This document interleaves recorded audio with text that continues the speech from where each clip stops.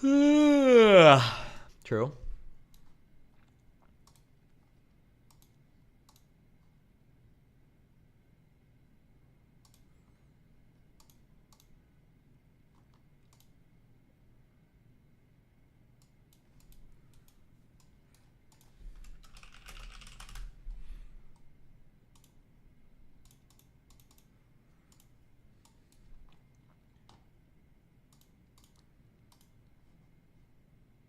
And based.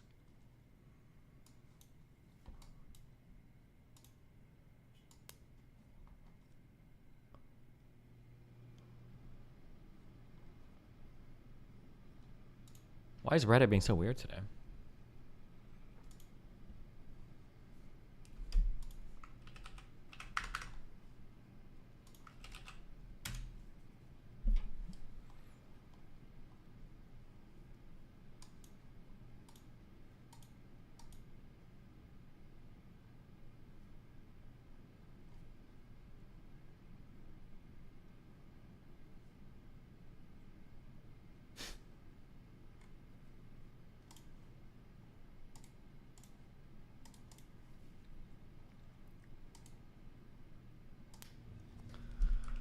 Oh boy. Hold on.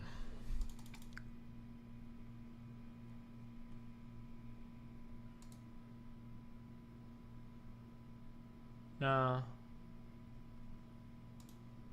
Okay, never mind.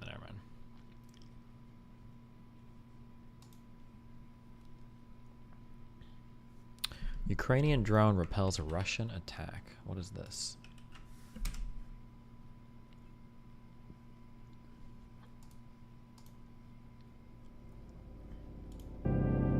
Oh, hey, look. It's the same field. It's the same field that they're fighting over, except now there's snow there.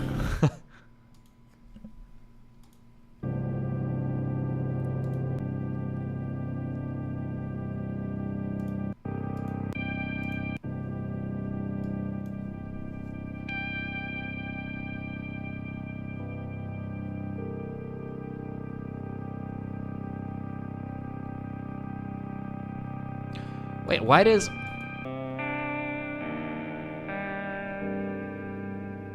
I don't understand. Why do they even use soldiers? Why doesn't it ever just fly like 100 drones? Like, it has to be cost effective.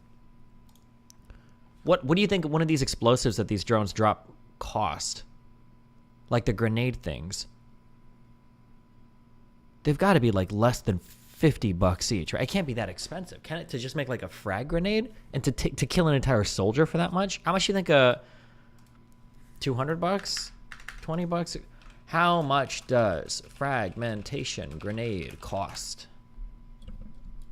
These cost $45. You probably have to like equip them to like make them compatible. Okay, maybe like $100, $200. Even so, it's got to be so cost effective.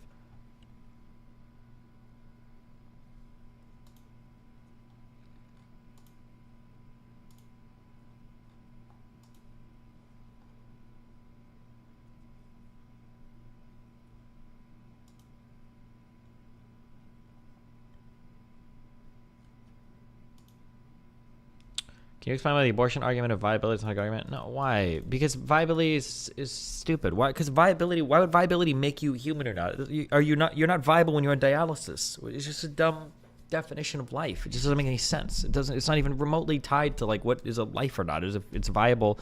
It's just nothing. There's nothing. There's not even a positive argument there that makes any sense.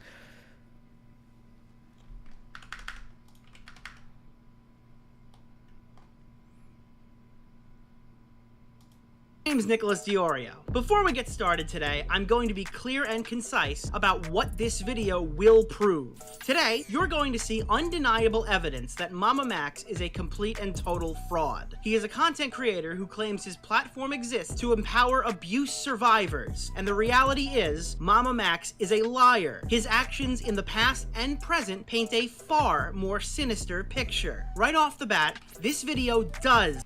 Okay, hold on. We'll do this. Wait, what the fuck? Impressive video of a Russian T-90 under direct attack by Bradley.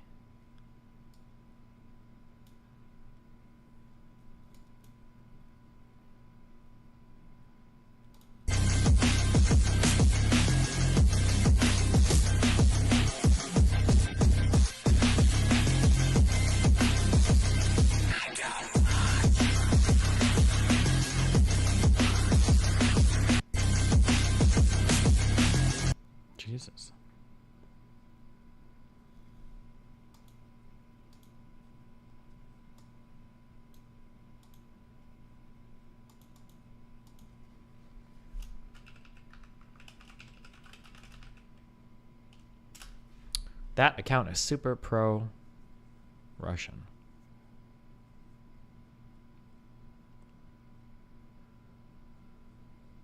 Okay. Was this supposed to be pro-Russian? Was this supposed to make the Russian T90 look good?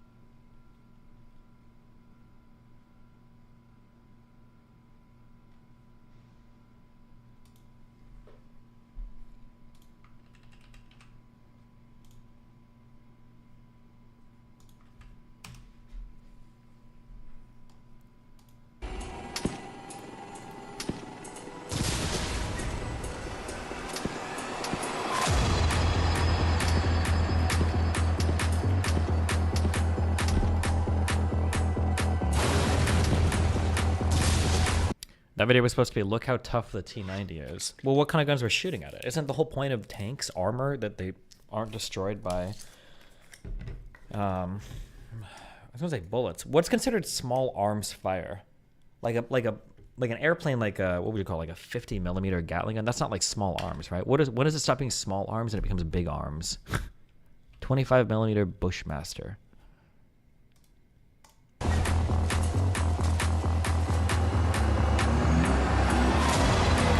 Small arms are carryable guns.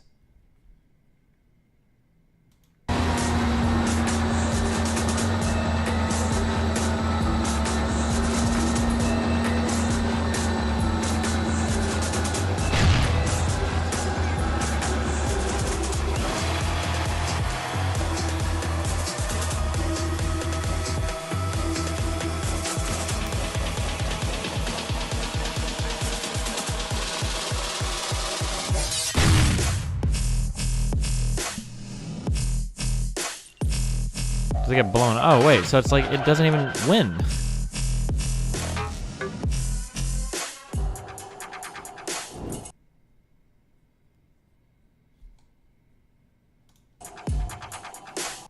Why would you even do this? Why would you even try to brag about this? What even is a Bradley? Is a Bradley a tank? I don't know. I don't play these stupid war games. Bradley, tank. Bradley, fighting vehicle. Is a tracked armored fighting vehicle of the United States developed. So armor protection when running cover. Oh.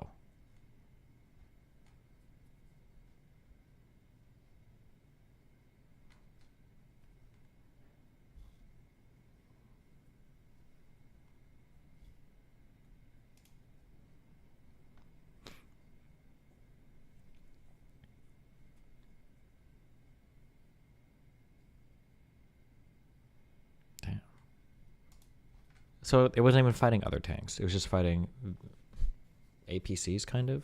Would this be considered an APC or no? Or would it be an AFV, since it's a fighting vehicle? What's your favorite World War II gun? My dick, when I fuck your mom.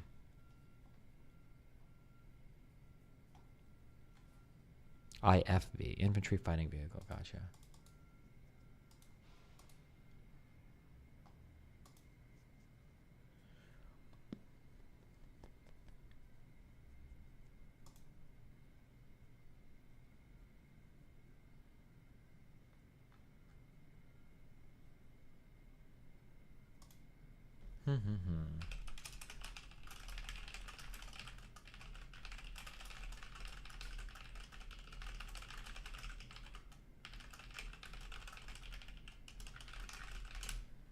What's going on with Gretchen? She gets that thing gets brought up all the time as like the FBI acting improperly, so I think I just figured to know about it. I put in this is the sixth Invisalign tray I put in. and the back left of the top one doesn't connect all the way, and it's like loose. It's actually driving me fucking crazy. This might be my limit. Do you think you'll actually do a collab with Churlies? I don't know. The tank alignment chart.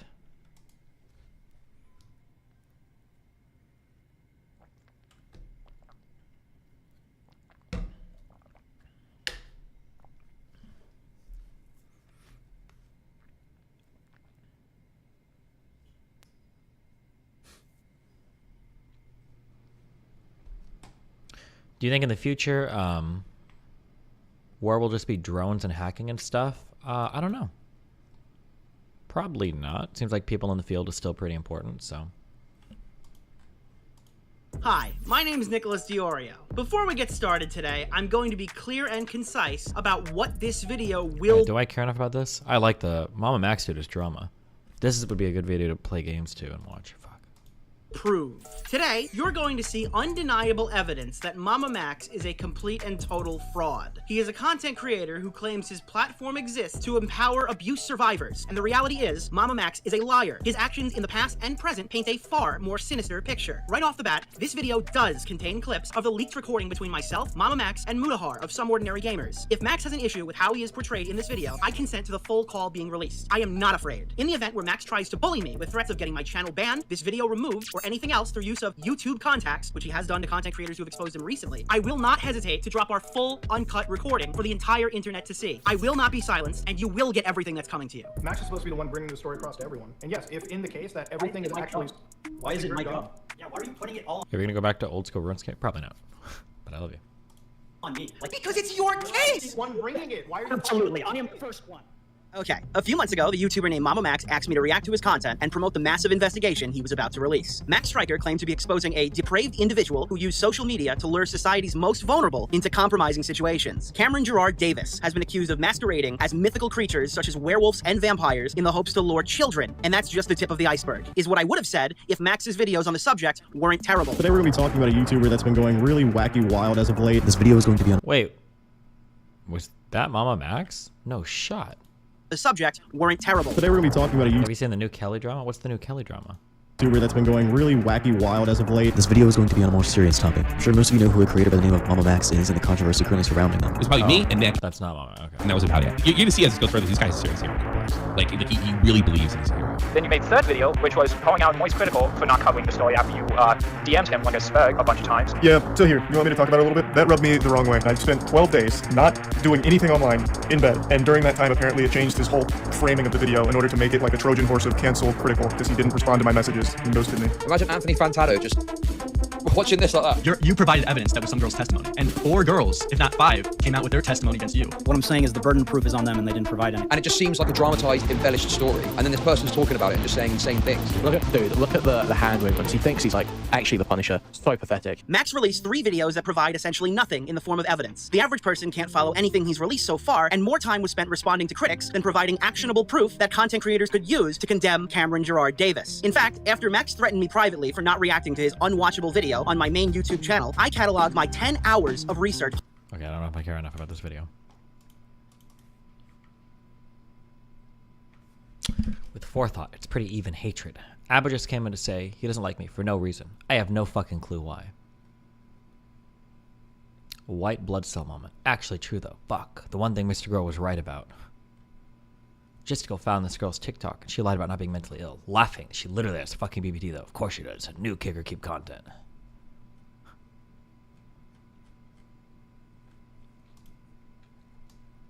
It must be every other person. It can't be me. It must be everybody else that's... Oh, Jesus. Hi. Can't you unlock it? Oh my God. Hold on. Good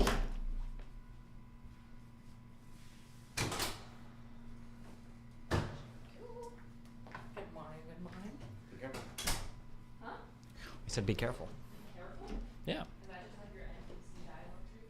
How long have you known me? That's always been my NPC dialogue tree. Okay. Where's your screwdriver? I don't know. Why would you even assume I have one? Oh, right here. Because you have one before. And box cutter? I don't have a box cutter. You Like can it said flip you that had a around. box cutter. What? Like it said you had a box cutter. Do you have Oh. a knife? I just need something that I can use to cut open stuff. Oh, geez, why do you need a box cutter? If it's like a pocket knife, yeah, go for it. Careful.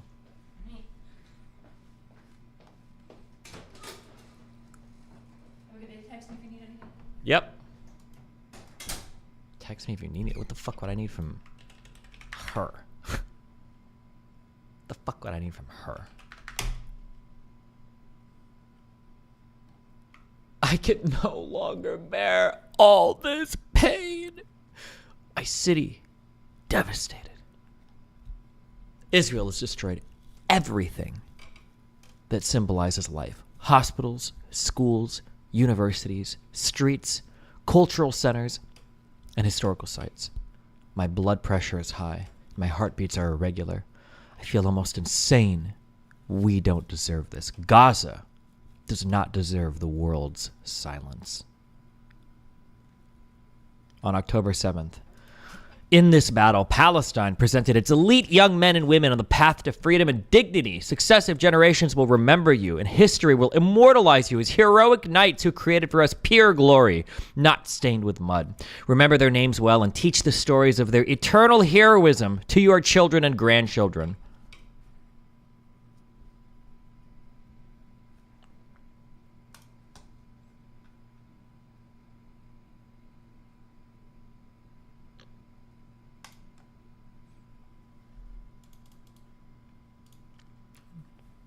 What's the what's that stupid meme format where it's like never ask a doctor his salary, never ask a woman her age, never ask a dentist why they keep this in the closet, or whatever that meme format. Does anybody know what I'm talking about? What is that meme format called? Wait, let's look for it. Never ask a meme format. What am I thinking of? Oh yeah, it's like this shit.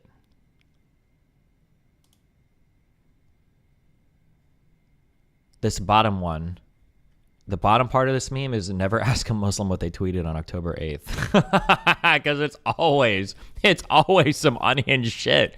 It always is.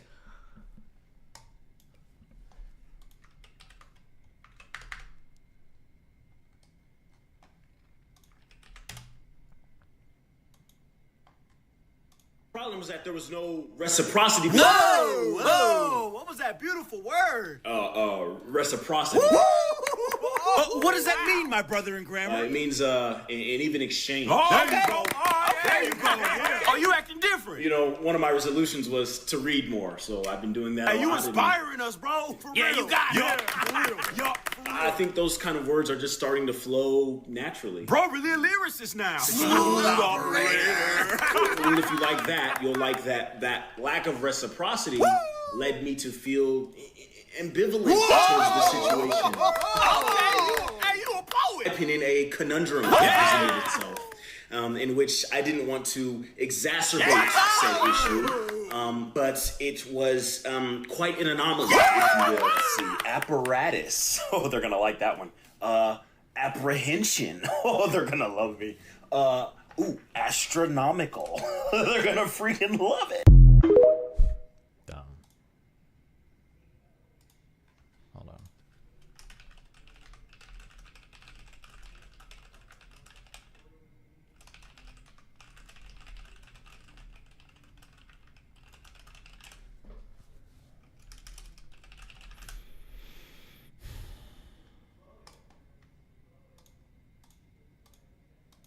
Boom, boom, boom, boom, boom. Okay.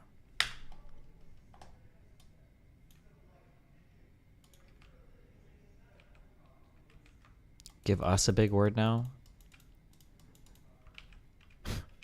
During our debate with Benny Boy, the word anti-disestablishmentarianism comes up, believe it or not.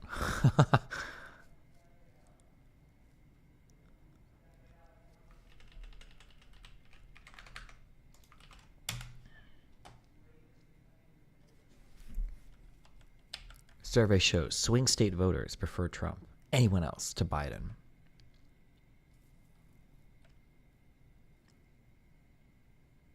I don't believe it. We'll see. In order to really know, we're going to have to wait until the campaigning super kicks off between both of them. But We'll see what happens.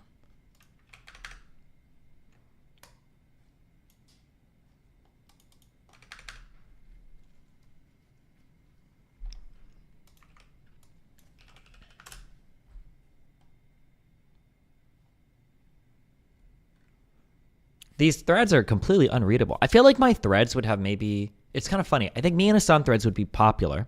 I think they would probably have anywhere from maybe 200 to 500 comments, maybe less. The funny thing is that I actually think a majority, I think over 50% of the comments in these threads are people complaining about the threads. It's actually like unhinged. And like it's always like troll things like, oh, Destiny talking about Hassan. Hassan is this, Destiny's that. What does Ja Rule think? Destiny and Hassan frogs seem to be in their own subreddit. Man loses wife to vicious cucking. Deals with Hassan. Can somebody explain Destiny? Meme clip. Oh wow. Anyways, what are your thoughts on Siakam trade? Meme. This sub went to shit. Reban Destiny and Hassan. No post is better than this shit. Like the whole front. Actually, it might even be more. Maybe it's 60 or 70%. Almost all the comments, these threads will explode. They get 1.3K comments, but almost every comment is trash. Like, it's just like people complaining about the thread. Like, I feel like if they just didn't post, they would probably be way less popular. Like, it's so fucking retarded.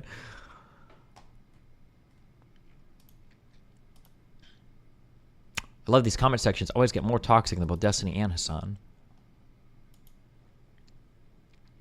Oh, this one's a little bit more substantive, but Jesus. Wild. The meta conversation is pretty tiring. Yeah, it's so cringe. Oh, wait.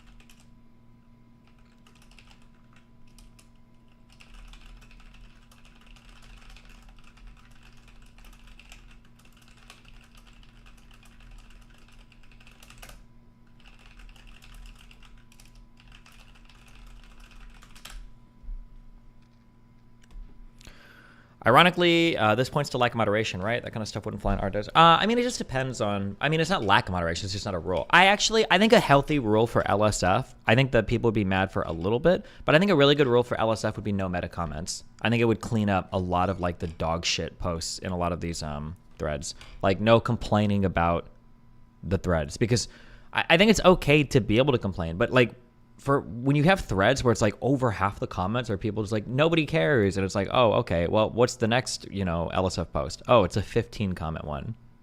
Like, it's just so dumb. I don't know.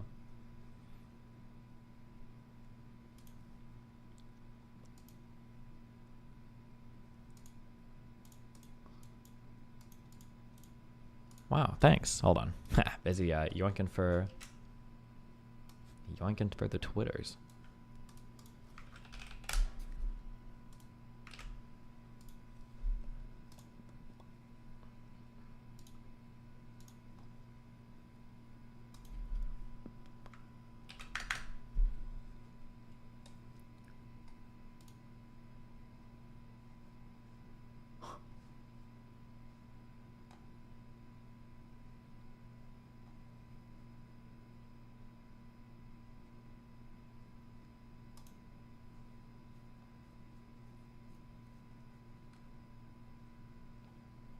Boom, boom.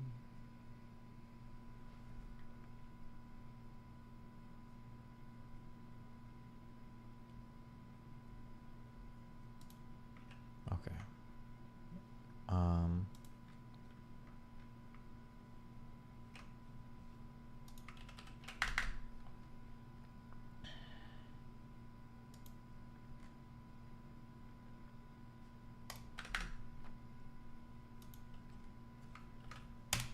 Didn't Ernest Becker die at an unfortunate time? I don't know much about his personal life. There are interesting coincidences like that. The thing about coincidences is that so many things happen all the time that the only extraordinary thing would be if there weren't some extraordinary things like that. Like Albert Camus was killed in a car crash, and he was killed in a car crash with a train ticket in his pocket. So it seemed like he decided at the last minute to go in the car, and he had previously said that the most absurd way to die would be in an automobile accident, and that's how he dies. Wow. Sigmund Freud was terrified of, I think it was the number 63. It was like 63, or maybe it was like 48. I can't can't remember. He was just terrified of it. Had a real sort of foreboding about it for some reason. He got a phone number that ended in that number, and it freaked him out. He got a hotel room that had that number, and he just became convinced he was going to die at that age. Guess when he died? 48. No, when he was like 80. Sometimes it goes wrong. You're a dick. You are a dick. The rest of that was true, though. Didn't Ernest Becker die at an unfortunate... Okay, good one.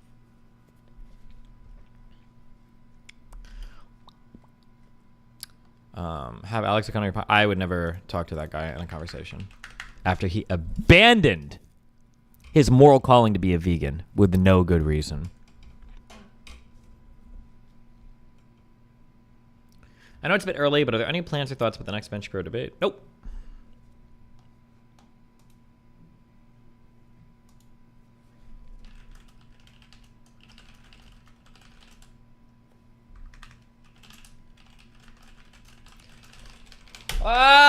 Okay.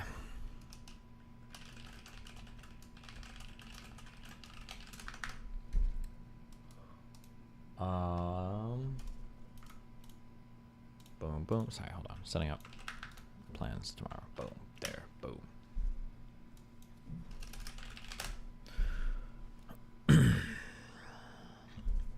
Tell Lex to publish or I will go to the Middle East and join Hamas. Oh!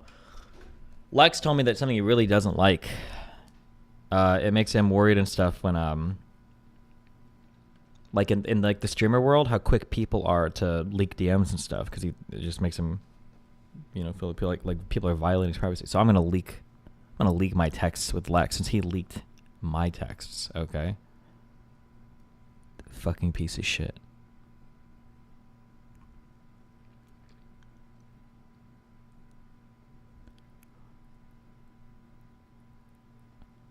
I texted him on my way to the hotel and I said, "Oh shit, was this convo supposed to be today?" And then he starts frantically texting me back. He's like, "Are you in Miami? They're running late. Are you able to make it?" And I said, "Just kidding. I'm 10 minutes away. I'll park outside and come in.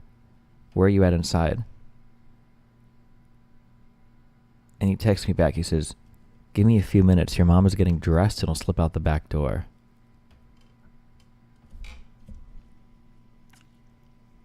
I'm so proud of him.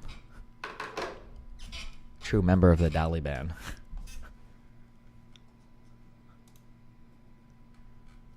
He's evolving.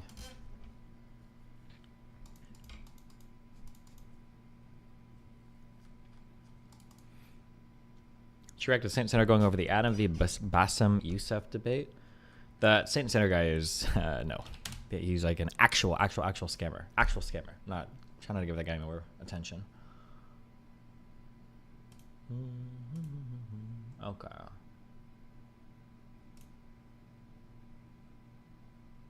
Are you supposed to... Psychiatrists do therapy too, don't they? I just realized it. I felt like a fucking retard. I had to do another appointment this morning to renew my prescription because I guess for the first time you get one, you have to do another appointment in 30 days. And he asked me like 3 times, and then he's like, "Is there anything else? Or anything you want to talk about?" I'm like, "No, what the fuck would I talk to you about? I told you my shit. I haven't medicine. Why the fuck would I talk to you?" And then I realized after we hung up, I'm like he's a psychiatrist, so it makes sense that he actually might want to like I'm supposed to like do mini therapy or talk to him about things as well. I didn't think about it until after I hung up. I was like, oh, maybe I'm supposed to. Did you get your health insurance? No, bro, health insurance looks like a fucking scam, okay? It looks like it's just catastrophic insurance. Even for, I was trying to find, because I'm pretty sure this Vyvanse is going to cost me like $300 to $500 a month, depending on Vyvanse, coupons. Isn't there like a website for this? What's it called? RX Saver. Also, careful. Hold up. Careful. Hold on. Warning, if you're listening to stream, Destiny is giving you his own lazy personal finance takes. These are lazy finance takes. This is highly inadvisable. Once you are making a healthy sum of money such that you're able to save, meet all of your costs of living, and, have a little bit of fun, health insurance is an important buy because at the very least, catastrophic coverage is a low monthly premium that can protect you from a complete and totally devastating financial loss that could result in bankruptcy or worse, okay? If you have the money, buy health insurance. The very least, okay, there you go. Let me get that. Statement of the way. Anyways, I don't have health insurance because fuck that. I ain't got time to pay for that bullshit. I don't want to pay. I don't know what the plans are. I don't know what the companies are. Okay, fuck that. All right. Anyway, okay. Bottle 30.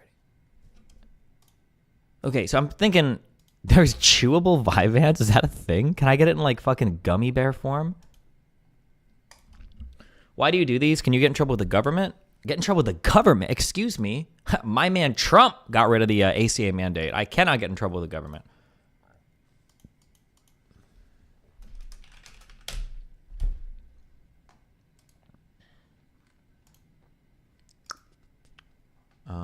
What is this?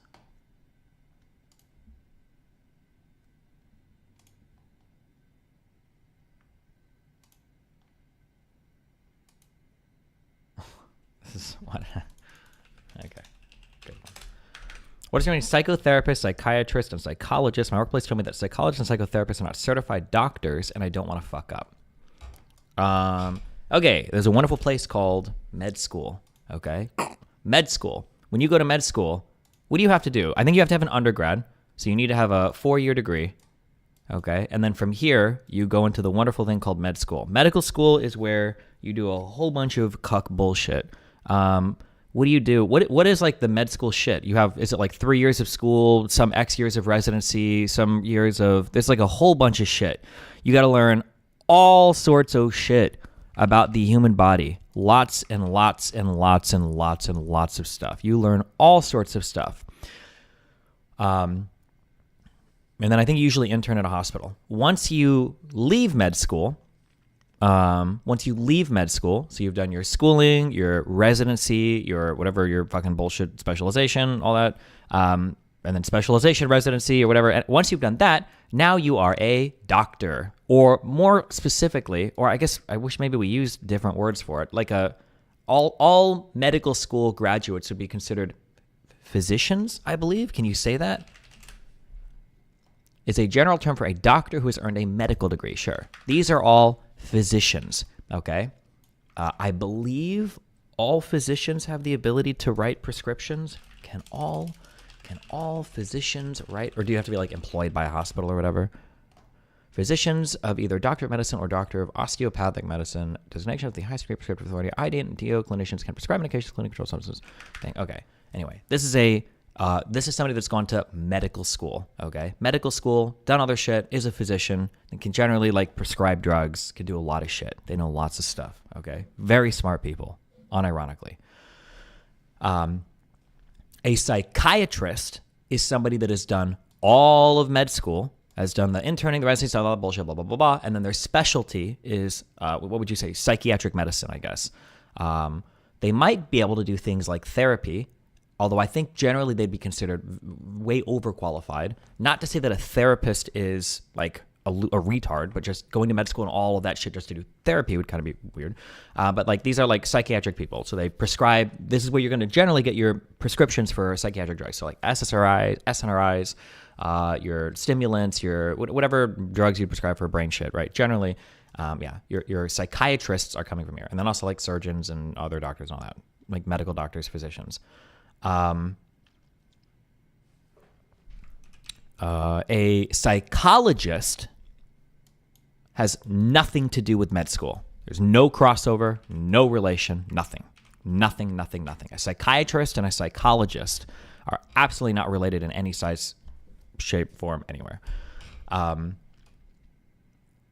To be a psychologist, I don't even know if a psychologist is like an actual like real term, but like if you go to school and you get a bachelor's, I think generally for psychology, I think after you get a bachelor's, you usually go one of two paths. You can either work in research psychology, meaning you're like the guy conducting tests, or you can become a clinical psychologist, which is like a really, really, really expensive therapist. Not really, but like a clinical psychologist might be involved in managing like high-level patients, or what is a clinical psychologist job? Let's check. Continuing comprehensive mental and behavioral health care for individuals, I guess. Yeah. Yeah, I guess like an ultra upgraded fucking therapist, basically, I guess, yeah. You do know that talking to a psychiatrist every month for a refill is a scam, right? Really? I heard that, I think I've heard in multiple places. I guess I never looked it up. But if you go to a new psychiatrist and they prescribe you certain types of restricted or controlled substances that they want to have a meetup after 30 days to make sure everything's okay before they give you like a 90-day prescription. I think I've heard that from 2 or 3 different people, so I just assumed it was like standard practice.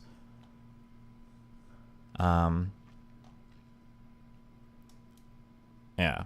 However, okay, so psychologists can be like research psychologists, clinical psychologists, whatever. I guess maybe for psychiatrists, maybe they could see patients too, but I feel like it would be really, really, really expensive.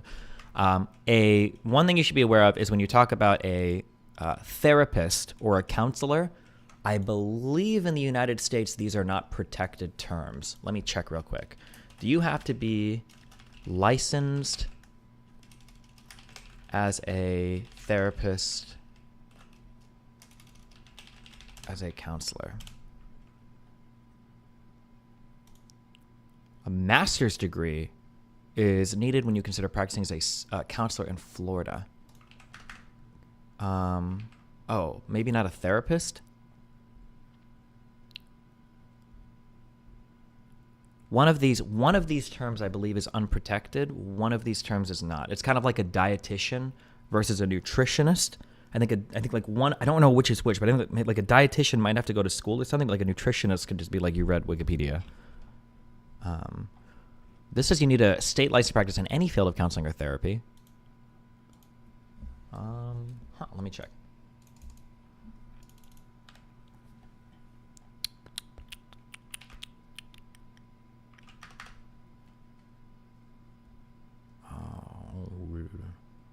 Fuck, I hate Quora. I get a lot of unreliable answers on Quora. Oh, you're just supposed to put Reddit after everything. But then Reddit is like the internet. I don't like that either.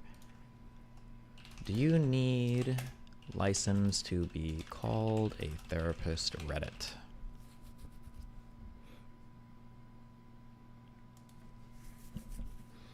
Can I become a therapist /counselor with a master's or social work degree? Keep in mind the person would still be pursued highly informed resources. I should know I'm not a lawyer. No, this is legal, unethical, quite legal, harmful people. Unlicensed psychotherapists are not without qualifications. They're graduate students who are studying how to provide therapy, legally scared by the rules, and provide potential like life coaching.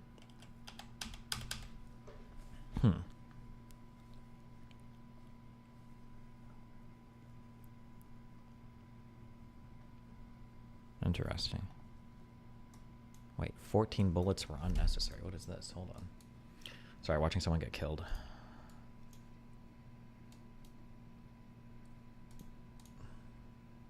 Let's see. Guy's robbing the store. He's in front of the counter. He's holding a gun. Looks like he throws something at the dude. What is it, a baggie or something to collect money in?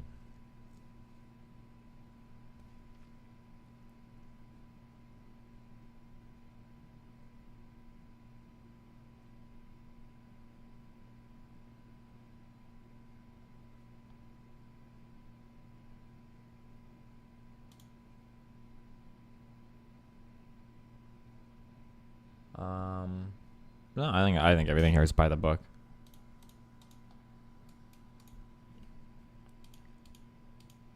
Guy basically shoots him, I don't know, like 10 or 15 times. But the guy, I mean, like, the guy really tried to rob us for the gun. The other dude just shot him until he ran out of bullets. I think it was fine. No, I think it was good.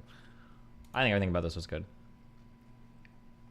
If you are, hey, listen, if you want to rob people, if you want to be a A+ criminal, okay, take notes from the cops. Hello? Ugh. Make sure you can always see people's hands at all points in time, okay? What do you want? Sorry to keep bugging you. Do you know if therapist and counselor, are both of those legally protected terms? Do you know? It depends on the state, so I don't know about, I actually don't know about America. No. No, okay. Why is this locking? Do you want this locked? If you can make it not locked, that's cool, I guess. Should just do that. As long as, well, when you push the thing on the outside and it goes bum bum bum, that means it locked.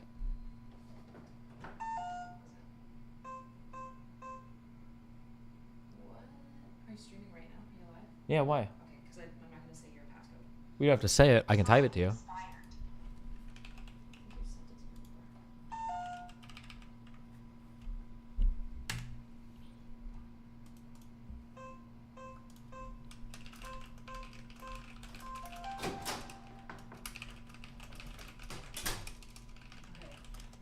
Can I be a rat and make you check your Amazon deliveries?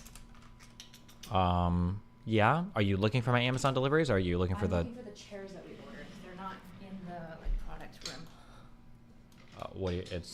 Yeah, you can go down and ask the people. Oh, Heel Shit Podcast. Thank you for the 5 good subs and the 10 good subs. And they don't have it? They don't seem to. Oh, wait. Is it in that room? Is it that box? Maybe Lycan brought it? Is that it? Blame Lycan, not me. Okay. Yeah, that's this. Thank you. Be careful. I'm gonna have to do 2 runs. Wait, did Cherry do a manifesto on you? She's making more. Nice. This is your guys' fault. I don't know why you fucking retards keep interacting with her, but okay. Have fun, be careful.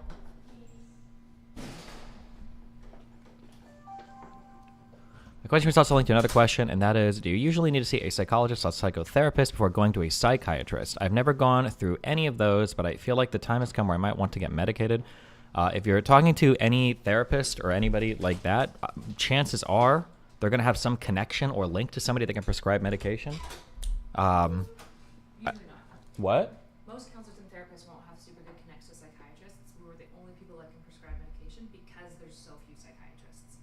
I feel like if you If you get a clinical psychologist, you'll probably get connected to a psychiatrist. But in the United States, well, in the United States at least, like if you look up like ADHD therapist or whatever, if you would go to like a therapist or a counselor that is working with these types of things. if you go to a firm that's working with those things, you'll have a connect. But if you go to a private, so if you go to like Psychology Today. Mm-hmm.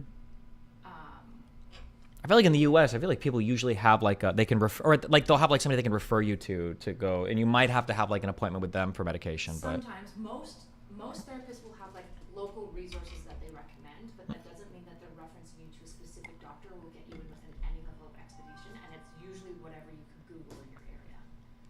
Is that true in the? Is that true in the U.S.? A lot of times, yeah. Interesting. Okay. When I've talked to for my clients, when I've talked to different therapists and stuff. Mm-hmm. A really big issue that I've had when I talk to therapists is that they don't have a really broad referral list and they don't have specific like medical diagnostic connections. So they're like, these are the centers that I personally like the most, that my clients have had the most success at. That will be the recommendations, but they won't be like, I personally know Dr. blah blah blah. Interesting. Unless you're going to like a larger firm that has like multiple clinical psychologists and stuff, those people tend to have direct connects to doctors and stuff like that. Okay. Interesting. I'll pull people. If it's like a mental health therapist or licensed like an LPCC, like it just super depends on like what type of professional you're seeing. 'Cause Okay. unless they're a PhD clinical psych, they probably don't have like crazy high connections. Okay. Okay. I'm curious for you guys. I'm so curious if that's true for most of you. What would the question be? Was it easy for you to get recommended to a psychiatrist for medication from your therapist? Question mark. Yes. Is Anna afraid of being on stream after the random harassment for no reason? Oh my god. No. Oh no, she went home yesterday morning, I think. She was only here for like 3 or 4 days, I think. Don't worry, I have another friend coming tonight we can hang out with. You can traumatize. Yes, no. Was it easy to get recommended to a psychiatrist for medication? Yes, no. Never been to therapy, medication or whatever.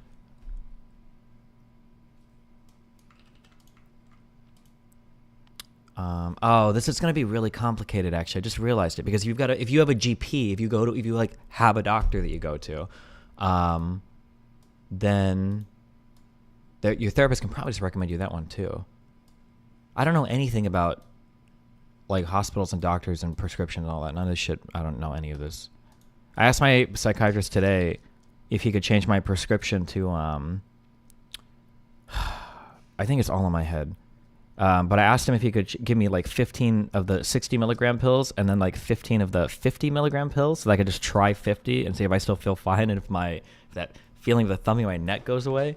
And he was like, yeah, you just have to call in to the pharmacy and see if they fill it. And like, I don't even know what the fuck that means. What do you mean they fill it? Don't they just have the pills there? I don't understand any of the, I don't know how any of this works. Okay. From your therapist. So like if I ask you guys this question and you say yes, like you could just be yes through your, okay, hold on. Yes from someone I've never seen before, or yes through my own doctor, or no, I had to do a whole new process for medication. Are you even polling this? I'm just really curious because what Erudite just said is totally opposite of what my understanding was. It's just nice to know. I'm just curious. My understanding or my feeling was that like if girls, I say girls because everybody I talk to is crazy as a girl, sorry. But any girl I talk to that does like therapy or does a thing or whatever, she's like, oh, the doctor, you know, she wanted me to try this medication. Usually she'd like, they always seem like they have referrals. Like, oh, like here's a psychiatrist that I work with, or here's somebody that I know, or here's somebody, and then you just go talk to them and basically grab a prescription. But maybe that's just not the norm, or maybe I'm only talking to people that already have doctors or something. I'm not sure. Yes to my own doctor. Yes from someone I've never seen before, and no, I had to do a whole new process for medication. Oh, okay, so maybe it's like 50-50 here, I guess.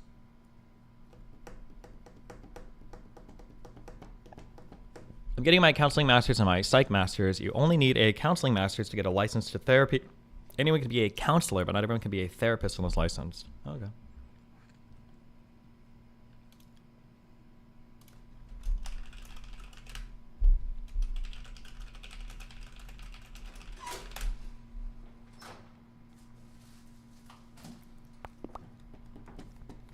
Pretty sure most insurance covers psychiatry. You could probably go directly to a psychiatrist without a referral.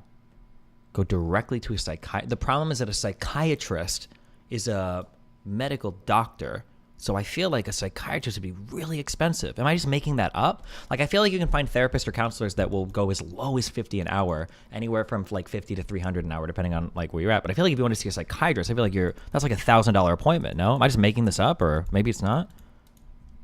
It seems like it'd be really expensive. Someone said that's literally what I did. It's not expensive. You can go directly to a psychiatrist and they take insurance. Oh, okay, maybe I don't know. Maybe I'm making that up. Someone said 200-ish.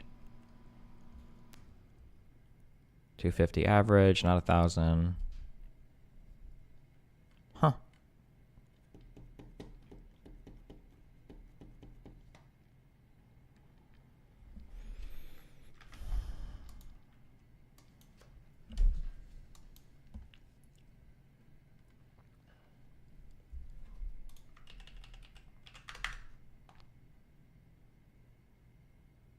What if so many of your fans have mental problems? We are the neurodivergents. Okay.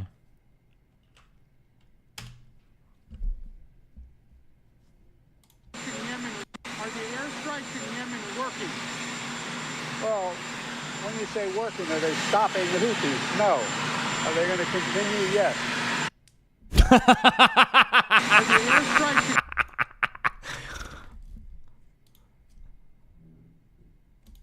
Holy Giga Chad. Do you think he even knows how like fucking Chad some of his answers are, or do you think he's just kind of like on in Biden world?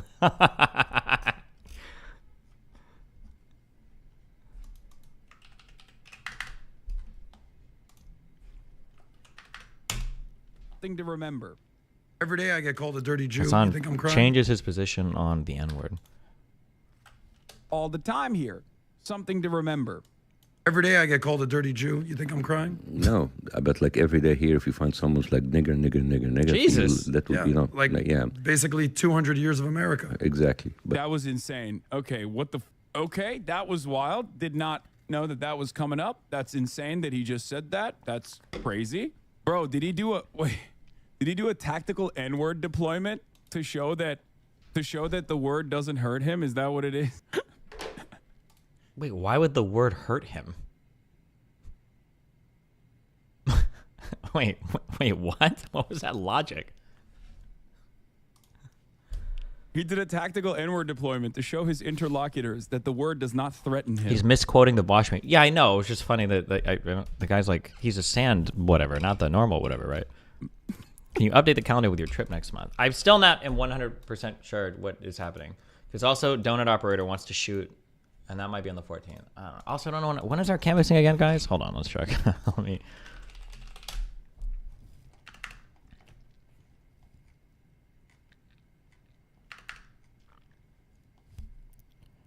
Why are February event?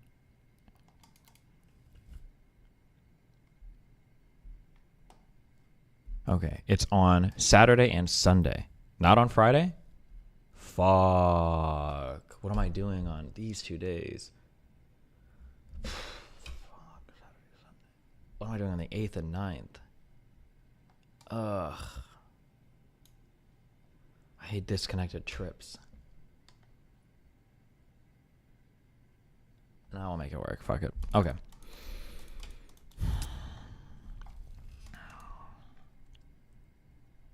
Why didn't Hassan work with Vosh? I don't understand it. Vosh was glazing him for years. Not enough clout. Vosh was too small of a figure.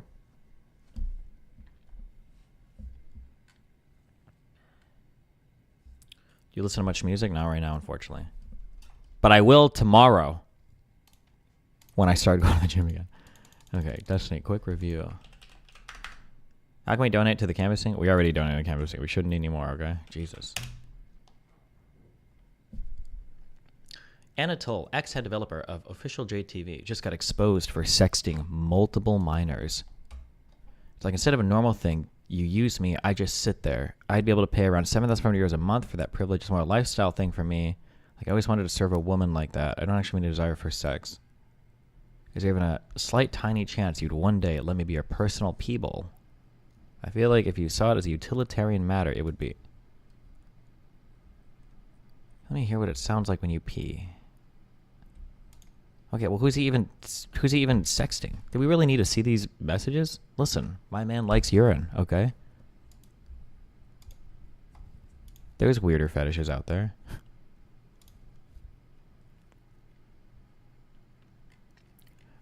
Okay, wait. How old is the ex-head developer? And how old are the minors he's texting? I need some ages here so I know how to feel about this. Is this like some 35-year-old dude trying to sex 14-year-olds? Or is he some like fucking 20-year-old dipshit sexting 17-year-olds? What's going on here?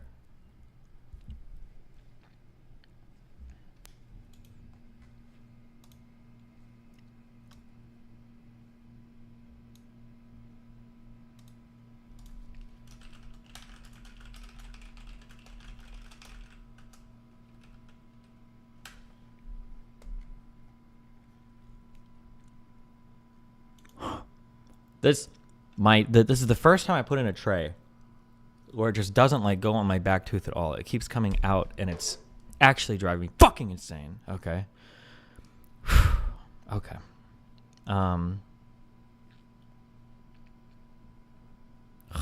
Jesus Christ.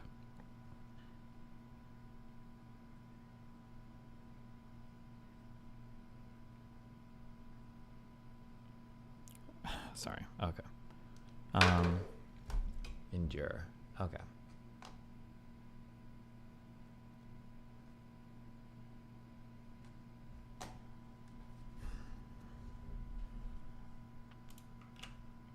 Does it bother that Hassan gets 30,000 likes on his tweets even when they're fucking stupid? Like, that's a lot of people agreeing.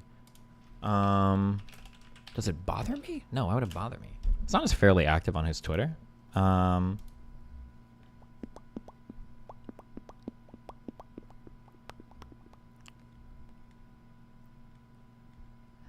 Would I call this good engagement? Considering it's over 1 million followers. When you post, girls run into this problem. Melina had this problem with her Twitter sometimes where I think Melina has like a good eye for photography. Just, yeah, I think in general, probably because she does art too. So she has like a good understanding of like perspective and photography and shit.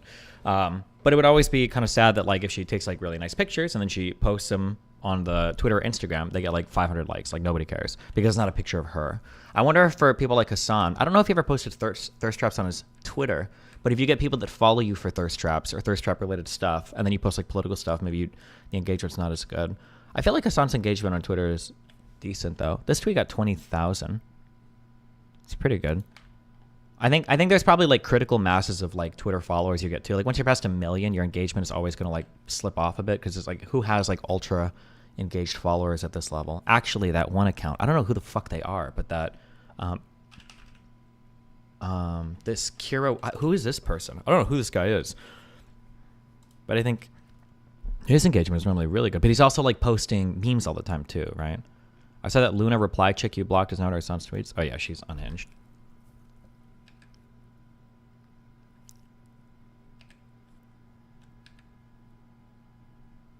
Oh, this is, wait, never mind. I don't think this account is ran by one person. This must be an account that's ran by multiple people. You really need to keep your trays in for 22 hours a day? I do. They're almost in almost all day. And don't drink Red Bull with them. I think it doesn't matter what you do as long as you're not chewing with them. They have 1.4 million followers, yeah.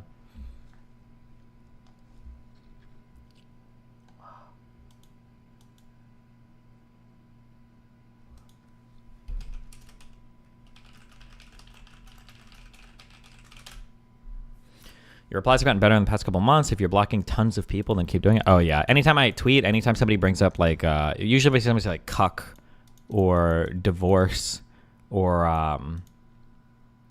for the for the COVID shit, I blocked so many fucking people. How are the strings in your blood? Anything retarded about, like, vaccine. There are just some replies that are just so retarded. It's like, I can't. Just fucking get out of here. I think on Israel-Palestine, I started to block people. People that would just ask, like, stupid questions or say things like, oh, Wikipedia. Like, okay, yeah. I pretty aggressively block on my Twitter. We stopped by Harvard and or MIT during your Yale visit? No. Do you block or just mute? If you mute, you still farm their engagement? No, I block because I don't want that stupid shit showing up on my shit. Do you block any? Oh, anybody that is even remotely a griper. If they say Nick anywhere in their any mentions of that or anybody that tweets about Nick or whatever, yeah. Did you say string in your blood? Yeah, that died suddenly shit over the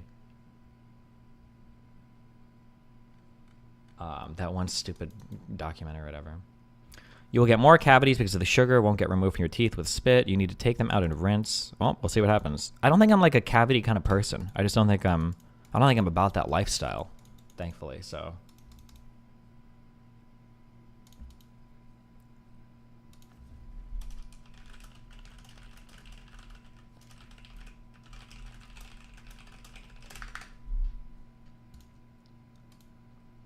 Actually, I'm so curious why. Hold on.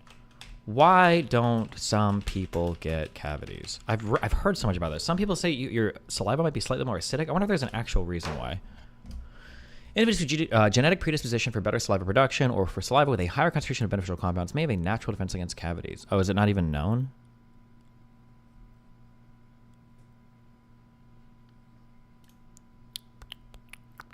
The trays will be like a holocaust for your teeth. I only have like 4 months of them.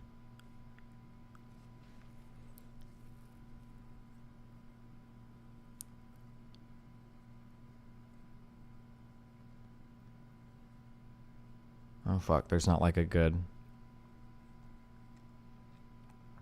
It's how often you have a dry mouth. Is that good or bad? I don't feel like my mouth is ever dry. Although it is a little bit now in my amphetamines. Is this something I should worry about?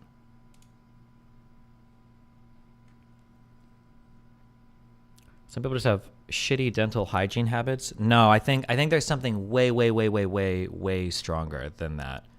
Because I've known... I'm not going to say my oral hygiene is bad. But it's like serviceable. Like if I'm going out with friends, I'll brush my teeth. I'll usually brush my teeth at least once a day.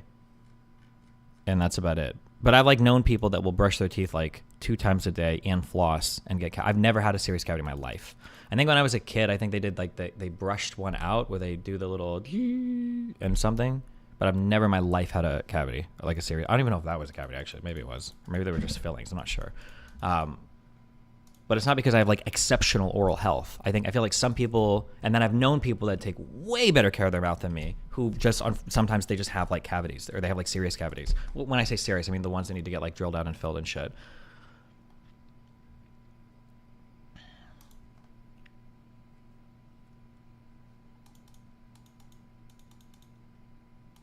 Do you at least own an electric toothbrush? I bought one once and it was okay, and then I left it, I think in Washington, and I just never bought one. Fuck electric toothbrush. I don't care. I don't like them. People brush too hard. I brush fairly hard. I don't give a fuck. You probably don't do anything weird either, like excess sugar or drugs. Sugary. I drink a lot of sugar, actually. I don't know. Cavities are contagious due to the presence of bacteria and plaque, like Streptococcus mutans. Cavities are contagious. The bacteria can usually spread through saliva and cause cavities to form. Damn. The longer you leave plaque on your teeth, the quicker a cavity may develop. Once you have a cavity, it's easier for others to form. Yikes.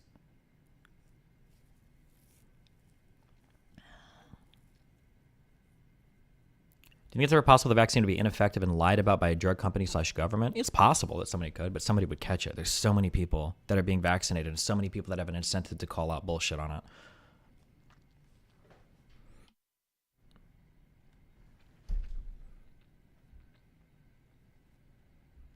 Why do you still drink Red Bull? I don't need caffeine when I take my meds. It's just nice to have something to sip on throughout the day. Do you sleep with your mouth open? I've heard that's really bad. Gross. That drives me insane. Not being able to breathe through your nose? Ugh.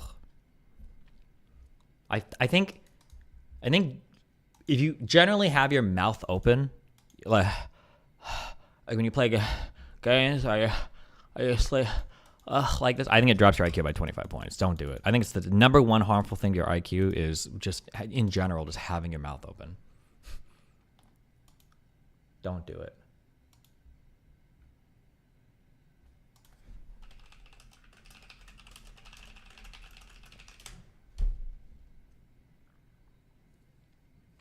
You can't control your mouth when you sleep. Your muscles relax and it opens. Your tongue should be sucking your jaw up to your, like, closed all the time. I don't understand what's happening in your mouth if that's not happening.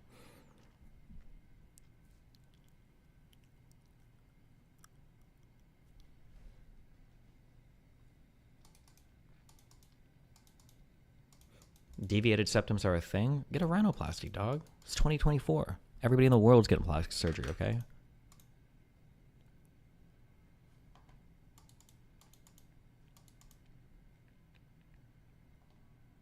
How do you know you don't do this if you're sleeping? I put tape over my mouth. Do you sleep on your back or your side? I sleep on my side. Back sleepers are sociopaths.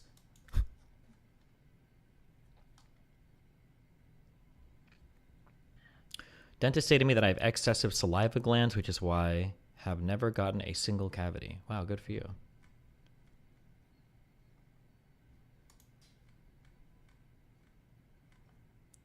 Does your shoulder ever hurt from sleeping on your side? Why the fuck would your shoulder hurt from sleeping on your side?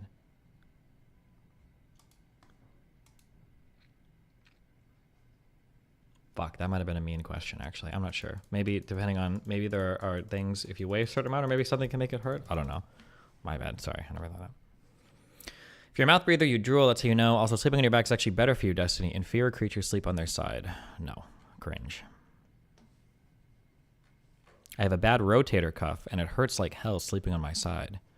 Well, Mike, sounds like you need to get back in the gym. You need to fix that, okay? Come to Miami. I'll train you up, okay? Haven't you got a stiff neck after sleeping? I think you're more prone to get like sleeping problems if you don't get it in general. If I go out like drinking, if I go to sleep and I'm still like kind of drunk, I can probably like fuck my shit up a little bit because I think it fucks with your sleep a lot. Or if you're sleeping with a new person in kind of like an awkward way, because it's like you're like in a cute position and you don't really want to fuck things up, so you fall asleep and you get fucked up in the next morning.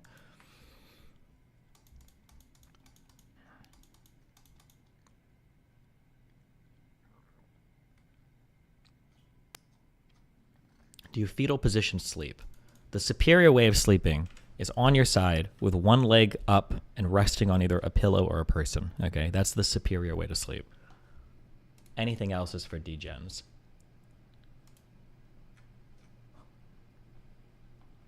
What's your position on waterbeds? I don't know. They were kind of popular-ish in the 90s, 80s, and earlier. I knew one or two people with waterbeds. I feel like the only story I ever heard about waterbeds is they're like kind of cool but kind of annoying, and then they always break, and then your shit is fucked.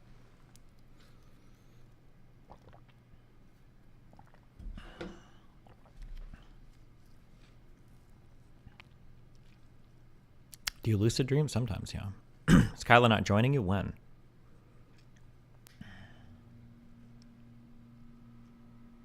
Do you wake up in the exact position you fell asleep in, or are you a mover? I'm pretty sure everybody moves at night. They were originally marketed as sex beds. I feel like having sex on a waterbed would be the worst experience ever. I can't imagine it. Would you sleep with a Karisu body pillow? Absolutely. I'm still looking for my red-headed neuroscientist waifu, who's also 19.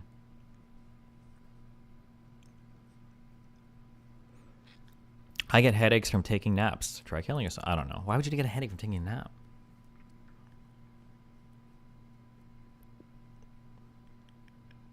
She's 17? No, she's not. Karisu? Isn't the whole meme that she like published a paper at 18? Is she actually 17? Are you going to be streaming the canvassing event? Yeah, we'll try it to.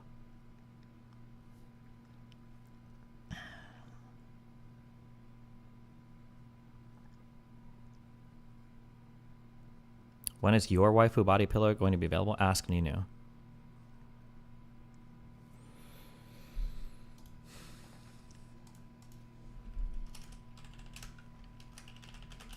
You seen those chin straps that keep your mouth closed while sleeping? I have not. Are they cool? A chin strap that keeps your... What if you like fuck up and like kill yourself? Like you accidentally like your nose gets congested and then you die.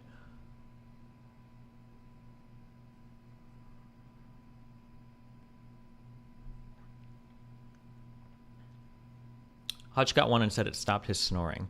People meme... Here's something I will say, okay? And it's worth recording yourself, I think, or getting an app to check this. People kind of like meme about like snoring and like, oh, you snoring, blah, blah, blah, blah, blah. You're not supposed to snore, ever. That shouldn't happen. You shouldn't be snoring. If you're snoring, there is an underlying problem, and you need to get it figured out. I think Abba brought up the CPAP machine or whatever that he got. Yeah, if you've got like sleep apnea, if there's some reason why you're snoring, you're not supposed to ever snore, unless you're like maybe, you know, super obese or something. But yeah, don't snore. If you're snoring, figure it out. Do you grind your teeth while sleeping? Yeah, apparently a ton. Apparently I've grinded like my canines away almost completely, which is not good. But you know, what can I say? I got a strong jaw. I don't give a fuck.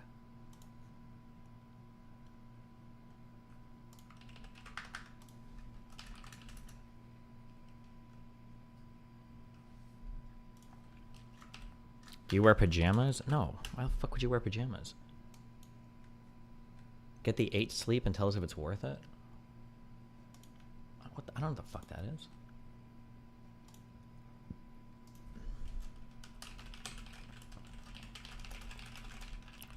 Do you sleep naked? No, you sleep with boxers on. Really, you sleep with boxer briefs, because those are the, like, superior menswear. But boxers are okay, too. My daughter snored really bad until we had her tonsils removed. Never snored again. Okay.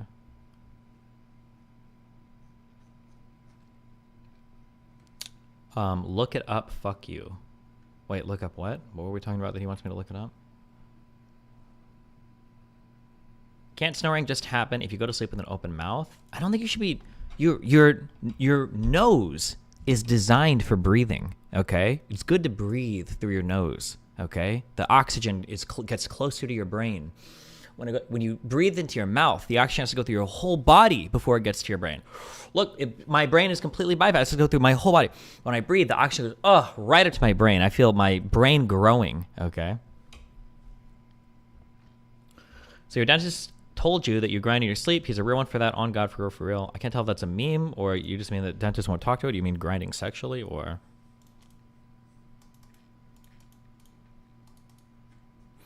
What are you talking about? I think it's slightly healthier to breathe through your nose, right? Because aren't the whole point of your nostrils and your nose hairs and your boogers and all that to kind of like filter the air a little bit? Look up 8 sleep. I don't know what the fuck 8 sleep is. The leader in... Oh, wait, we did look this up. Is this the thing that we... I almost bought this out of curiosity when I was having some sleep issues.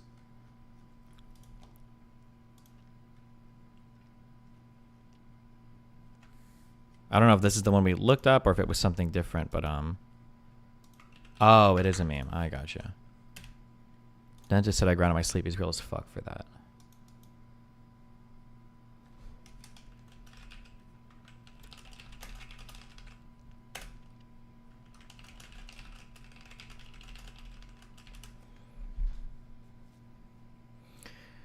Thank you for your advice on stoicism yesterday. The scammer didn't end up sharing my peener. True American hero. You're welcome, dude.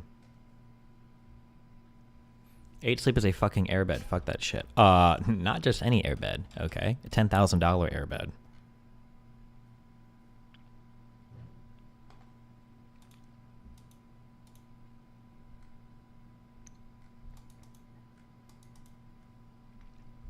Do you think the death of Gonzalo Lira gives credence to the idea that Zelensky is a crook? I doubt Zelensky personally had him killed. The guy was old and weird and fat and maybe sick all the time. I don't know what there should be an investigation, of course, but what does the airbed do? It like dynamically manages the temperature of your body or the bed or some shit. I don't fucking know. I can't tell because this website is dog shit. I don't know what the fuck I'm even looking at, okay?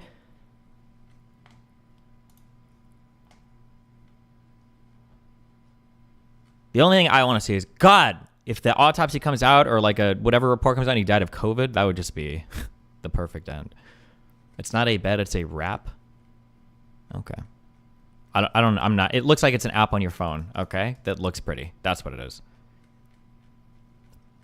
Listen, I'm sorry, okay? Parallax is cute for like big New York Times project shit. This shit should have never gotten popular, okay? It's not good for ordinary website design. Oh, I don't even think they use parallax. It's just shitty scrolling, okay? Stop this. Stop this shit, okay? You are not a car company. Nobody needs your website to look like this. It's not cute. It's not cool. It's not functional, okay? Not literally nothing good. Nothing good is being achieved, okay, by having this happen. I feel like when I go through some parallax sites, I'm having a fucking stroke. And I'm scrolling and I'm fighting your interface and I'm upset. Is it just me or has websites become worse and worse because they are all fitted for mobile phones? PC Master Race. Websites have become worse and worse, okay? Because one, user controls have become better, which was a prediction that came a long time ago that has destroyed the fucking internet, okay? And two, because you have to develop for a fuck ton of platforms now, which also makes things complicated and yeah. Things like ad block, things like tab muting, like all these fucking dumb add-ons that you use for websites, all of these things allow developers to be lazy and fucking horrible. He's like, oh, he's probably got ad block. He'll be fine. Oh, you can just mute the tab if some shit autoplays. It'll be okay. Oh, he's got like this add-on that like changes the user interface and experience. Oh, it'll be fine. We don't need to work on our shit. Every single fucking web dev has basically become Bethesda, okay? Oh, dog shit. I'm sure some modder will fix it, okay? Fuck you guys. Fuck all of you. Stimulants like Adderall make teeth grinding worse, apparently. Maybe.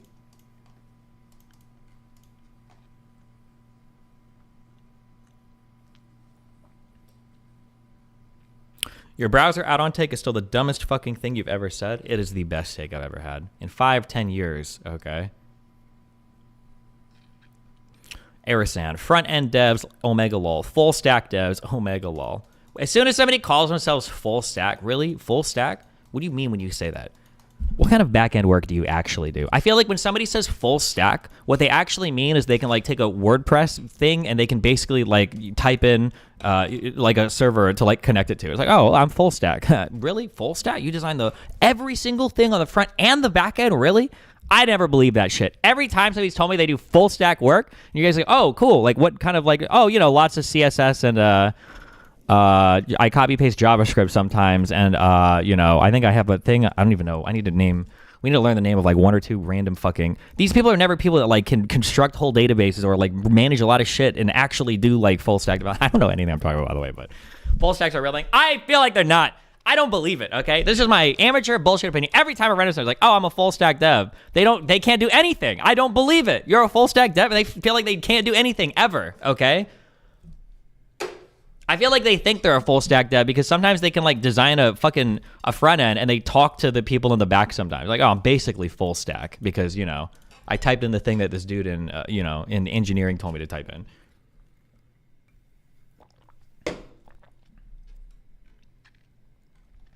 Destiny, yes, congrats. Generalists can't do everything specialists can do. No. I'm not talking about generalists, and I'm not talking about specialists. I'm talking about people that say full stack, okay? They're just bad humans. It's like programmers that ever put the word engineer in their title. They're also bad people, okay? Are you a programmer? Huh. I'm actually a software engineer. Really? An engineer?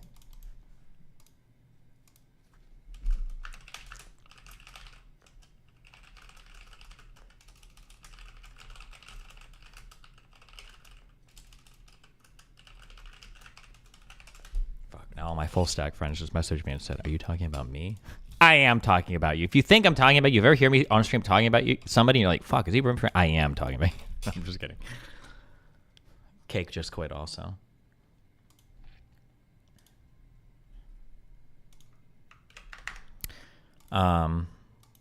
I've had a thing where sometimes I have a strong feeling of wanting to clench my teeth and bite on something. Is that a thing? Yeah, your mom gets it sometimes when she's sucking your dad's dick. Software engineering is a legit degree in a lot of European countries, you fucking pepega.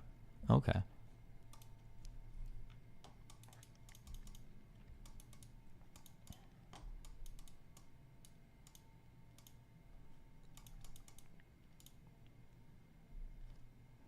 I mean, ideally, full stack would imply that a dev is capable of implementing both the backend services as well as the UI, whether it's an app or website. Some places have dedicated DevOps for the infra. Others expect the devs to handle it all. Thank you, DiploFocus. With modern web dev and JS frameworks, the lines are being blurred between backend and front end. Wow. So the titles for programming specialists are kind of whack. Well, the issue is they don't want to just be called what they actually are. Okay? The problem is that you have to remember, okay?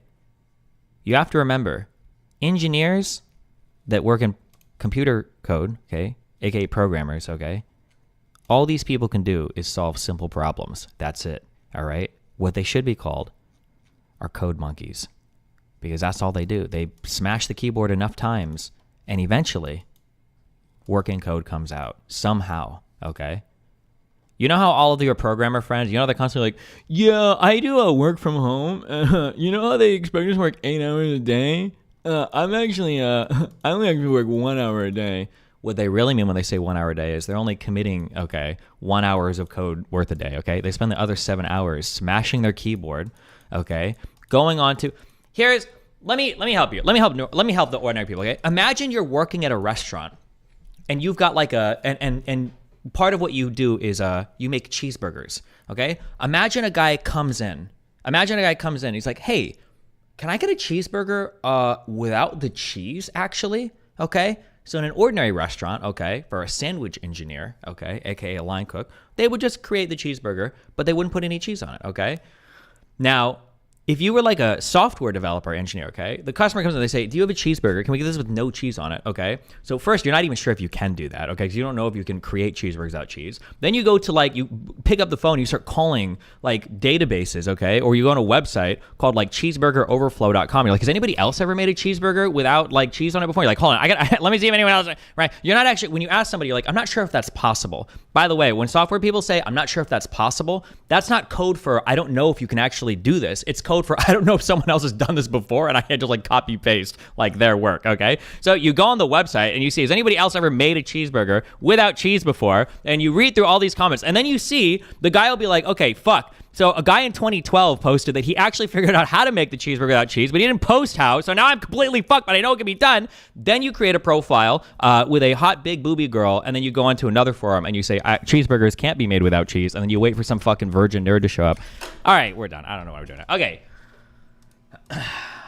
To correct you. Anyway, programmers are cool people. I'm sorry. All right. Do you think this is what happens in most engineering industries? Probably. We all have our struggles. All right. since you're doing research streams, why not do Python learning streams? I would kill myself before ever learning anything programming related on stream.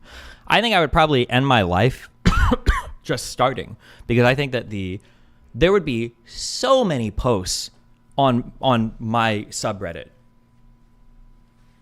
Why would you ever work in React? Python for a beginner? It would make way more sense to do. And then some guy would show up. Actually, for the theory, he should just do basic comp sci and understand like all of assembly first to have the actual underlying. But actually, the best language to start off in is there's actually like it would be everybody arguing over their dumb shit. PHP is cool because at least there's a lot of support for it. Like it would just be the most cancerous. The posting, it would be the worst. That would actually be the worst my community would ever be if I ever started learning anything programming related on stream. It would be the worst. It would be the worst subreddit post. It'd be the worst community. It'd be the worst. We wouldn't be able to agree on anything. We wouldn't be able to agree on the language. We wouldn't be able to agree on the program, the IDE. We wouldn't be able to agree on anything. It would be a nightmare. It took us 2 hours to add black outlines to our text yesterday, okay? It would never happen.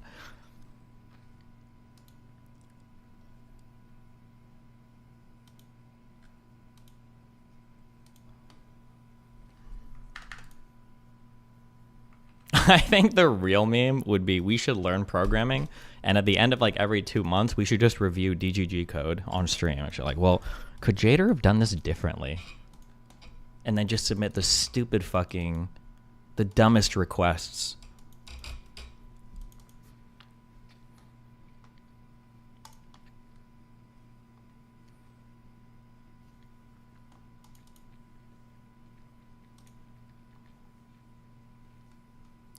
Learn all of them. GigaChat, true.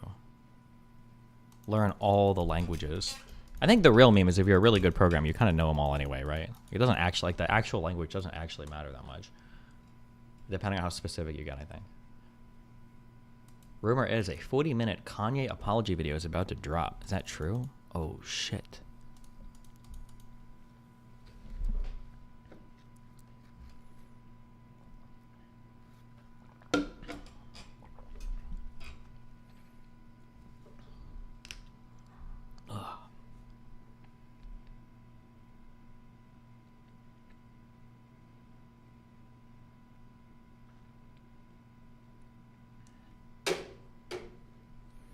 The thing Destiny was talking about is happening right now. Wait, what? Is there a yay video going down somewhere? This dude wants to debate you.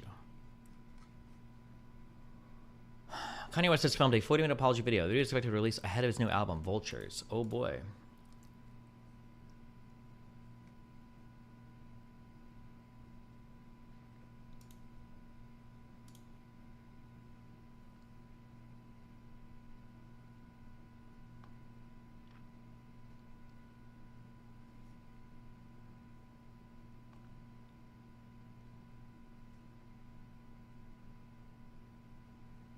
Hold on, Jesus.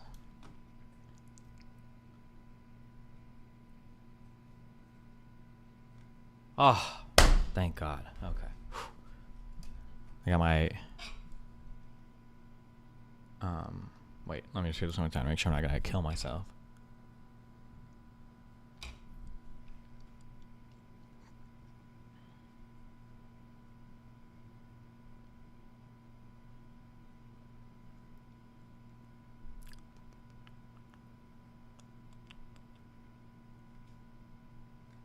Okay.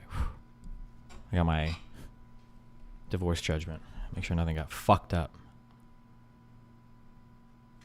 Based.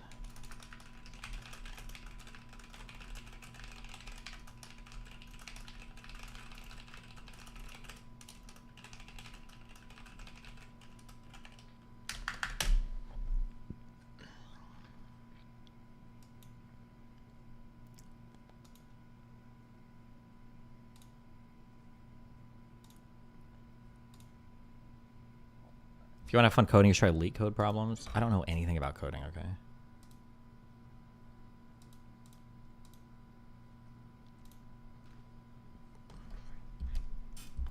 So was it her or not? I'm confused.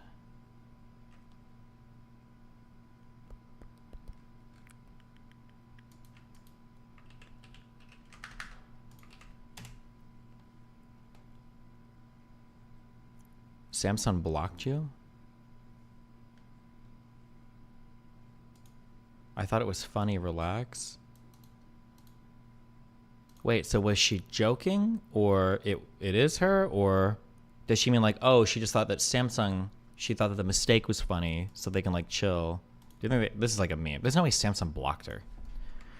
This is retarded. I don't care. Don't care about any of these streamers. None of the family friendly shit. Not that I don't think it's bad or anything. It's just not none of that is for me. Don't care. Fantastic character and fabric animation. Free Ren, Beyond Journey's End.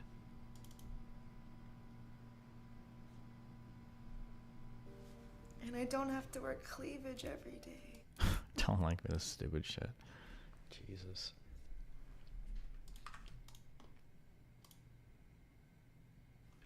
Wow, okay.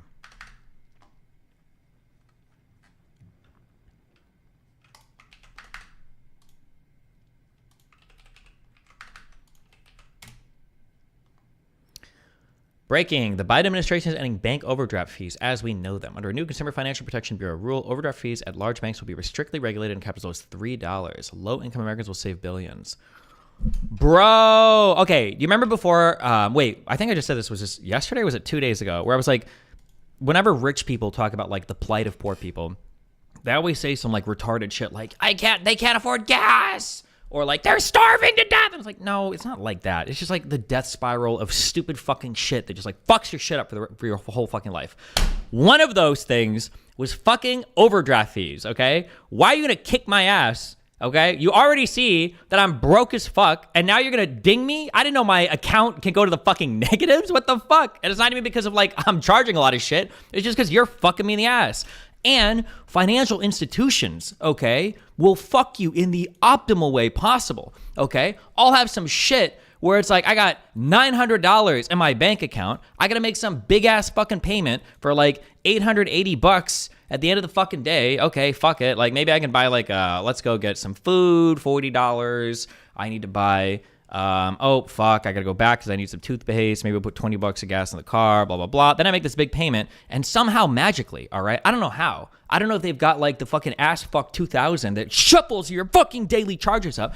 I don't know. Is this intentional? It felt like every single time they would move your charges around so your biggest payment would go through first and then you would get hit on an overdraft on every single fucking other charge. Why would you do that? Why not just like process my small shit first because I charged it earlier in the day and then do my big payment at the end like I said? Why would you do my big payment first and then overdraft fuck me on every single other fucking charge?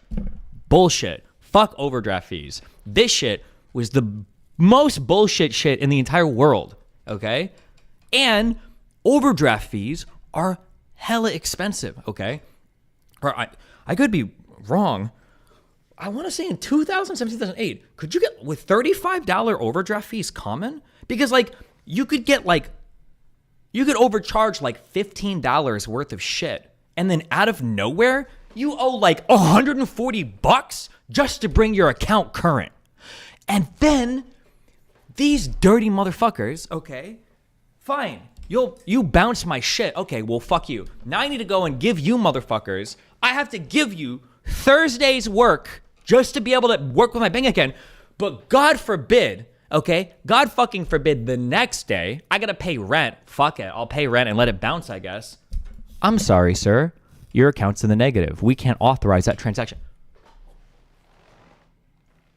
You're gonna bounce my shit for a tube of toothpaste. I owe you $35 motherfucking dollars for you to guarantee that $1.99 Visa, GT, whatever the fuck transaction. And now you're gonna tell me I can't charge rent? Why don't you just bounce that payment, motherfucker? You're not gonna bounce that one? Fuck overdraft fees, okay? Fuck all of this. God damn, this shit triggers the fuck out of me. This shit, I would have done 10x the gas prices to not get fucked by random ass bullshit ass fucking stuff like this, okay? In the working poor days. Now I don't give a fuck because I'm rich, okay? But back then, fuck that. Why isn't it just some percentage of whatever you went over by? Why isn't it some percentage? What do you mean? Because chances are if you're getting overdraft fees, it's because you're broke as fuck. And why would they charge brokies a percentage? Brokies don't get percentages. That's for rich people. Brokies get flat fucking fees that fuck you in the fucking ass, okay? That's what brokies get. It's always flat fees. Fuck that shit. Anyway.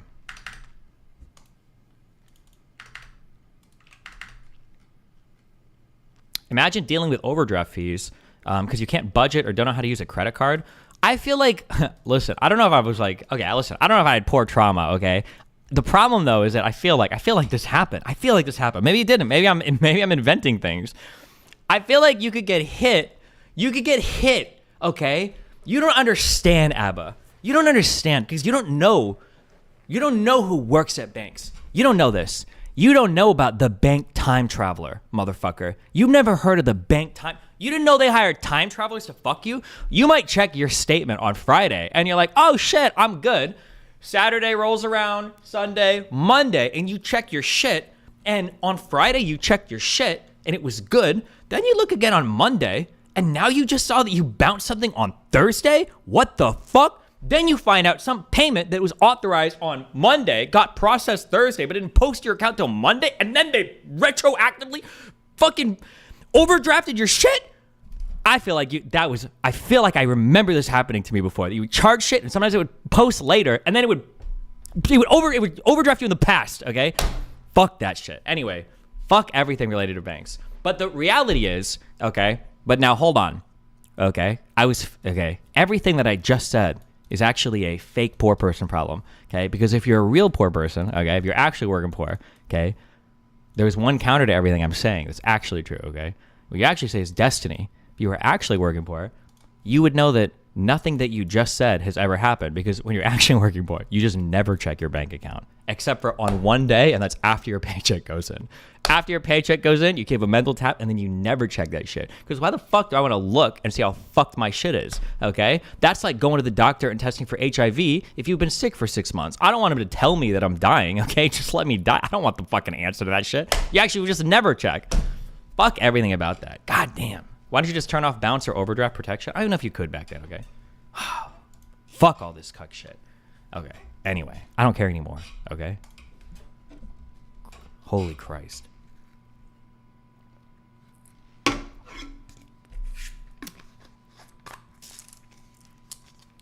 As a rich person, why would I check my... Well, now the reason why we check our bank accounts is to make sure that all the ludicrous amounts of money we're making are getting thrown into the right investment account. Okay. The worst is when your bank account shows enough money, but it bounced nonetheless. That happened to me a lot. Yeah, because you'd have like pending transactions, and the pending transactions, they'd be sitting there waiting for them. They're like, it's almost like they're taunting you, right? Like imagine some chick comes over and it's like the hottest fucking girl in the world. The hottest girl in the world. And then she comes in, she sits in the chair next to you, and she's like, you want to fuck this? Because I've got AIDS. But she just like sits there. And it's like, why the fuck are you doing this to me? I see on my Wells Fargo tab that I've got $270 of pending transactions. Why are you telling me that I have $300 available to you? You know I don't have $300. I know that I don't have $300. I know that once these things go through, it's going to count. Why are you showing me that as an available balance when we both know it's not true? Why are you tempting me to destroy my financial future? The thing that you were talking about, the deliberate ordering of payments to get overdraft fees, was outlawed years ago. Oh, so was that a real thing? Oh, hold on. Oh my God, hold on. Maybe I didn't even make this up. Judge okays $410 million, 2011. Bank of America overdraft settlement. Obama fixed it? The lawsuit claimed that Bank of America processes debit transactions in the order of highest to lowest dollar amount so it could maximize the overdraft fees customers paid. True.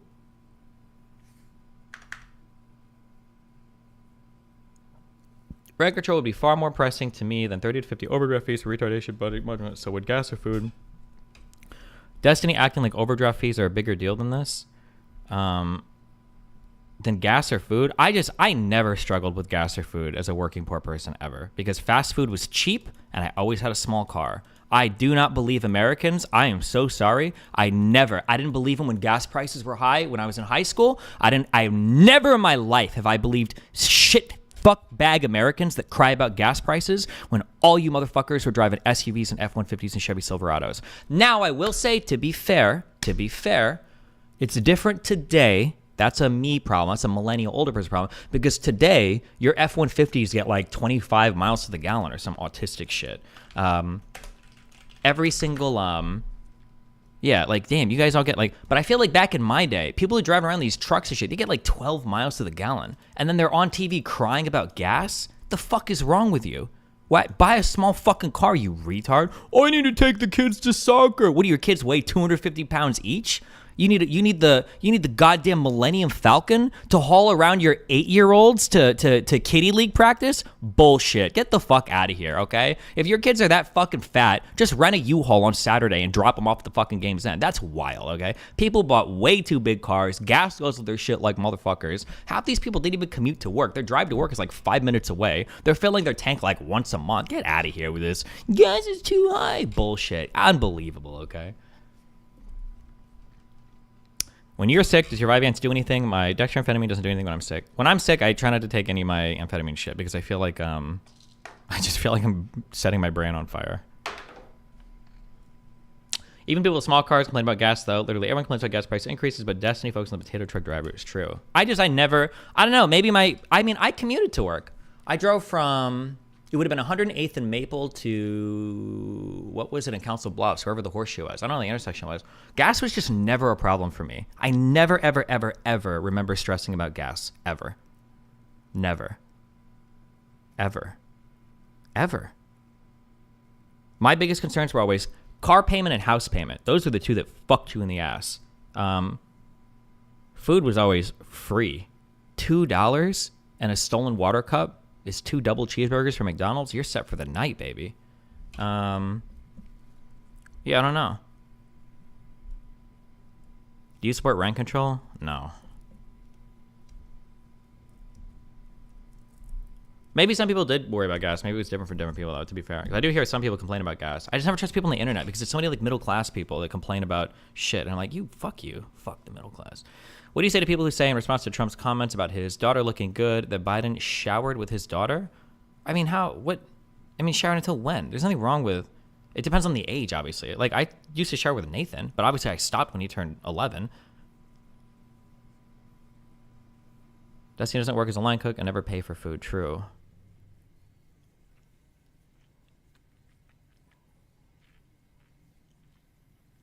Wait, what's wrong with 11? Yeah, I stopped a couple years after he stopped being breastfed. Can you counter Destiny gave zero pushback to a Nazi with, since you give zero specifics, why are you deplatforming Destiny in this, or why are you platforming Destiny in the same way? Wait, what? I debated people all the time. What are you talking about? I think trying to think of how old was Nathan when we stopped taking showers together. Probably around like 4 or 5, realistically. I don't know. I don't trust a 4 or 5-year-old to fucking clean themselves because you have to like fucking like, do you clean behind your ears? It was probably around then. Would be my guess. I don't know. Do you still kiss Nathan on the lips? When he was a kid, I did. I don't think I really do anymore, but.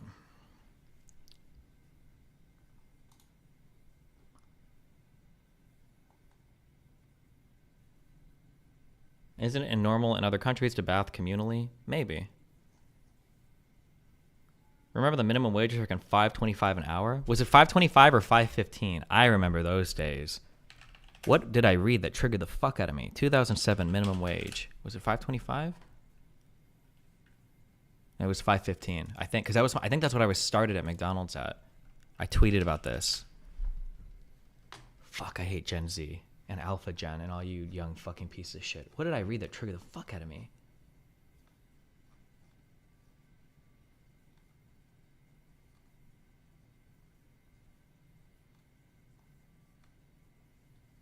It was some... I'm booming. I admit I am booming on this tweet, but... The news... I cannot stand how the news has been dogging Gen Z and calling them lazy for not wanting to work a 9 to 5 for the rest of their lives. Let me put it in perspective for everybody who's a little confused here, okay? I work 5 days out of the week, 40 hours a week, okay? I do not make enough to live on my own. I would not make enough to pay rent, water, electric, and eat. And now that my generation is finally old enough to be implicated, actually, I'll keep listening. All by myself. I would not be capable of doing that. 20 years ago when you were getting started, you could live on your own. 20 years... Okay, because now 20 years ago is my time. I was 15, 20 years ago. 20 years ago, working full-time at minimum wage, you were never living on your own. You are crazy. You either needed a dating partner or you needed roommate or multiple roommates. Where the fuck were you living on your own working at Walmart in 2005? Are you crazy? 20 years ago, when you first started, you were able to do everything that I am now struggling to do. We had another perspective here. You've been working for 20 years. You have 20 years of working experience behind your belt. You have 20 years of experience in a career that has allowed you to gain raises, to get more money, to profit you in an economy that you created. Yes. That's called getting older and getting better jobs. That's what happens. You're going to walk the same path, okay? You're going to go down the same path. You can sit here and you can call Gen Z lazy all you want, but I've been working my tail end off just to barely make it by. And respectfully, I don't want to do that for the rest of my Yeah, it sucks. That's why the goal is not to work at Walmart forever. Yeah, it does suck. life. I don't want to work my tail end off, wasting all of my life working just to barely be able to pay my bills. And that is what you created, not Gen Z. We're just here getting started. You've been doing it for the... At Destiny, Zoomers don't want to advance a career. They want to do the same thing over and over and get a raise for it. The actual truth is, if you want the real on the ground truth, the real on the ground truth is Zoomer kids are lazy and entitled, okay? But the reality is all kids are like that. It's just with Zoomers, they're dumb enough to have the devices now to put it on the internet and tell everybody, okay? But everybody when they're a kid is on some over-entitled whack shit. Every fucking kid growing up, I guarantee you that the stories my mom told me about like her siblings and fighting with parents and shit, bro, they're like, I feel like today's shit is tame, okay? That a kid will get on fucking TikTok and, you know, say, I don't get enough money and blah, blah, blah, blah, blah. Like, it feels like back with, like, in the baby boom, the actual boomers, not millennials, the actual boomers would do shit like fight with their parents with their fists and then, like, crash cars and do, like, fucking quaaludes with friends and, like, fight the car. I don't know. Kids have always been crazy and entitled and dumb. Like, that's just the way of the world. This same girl is going to look back in 20 years and be like, yeah, shit, I was cringe. And then the next generation is going to be cringe. And everybody's cringe. The only difference is now we can see the cringe all over the place because they have, like, social media. Yeah. The last 20 years, you tell me how it got ruined. We can sit here and we can call Gen Z lazy all you want, but you let the economy turn into what it did. You let it all run to hell. And now it's Gen Z's fault because we don't want to work to fix your mistakes. This girl's got a cell phone that she's posting TikToks on. Looks like she's driving her own car to work. You're doing okay, buddy.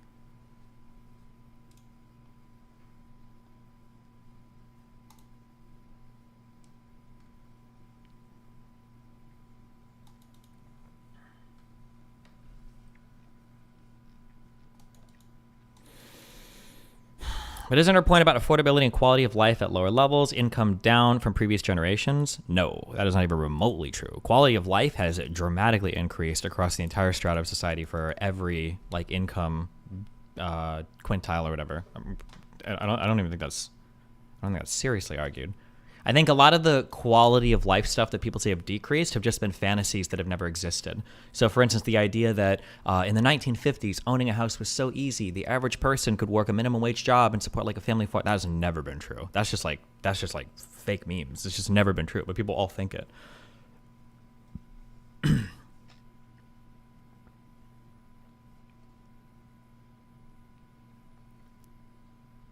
Gen Z has been in the workforce now for almost a decade, and there are no other jobs other than service sector jobs that don't pay anything. There are no other jobs other than service jobs that don't pay anything.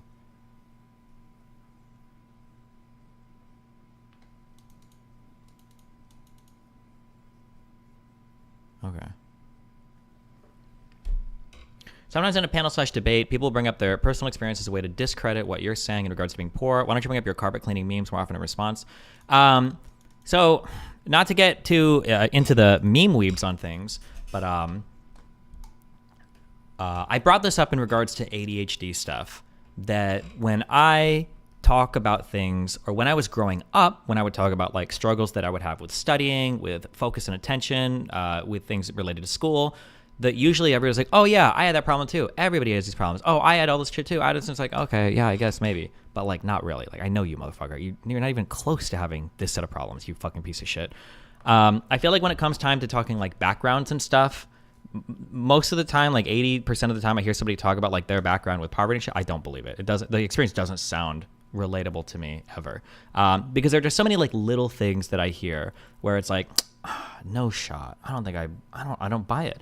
Like, and also, but also keep in mind, things also have changed from generation to generation. So maybe, things have changed generation to generation. So maybe things have changed and there are some things that I just don't understand anymore.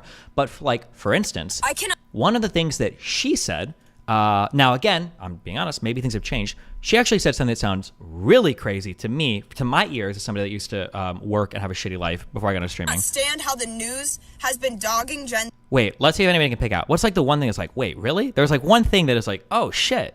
And calling them lazy for not wanting to work a 9 to 5 for the rest of their lives. Let me put it in perspective for everybody who's a little confused here, okay? I work 5 days out of the week, 40 hours a week, okay? I do not make enough to live on my own. I would not make enough to pay rent, water, electric, and eat.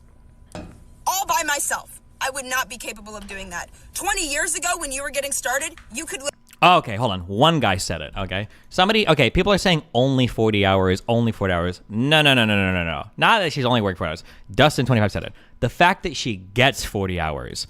Bro, back when you're working shit jobs, the hardest thing wasn't always necessarily even the pay or the dates. It was just, please schedule me for more than fucking 14 hours. Please actually schedule me for my full 32 hours. Now, normally they won't schedule for... At most of the places I work, they wouldn't schedule you past 32 a week because I think if they do that too much, they have to pay you full time. I don't know if that was a corporate policy or if that was like federal government policy. But I was like, damn, you're getting scheduled a full 40 hours a week and you have a consistent 9 to 5 schedule. Damn, that's pretty nice. But yeah, but maybe that's changed today, or maybe she works at Walmart full time. She has an actual full time position. In which case, if you have an actual full-time position, damn, are you getting like benefits and shit? I'm kind of curious. I don't know what the Walmart, like the ordinary package is, but one of the things that sucked ass is benefits and all of that shit. I feel like this is my very, very, very narrow experience again. Very narrow experience just in the casino. Benefits and all that shit got eaten the fuck up in 2007. When the economy crashed, one of the ways that they justified holding onto their workforce is they said, okay, listen, guys, we can keep you. We're not going to pay cut you or anything. PTO, PT what? We don't know what that is anymore. And also like pensions and all of that shit. Yeah, we don't really do that anymore. 401k matches, we'll match like 50% for 1% maybe. And then it's like, that's it. Like all the benefit shit went away.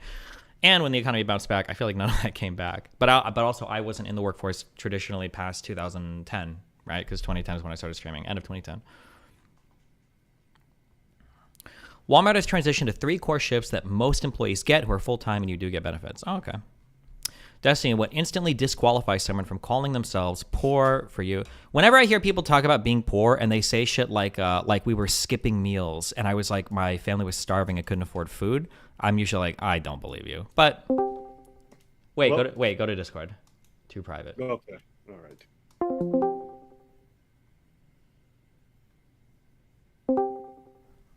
I won't stick around for too long. I just want to ask 3 questions. Yeah, go for it. Okay. First question. When you say, in comparison to previous generations, all this whining that people do isn't real, like, what are you saying? Are you saying that they're not worse off, that they're just as good as previous generations? Is that your I don't think they're worse off. I think that there's 2 big things happen. Well, I think it's just one thing happened. I think the only thing that irritates me is they think that it was so much different in the past. The idea that, like, I think people genuinely believe, if you were to poll Zoomers, I think over 50% of Zoomers would believe that an average person working an average job could, like, feed and supply a house and food and everything for a family of 4. Like 50, 60 years ago. I think the average Zoomer believes that. I don't think that's ever been true. I mean, I'm going to be honest with you. I haven't looked into it, but I feel like I believe it because I feel like every old person I've ever met has said some story to the likeness. And everybody's heard a story like that from somebody older than them. So either our previous generations lied to us, but I feel like everybody has heard something like, oh yeah, I just worked this fucking shitty job and, you know, we were able to get a house. And like today, you just couldn't concept. So conceptually, I understand why everyone has that perception because I feel like every boomer has that story like that. Yeah, some people might have stories like that, but like you should ask them what that means. Because also, like, okay, all right, hold on, fuck. I have to, every time I have these conversations, I have to try really hard not to channel my hatred of the middle class, okay? a lot of people will say shit like this, and you have to dig into it a little bit. People will say shit like this. When I was 23, I worked really hard, and I was able to afford my first house, and that was really cool. And I was like, oh, that's really cool. What'd you do? I said, blah, blah, blah, blah. Okay, cool, awesome. Like, how did you afford the down payment? Oh, well, luckily, my grandma helped me with that. Your grandma helped you with that? What does that mean? Well, like, she was saving money from me since I was born, and she basically let me $10,000, gave me $10,000 for the down payment. Oh, okay. Well, that's still impressive, though. Like, you make the house payment, and like, damn, you pay all your bills. Well, kind of. Well, I kind of pay my bills, yeah. I'm on a family plan with my phone, actually, because my mom and dad, and we all have the same phone or whatever. I think sometimes I give them like $20 a month. I'm like, okay. Do you have like a car payment anymore? And it's like, well, my dad sold me one of their cars for $1,000 because he let me use it through like, I feel like when I start mining for information, I hear this and it makes me want to fucking kill the person in front of me because people will say some shit. Now, I'm not saying that's in every story you said. Maybe my examples are overrepresented, but people always do shit like this where they'll say some shit like Woody from Painkiller Already. I think that one podcast was talking about how he worked really hard and made it on his own and all that in one of the shows I was on. And then people in the subreddit started saying like Woody worked for his dad for like 10 years or whatever, some shit. Like, I'm like, oh shit. Yeah, I feel like that's the case more often than not, but maybe not. Maybe I'm missing things, but yeah. Okay, so inherently, what you're saying is that they inherited some form of wealth from their parents, and that's what made. Yeah, their family was really well off. They had a really good support structure. Yeah. Oh, okay, so let's grant you. I don't know how true that is for a whole generation, but let's grant you that is true. It has been the fact that they've inherited things. Isn't the complaint that Zoomers make now that they're not able to inherit the same kind of things that their parents did from previous generations also factor into the fact that things are much more difficult? I mean, like, because from what I'm understanding from you is like, oh, the boomers got ahead because they got handouts from their parents or whatever, whatever term you want to use. Well, Zoomers are basically saying, yo, your boomers fucked us because you're not doing what our grandparents did for you. Wouldn't that lead to their argument being true? Hold on, let me check. No, I don't think so. Because I feel like on average, they still get a lot of help. I'm trying to look up the average. I wonder what the average student, if the average student needs financial aid or not, or if the average students. So like, for instance, I'm looking at this. Okay, I Googled this real quick. 3 in 10 adults took on debt to pay for college. So that means 7 out of 10 didn't, meaning how many of them had help from their families, or did they find other ways to finance their stuff going through? Like, again, like I feel like they'll say that like things are hard, and they can be hard. And I mean, especially like being a student and working being a student sometimes hard. I just don't think that it's like exceptionally hard. And it's really hard to find in the data, like where is this like ultra hard life? Because it doesn't show up anywhere. But that number really doesn't mean anything. You'd have to compare it to previous generations. One, you'd have to find out what kids, from the 7 out of 10 kids who didn't pay any or didn't accrue. Oh wait, hold on, real quick. I'm reading this. It says 3 in 10 adults took on debt to pay for college. This might just be of all adults. It might not be people that went to school. So that actual number might be. But the number isolated just really doesn't mean much. We'd have to compare it to previous generations. One, we'd have to find out, okay, from the kids who didn't take on any debt, how many of them didn't take on any debt because they couldn't afford to go to the schools that they wanted, so they decided to go to community college, right? So they're making choices now to not take on the debt. My whole point is it still stands. If your argument previously was like, oh, previous generations had a lot of help to be able to have the financial sustainability that they had, doesn't the Zoomers' argument that boomers didn't help them out stand? That's what I'm asking you. Does it? Like, what would I look at to see that? Like, what's harder for a Zoomer than it was for a millennial or a Gen Xer or I think the really interesting thing would be, one, to see how well do boomers translate wealth to their children from generation to generation in comparison to the ones that came before them. That would be an interesting number. But what's the question? How? Like, in comparison to the wealth that was transferred from the previous generation before boomers, how well do boomers transfer their wealth to Zoomers? Does that make sense, what I'm saying? Yeah, I guess. But I feel like boomers are probably still largely alive. Who has Zoomer kids? It's Gen Xers, right? It would be. Is it Gen X or Boomers? I don't know which one. I could have the wrong. I think Gen X, or not. You're fine. Yeah, Gen X is the generation before me, and they had the Zoomer children. I think it would be Gen X. Yeah.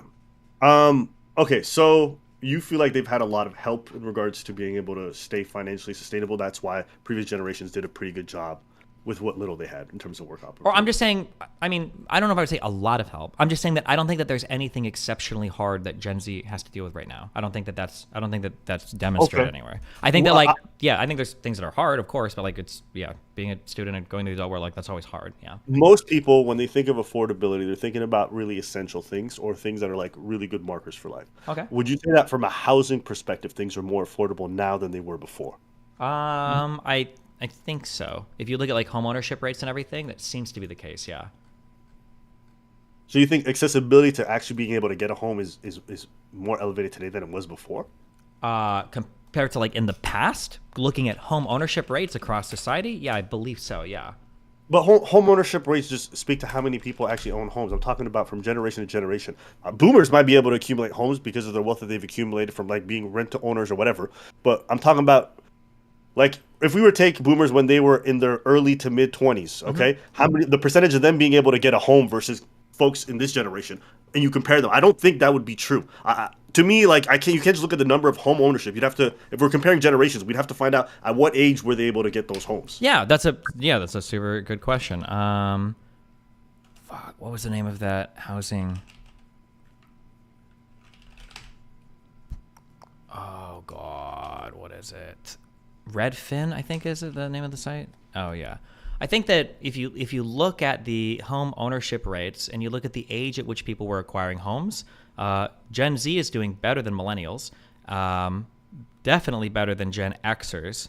Not quite as good right now as baby boomers, but they're all on track to be roughly even. That's what it looks like when you look at home ownership rates. And then this stratifies by age. Here you go. You can just scroll down and look at this. Yeah. On track with generation home ownership. It doesn't feel true, and I agree with that. It doesn't feel it, especially when you see other people complaining. But I think it about tracks. It's about like where it's supposed to be. Gen Z were able to take advantage of record low mortgage rates in 2021 to buy homes. A slightly better home ownership situation than their parents. So millennials are just getting fucked. It's not that like millennials are super getting fucked. The problem is that we came into the market around 2007 when the housing market, everything like collapsing got fucked. So we got a little bit fucked then, which would have been probably around here, I think, when we were 21, 22. From what I'm reading here, it sounds like during the pandemic, there's some Gen Zers who capitalized during that small period when mortgage rates were super low, and anybody who missed that boat essentially is fucked. Kind of, yeah. But I mean, like, that's how things go. They like things like ebb and flow. Like there are going to be times when interest rates are low and a lot of people can afford houses. There are going to be times right now when we're trying to slow down the economy. So right now interest rates are high. So if you're buying a house right now, it kind of sucks. But in the future, interest rates are going to come down. They're going to be affordable again. Like that's just like the ebb and flow of the interest rate cycle, right? Right. I'd be curious to see, based off of the people being able to gain home ownerships, the ones who I'd want to be able to compare like their ability to actually be able to pay it off, the percentage of people defaulting on these things, and just to see if that affordability thing is there. Because my worry is that seeing this during the 2020-21 period, that there's just like panic buy because they see the mortgage rates really low and they say this is an opportunity. But I'm curious if they can actually sustain this stuff. Do you have any numbers in regards to like default rates and the amount of people who can't keep up with this stuff in terms of paying off their mortgages? I don't think our default rates, mortgages.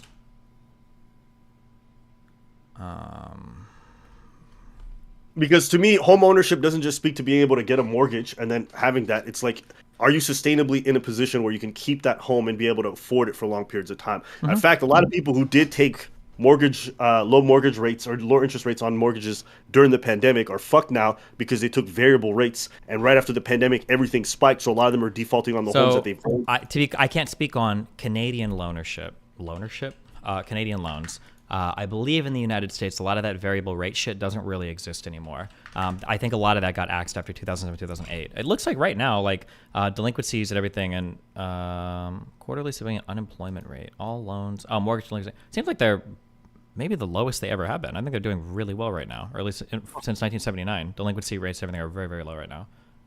Okay, you guys don't have variables, eh? We might have them, but I think it's considered that's more like exotic, whereas before they kind of like pushed it on people to sell shitty loans. Okay.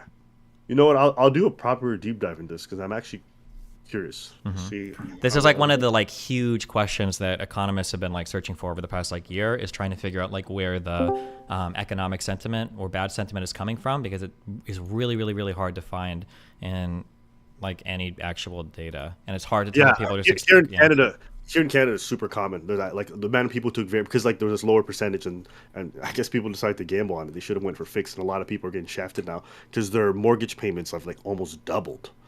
In Canada, that they still sell like variable rate mortgages a lot, or Yeah. I saw a bunch of people right after them rates doubled. Like they obviously they panicked because they finally own a home, but right afterwards it just doubled on them, and now they're having to default. They have no idea how they're going to pay. So the housing market just like completely destroyed their wealth. Okay, Yeah, but I you just guys- wanted to join real quick to say, Abba, I think Destiny's working entirely in the U.S. market, and the Canadian market is substantially different.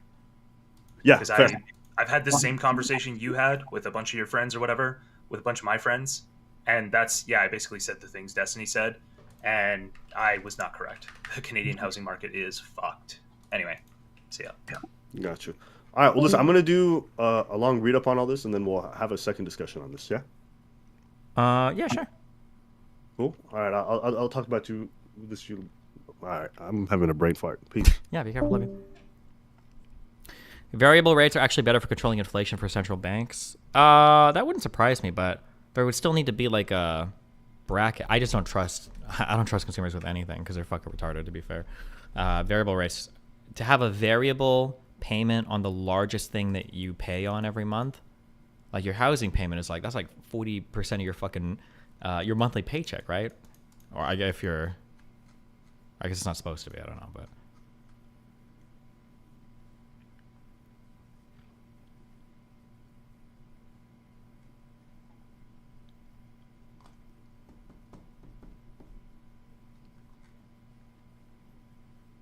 Variable rates on commercial loans are one of the things fucking the industry right now. Okay.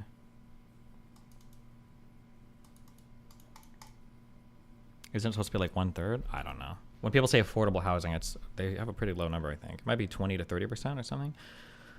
How much of monthly paycheck should you spend on housing? From my perspective as a Zoomer, it seems like getting a house will be impossible in the future, but maybe I'm dead wrong. You're dead wrong. You'll be fine.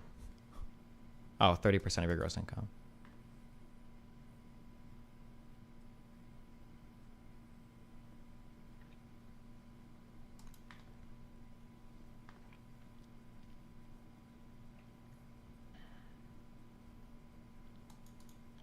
The average cost of housing for boomers was 20 to 30% of their monthly income, with renting as an alternative that would lower their housing cost to 15 to 80% in most markets. This is just what I remember looking at. And I could be totally wrong, because now I'm just going off of what I remember. I feel like people talk all the time incredulously. People will say something like, renting today is crazy because renting it will be the same or sometimes even more than just having a mortgage because landlords are trying to scam you and blah, blah, blah, blah, blah, blah, blah. I feel like that was always the case. I think that's why I bought my first house when I was 19 because I was working at the casino. Me and Rachel were working at the casino. We both were making decent money. And when we bought that house, one of the reasons why we bought it is because, well, why the fuck would I rent this place for $1,100 a month when I get to pay like $1,000 a month for my mortgage? Why the fuck would I do this? I feel like it was always the case that sometimes rent was about equal or maybe even a little bit more than what a mortgage would look like if you could get a low interest rate on a house. But that's because, and I didn't know this until after buying the house, that's because when you buy a house, there's a whole bunch of other bullshit ass fucking costs that end up rolling around that fuck you in the ass. Yeah. My mortgage was $1,000 a month, replacing the, oh God, anything that starts with the word foundation is just jump off a bridge, like sump pumps and cracks and stupid shit down there. Anything having to do with your roof, anything having to do with your air conditioner and heating system. What were your other big fuck you in the ass? If you've got to do big yard stuff like removing trees, if that shit comes up, these were like the big homeowner expenses that I realized afterwards. I was like, fuck. Did you have to pay MIP on your first mortgage? Yes, because I believe my first mortgage was an FHA loan because we didn't have money for a down payment. And I think FHA lets you put like 0 to 3% down, but then you have to pay MIP, I think was something mortgage insurance payment, but it was just for FHA loans, which was different than an ordinary insurance payment or different than an ordinary, yeah. I think everything I'm quoting is like what I remember. This is like 20 years ago, literally, or 15 years ago, literally. It's a long time ago. So.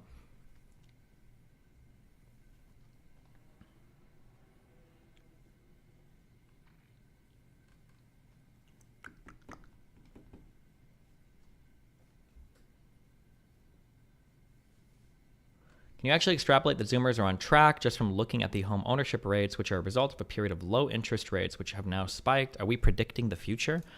I just don't see anything that like puts Gen Z like behind right now. Seems like everything is probably okay. But also, I understand why. Oh yeah, PMI, something mortgage insurance, but PMI is different than the FHA mortgage insurance. I thought I don't remember what it's called. Someone in chat typed it earlier. I think it was different. PMI was different, or is PMI the thing you paid on the FHA loan? You pay something different on normal conventional mortgages. I don't remember. PMI mortgage. Because he wants it to be like that. He has no clue about data science. Just as a heads up. Oh, and I've been doing this. I've been banning subs in YouTube as well. Even if you're members, I will ban you. If you just type some shit like, oh, he's out of touch, blah, blah, blah. Put some data in the chat. If I'm wrong, link something. You screeching that I'm out of touch because I don't happen to agree with the 15 other lazy fuck friends that you have whose mom and dad put them through fucking college and who are crying now because mom and dad are kicking them off the fucking family cell phone plan about how hard life is. I'm sorry that I'm not like jiving with your loser fuck friends. But if you have some data or something actually to type in the chat to like change my opinion, I'll change my opinion. I'm not like super dug in on any of this stuff. Maybe life does suck for Gen Z. Pretty sure if you go back like 3 years on my stream, I was like screeching and blaming boomers for everything, saying boomers had like the best lives and they fucked the economy over for us and blah, blah, blah. I used to say the same shit all the time. But then eventually I got shown enough numbers and I'm like, oh, fuck, maybe that's not true actually. Maybe I am actually full of shit. And I was just an angry fuck millennial who felt mad because it feels like life is harder when you're young sometimes. And in some ways it is. But yeah, listen, if there's data or something you show me I'm wrong, just like, yeah, link me shit. Can't link it in here. You can link it in Kick Chat. Look at the income to home price ratio. Income to home price ratio. Home price to median household income ratio, United States. So what is the current financial burden to own a house and how that compares to the past? Gen Z might be on track, but they might have a higher financial burden to own that house. What is the current financial burden to own a house and how that compares to the past? I don't know. I'm not 100% sure, but I don't know how much it matters because there are other things you look at. I don't know. Okay, this goes back to... Holy shit, this is the smallest fucking letter I've ever seen in my life. Okay, 1947. So this is median household income ratio to...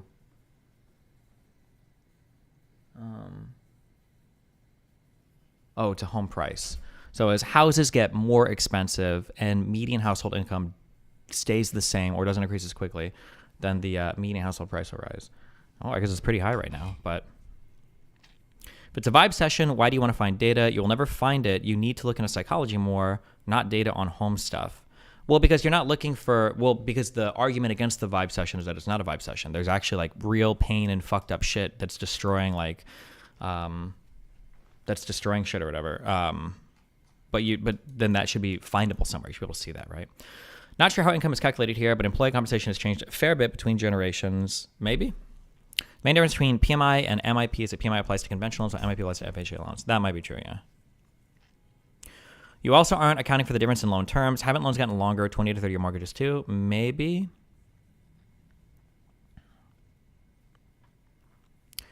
I don't know when 30-year mortgages became common in 20 years. I don't know when that changed, but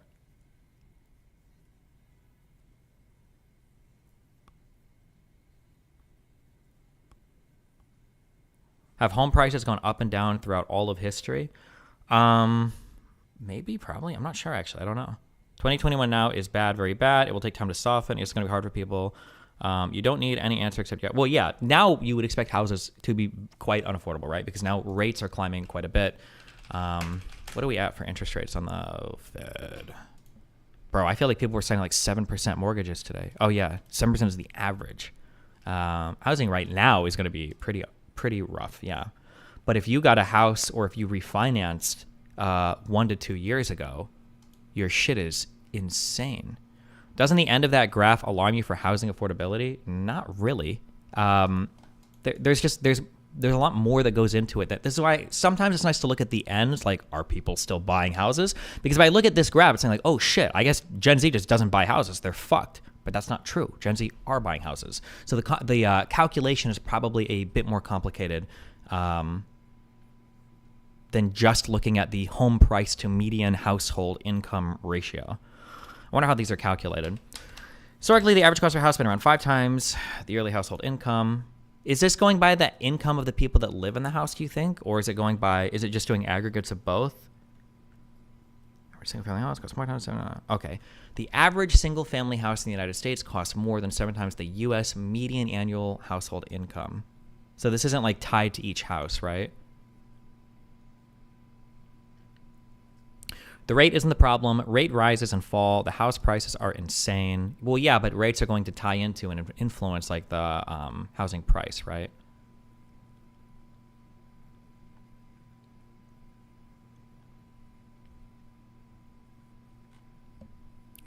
It's a seesaw effect. It becomes more advantageous to sell houses, but then it becomes more advantageous to buy, and back and forth. Yeah, it's called supply and demand. Yeah.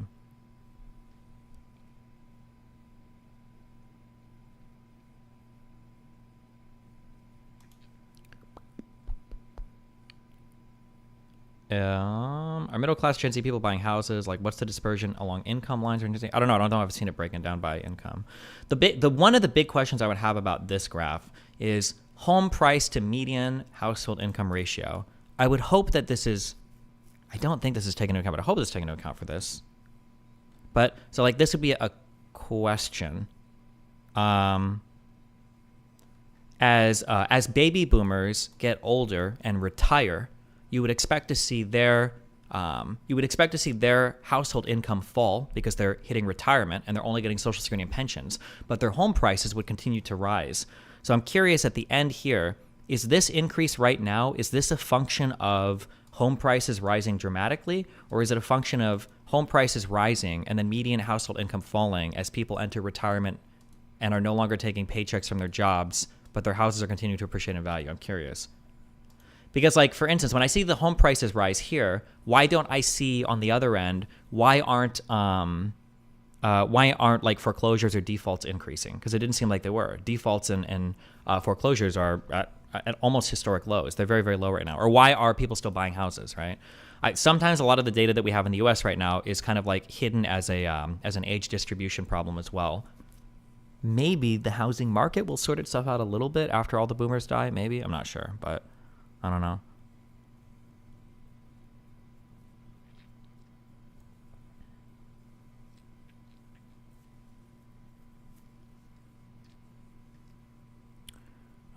Look at the housing affordability index on Fred. Housing affordability index, Fred.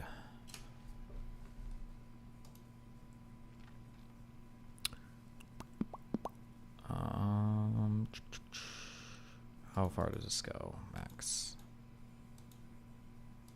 10 year? This is only available for... Did they just start this like last year?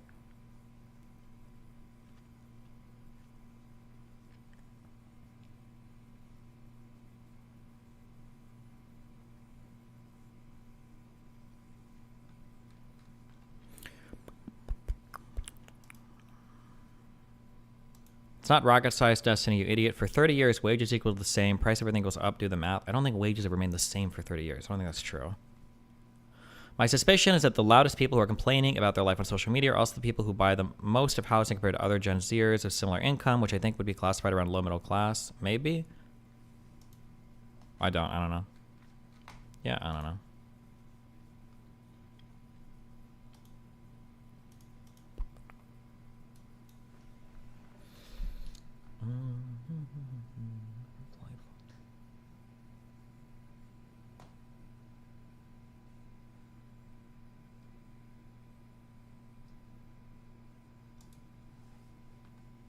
Thoughts on Malia's speech? I don't even know who the fuck that is.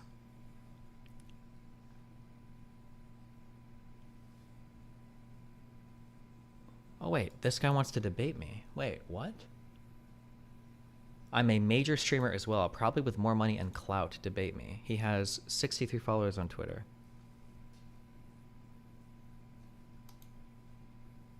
I mean, I wouldn't mind debating a random guy, but the fact that he lied about having a following makes me think he's just a troll.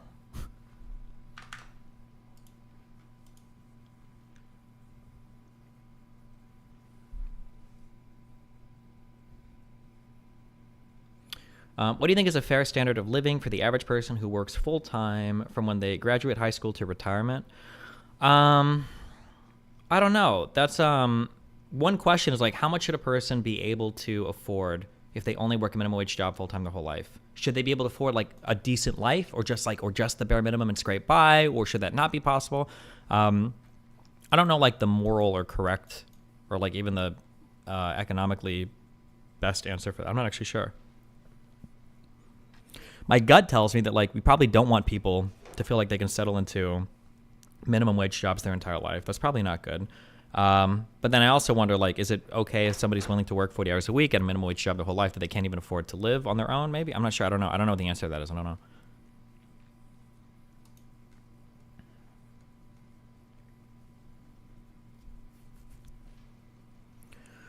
I think that one big difference is the push for college without direction. When I was in college, a lot of kids were just there to be there, so they drop out into min-wage jobs and life feels bad. Maybe Titanic. I don't know if you're a Gen Zer, but that was true of millennials as well. I could be wrong. I wish I could get into the brains or the schools of Zoomers so that I can seduce 14-year-olds. And also, because I'm really curious if...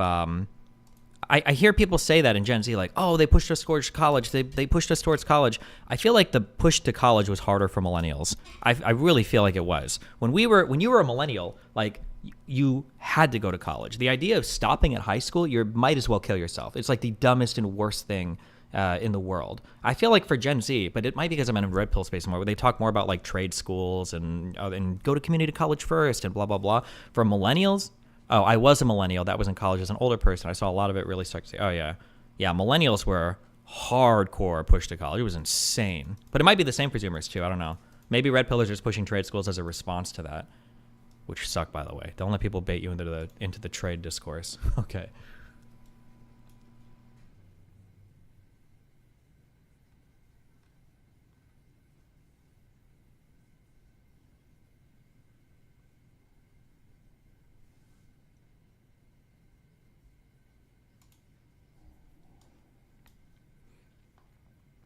My brother had friends that were so anxious about getting into certain colleges. Some of them thought about killing themselves so they didn't get in. Jesus. How come the red pill doesn't push out like joining the military? Because red pill people are also populist and they don't believe in institution or structure. So they probably think if you join the military, you're part of like the fucking Zionists for Israel Defense Force or some shit.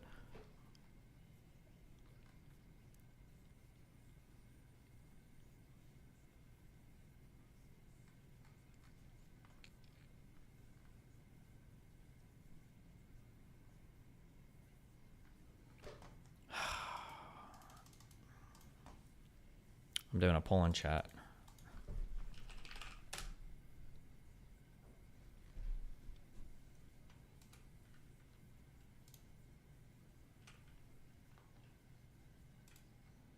Wait, what?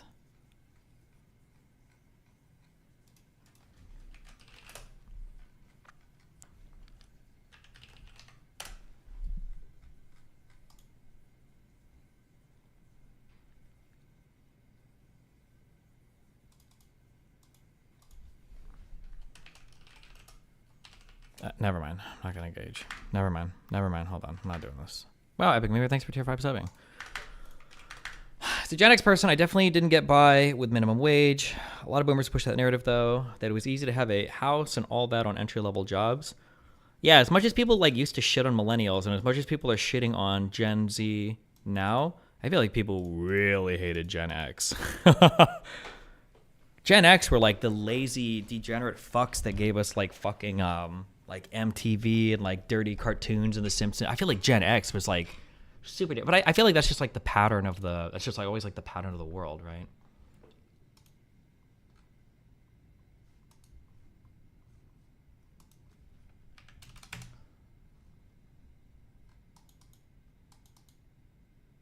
What's your opinion on joining the military, especially as an officer? I feel like it's an extremely underrated option. I think the military is base as fuck. If you're like not really sure what to do in life or whatever, the military is awesome because you, one, GI Bill, you get fucking school, you get job experience, you get structure, you get paid, and sometimes you don't have to pay for where you live if you get deployed somewhere, and you get to apply your fucking education to whatever your Army MOS is or whatever your job in the Air Force or maybe is. Yeah, I don't know. I feel like military is a good option if you're like super like just don't know what to do. Yeah.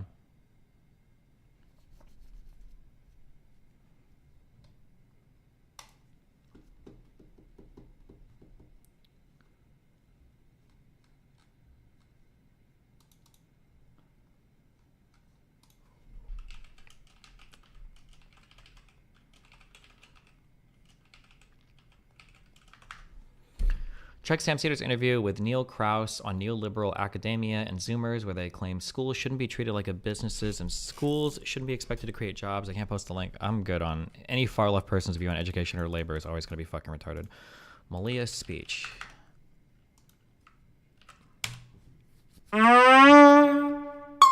Seven years ago. All right, y'all, show some love. Coming up next, we got Malia.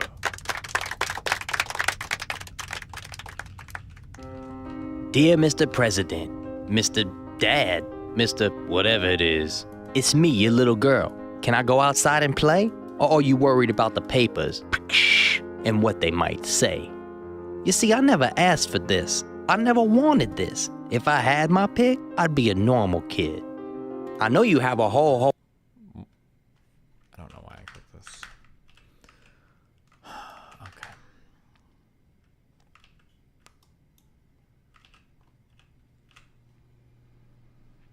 Do you have any thoughts on Biden admin's housing policy proposals in a second term, like unloading a barrage of Hellfire missiles on the suburbs? As long as they're single-family ones, yes, based.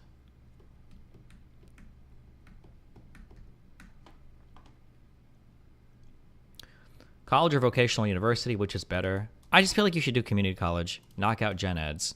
Nobody gives a fuck if you took biology 101 at fucking Harvard or music history or art fucking whatever. Yeah, knock your gen eds out and then do like a state school. Unless you really get scholarships or something to go to a better school. Yeah. The fact that people will get like over $50, $60, $100,000 in debt for like a standard four-year degree is wild to me. Search Melee Speech WEF on YouTube. Oh, WF, so I know it's going to be some autistic shit that we're...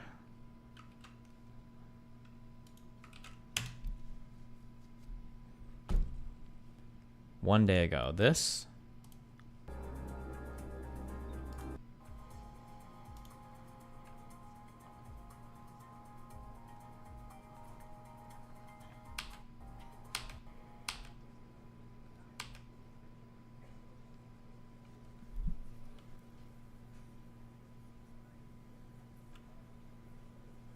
Wait, hold on. No shot. That ratio between house price and median household income is comparing an average to a median?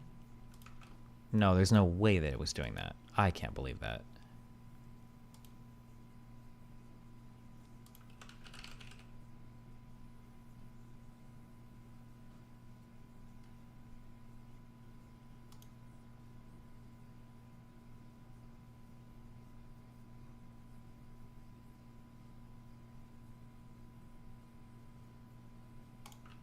Wait, why would you do that? There must be a reason why. Because that would obviously be fucking retarded. There must be a reason why.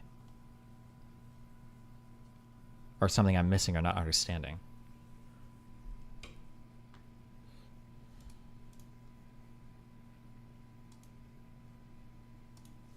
New rape meta just dropped. Is above on one of the counts that she's... What? Oh. Is above on one of the counts that she's alleging, I guess. Huh, damn. Oh, stop. We're not. Stop. We don't do this. As an older Gen Z, I was more told that if I go to college to be for a degree that could make you money and then get a second degree or minor or other stuff. I think a lot of people just go to college without thinking about these things. Maybe. Wait, was this about... I'm just trying to bring up Kelly shit because I don't know if she Is above on one of the counts that or is she's this something alleging, different? I guess. Huh, damn. As much as I would like the money back for all my medical shit, I would not put myself through this. Okay, never mind. I think this is... Well, but if they talked about it on stream... Anything with the courts is intensely stressful, and I'm gonna make a hot take. Going through a court case is more stressful than being raped. Don't do it if you can avoid it. Jesus. Anyway, continue. Wait, just real quick, Kendrick Llama. Oh, I can't see this because of this stupid fucking YouTube chat. My bad, it allows people over 18 to sue for... So I feel like the people that are saying based get it and understand how stressful the court case is, and the people that are saying, what are you saying, Kelly, do not get it. The emotional turmoil that goes along with dealing with the, well, if you're doing for a criminal case, especially dealing with the police, the rigmarole that is, then having to have every tiny detail of what happened drug up constantly for years, by the way. Like, court cases take like 2 years on average in the UK to go to court, right? And then if you lose, imagine how fucking soul destroying that is. Like, I would just kill yourself. Hell fucking no. You can like get therapy and you can see a psychiatrist to deal with like the private issues you have with being raped. But once you go to court, it's just the whole world giving their 2 cents on something. It fucking sucks. And if you haven't either been through a court case or had a close family member go through a court case, like a close family member of mine shot and killed someone like forcibly entering the home. So because that's the UK, I had to go to court. It was 2 years for them to just say, yeah, you're innocent. Right? So it's very stressful. I understand it's stressful. I feel like it is, and we should. I realize it's a terrible thing to put on people, but I think you should be as encouraging as possible to people who were sexually assaulted or raped to go to try to prosecute criminally, because I think it's important to get people's like names on the record. I'm not discouraging from it. But unless you've got like a rape kit or you have some circumstantial evidence is really strong, it's she versus him. It almost never even goes to court. Like 99% of it's because it's just word versus word. It's a really harsh thing to put yourself through unless you've got like some strong evidence. And most people just don't have strong evidence. There's someone in your chat that says, I had a friend report and went all the way to court with like 4 other victims and he just had to get some like rehab type shit. Yeah. Also, like the sentences for rape and stuff can be really weak, even if like they're really charged, matter. and it's pathetic. Unfortunately, Like, just for the people it's that put incredibly themselves fucking through... important to get that person's name on the record, because the next time he goes to court for that, he's gonna get fucked. Which is what we need to have happen. You have to be like a sociopathic level of rapist for that really to be a concern, right? And those are quite rare. Like people that are going out there and just like serial raping. They're not that rare. No, that's like say they're about as rare as serial killers. Do you think all murderers 43 likes in are the stream, 200 viewers? Are you fucking kidding me? Like the fucking stream. Okay, hold on. Let me grab Red Bull. We're gonna talk about this take, okay? Jesus, 1 sec.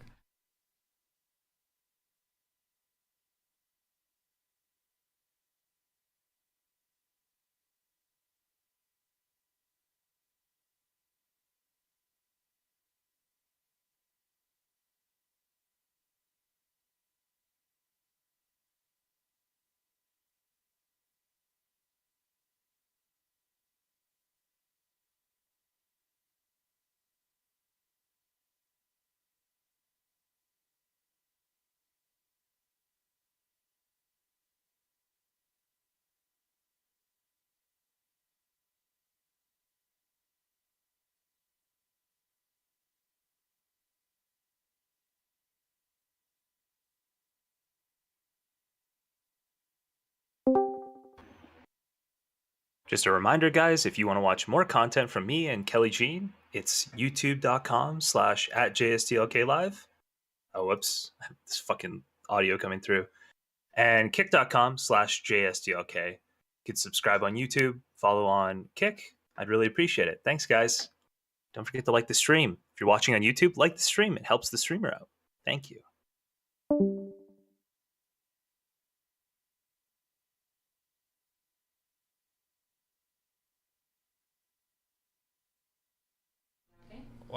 Sure, what's up? Okay, so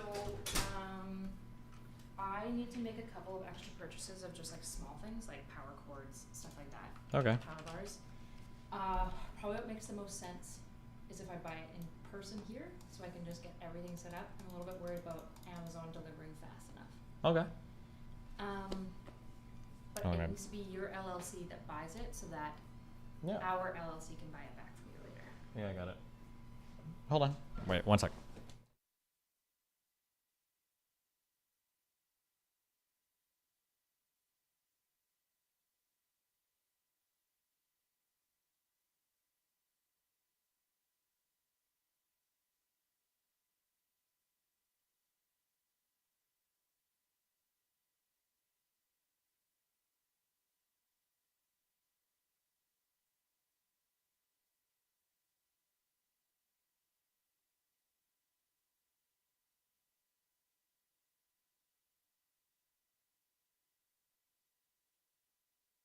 What did Jessica come on and say? Send me your code. For what? Card. Oh, we don't have them in America. You don't have pins? I don't think so, no. Good luck.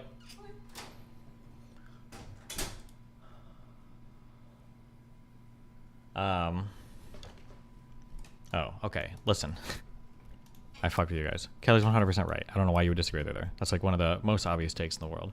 If you think rape sucks and if you think rape is bad, then the court case is almost by definition going to be worse, because then it's just going to be reliving that over and over and over and over and over again, and now having to fight it and choose it or defend it in court and everything. Obviously, yeah, she didn't even give a bad take. You guys are just primed to hate Kelly, which is fine. We can hate Kelly, but that doesn't mean you should just like think every single thing she says is wrong.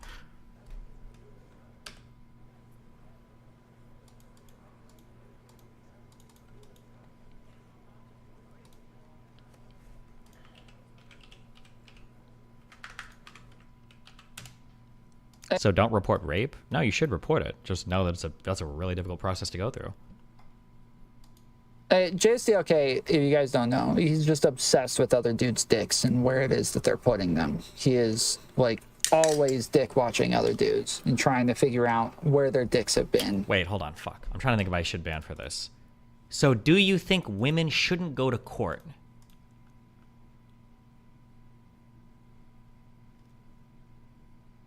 Okay, a court case about your rape, sure, but wasn't she just saying court in general? Do you really think that's what she's saying? Do you think Kelly's saying going to court for a parking ticket is worse than getting raped? Or do you think that she was saying going to court for your rape is probably worse than the rape itself? It sounded like that to me. She literally said that. That was literally her point? No, it sounds like her point literally was going to court for your rape is above on one of the counts that she's alleging, I guess. Oh, damn. As much as I would like the money back for all my medical shit, I would not put myself through this. Anything with the courts is intensely stressful, and I'm gonna make a hot take. Going through a court case is more stressful than being raped. Don't do it if you can avoid it. Jesus. Anyway, continue. Wait, just real quick, Kendrick Lama. No, I can't see this because of this stupid fucking YouTube chat. My bad, it allows people over 18 to sue for. So I feel like the people that are saying based get it and understand how stressful a court case is, and the people that are saying, what are you saying, Kelly, do not get it. The emotional turmoil that goes along with dealing with well, if you're doing for a criminal case, especially dealing with the police, the rigmarole that is, then having to have every tiny detail of what happened drug up constantly for years, by the way. Like court cases take like 2 years. You guys are doing the thing. Oh my god, you guys are doing the thing. Oh my god, everybody does the thing. Everybody does the thing, and you guys are doing the thing. I don't know how to help you overcome the thing. I don't know how to overcome the thing. Destiny, she says a court case. Yes, those were the words that she said. But I'm pretty sure that, like, in general, what she's talking about... average in the UK to go to court, right? Well, that is. Then having to have every tiny detail of what happened drug up constantly for years, by the way. Like, court cases take like 2 years on average in the UK to go to court, right? And then if you lose, imagine how fucking soul-destroying that is. Like, I would just kill yourself. Why would it be soul-destroying to lose any random court case? She's obviously talking about going to court for something as stressful as a rape is probably worse than the rape itself. Now, I don't know if she would actually stand by that. She might be hyperbolizing a bit, but it's not even really that much of hyperbole if it is. It's pretty obvious what's being talked about here. Just because she said, like, a court case, that's obviously not what... She doesn't just mean any random fucking court case. Keep listening. She gives a specific example. Like 2 years on average in the UK to go to court, right? And then if you lose, imagine how fucking soul-destroying that is. Like, I would just kill yourself. Hell fucking no. You can, like, get therapy and you can see a psychiatrist to deal with, like, the private issues you have with being raped. But once you go to court, it's just the whole world giving their 2 cents on something. It fucking sucks. And if you haven't either been through a court case or had a close family member go through a court case, like a close family member of mine shot and killed someone like forcibly entering their home. So because that's the UK, I had to go to court. It was 2 years for them to just say, yeah, you're innocent. Right? So it's very stressful. I understand it's stressful. She literally just reaffirmed that if you go to court for rape, et cetera, it's horrible. And then she's giving a personal example. Well, I had a family member that went to court, and that took 2 years. She's just reinforcing the idea that it's a long and arduous process, but she's not saying that going to court for anything is worse than getting raped. But it's not rape? Yeah, because she probably didn't have a personal example of somebody who got raped going to court.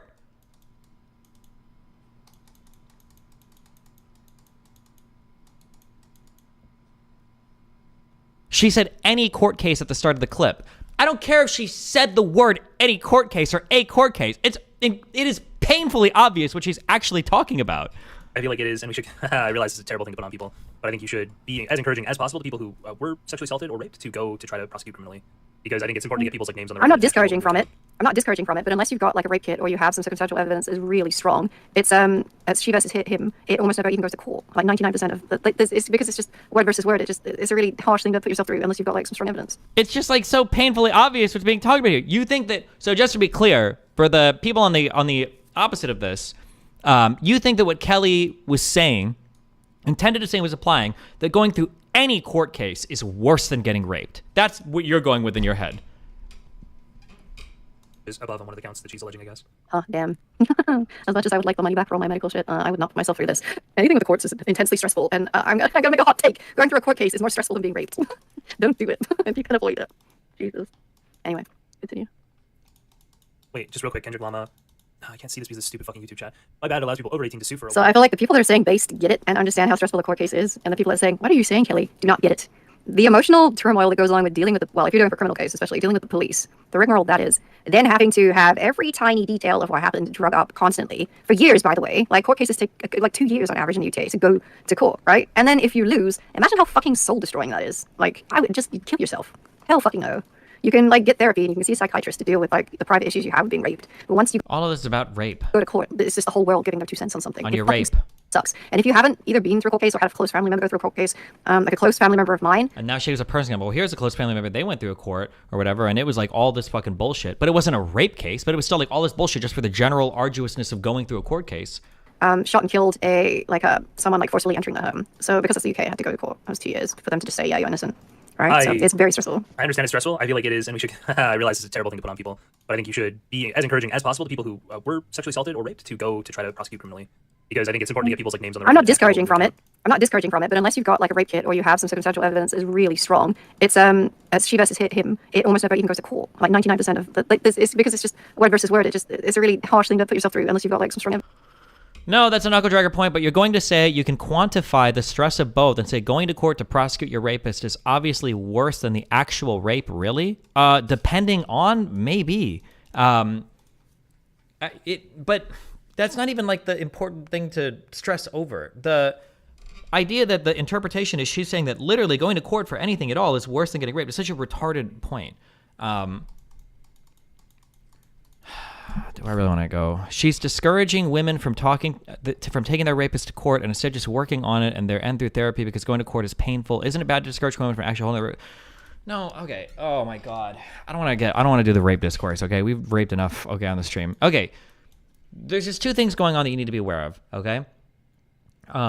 One is if you can hold a rapist accountable, you should always try and hold a rapist accountable, okay? That's always a good thing. It's always a good thing to hold a rapist accountable if you can do that, number 1, okay? But number 2, okay, going to court for rape is really, really, really, really, really, really, really, really, really fucking hard. And a lot of people just discount that process, okay? Oh, you got raped? Just take him to court. Lol. First of all, you don't get to take him to court. Technically, that doesn't even fucking mean anything. You don't get to choose to take somebody to court for a criminal matter. You have to go to a police station. You have to do a rape kit. You need to give their story. They need to decide if they even have enough evidence to bring charges. If they bring charges, well, now every single thing about your rape, and by the way, all your worst fears about the rape are now going to be proven 100% in a court of law that is stacked against you, okay? Maybe it was your fault that you got fucking raped. Maybe that you actually did consent and you didn't realize it. Because guess what? When you go into that criminal courtroom, they're not going to prove whether or not you had consensual sex or whether or not you were raped. What they're going to try to prove is if there is beyond a reasonable doubt evidence that this man could be convicted of the crime of rape.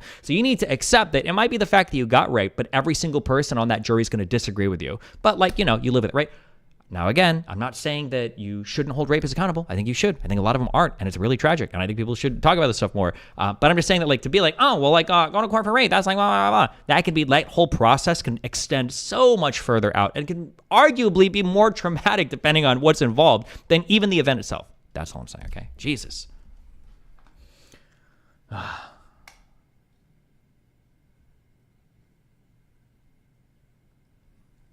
At Destiny, I can't think of anything grosser than someone who has already been raped and knows who did it and won't even try. They are allowing him to blank someone else and have them deal with the same shit. Sure, maybe, but then the question is, like, is it that person's responsibility to, like, do they need... Oh, never mind, I can't do this. Never mind, I don't want to get triggered over this. Listen, you're right. Kelly's wrong and based. And Kelly was telling people, I just listened to Kelly for 3 minutes talk about how nobody should report rapes ever. That's what I heard Kelly say. Anybody else? Eyes in chat. Destiny, what's your take? Would you say it should be done to hold them accountable, or would you generally advise against it?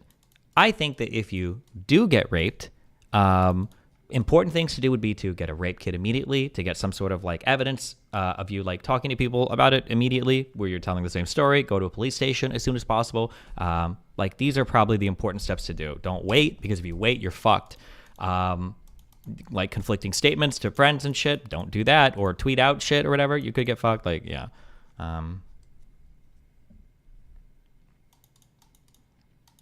What's the point of getting evidence? What do you mean? So you... Never mind. Is the Gretchen Whitmer research still happening? You know what? We're getting there.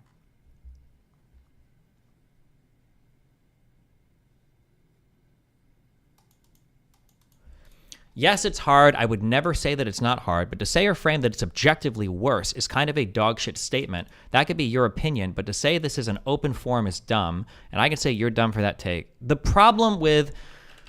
I don't want to do it. I don't want to get into it. I just don't want to do it.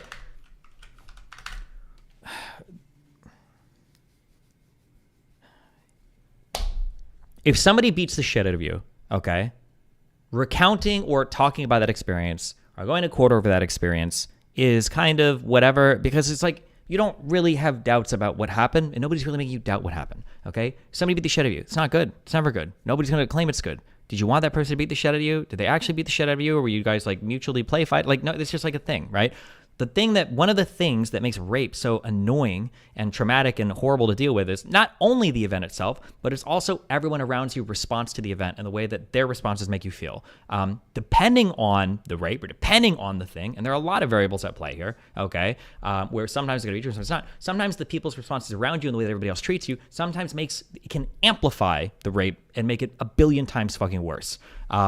In that, like, if you've got a person who is raped and, you know, the first response of friends and family is, holy shit, this is horrible. Like, what can we do to help? Or do we go to a police station? Blah, blah, blah, blah, blah. Like, that's one thing. But firstly, if you get raped, in most situations, especially because most rapes aren't like dark alley fucking rapes. Most rapes are like date rape things or pressure from friends or shit like that, right? If you get raped in this way, you're already a little bit mind fucked, okay? Because you're not 100% sure. Sometimes, most of the time maybe, it's very rare that you're probably 100% sure that, okay, I was raped, I didn't do anything wrong, that guy was 100% morally in the wrong, fuck this is bullshit, right? You already have some doubts because of the way that sex works, because of maybe what the other guy said, because of maybe the situation we were in beforehand, and then you start talking to friends and family, like, well, okay, did he actually rape you, blah, blah, blah, well, I'm actually friends with this guy, blah, blah, blah. Like, dragging all of that shit up in friend groups and family groups is already shitty. Now dragging all of it up for months or years in a court case where now you've got like literally fucking professional rape debaters, right? The defense is going to be arguing against your case.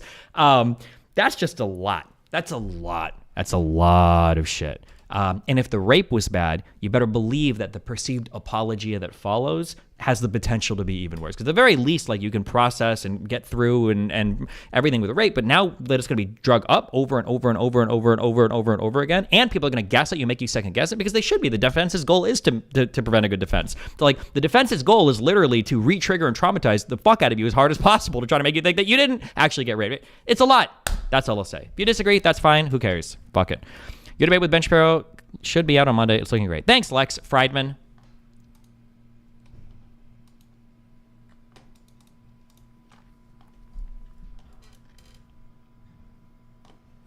What is this? JSTLK, if you guys don't know, he's just obsessed with other dudes' dicks and where it is that they're putting them. He is, like, always dick watching other dudes and trying to figure out where their dicks have been and where they're going to go. It's like a thing for him. JSTLK. True.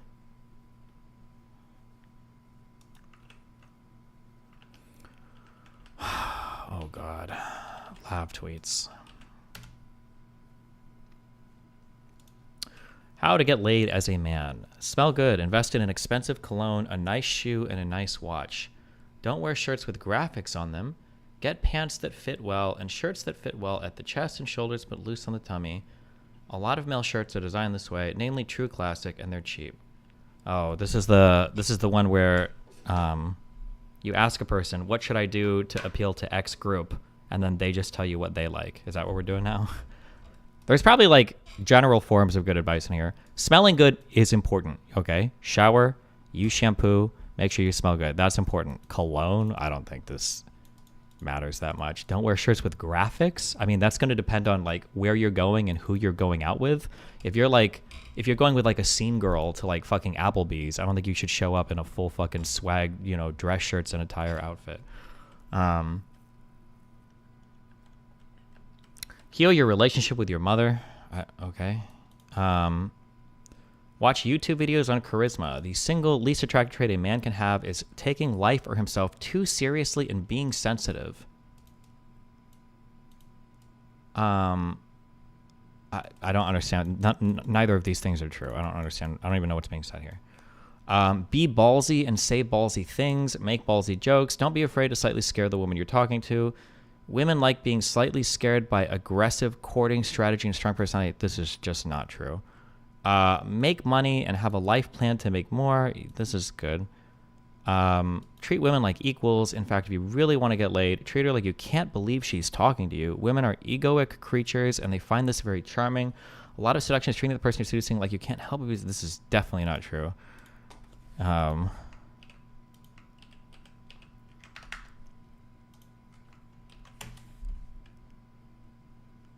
lot of my followers here are men now and very online men. I thought I'd do you all a favor. Sex advice, man. A substantial amount of sex if you're a man is making sure you're not crushing her.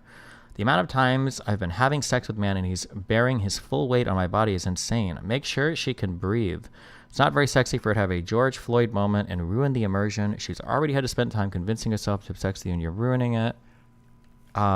This can be kind of true. Just it depends on positions and what's going on, and maybe I wouldn't say this is a substantial amount of sex though. This also, like, I would say this is 50-50. I also think this really depends on the girl. Sometimes when I finish, I'll like get up on my arms because I feel bad because I'm like, I don't want to be like crushing you. But I think I stopped doing that because it was so often that after I finished, the girl would say like, where are you going? Like, no, lay on me. I like being like smothered or crushed. Like that feels good. But if you weigh like, 250 pounds, 300 pounds as a guy, then maybe that's different. I don't know. It probably depends. I don't know. This is really generalized. I would ask the person. Do not thrust in and out and do not thrust fast. You want your hips to do a slow roll, not an in and out rabbit hump. Every woman has different speeds she likes, but the aristocratic women will enjoy a slow pounding roll. Full length of you, slowly but forcefully. Think of another one bites the dust and it's every second beat. Okay. Fuck. I don't know.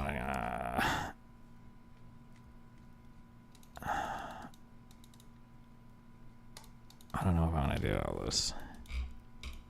A general piece of advice I would give is that most complaints that I have and most complaints that other women have are usually that people are too gentle with them. I don't think I've ever had a woman tell me, can you slow down, or can you just like be more? I think it is almost always like, I just need you to fuck the shit out of me. But maybe it's like, maybe we're selecting for different groups of people, possibly. I'm not sure. Yeah, I do. I communicate a lot too because I'm curious. Like when it comes to fingering, for instance, like I'll do like different things. I'm like, oh, does this feel better? Blah, blah, blah, blah. All the random fucking A spot, G spot, curl, blah, blah, blah. And at the end of the day, what almost every girl I've talked to, it ends up feeling the best, at least when they're going to finish. What usually ends up feeling the best is like, it's straight fingers, no curling, no G-spot, none of that. It's as straight as possible. And it's like as hard and fast as you fucking can. I would say 95% of women, at least when you're on like the home stretch, that's what they're looking for. They don't care about like the fucking like the dig up and the pressure here and the do all that. Like there are other things you can do like as part of like foreplay or like building there. When you're like on the home stretch, it's just like go as fucking hard as fast as you can. But I don't know. But maybe that's like a selection. Maybe it's like different types of people like different things. For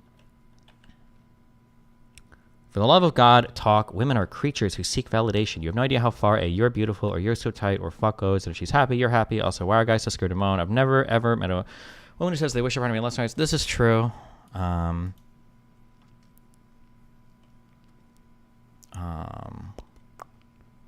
Make sure you don't smell like shit. If you need to take a trip to the bathroom, smell your drunk in your armpits, do it. Be courteous and not nasty. I can't even guess how many times I've taken a sink pussy bath. Don't ask me why I smell like your bathroom hand soap. This is going to come down to personal preference. As long as you are like, fuck. I'm going to give a very general piece of advice, and it might not apply to everybody. In my experience, as long as you are generally bathed, you're probably fine. I think that especially when you're like horny or people are having sex, like people that have like a natural body smell, especially women, I hear this from a lot, is like they really, really, really enjoy that. I think a woman, if she likes you, at least, that if you have like whatever your kind of like natural smell is, but you've like showered like earlier in the day or something, I think that's usually preferred to you smell like Axe. Yeah.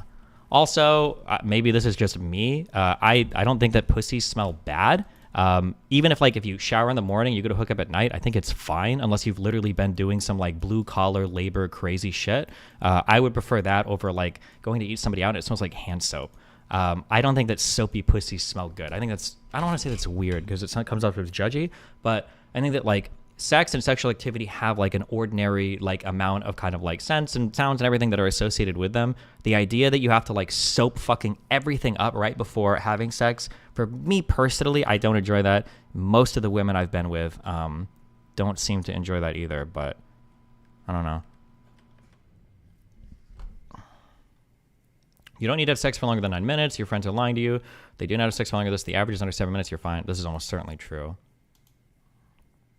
You showered in the morning, but you took a shit during the day. Should you shower again before sex? If you don't have a bidet, yes. She doesn't want to orgasm every time, and if she doesn't ask you to help her, don't try. Wait for a direction to tell you what to do. It's embarrassing to fumble the clip poorly, and it's a man's job to not be embarrassing. Okay, kind of true. I don't believe this, though. I think this is the largest cope that women try to pass off on society. I will never believe them, even if every single woman told me. You know how I said you should always be able to like have your mind changed by evidence or whatever to prove that you're not too dug into a position? My mind cannot be changed by evidence on this, and it will never be changed by evidence on this. I do not believe when women say like, oh, I don't always like to orgasm. It's whatever. I don't believe it. I don't believe it. I think that's a cope because they either don't get off easily or they might... hold on. I'll say one exception might be if she's on her period and she doesn't want you to fuck around because she feels weird about it, whatever. Or if she's on SSRIs, then I'll believe it because sometimes it literally might take like an hour plus for her to orgasm. Otherwise, like, I don't know. I've been with girls that will say shit like that initially, like, oh yeah, I don't care about orgasming. But then when they find out you can actually get them off, they're like, oh yeah, like actually I do want to orgasm every single time. It's actually really fun. Usually it's because they've been with guys that can't get them off or that aren't patient enough to get them off, or they don't know how to get off because they're masturbation virgins, okay? Drink water. If she can smell your pungent cum, she's liable to send you a lawsuit. I think that cum and all that, I think it's just biology. I don't know. I mean, water probably helps a little bit. Okay, we're done with this. Okay.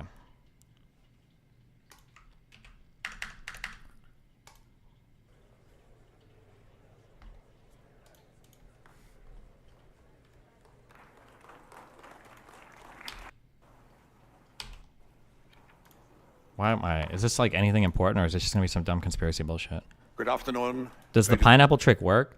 I am a big believer, and there is one thing and one thing only that can like change the flavor of like how you taste, and that's just how much water you drink. I don't think diet. I don't think being vegan. People try to moralize like the flavor of your fucking genitals, where it's like, if you've saved 5 children in your life, your cum will taste so good. People be like, if you go to the gym and exercise, it makes your cum taste good. Why the fuck? How does that even make fucking sense? If you're a vegan, your cum tastes way better. Red meat is carcinogenic and makes your cum taste horrible. Why?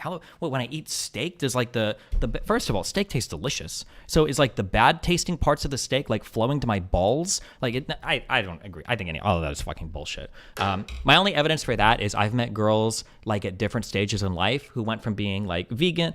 I don't want to cite people because it's weird, but like I knew a girl who was like a normal human being. Then she became a vegan for a while.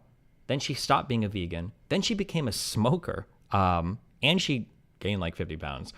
Through all 3 stages of that, she tasted the exact same every single time. And every other girl I've known, I've met some vegans with really strong taste, and I've met a lot of vegans that don't taste like anything. I've met some ordinary people. Like, I think it all varies. The idea that like people like the more moral their lifestyle is, unironically, I think people say this, the more moral your lifestyle is, like the better all of your fucking cums taste. Like as long as you go to the gym and work out and you avoid red meat and you do all these good things. Like, I don't believe that. I think it's bullshit.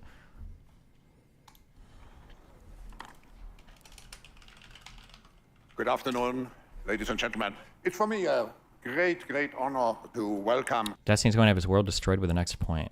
Wait, what's the next point? World destroyed with the next point. What was he even referring to?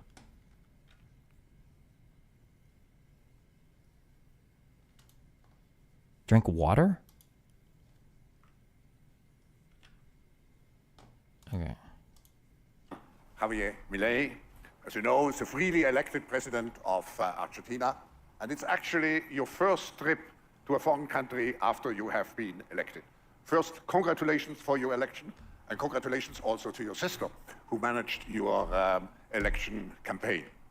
I think you, sometimes people would say with more radical methods, but you introduce a new spirit to Argentina, making Argentina much more related to free enterprise, to entrepreneurial activities, also to bring Argentina back to the rule of law.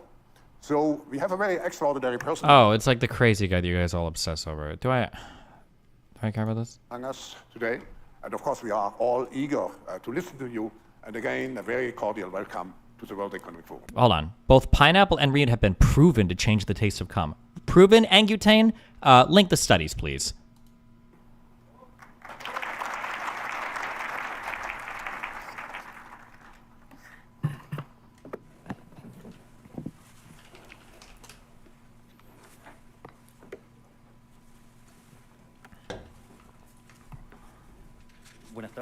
Good afternoon. Thank you very much. Today, I'm here to tell you that the Western world is in danger. And it is endangered because those who are supposed to have to defend the values of the West are co-opted by a vision of the world that inexorably leads to socialism and thereby to poverty. Unfortunately, in recent decades, motivated by some well-meaning individuals. Good or bad time to invest in housing if you can buy it in cash. Willing to help others, and others motivated by the wish to belong to a privileged caste, the main leaders of the Western world have abandoned the model of freedom for different versions of what we call collectivism. We're here to tell you that collectivist experiments are never the solution to the problems that afflict the citizens of the world. Rather, they are the root cause. Do believe me, no one better placed than us, Argentines, to testify to these 2 points. When we adopted the model of freedom back in 1860, in 35 years we became a leading world power. And when we embraced collectivism over the course of the last 100 years, we saw how our citizens started to become systematically impoverished, and we dropped to spot number 140 globally. But before having the discussion, it would first be important for us to take a look at the data that demonstrate why free enterprise capitalism is not just the only possible system to end world poverty, but also that it's the only morally desirable system to achieve this. If we look at the history of economic progress, we can see how between the year 0 and the year 1800 approximately, world per capita GDP practically remained constant throughout the whole reference period. If you look at a graph of the evolution of economic growth throughout the history of humanity, you would see a hockey stick graph, an exponential function that remained constant for 90% of the time and which was exponentially triggered starting in the 19th century. The only exception to this history of stagnation was in the late 15th century with the discovery of the American continent. But for this exception, throughout the whole period between the year 0 and the year 1800, global per capita GDP stagnated. Now, it's not just that capitalism brought about an explosion in wealth from the moment it was adopted as an economic system, but also if you look at the data, what you will see is that growth continues to accelerate throughout the whole period. And throughout the whole period between the year 0 and the year 1800, the per capita GDP growth rate remained stable at around 0.02% annually, so almost no growth. Starting in the 19th century, with the Industrial Revolution, the compound annual growth rate was 0.66%. And at that rate, in order to double per capita GDP, you would need some 107 years. Now, if you look at the period between the year 1900 and the year 1950, the growth rate accelerated to 1.66% a year. So you no longer need 107 years to double per capita GDP, but 66. And if you take the period between 1950 and the year 2000, you will see that the growth rate was 2.1%. Again, the CAGR, which would mean that in only 33 years, we could double the world's per capita GDP. This trend, far from stopping, remains well alive today. If we take the period between the year 2000 and 2023, the growth rate again accelerated to 3% a year, which means that we could double world per capita GDP in just 23 years. That said, when you look at per capita GDP since the year 1800, And until today, what you will see is that after the Industrial Revolution, global per capita GDP multiplied by over 15 times, which meant a boom in growth that lifted 90% of the global population out of poverty. We should remember that by the year 1800, about 95% of the world's population lived in extreme poverty, and that figure dropped to 5% by the year 2020 prior to the pandemic. The conclusion is obvious. Far from being the cause of our problems, free trade capitalism as an economic system is the only instrument we have to end hunger, poverty, and extreme poverty across our planet. The empirical evidence is unquestionable. Therefore, since there is no doubt that free enterprise capitalism is superior in productive terms, the left-wing doxer has attacked capitalism, alleging matters of morality, saying, that's what the detractors claim, that it's unjust. They say that capitalism is evil because it's individualistic and that collectivism is good. Okay, listen. I don't know anything about this guy other than he's weird. Defends capitalism. That's cool. Okay.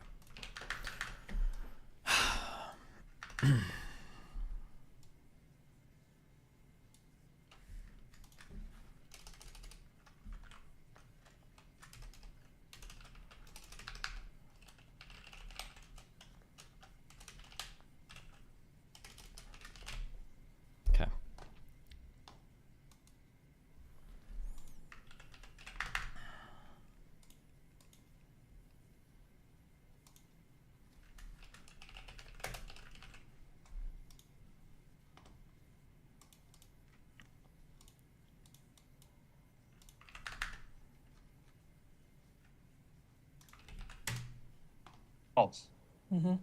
I'm curious. Glenn Greenwald on the Trump indictment, RFK. Oh, 7 months ago. Bro, who linked this?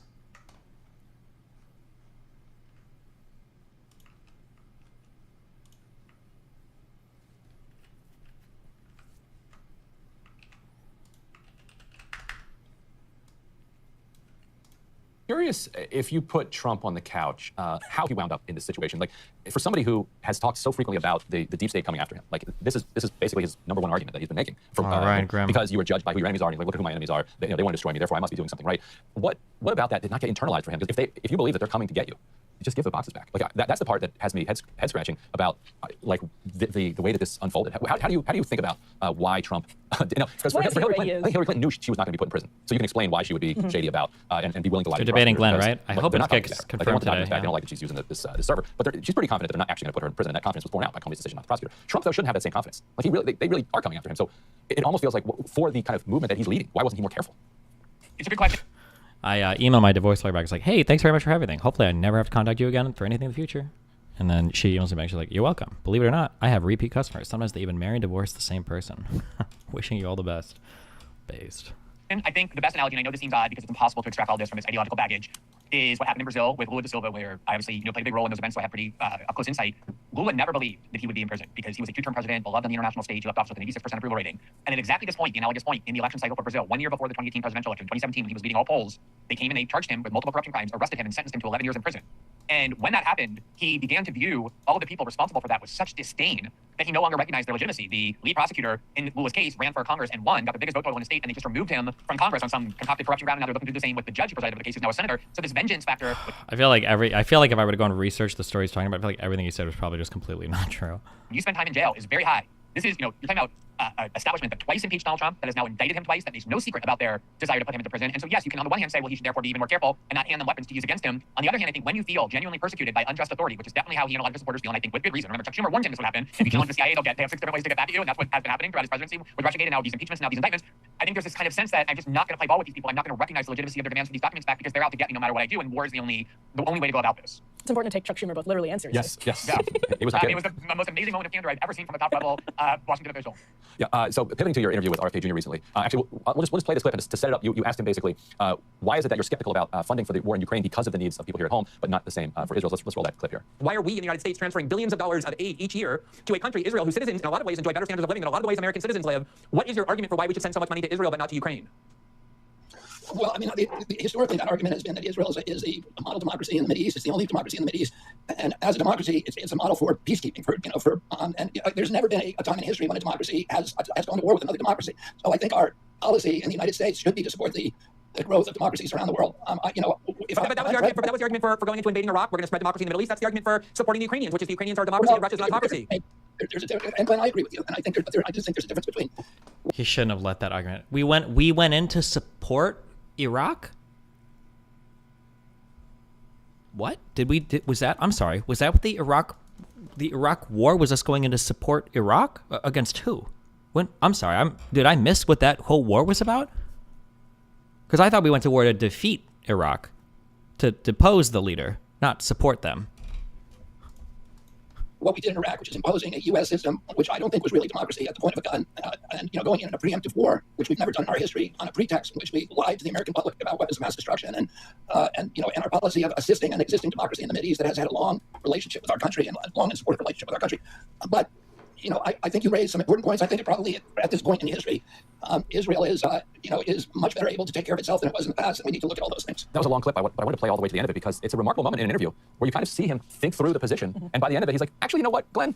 Maybe Israel is ready to stand up on its own 2 feet, and we should reduce the amount of spending we're there, which is an incredible turnaround from just days earlier where he had denounced his friend Roger Waters over Israel-related tweets, concerts, etc. Were you surprised? I think he means to liberate the Iraqi people. No, what he means is you have to tie every single foreign policy thing we do to Iraq and Afghanistan because Americans have foreign policy trauma relating to it. So everything looks like Iraq and Afghanistan. Everything. At the kind of arc of his answer there? Yes and no. I mean, this is what I took away from the interview. Obviously, a lot of people were angry about his extreme pro-Israel narrative, which is way beyond what even Democratic members of Congress will say. They're much better at pretending they care about Palestinians than he bothered to do. And other people were angry about his views on China, essentially saying we're doing to China exactly what we're doing to Russia, namely, baselessly and stupidly provoking them with encirclement physically around their country. But although, I didn't like his answers on Israel up until that point, what I find so fascinating about him, Ryan, is that if you look at his life, you can't find a more charmed life to be an establishment figure. He had 2 uncles who were senators in the Democratic Party, or rather his father and an uncle were senators. His other uncle was the president. He comes from this beloved... He's so gross the way that he does this. Like, what is Glenn's background? I don't know why he is so hyper fixated on obviously, just attack his positions. Why would you even, you've got a 30-minute interview here. Why would you even waste time going in on his background like this? It's just fucking RFK. It's not a hard person's positions to attack. To be an establishment figure. He had 2 uncles who were senators in the Democratic Party, or rather his father and an uncle were senators. His other uncle was the president. He comes from this beloved Democratic Party dynasty. He's married to a very popular actress in Hollywood. He's wealthy. He's well-known. He's famous. And what has clearly happened, he was a long time an establishment Democrat. He supported and endorsed Hillary Clinton over Barack Obama. That's how much of an ingrained in the establishment he was in 2008. And we've all had those moments where we kind of become radicalized when we realize in an issue that we know a lot about that the establishment is lying to us, and we start thinking, wow, they're lying to us about this. Maybe I've been propagandized and deceived in other areas as well. He had the same answer on Russiagate. I had previously said he was a supporter of Russiagate. His campaign contacted me and said they didn't think that was fair. But he said, no, you're right. I was a supporter of Russiagate because I got duped by the propaganda. And once I started hearing people in the context of COVID tell me, oh, vaccine skepticism means you're a Kremlin agent, I started realizing, wait a minute, how is this actually being used? And then the more I looked into it, then I read the journal report, I saw that I had been deceived. And a lot of that comes from COVID radicalism. And I think that has made him somebody, even at the age of 68, who is now starting to really question a lot of things he's long been conditioned to believe and is very willing to be open-minded and hear arguments against even his most core convictions in a way that I find very rare. First of all, I've never seen that in an interview before, but also very encouraging. If more than any particular policy view, I think that character trait of being intellectually humble, of realizing some of your views may be grounded in unthought through propaganda is an incredibly valuable one to have in a major presidential candidate. Yeah, not to mention a willingness to sort of work through them actually on air, not behind closed doors in the proverbial smoke-filled back room. I think that's a huge distinction as well. Do you get the sense, I remember when Justice Democrats tried to cobble together that Ukraine letter and ended up retracting it, what was it, 6 months ago at this point? Do you get the sense, Glenn, that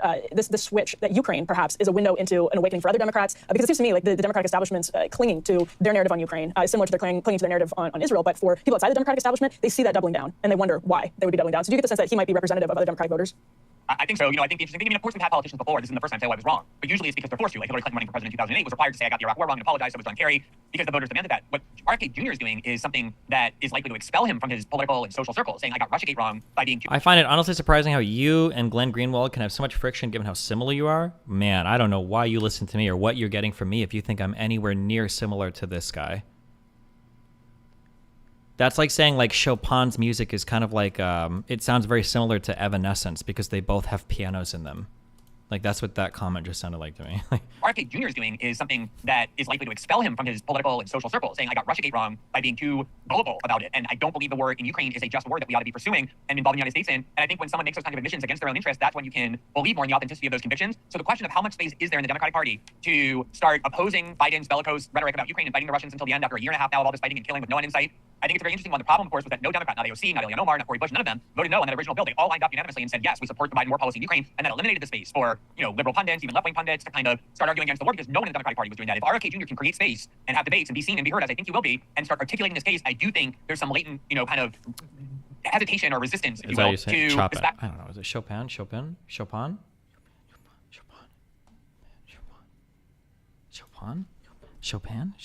I don't remember now. Now I feel like I'm gaslighting myself. Chopin?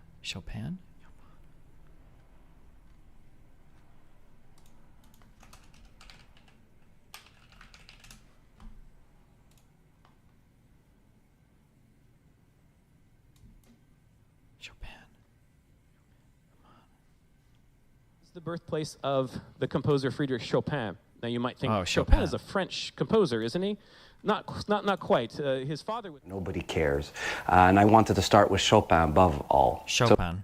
Oh, it's not even. I didn't even the accent right. Chopin. Well, they had the accent in a different So spot. people said, well, Chopin, who knows Chopin? And you want to call it Monsieur Chopin. Chopin, St. John Paul II. Why is Trump giving his Poland is a land. Chopin? That we're now involved in yet another war, an endless war with no end in sight that is increasingly dangerous. And I think the rhetoric and the argument around the spending money over there while not spending it here is really powerful and resonates in a kind of common sense way. But what I actually It's not common sense though. That's not how our budget works at all. What do you mean? How is that a common sense thing? Pretty sure a lot of the aid has even been on separate bills. Like love about it is that it will eventually force the government to make the real case, for why it's spending that money overseas. Because this is not charity. We're not shelling money out to Israel. We're not spending money in Ukraine or other military bases around the world because of our benevolence. Because we just have generous feelings towards the rest of the world. Like the empire has very specific and distinct advantages, to the homeland. And so it's not as if when you spend money in Ukraine, you don't have money to spend here in the United States. The United States can borrow it well. The United States has a Federal Reserve, and 70-80% of that money that we allegedly send to Ukraine never leaves Northern Virginia or suburban Maryland anyway. And so it would be fun to see the government have to actually make that argument. Say that no, don't worry, it's not charity. We're not supporting Israel just because we love the only democracy in the Middle East, which is so offensive to Iraq and Lebanon. Come on, man, they have elections. Why we even went to war to make Iraq a democracy? Stop with this. Call it one of three. None of them are very functional. But that's not why we're supporting charity. We're not supporting Israel just because we love the only democracy in the Middle East, which is so offensive to Iraq and Lebanon. Come on, man, they have elections. Why we even went to war to make Iraq a democracy? Stop with this. Call it one of three. Are we calling Lebanon a functioning democracy, a functioning country right now? Okay. We're very functional. But that's not why we're supporting Israel. We're supporting Israel because we want a beachhead in the Middle East for our geopolitics. Yeah, I mean, how can you say that a government like the United States that is the biggest sponsor of the Saudi despots and of Egyptian authoritarians and countries all over the world actually cares about spreading democracy? The thing that really interests me, Ryan, is there's space obviously in the Republican Party for opposing the war in I Ukraine. think Iraq is actually doing pretty decent. Are they not? I haven't heard any horrible news about them recently, but is doing that, for example. But a lot of people dismiss that and say, well, conservatives don't want to fight Russia because the real goal is to fight China. What RFK said was he sees China and Russia in exactly the same way. We have 800 foreign bases all around the world, while China has one. We're encircling them in Guam and Australia and Japan and South Korea with nuclear-tipped missiles aimed at Chinese cities and nuclear-capable B-52s buzzing over their head. Biden was the first president to say, someone said it's been completely infiltrated by Iran. Oh, okay, maybe not. We'll go to war with China over Taiwan. And his argument is the people who are paying for this neoconservative, warmongering mentality, not just in Russia, but also in China and in general, are the American people who are suffering at home because all their money is going, as you say, to lobbyists in Northern Virginia and Maryland, or to, the coffers of Vladimir Zelensky and Israeli military agencies. That's not how taxes or any of our stuff works at all. But okay. Recently arms dealers to prepare for war with China, and it doesn't benefit anybody. And the people who pay the most are the American people. I think that is a very powerful argument if you make it consistently. Yeah, that's right. Because if you have to make the argument that the empire actually is beneficial to the United States, then the question is, well, who's it helping here in the United States? Because the regular person American, I'm not seeing it. Like, now, if you look at the kind of median income and the housing values in Northern Virginia, then things are going quite well. But if you're looking at the rest of the country, not so much. Yeah, the confluence of Ukraine and China is really interesting because that's the test, right? There are really good reasons, I think, to be wary of where a relationship with China could go in a million different directions. But the capture of the conservative movement by the defense industry is really going to be put to a test. It's one thing to oppose Ukraine. It's another to see where that policy evolves on China. And last question for me. Who is it? Hold on. I got a dumb email from a fucking Israeli dipshit. A far left one. In a hypothetical one-state solution, we'd still be the majority. As of 2023, the world's core Jewish population, thus identifying as Jews above all else, was estimated at 15.7 million. Israel hosts the largest core Jewish population in the world with 7.2 million, followed by the United States with 6.3 million. Israel is the largest Jewish population in the world, is the only country where Jews are the majority. Israel's population, blah, blah, blah. Math, Jews in Israel equals 7.1 million. Arabs, who we assume are totally anti-Israeli, anti-Jew, are 2 million. The Gaza population is 2.3 million. The West Bank area is 2.5 million. And over 600,000 settlers. Math means that the total amount of Arabs in Israel plus Gaza plus the West Bank is 7.1 million. And the total amount of Israeli Jews in Israel plus the settlers is 7.7 million. Thanks, Morty. Who is this guy? His name is Morton Goldstein? And you don't know anything about anything at all about Israel-Palestine? The crazy thing is that he took this much time to type up this much shit, and he knows about like the Gaza Strip, and he knows about the West Bank, and he knows about a one-state solution, and he knows about the settlers, and he did all of this math to try to prove something wrong, but the whole area of contention behind the one-state solution thing has to do with right of return. The whole issue is the 6 million theoretical Palestinian refugees that people are worried about right now. Oh, wait, that's a troll made-up fake Jew name. Oh, probably. Oh, because it's also a proton mail. Oh, it's just a guy that hates Jews or Israel and is copy-pasting some retarded shit. Never mind. Fuck me. I shouldn't even bother reading it. You're right. The Democratic Party, it is interesting to think about where this is going.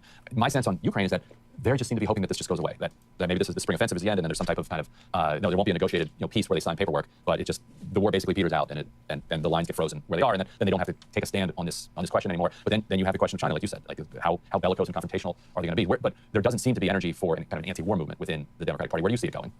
Yeah, and the big question is why not, right? I mean, why are neocons from the Bush and Cheney era almost entirely now embedded within the Democratic Party? They're not just anti-Trump, they're anti-Republican Party and pro-Democratic Party. They perceive, I think correctly, the Democratic Party is the better vehicle for the fulfillment of their foreign policy agenda, which is always about increasing and seeking out confrontation and war. And the question is, why is there no space in mainstream liberal left discourse to raise these issues? There's a lot of energy that goes into the trans debate and the culture war, but almost none. There's no one almost ever who talks about foreign policy and war in the U.S. security state any longer. These issues. There's a lot of energy saying and seeking out confrontation and war. And the question is, why is there no space in mainstream liberal left discourse to raise these issues? There's a lot of energy that goes into the trans debate and the culture war, but almost I feel like all of that energy that goes into those debates is a response to conservatives arguing about it. Like, if conservatives want to argue foreign policy, we can, but they don't. They just are, like, all isolationists now. They have, like, nothing to say. None. There's no one almost ever who talks about foreign policy and war in the U.S. security state any longer. And this is what excites me the most about RFK Jr.'s candidacy, is that I think he will be kind of a thorn in the side, like a reminder that these values are values that people who identify as American liberals are supposed to embrace. And the question becomes, why is it that, nobody seems to mind within the Democratic Party that Biden is... Also, apparently apparently I misunderstood the comment earlier made by Ryan Grimm. When he brought up Lebanon and Iraq, he was meaning those were not functioning democracies, I think. Somebody on YouTube just said it, so maybe I misunderstood that. Not just devoted to endless war with Russia over Ukraine, after President Obama repeatedly said Ukraine is not a vital interest of the United States, we should not risk confrontation with Russia over who governs eastern Ukraine or Crimea. That was Obama's emphatically stated view. And also, why is Biden so willing, seemingly, to flirt with the possibility of war with China, which would be, ensure the immediate extinction of the human race? And I think the problem has been the left flank of the Democratic Party, like AOC and the Squad and Bernie, have been very focused on the culture war. Bernie kind of always still focused on some of the economic policies on which he typically focuses, but that has left a huge hole for leaders in the Democratic Party, including on the left wing, to talk about these issues. And I do, to Emily's question, think that RFK Jr. has a very significant space to kind of drive through there and become the person who reawakens a lot of those lurking sentiments. Yeah, I think that's right. I think Bernie, the Squad, broadly the Democratic left, have just wanted to put their heads down and focus on domestic stuff, some of it culture stuff, some of it class stuff, but and maybe it has something to do with Russia and the way that Russiagate unfolded makes them like even less interested in getting entangled in that because there's no advantage in the Democratic primary. But maybe RFK Jr. shows that there is a constituency. Quickly on that, one of the best MLK speeches ever was when he delivered in Riverside Church in Harlem exactly a year the day before he was murdered, and his argument was he apologized for not focusing enough on the Vietnam War until later than others did because he realized there's no way to extricate American empire and militarism and imperialism from the domestic agenda. They go hand in hand. You cannot win one without winning the other. And this attempt by these kind of new Democrats to say, well, we can just let the CIA and the FBI go. We don't really think they're enemies. Wars, as long as we're not sending American troops or something Americans will tolerate, it's not going to work because it shapes the priority and character of the U.S. government in fundamental ways that means that the U.S. government will be geared toward these kind of corporatist and imperialist policies. There's no way to separate those. No, that's a real culture war. Yeah, I think that's exactly right. You're trying to be a progressive party within the empire. It has so many contradictions embedded in it, and MLK was pulling those apart in that speech. But if you don't, you just become part of the machine.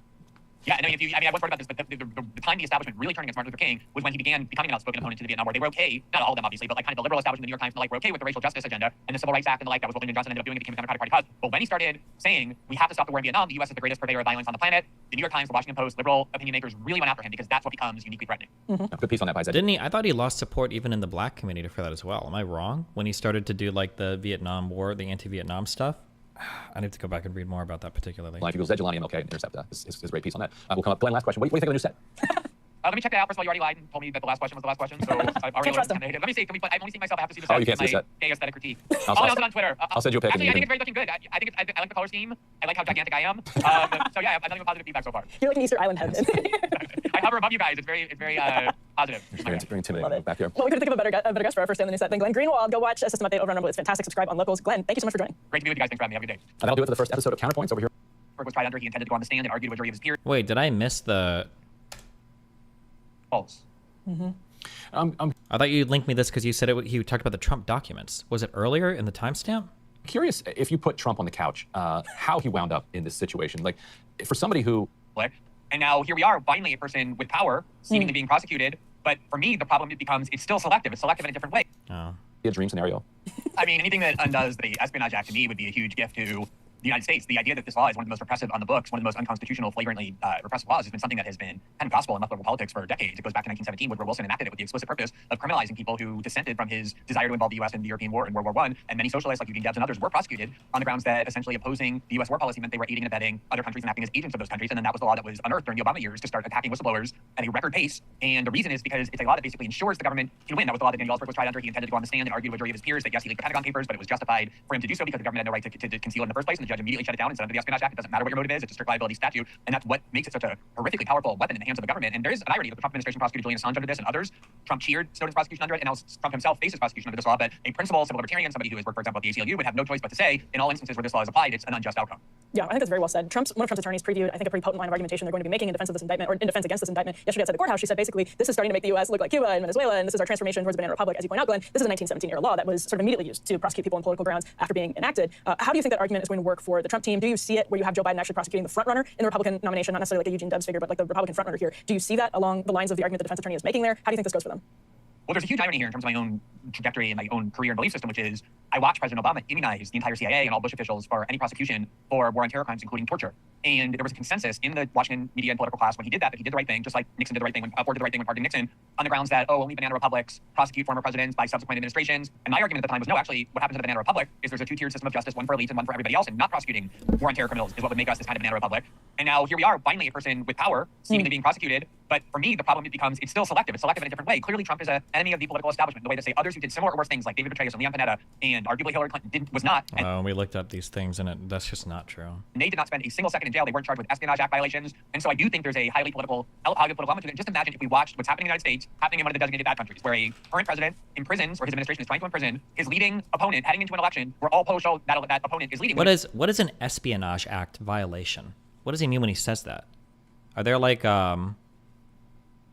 titled codes or something that... Okay, 18 USC is where Jack Smith's indictment has 4 charges. The Mar-a-Lago one, did the Mar-a-Lago obstruction and all that shit include?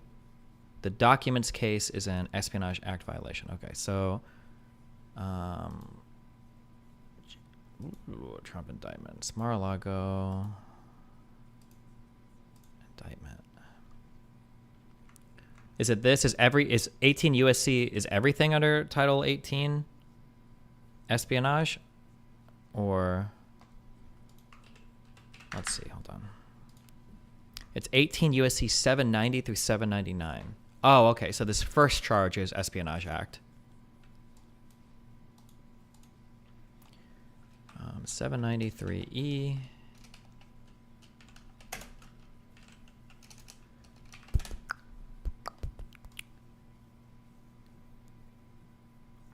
Gathering, transmitting, or losing defense information. And then E. Okay, I remember this. Gotcha. All right. And these were authorized under the Espionage Act. Okay. But immediately sins, or his administration is trying to imprison his leading opponent heading into an election where all polls show that opponent is leading. We would immediately say that's proof of despotism. Like when Vladimir Putin presided over Navalny's corruption charges, that was what was said. And it's hard to distinguish, I think, what's going on here. I think that's especially... Was he going to say why he disagrees with the charge? Of course not. True, in light of the fact that Clinton actually could have also had the obstruction charges, not just the Espionage Act violations, but potentially obstruction charges too. For what? She lied to the government. She said there was no classified information having ever gone over her server. She repeated that multiple times to investigators, and it turned out to be false. Did Hillary say there is no classified information to investigators, or did she say that she didn't know if there was classified information?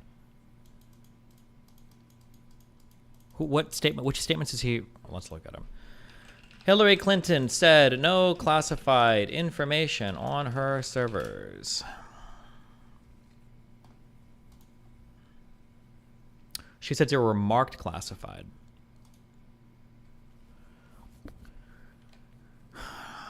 16 fact checks on the email issue, frequently awarding Pinocchios to Clinton for legalistic parsing. But in light of the Trump investigation, Clinton is trying to draw a distinction between Trump's current travails and the probe that targeted her. It's worth reviewing what we know about the emails Clinton received on her private email server after FBI Director James B. Comey in 2016 announced to be no criminal charges regarding Clinton. Received little attention to reveal new details. That, to some extent, mitigates what Comey said at the time. As shown in an FBI photo of some of the documents from Trump, many have clear markings indicating they contain highly sensitive classified information. Clinton in her tweet suggests none of her emails were marked classified. That's technically correct.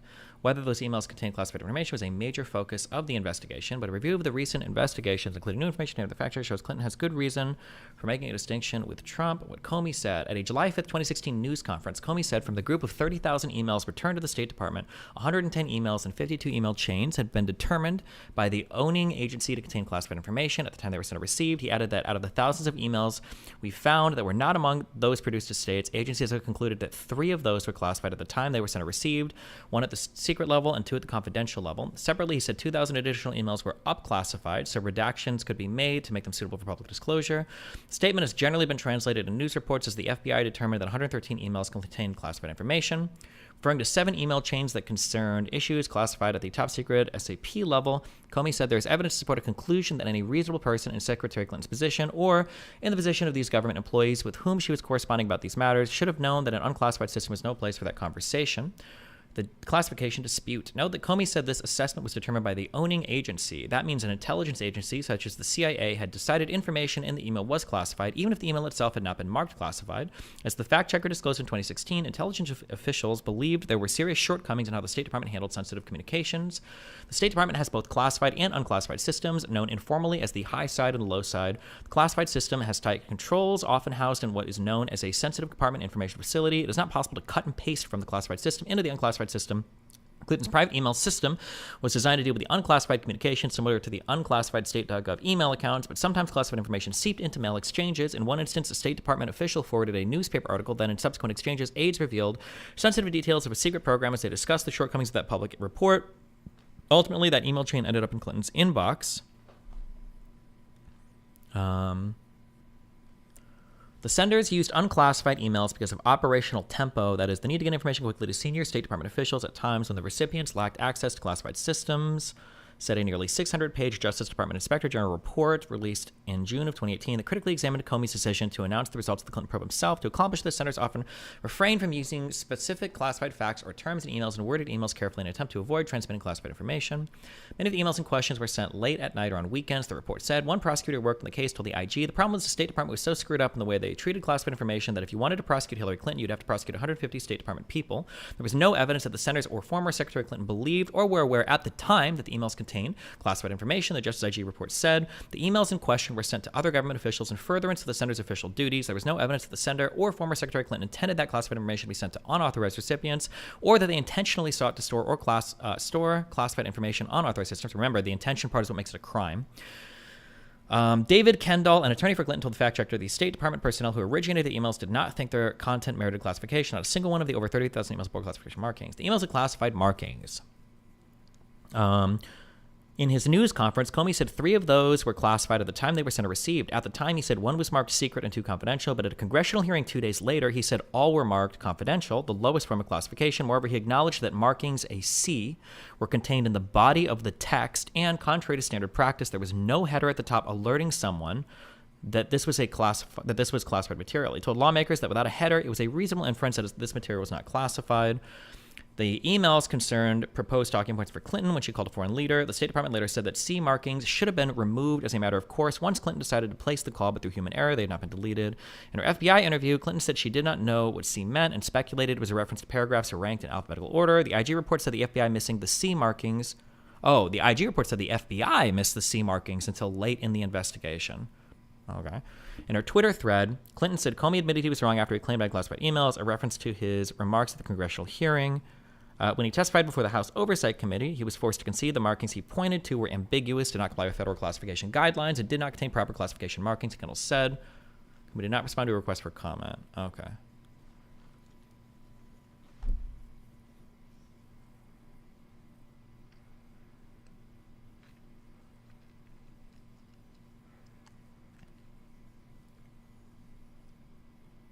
At the end of the process, on June 29, 2017, the Tillerson State Department agreed that there was no classified material in the 40 emails cited, but found that her use of a personal email server itself was a security violation without respect to any particular email. Though not publicized at the time, these findings were not surprising, since both the Secretary and her State Department colleagues based their emails on the work the department was doing. It did not believe any of the emails contained classified information. The second investigation started in 2019. Kendall said he was informed states suspected Clinton was responsible for 12 classified spillages based on emails that had not been among the earlier incidents that were investigated. Perhaps it's a coincidence, but the total number of security incidents investigated by state, 52, matches the 52 email chains mentioned by Comey. The unclassified version of the diplomatic security investigation that was publicly released notes that a typical security violation involves pre-marked classified information discovered contemporaneously with the incident. None of the emails at issue in the review were marked as classified. Blah, blah, blah. Okay.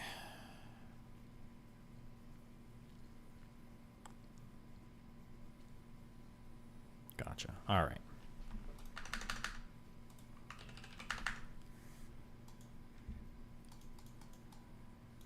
Did I close that Glenn video? All right. So Glenn was, I don't remember what Glenn's initial statement was. Oh, he implied that Hillary was lying, but I was trying to think Glenn will try to ad hom you, and then I don't know. It doesn't matter. One-on-one, I don't think he can ad hom me. It's going to look bad if he tries it. He can do it if he wants. Okay, we're doing Whitmer now, okay? After this video.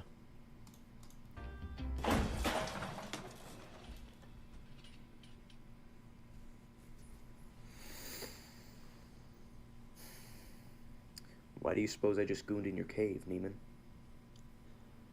I don't know. Sure you do. My yacht? Were you edging or were you gooning? I don't know.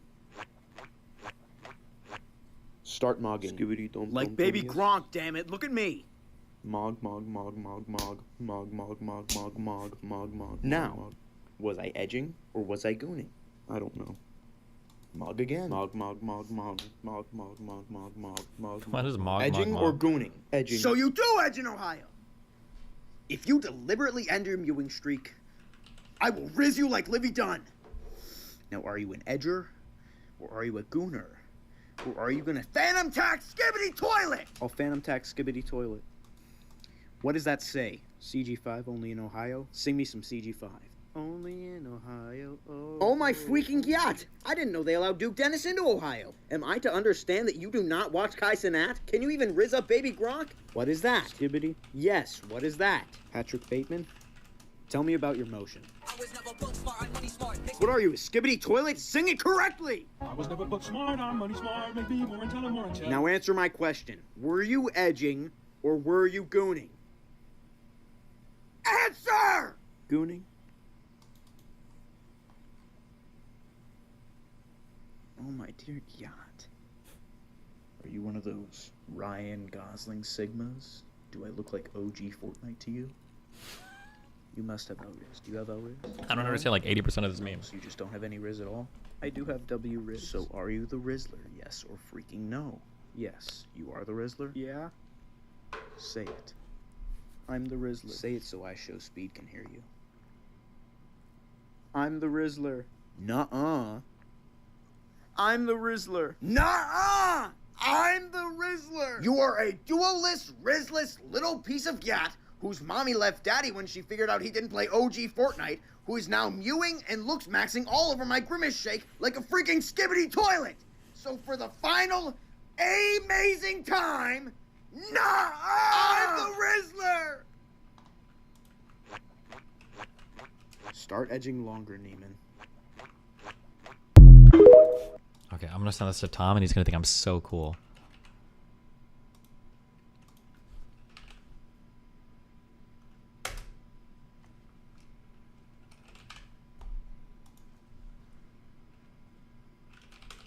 Also, hey, I found a cool skippity toilet meme. LOL, XD, Mew Mew, Mog Mog. There we go, got him.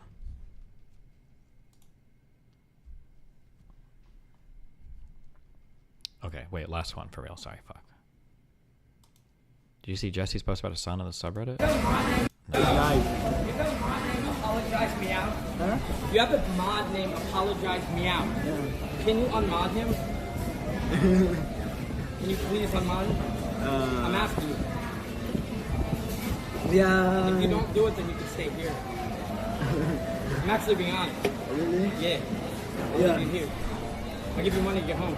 Huh? I'll give you money to get home. Oh, no, the thing is I can unmod. Yeah, can you unmod? Yeah, but okay. I'm sorry. Is he a bad guy? What's up? Bad guy? Yeah, I deleted somebody who wrote something toxic, and then he unmodded him. If I ban somebody, they want to stay banned. I'm assuming it's a doxer. It's a doxer. I don't care at all. Okay. Okay. Gitmer case. Gretchen Whitmer kidnapping plot. Holy shit, we got a big ol' entry on. Oh, not that big. A lot of footnotes. Okay.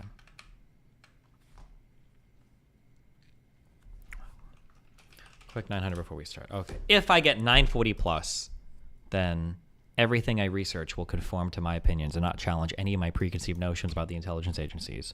If I get 920 or lower, then all the intelligence agencies are corrupt, and they probably rigged it against Trump. From 921 to 939, we're in limbo. Good luck. One try, one shot.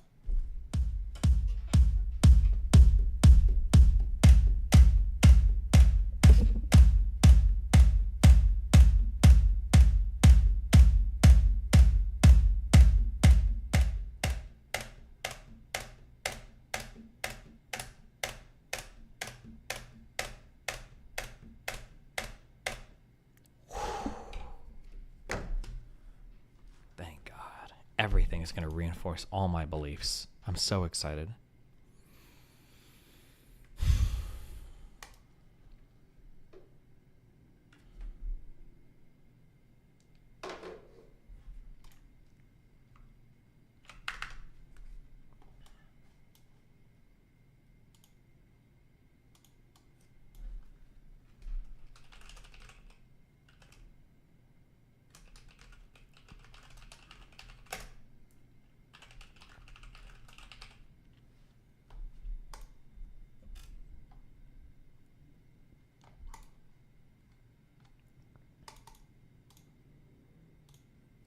Is there no way to bring out the...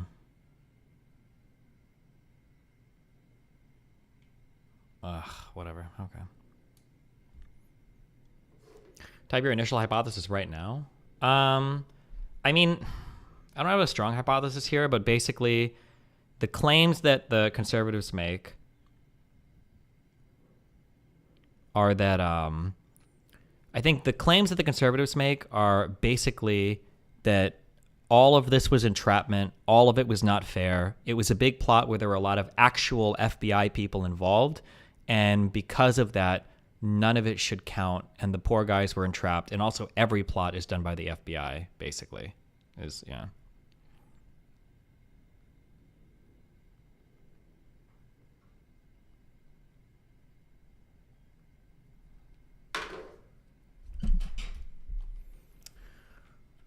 From Wikipedia, the free encyclopedia. On October 8th, 2020, the U.S. Federal Bureau of Investigations announced the arrests... Wait, what the... Do I care what mewing is? I don't care. And announced the arrest of 13 men suspected of orchestrating a domestic terror plot to kidnap American politician Gretchen Whitmer, the governor of Michigan, and otherwise using violence to overthrow the state government. Some have labeled the attempt as an example of stochastic terrorism, where violent rhetoric by prominent figures inspired the plot.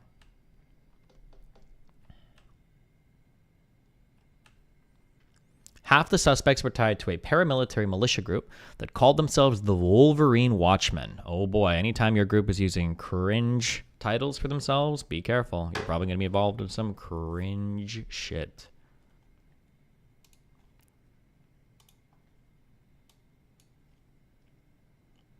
Mewing is a thing to sculpt a Giga Chad jaw. Gotcha.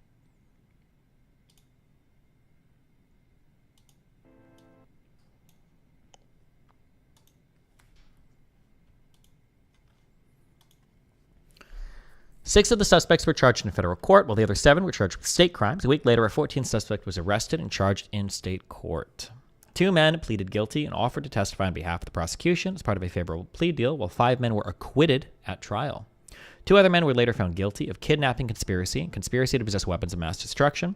One of those men was also convicted of another explosives charge.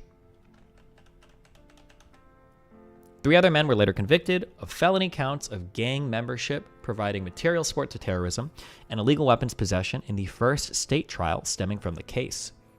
So it seems like the... I'm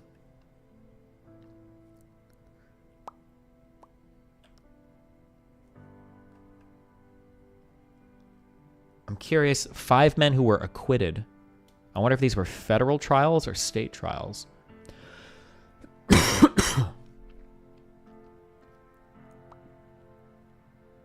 I'm sure it'll come up. I've heard of the Liberty City 7? Nope. Don't care.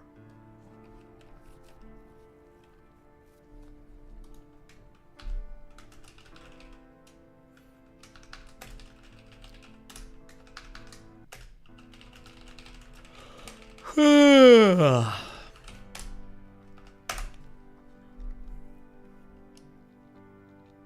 don't like taking notes as much. Sometimes there's some of these things I read. I wonder if it would make more sense to read the whole thing and then go back and take notes. What do you think is like the best note take? I should buy a book on taking notes.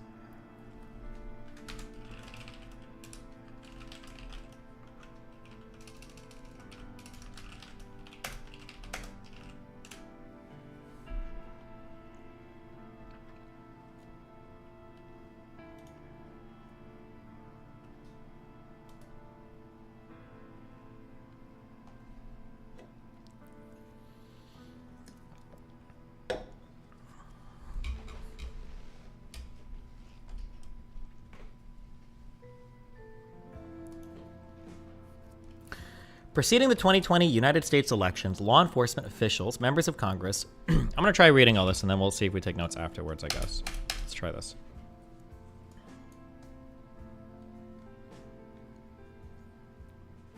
Prior concerns about militia and far-right groups. Preceding the 2020 United States elections, law enforcement officials, members of Congress, and groups tracking extremism in the country warned about the increasing threat potential from militia and far-right groups. The Anti-Defamation League identified Michigan as a state where the modern militia movement found its roots and where a number of militia groups remain active. However, John Lewis, a research fellow at the program on extremism at George Washington University, said the Wolverine Watchman group, which the suspects were members of, flew under the radar, adding, "This is simply not a big group that we've ever heard of." The Wolverine Watchman group was reportedly an offshoot of the Michigan militia. Wolverine Watchman, Michigan militia, cute. The day after the suspects were arrested, the Michigan militia issued a statement disavowing the group. Other Michigan-based militia groups also distanced themselves from the plotters' actions and intentions. The Michigan Home Guard, a militia that one of the suspects had once been a member of before being kicked out in 2020, released a statement condemning the Wolverine Watchman's actions. The plot to kidnap Governor Gretchen Whitmer developed from June through September. Within the week preceding the Wolverine Watchman arrests, there were at least 3 other state and federal arrest operations linked to the Boogaloo movement, to which the Wolverine Watchman group's ideology adhered. The Boogaloo movement, whose adherents are often referred to as Boogaloo Boys or Boogaloo Boys, is a loosely organized far-right anti-government extremist movement in the United States. It has also been described as a militia. Adherents say they're preparing for or seek to incite a second American Civil War or second American Revolution, which they call the Boogaloo, or the Boog. The movement consists of pro-gun, anti-government groups. The specific ideology of each group varies in views on topics such as race differ widely. Some are white supremacists or neo-Nazi groups.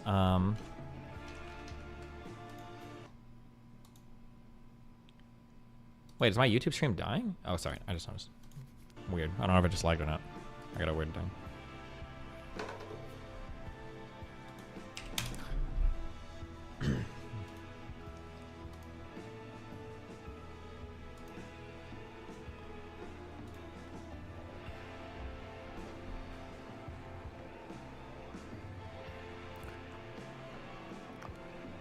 Boogaloo emerged on 4chan and subsequently spread other platforms, although usage of the term dates back to 2012. The movement didn't gain mainstream attention until late 2019. Adherents use Boogaloo, including variants, so as to avoid social media crackdowns to revert a violent uprising against the federal government, often anticipated to follow government confiscation of firearms. What would you call the, does anybody know, like, are they called the 3%ers? Oh. 3%ers or in the militia? Yeah, okay. You only need 3% of the people to start an armed revolution or whatever.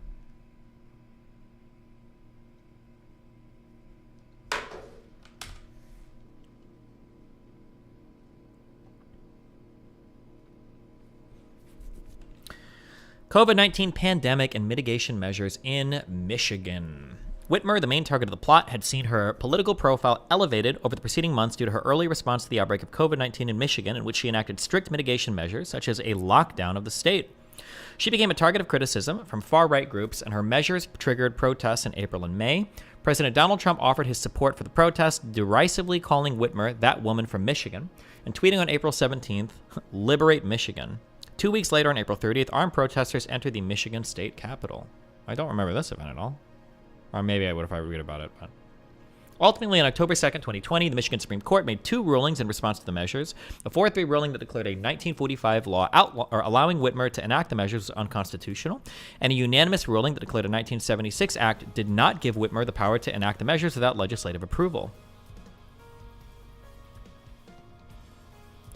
This put uncertainty over enforcement of the measures and forced the Michigan Department of Health and Human Services and later the Michigan Occupational Safety and Health Administration, aka MOSHA, to circumvent it by ordering similar measures even after the plot was made public.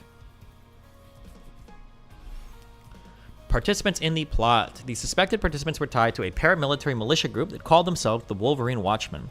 The group was co-founded by Pete Musico and Joseph Morrison. The latter is considered the group's commander. An NBC News investigation into the suspects' social media profiles found links between their ideologies and those of the broader Boogaloo movement. The Wolverine Watchmen group recruited members on Facebook from November 2019 until June 2020, when Facebook purged all Boogaloo-related material.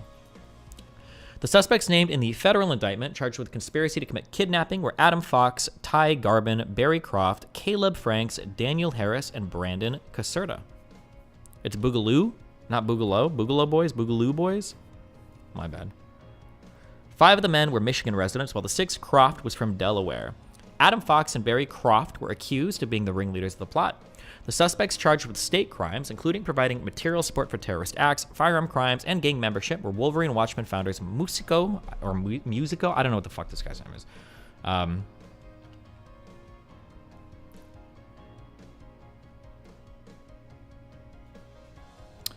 We're Wolverine Morrison along with Sean Fix, Eric Blah, don't care. Or maybe I should. Eric Molitor, Michael Knoll, William Knoll, and Paul Beller. Imagine your last name is Knoll. Yikes. At least 4 of the 13 suspects had attended prior rallies at the Michigan State Capitol. On October 15th, the 14th suspect, Brian Higgins of Wisconsin, was charged at the state level with material support of an act of terrorism.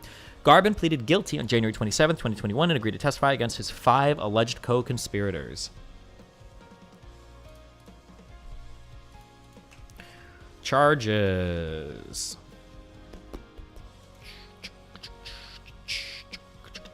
Okay, kidnapping, conspiracy, and conspiracy to use a weapon of mass destruction, 16 years, ADX Florence. Material aiding a terrorist and membership in a gang, guilty. Kidnapping, conspiracy to use a weapon of mass destruction, and possessing an unregistered destructive device, guilty.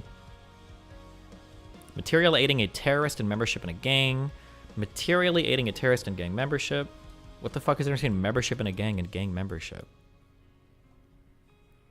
Conspiracy to commit kidnapping, not guilty, not guilty. Providing material support for terrorist acts, a gun crime, not guilty, not guilty, not guilty. And then these 4 pled guilty. Conspiracy to commit kidnapping, providing material support for terrorist acts, a gun crime, material support of an act of terrorism.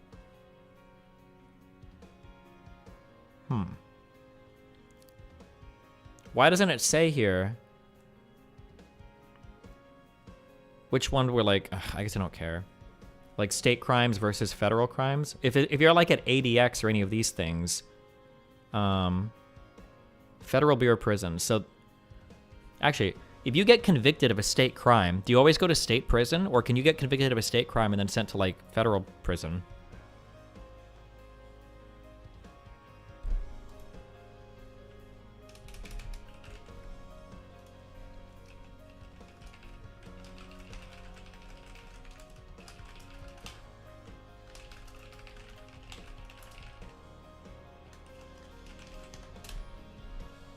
I don't know why I asked chat. I should just Google it. If you're convicted, state felony, can you go to federal prison?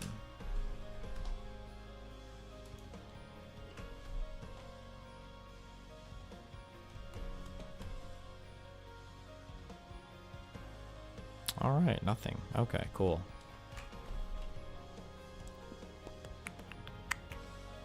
So like FCI sounds like federal corrections. Male inmates. So they all look like these were federal charges, I guess, and not the state crime ones, I guess? I don't know. Hopefully it will go as we go on. Adam Fox was considered the mastermind of the plot. He was born Adam Dean Wagoner. Imagine changing your name to Fox. God, I love Metal Gear Solid. Ugh. but changed his last name. Oh, never mind. I'm sorry. I should have given it to his mother's maiden name in 2014. He probably still did it because he thought it was cool. Oh, fuck him. He was living in the basement of his former employer, a vacuum repair shop in Grand Rapids. Fox received permission for that living arrangement from the shop's owner, who felt empathy towards Fox, as Fox was homeless and had pet dogs. The basement was used to hold multiple meetings discussing the plot.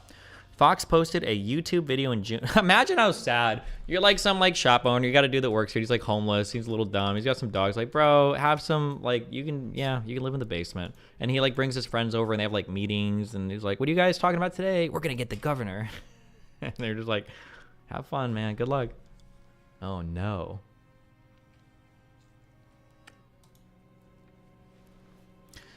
According to his employer, Fox espoused, Fox posted a YouTube video in June mentioning Whitmer's handling the pandemic as one of his motives for the plot. According to his employer, Fox espoused anti-police and anti-government views along with support for the Boogaloo movement and had recently become worried about the U.S. becoming a communist country and Democratic politicians taking away his guns. Fox had previously been a member of another militia group called the Michigan Home Guard, but he was kicked out due to rage issues and threatening other members on social media. While under surveillance, Fox was recorded by the FBI as saying, snatch and grab, man. Grab the fucking governor. Just grab the bitch. Because at this point, we do that, it's over. And I want to have the governor hogtied, laid out on a table, while we all pose around like we just made the world's biggest goddamn drug bust, bro. Thank you, Packwatch. Fox was convicted in federal court for kidnapping, conspiracy, and conspiracy to use a weapon of mass destruction. He faced a maximum sentence of life in prison. On December 27th, 2022, he was sentenced to 16 years.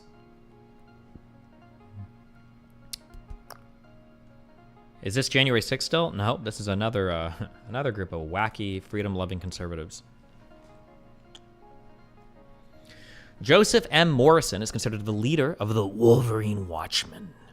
His home in Munich, which he shared with Musico, I don't know how to pronounce Musico, was used as a training site. Photographs of the home showed a Confederate battle flag and a variation of the U.S. flag with alternating vertical red and white stripes and a circle of stars surrounding the words liberty or death. Morrison's neighbors told the Daily Beast that the home's residents were disrespectful and said large groups regularly gathered here on weekends, whereupon gunfire would be heard. His online alias was Boogaloo Bunyan. Morrison had served in the U.S. Marine Corps since 2015, most recently with the 4th Marine Logistics Group in Battle Creek, Michigan, with the rank of Lance Corporal. He was just discharged from the Marine Corps Reserves on October 8th, the same day as his arrest, for reasons unrelated to criminal charges.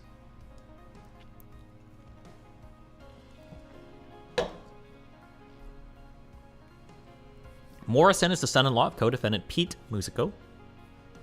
In October of 2022, Morrison was convicted in Michigan State Court of materially aiding a terrorist and being a member of a gang. On December 15, 2022, he was sentenced to 10 to 20 years in prison.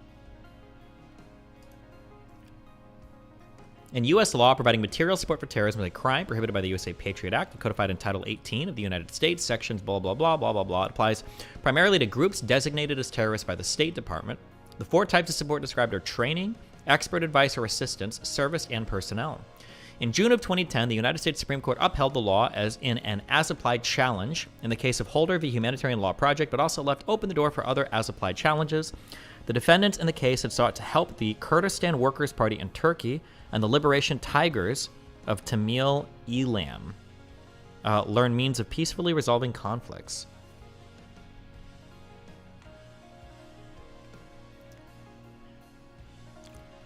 Material support provisions have been criticized by red groups as violating the First Amendment, as criminal activities like the distribution of literature, engaging in political advocacy, participating in peace conferences, training in human rights advocacy, donating money.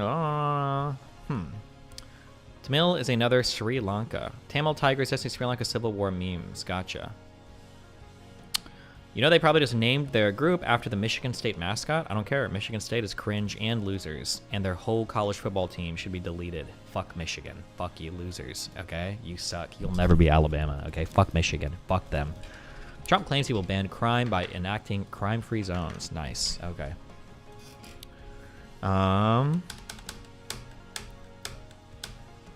Terry, U.S. No. Do I care about any of this? I don't think I care about any of this. Oh, University of Michigan is the Wolverines. Michigan State. Okay. I don't. Fuck you. I don't know. Okay. Okay.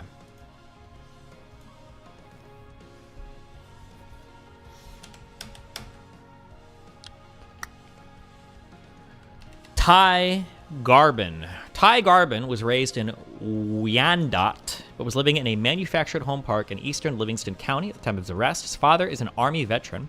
Garbin was a licensed aircraft mechanic and had previously worked for SkyWest Airlines. He met Fox at a Second Amendment rally in Lansing.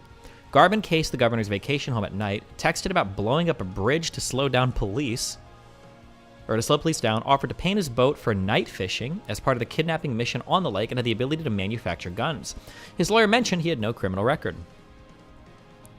After pleading guilty, Garbin was sentenced in August of 2021 to 75 months in prison. Due to his cooperation with investigators and the subsequent convictions of Fox and Croft, a judge reduced his sentence to 30 months in September of 2022.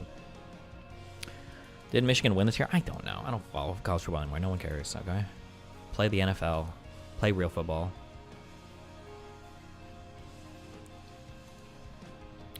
Third tower evidence theory. What shot? What do I care? Okay.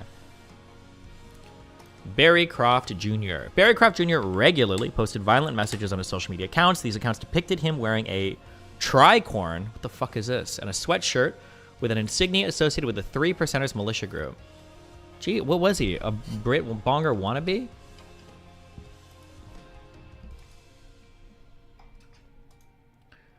Almost fell over. Best thing you've ever sent me. Oh, Tom liked my meme. See?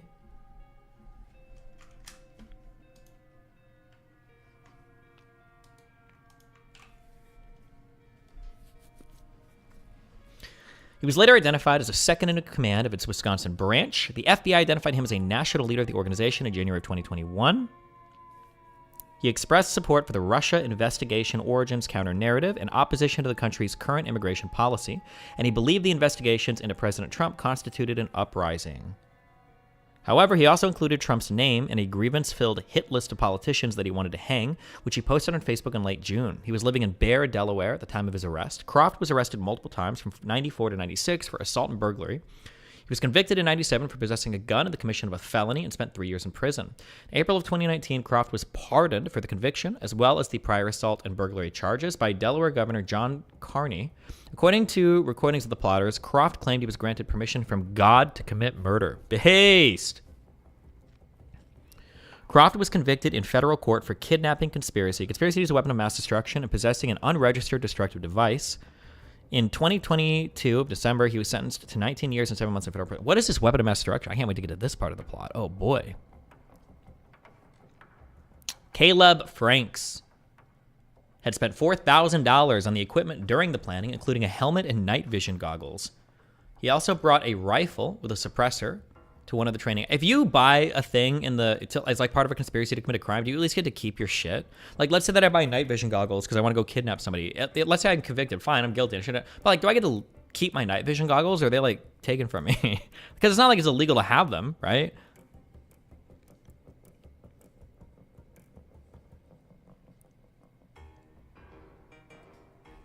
Do USA Geography? It's been a month. You know what? After we finish our first read-through of this, we will. We'll do the 50 states, okay? It's evidence, dumbass. SWAT is so getting that shit. Fuck, that would suck. Imagine if they jack your shit, dude. He also brought a rifle with a suppressor to one of the training exercises. According to his LinkedIn profile, he studied clinical psychology at Washtenaw Community College and was employed as a peer recovery coach at an addiction treatment center in Waterford.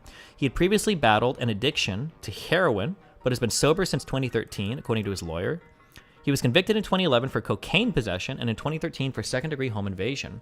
He served 9 months in jail and 2 years under the jurisdiction of drug courts. He testified that he was motivated by a desire to die because much of his family had died and he didn't want to live anymore, and he'd secretly hoped to be killed by police in a shootout. Well, why did it not happen?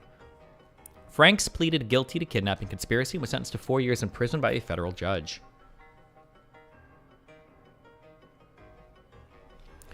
Daniel Harris served in the U.S. Marine Corps as a rifleman from 2014 to 2019, most recently at Marine Corps' base camp Lejeune in Jacksonville, North Carolina. What does it mean if you're a rifleman? We must have more things in the Army or the Marines for you to do than just walk around with a rifle, right? What do you actually do? That must mean, like, there must be, like, more for this job, right? In the Marine Corps, the MOS 0311 is for riflemen. It is a primary infantry MOS for the Marine Corps, equivalent to the U.S. Army MOS 11B for infantrymen. Training for Marine Corps government is conducted by the... It's a sub-role in infantry. Oh, okay. Wait, why did the Marine Corps and the Army use this MOS thing, but the Air Force and other people don't? What the fuck?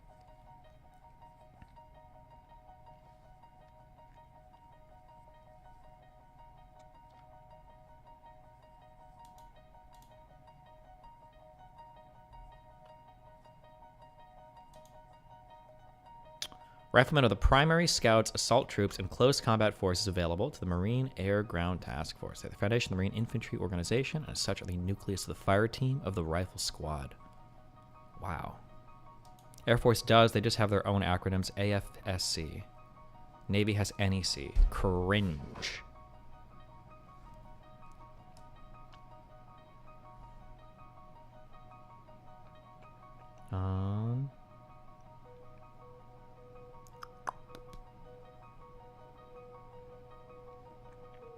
Hold on.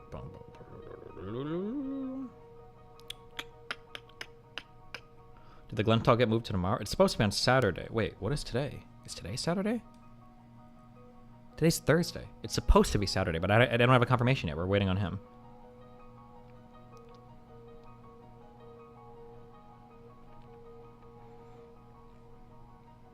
Distorted jams exactly as you'd expect. Wait, what?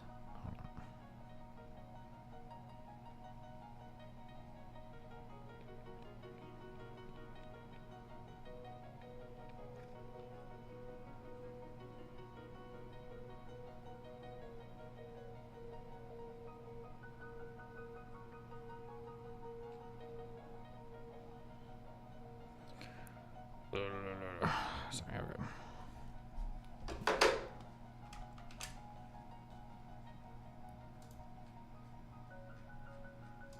We're ordering a new mouse today, guys. Another one. If you want faces to the names.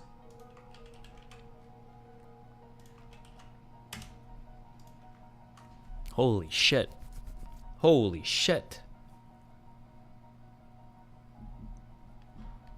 Okay.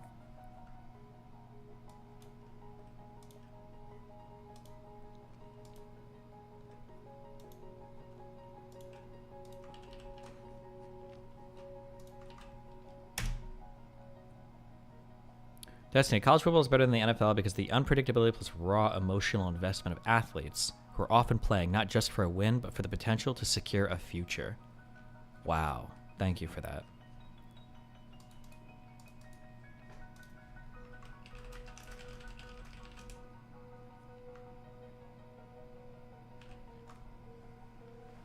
Don't listen to him. College football is cringe and the NFL is cool. Wow.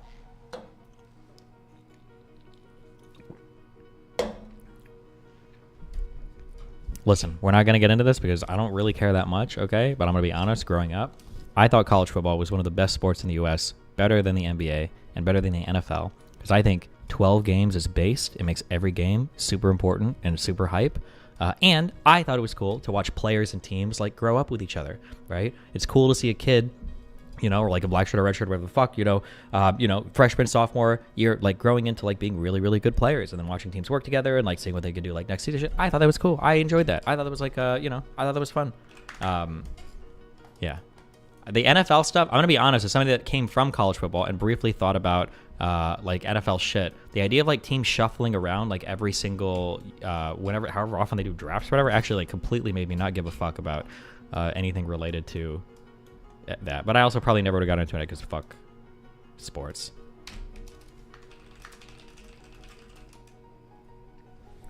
Okay.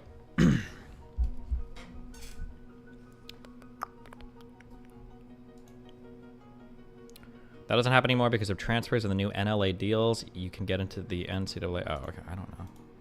Maybe.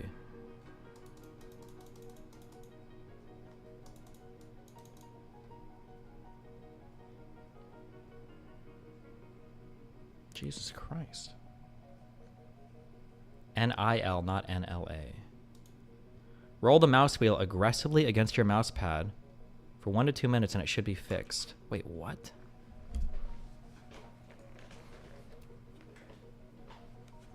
No shot.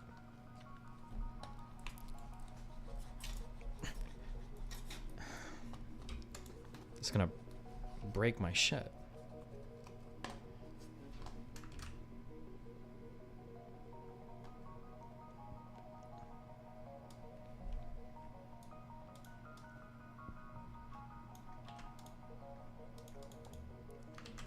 Wait, did this actually work? Hold on. Wait, it can't be that easy.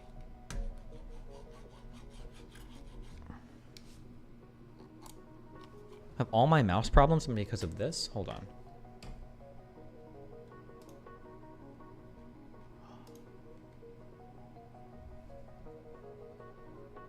Wait, holy shit.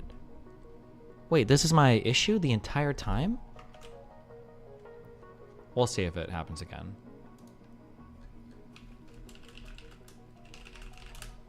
Is your mouse doing the thing where it'll randomly scroll up? Yeah. Should DeSantis stay in the race no matter what because of the possibility that Trump can't be the nominee? Maybe. That's actually interesting. I wonder if that'll influence the people that are running to never drop because, like, Trump, yeah.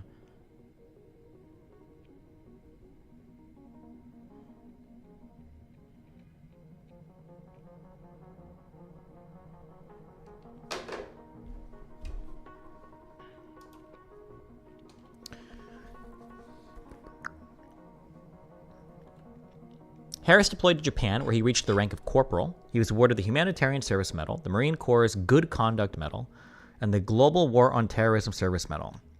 He worked as a security guard at 2 different companies after being discharged.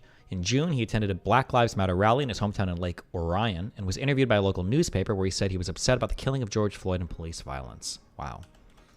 8 of the suspected conspirators met at Harris's home on August 23rd to discuss the plot. While under surveillance, Harris was recorded by the FBI saying, have one person go to her house, knock on the door, and when she answers it, just cap her at this point. Fuck it. Damn. Harris is the only defendant to take the stand in his own defense in the first federal trial. In April of 2022, he was acquitted of all charges. Damn. Brandon Caserta, a Canton resident, was shown wearing a Hawaiian-style shirt associated with the Boogaloo movement in a TikTok video, and on Facebook he praised Kyle Rittenhouse, a civilian who shot 3 protesters, killing 2 during unrest in Kenosha, Wisconsin in August. Caserta was also a COVID-19 denier and supported the QAnon conspiracy theory. However, in one video, he criticized President Trump and called him a tyrant.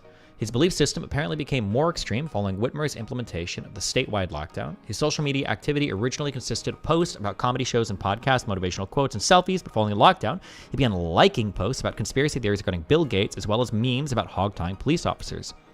While under surveillance, Caserta was recorded by the FBI saying, when the time comes, there will be no need to try and strike fear through presence. The fear will be manifested through bullets. And if this whole thing starts to happen, I'm telling you what, dude, I'm taking out as many of those motherfuckers as I can. Every single one, dude. Every single one. In April 2022, Caserta was acquitted by a jury of all charges relating to the plot. Pete Musico was active on YouTube, where he posted video blogs against taxes, gun control, and the so-called deep state. A video posted in 2019 entitled Gretchen Whitmer Interview depicted him railing against her policies around automobile ownership and promised he would interview Whitmer in person in a later video.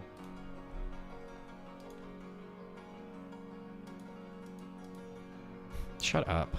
Samson Breed, you're retarded. College players are only on a team for 3 to 4 years. It's CFB always getting new players and makes it hard to follow rosters. NFL has more continuity. That's not what your mom said. When I'm continuing to fuck her every day.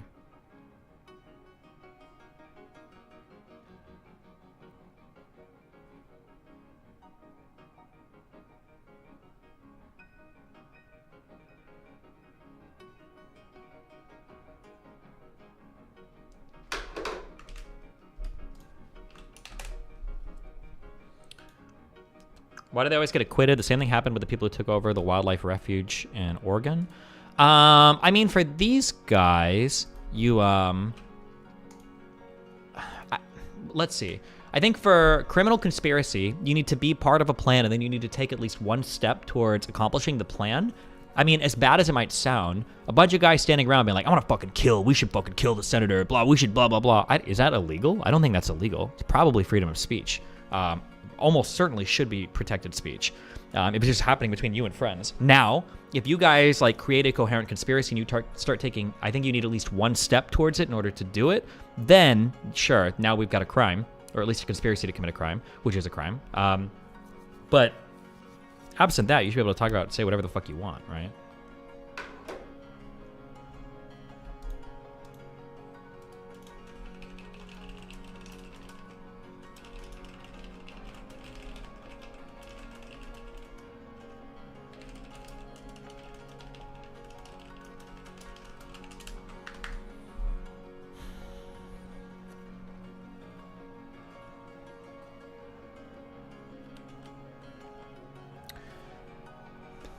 Musico was also active on Gab, where he promoted the unfounded claim that there was an ongoing campaign to kill white people in South Africa. He also followed the accounts of Proud Boys organizer Joe Biggs and InfoWars personality Owen Schroyer. On Twitter, he expressed support for Trump and conspiracy theories regarding Bill and Hillary Clinton, the high presence of mercury in vaccines. Musico's attorney said he was eventually kicked out of the Wolverine Watchmen because he was too soft and would not commit to violence. Musico is the father-in-law of co-defendant Joseph Morrison. On October of 2022, Musico was convicted in Michigan State Court of materially aiding a terrorist being a member of a gang. On December 15th, 2022, he was sentenced to 12 to 20 years in prison. Damn. Sean Fix. He hosted the Wolverine Watchmen meetings at his home in Belleville to discuss the plot. The house's yard had Donald Trump presidential campaign signs and a Gadsden flag. Jesus. He was working as a truck driver and had more than a dozen driving infractions from 2007 to 2018. Okay, chill. That's like one ticket a year. Not too bad. Fix was charged with assault and battery and damn, why are they digging up this guy's driving record? Come on.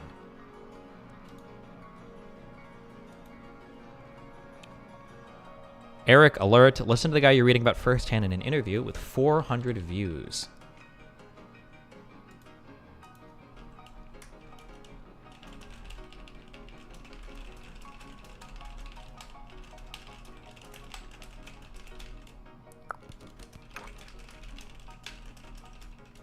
Bum, bum, bum.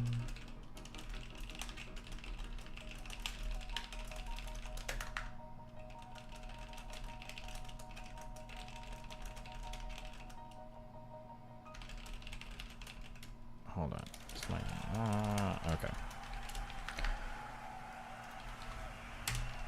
Clap him.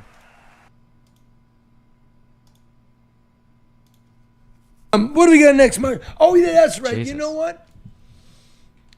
Everybody really liked the last segment, Dum Dum Dana. We got a new segment. Dum da dum dum. Dum da dum dum dum. Dum da dum dum. Dum da dum dum Dana. Wait.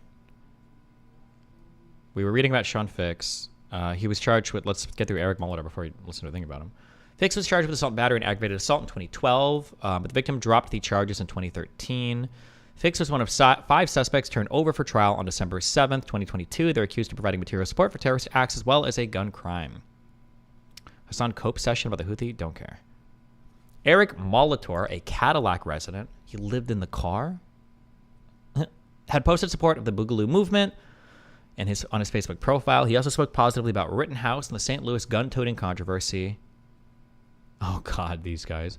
Along with an anti-government sentiment, he had worked for a company that provides respiratory and ballistic protection to the military and first responders. In January 2020, he gave the Wexford County Commission a proposal to make it a Second Amendment sanctuary county, which passed unanimously the next month. Molitor was one of 5 suspects turned over for trial on December 7th, 2022. They're accused of providing material support for terrorist acts as well as a gun crime. How did this actually end?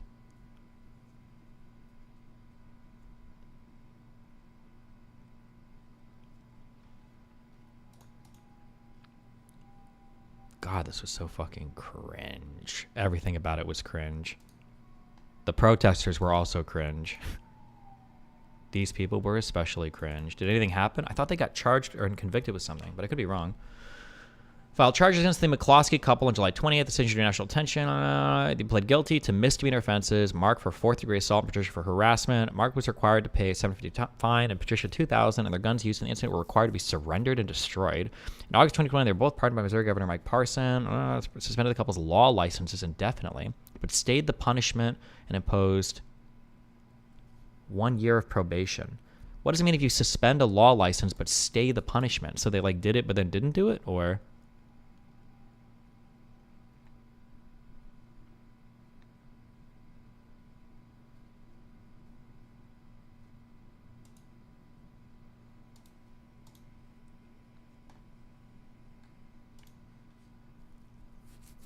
Huh. Oh, state equals no time. Okay.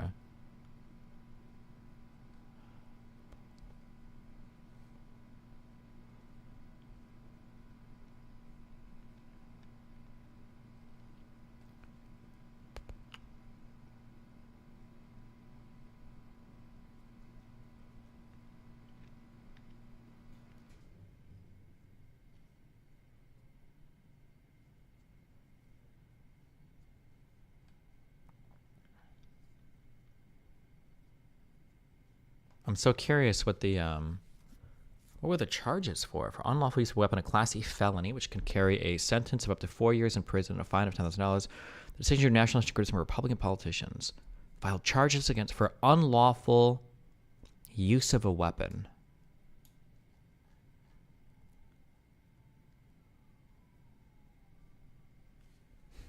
Because of, did they point it at them, or?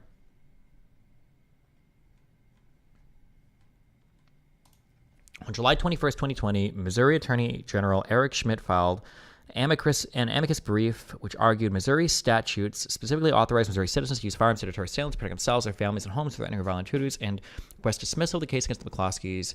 Schmidt expressed his concern for the chilling effect this case has on people exercising Second Amendment rights. Retired Supreme Court was critical of the intervention, saying that Schmidt had no role in the trial court level and might be called on to represent prosecutors if the McCloskeys are convicted and appeal. July 22nd, the anonymous received a list which said the lab had tested both the rifle and the handgun. The rifle fired when tested, but the handgun was not functional and could not be fired. The request of the prosecutor turned out the handgun was stripped and found to be assembled incorrectly. The prosecutor then requested it to be reassembled correctly and just fired again. The handgun then fired properly. The prosecutor's charging documents said the handgun was capable of lethal use.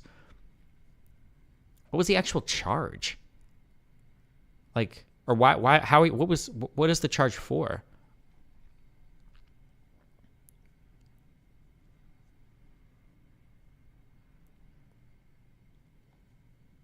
Like 4th-degree assault. Was it just standing on the porch, like holding the guns, or?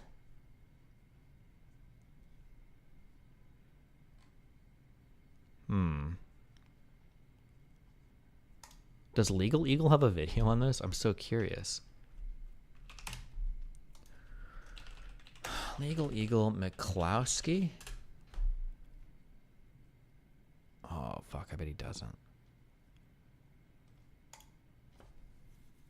Brandishing? Is brandishing a firearm, if you don't point it directly at somebody on your own property, is that illegal?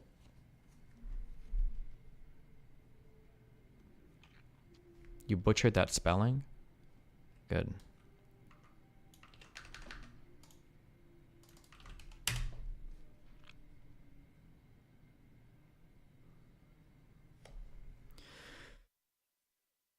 Ugh. Klowski, conviction. Did anybody go over this case? Legal Eagle is actually like, I find that as I go over the Legal Eagle videos, and then I also go over other stuff, like reading indictment stuff, I feel like he actually does a really good job at giving both sides of an argument. I appreciate that.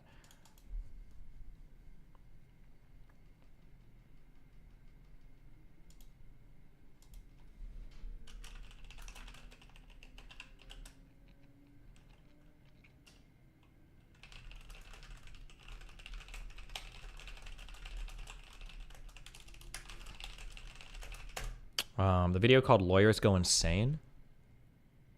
Wait, was that about them? This was 1 year ago. Every lawyer always puts their client's interest first and is This always... just looks like random lawyers being dumb or whatever.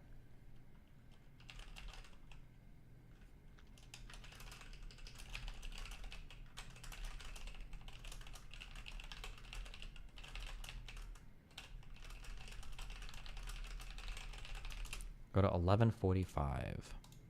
Every lawyer always puts their client's interest first and is always Florida man. But that takes us to a couple of lawyers you might have heard something about. Good evening, America. We are Mark and Patty McCloskey. They are the Missouri personal injury lawyers who spent decades suing everyone for everything. Then they waved their guns at BLM protesters, became MAGA celebrities, and then they sued even more people. Now, personal injury attorneys are often referred to as ambulance chasers due to a reputation for filing costly, frivolous suits. But in the case of Missouri personal injury lawyers Patricia and Mark McCloskey, it turns out all you need to do is basically look at them the wrong way, and they'll sue you. I'll sue ya. I'll take all your money. I'll sue ya if you even look at me funny. Or they'll point their guns at your face. He'll sue ya. He'll put a gun in your face. She'll shoot ya, probably because of your race. Now, you've likely seen this viral photo from June 2020 when the McCloskeys pointed firearms at BLM protesters marching past their St. Louis home. But that's not their first public spectacle. Here's how Jeremy Kohler of the St. Louis Dispatch described the couple following a review of public records. Quote, the McCloskeys are almost always in conflict with others, typically over control of private property, what people can do on that property, and whose job it is to make sure they do it. Now, among their many, many legal fights, it includes suing to obtain their home, a castle originally built by Adolphus Busch, co-founder of Anheuser-Busch, suing a man who sold them a Maserati they claimed was supposed to come with a box of hard-to-find parts, and fighting their HOA to acquire 1,100 square feet of a triangle of lawn designated as a common area for the neighborhood. Now, one notable McCloskey dispute bordered on cartoon villainy. In 2013, Mark McCloskey allegedly destroyed beehives placed outside his mansion's northern wall by the neighboring Jewish Central Reform congregation, then left a note saying that if the mess wasn't cleaned up quickly, he'd seek a restraining order and attorney's fees. The congregation was planning to harvest the honey and apples on property for the Jewish New Year. According to Rabbi Susan Tolv, quote, the children were crying in school. It was part of our curriculum. Now, Mark McCloskey denied destroying the hives, and a Snopes investigation was unable to confirm who killed the bees. Yeah, he's just going over like wacky shit that lawyer people don't. Huh, weird. Fuck. I'm sorry. How did we get down this?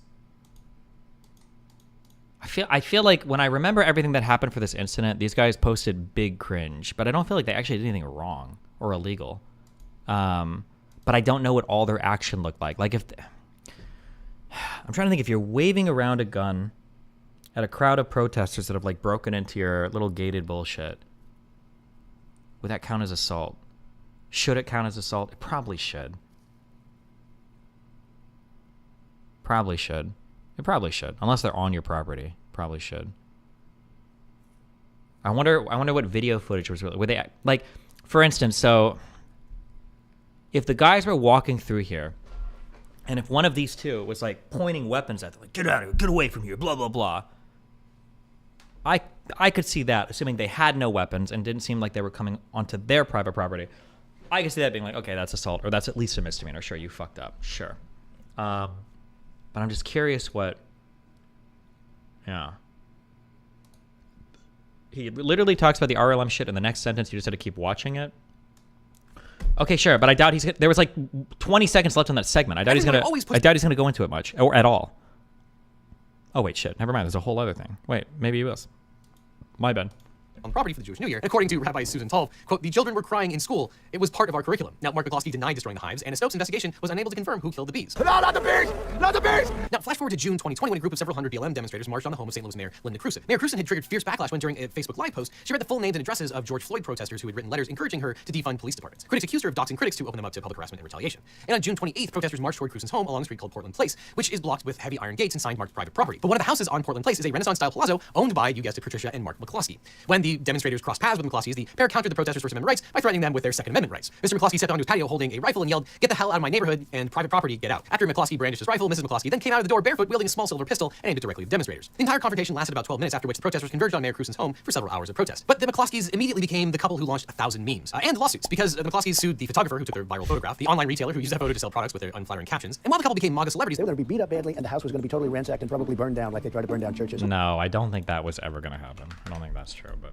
In June 2021, the McCloskeys pleaded guilty to misdemeanor offenses. Mark for fourth-degree assault with a $750 fine, and Patricia for harassment with a $2,000 fine. The couple was required to surrender their guns for destruction. And Mark McCloskey wasted no time in blaming the person actually responsible for all of this, George Soros. But in August of 2021, Missouri Governor Mike Parson pardoned the McCloskeys, which he had promised to do if they were convicted. The McCloskeys, true to form, then immediately sued the city, the sheriff, and the state, alleging the pardon entitled them to have their guns returned and fines refunded. But in February 2022, the Missouri Supreme Court subjected the McCloskeys' law licenses to a one-year probationary period. After the ruling, Mark McCloskey said that he was disappointed the court disciplined him at all, and announced he was considering asking the U.S. Supreme Court to review the case. Now, if you're a terrible lawyer trying to evade public scrutiny, or just a normal person trying to boost your privacy, try today's sponsor, NordVPN. Because you know that incognito mode actually isn't incognito, right? Well, with NordVPN's no logs policy, your internet service provider holding a high-powered rifle and wielding a pistol in these now viral images, Mark and Patricia McCloskey. Ooh, hold on. That one looked kind of iffy. Wait. Holding a high-powered rifle and wielding a pistol. High-powered rifle? Thank God he wasn't using the low-powered rifle. Jesus.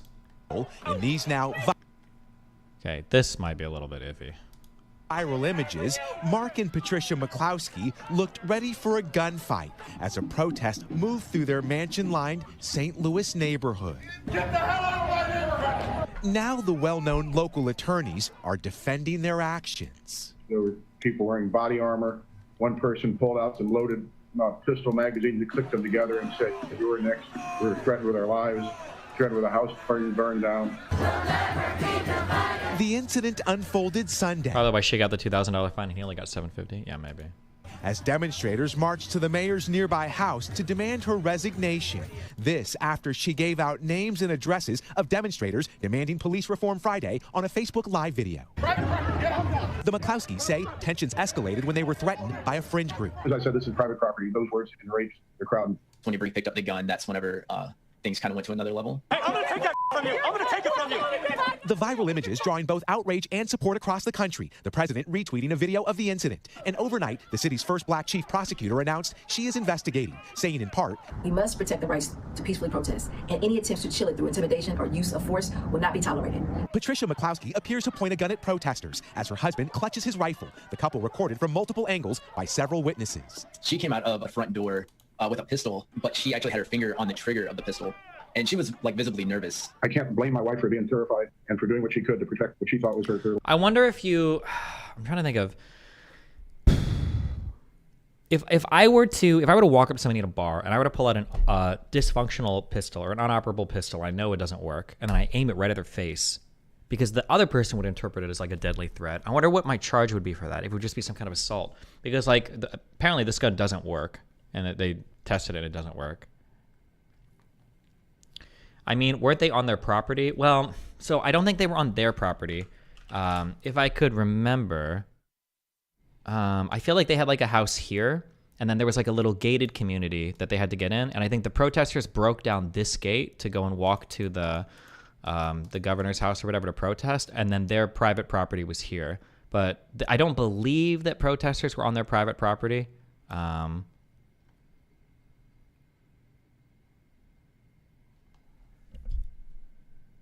Like, I think this is their, probably their property. This is the house. And then the protesters broke down the gate here and started marching.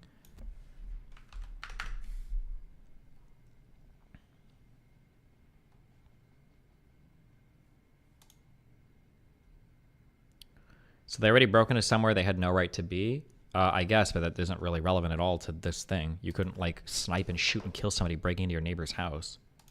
Right. The McCloskeys say the crowd broke down this gate to gain access to their community. To me, it just seemed like someone either left it unlocked or it was already broken because people just kind of walked up and opened the door. Despite the tense, armed encounter, it appears no Missouri laws were broken, and the couple is insisting they do not oppose the Black Lives Matter movement and were simply trying to protect their family. This morning, another community in America on edge and reeling from a close encounter that could have easily escalated. Miguel, you mentioned it appears no Missouri laws were broken in that incident, but that St. Louis prosecutors are looking into it. Can you explain? Well, the Missouri has some of the loosest gun restrictions in the country. The couple here is claiming self-defense, so we'll see what investigators say about that. In the meantime, Mark McLuce's gun restrictions incident, but that close encounter, their family, and the couple is insisting. Open the door. Like the lady there. The tense, armed encounter. I don't like. Either left it unlocked or it was already broken because people just kind of walked up and opened the door. I'm pretty sure I'm almost positive this gate was broken into. I'm almost positive that's what this came out as. But despite the tense, Destiny, that stands in opposition to your Rittenhouse statement. I'm sorry. What do you think? I just said that stands in opposition to my Rittenhouse statement. Armed encounter, it appears no Missouri laws were broken, and the couple is insisting they do not oppose the Black Lives Matter movement and were simply trying to protect their family. This morning, another community in America on edge and reeling from a close encounter that could have easily escalated. Miguel, you mentioned it appears no Missouri laws were broken in that incident, but that St. Louis prosecutors are looking into it. Can you explain?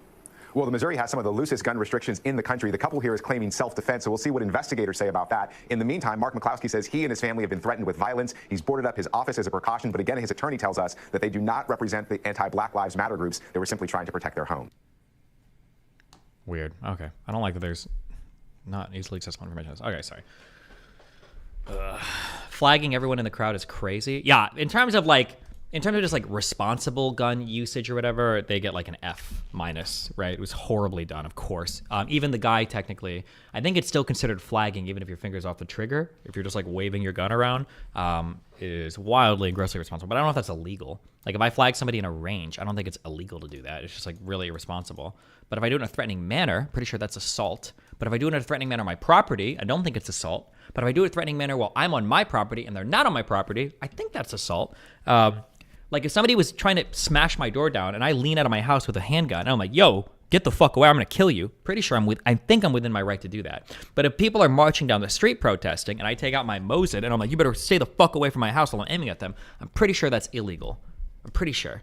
And by pretty sure, I mean, it feels like it is probably okay. And I have no legal basis for saying that. Just my I think is, yeah, okay.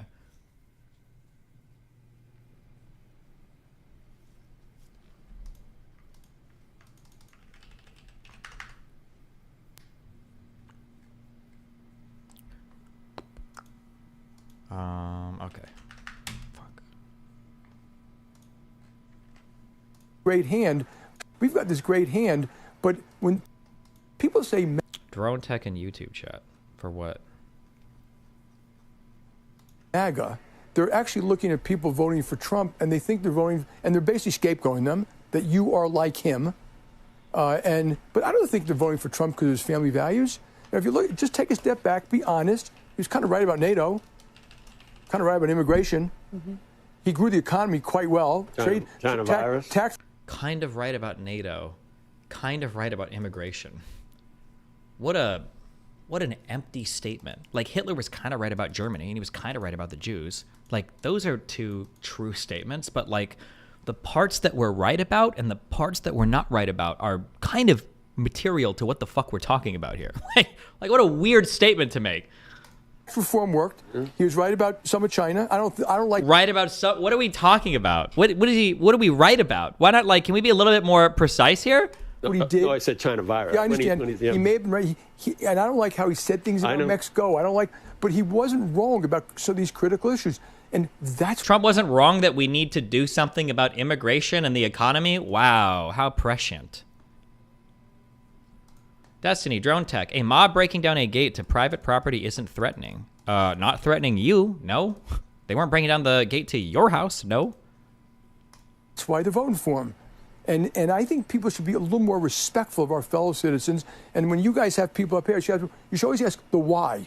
Not like it's a binary thing. You're supporting Trump, you're not supporting Trump. Why are you supporting Trump? It's hard to hate Trump? 75 million of your fellow Americans. And I agree. It's done and, you know, the Democrats have done a pretty good job with the deplorables, hugging onto their Bibles and their beer and their guns. I mean, really, can we just stop that stuff and actually grow up and treat other people with respect and listen to them a little bit? And I do think the economy will affect, and I think this negative talk about MAGA is going to hurt Biden's election campaign. Okay. How do you feel about rooftop Koreans relative to this? How much of the difference is based on different groups/causes and how much is based on training? The rooftop Korean thing, that was a whole other fucking world of insane shit. That was like fucking Insurrection Act tier invoking to stop those. I don't think that was at all comparable to protesters going in the neighborhood. I don't think it was remotely.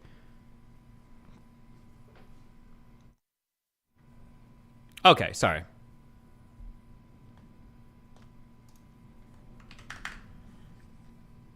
Is your confidence on Biden winning going up or down? I'm pretty high confident that Biden's going to win. I would say like 60%, 70%. Pretty confident. 70, and I'd say 70% plus. I need to still put my money on that predicted site.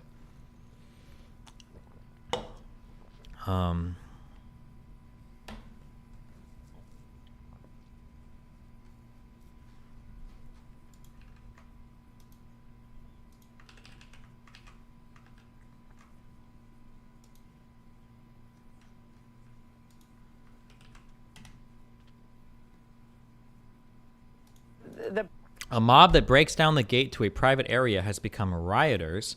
They are no longer protesters. Okay, maybe drone tech. When there are rioters, what you do is you call the police.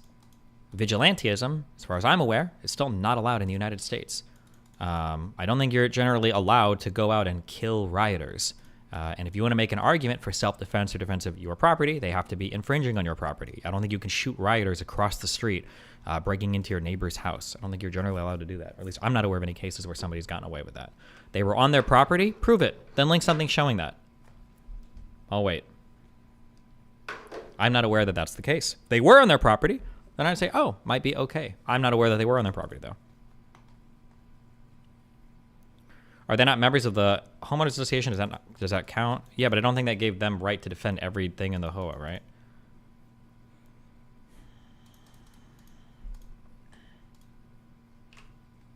What happens if my neighbor gives me permission to watch his house or he's out of town and asks me to watch it? Are you allowed to be hired as security by a neighbor to shoot somebody else? I'm not sure you're allowed to do that. Maybe? I don't know, actually. I actually don't know the legal grounds there.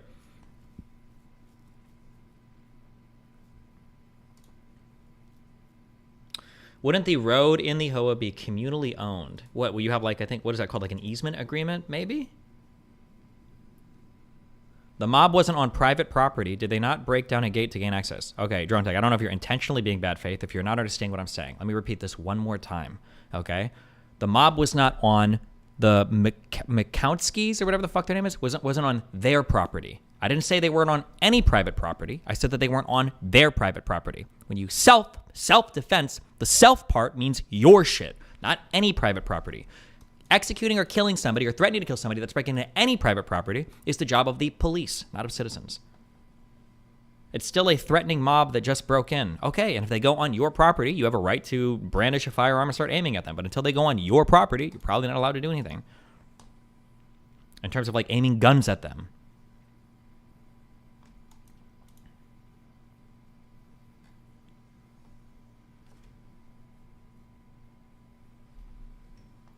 I mean, the Capitol building is also not private property, but we accept that the Congress people recently feared for their life. What? Did they not brandish from their property? Fuck. Drone Tech, I hope you don't own any firearms. Holy shit. Okay. I don't know how to put this any more simply, okay? Let's say this is my house, okay? Let's say this is a neighbor's house, okay? Let's say that this is the homeowners association's like private gated community we live in, okay? Let's say that this is my neighbor's property lines, and these are my property lines, okay? If an angry mob, also these are just my bullshit legal texts. I could be wrong. This is just my understanding of it. I don't know the 100%, but my guess is going to be, okay, they were on their property telling a violent mob to stay away from their house. No, Drone Tech, they were not on their property telling a violent mob to stay away from their house. They were on their property pointing firearms at people that weren't on their property.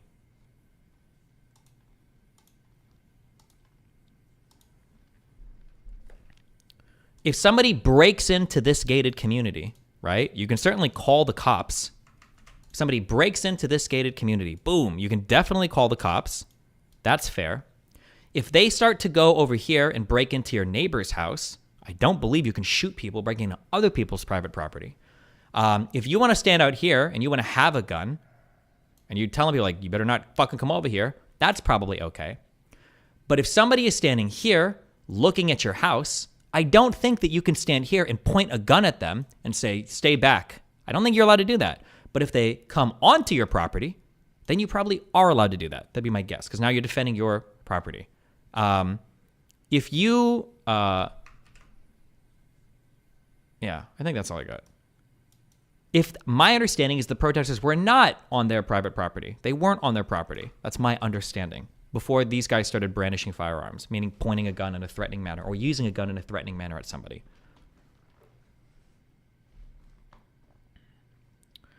They stood on their property with the weapons and they didn't point them at anyone. Shizadar, you're lying, or you didn't watch the video, or you're just wrong. And is it illegal to point? I'm not saying it's illegal to point a gun, but my understanding is that pointing a gun at somebody is considered an aggressive action and you need provocation to do so. So if somebody's on my property and I point a gun at them, it's okay because I can argue self-defense, but I don't believe just pointing a gun at somebody, I'm pretty sure it's assault. I'm pretty sure.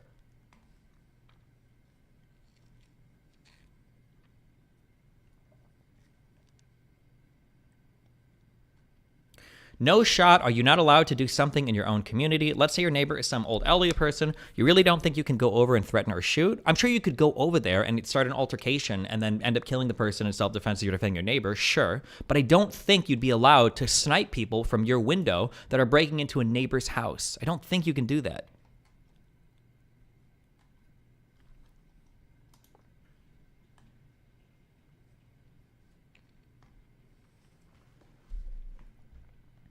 What if security guards of these gated communities, who I assume would own firearms, can they not draw guns in defense of the greater community? I mean, if there are security guards here and they're licensed to like patrol this area, they can probably fight with people coming in, or yeah, kill them if they come in. Sure. Oh, that's actually true. Oh, fuck. I feel like I remember cases like that. I'm pretty sure if I'm in a state and I'm... do I remember this? I feel like we learned this in my concealed carry class. If I'm in a state and I've got a concealed carry on me and I go up to somebody and I just like raise my shirt and I like show like I got a gun, like, I'm gonna fuck you up, bro, or whatever. I'm pretty sure that can count as assault. You are focusing too much on the private property aspect. What if the couple was in public and a mob was coming through town? Would they not be right to defend themselves? They were verbalizing, not just shooting. You can't brandish a firearm at somebody. That counts. I'm pretty sure that's... Let's look. Are there actual state crimes for... State crime. Brandish firearm. Let's look specifically for Michigan. Okay, we can just chill. The offense of brandishing a firearm in public is a misdemeanor under Michigan law that may result in up to 90 days in jail and a fine of up to $100 upon conviction.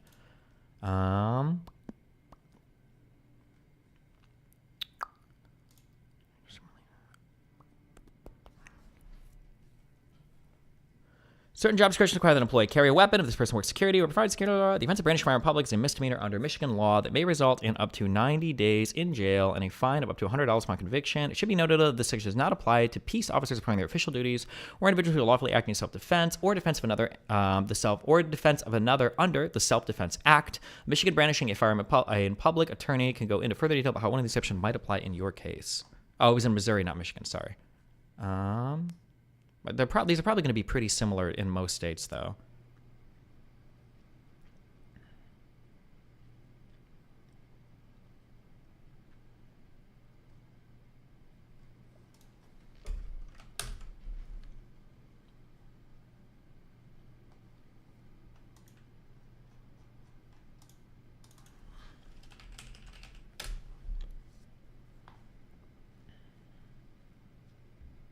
Unlawfully carrying or brandishing a firearm in a threatening manner. Does this...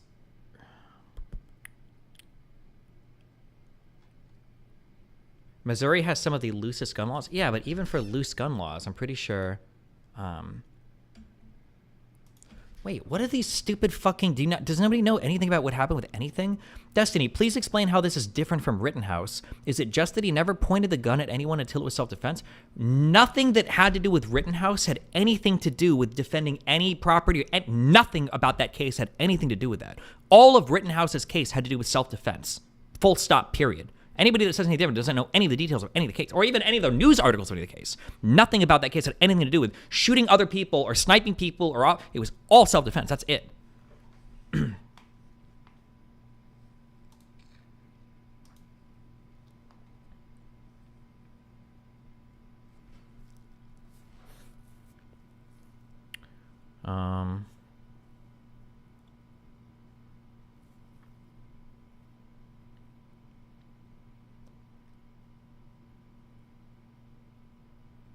What's the difference between brandishing Mrs. McCloskey and carrying Rittenhouse? And which one was Mr. McCloskey doing? Brandishing a firearm, I believe, it's probably defined differently in state to state, but I think brandishing a firearm is just like showing it or using a firearm in a threatening manner. To be fair, he was brandishing his AR. Sorry, buddy, there is zero evidence ever that Rittenhouse was brandishing the AR ever. That has never been proved. And I know that's never been proved because the entire fucking court case hinged on those 9 pixels trying to prove that he'd brandished his firearm before any threats were made. And it was bullshit. It was a dumb argument. But there is no, yeah.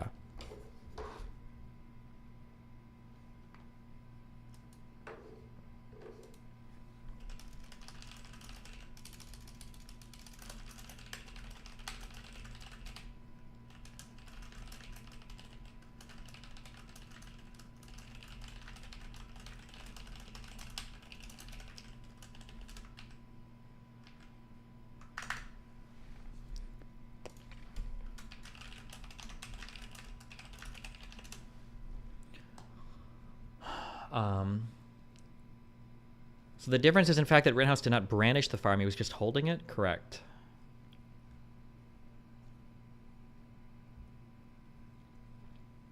You used to argue that Rittenhouse had the right to blast people if they had attacked the Carr place, even if that never happened. No, I don't think so. The argument is that you could effectively do that, but there were steps that you had to take for it to happen, and the steps that you had to take were the exact same ones that I just gave for defending your neighbor. Meaning, if somebody was attacking some piece of property, and somebody runs over, Rittenhouse runs over, he's like, "You need to stop," and the guy's like, "No, fuck you," and Rittenhouse like, "Stop! You really need to stop," and he like intervenes in that sense, and then that escalates to a physical altercation. Then Kyle could kill somebody like that, and I think that would be considered a self-defense gun use. Same way here, if your neighbor's house is getting broken into and you go across the street and you say like, "Hey, stop, I know the guy lives here, blah, blah, blah," and then that escalates to an altercation, you defend yourself, you kill the person, that's probably okay. But sitting in your window and sniping and shooting somebody from across the street who's breaking into your neighbor's home, I don't think that's okay. I don't think you can get away with that. I don't think that's self-defense. It's clearly not self-defense. It's vigilantism. If you intervene, which I think you have a right to do, and then if they become threatening and it escalates to like a self-defense scenario, then I think you do have a right to kill them. Fuck it, I think it's fine, 100%. But sniping somebody from across the street is vigilantism, and we should be opposed to that for a variety of reasons, right? It was the the daughter's boyfriend was trying to sneak in the back, and now you killed him because you didn't know, or some drunk dude showed up and he wasn't aware of what house it was, and he killed, now you killed the guy. Like, yeah. Okay, we got super sidetracked. We're still sidetracked. What's this? The president actually just got off the phone with me right before the show, and he said he has spoken to you about this deal and that he is against it, and he urged you to be against this deal. He was President Trump was extremely adamant about that. Your reaction to that, given the fact that, look, he knows how to do this enforcement stuff. You don't need some new bill coming out of the Senate to get the border enforced. Yeah, President Trump is not wrong. He and I have been talking about this. Doesn't brandishing mean that someone is holding the weapon in a ready-to-fire manner? No. Brandishing is when you're acting menacingly or threatening with a weapon. Brandishing a weapon does not mean holding it, and it doesn't even necessarily mean aiming it, or it might not even necessarily mean flagging somebody with it. For instance, it's very common for rifles that you would use a sling to carry a rifle.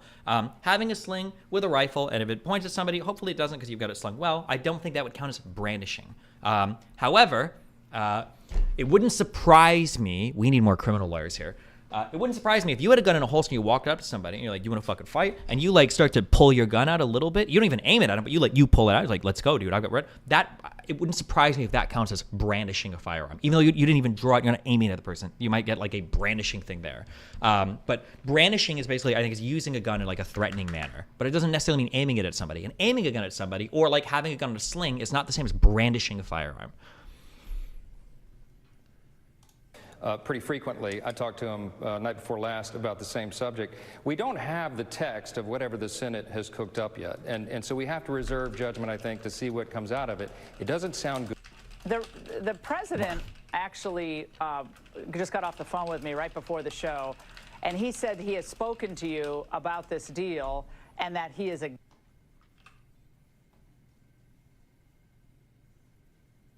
It's revealing that you concealed holster considered brandishing. Bro, I literally have a concealed carry permit. Post yours in chat, you fucking retard. I didn't say that concealed carry holster is brandishing, you fucking moron. I said that if you walk up to somebody while you're concealed carrying and you show your gun off while you're telling them you're gonna fucking pop a cap in their ass, that could count as brandishing.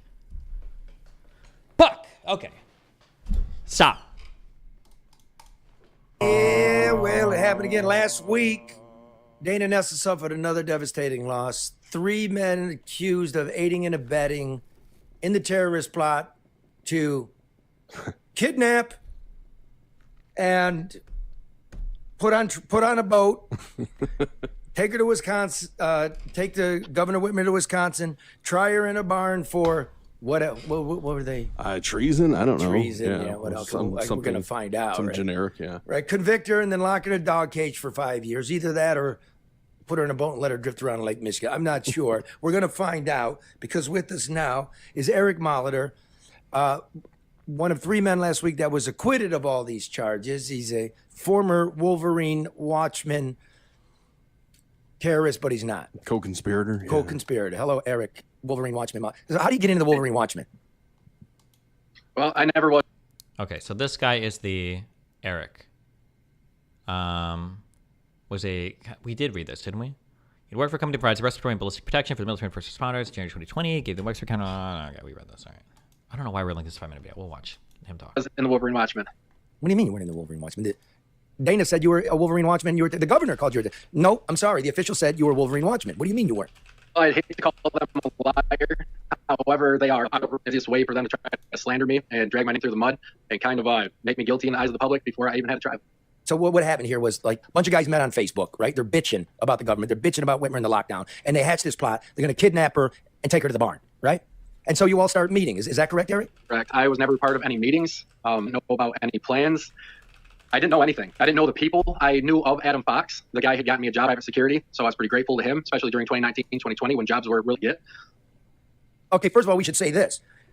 The whole thing, the captain of this whole thing was a guy named Big Dan, this right? poor dumb redneck. Yeah, Dan. He was the confidential human source, the original CHS for the FBI. Dan Chappell, who sees chatter going on Facebook. He alerts the authorities. He's put in touch with the FBI. They put him on the payroll. And he becomes pretty much the de facto leader of the group, right? Within 2 weeks, he was second in command. The group actually supposedly wanted him for first in command, but that would have been against his FBI admonishments. So he was told that he could not be first. He could only be second. So he's the guy putting together training. He's the guy putting together meetings. He's the guy paying for people to get to Ohio to meet at a motel, right? And it's all FBI money. So altogether, there were 14 different undercovers and confidential humans. All of them game amongst themselves. So Dan was not the only one giving the training, giving people rides, paying for food, paying for lodging. There were most. God, this connection sucks. I think the government's fucking bugging us here. Okay, so 14 people were working for the feds. How many people were just mopes like you? I guess about 14. So half of this group is actually the feds? Yes, sir. And without the feds, would you guys have done the recon, gone up to her house, met, did training in the woods, et cetera, et cetera? None of this stuff would have happened without the feds getting involved and making it happen. Dan Chappell, I call him the magnet that the government put out to attract everybody else.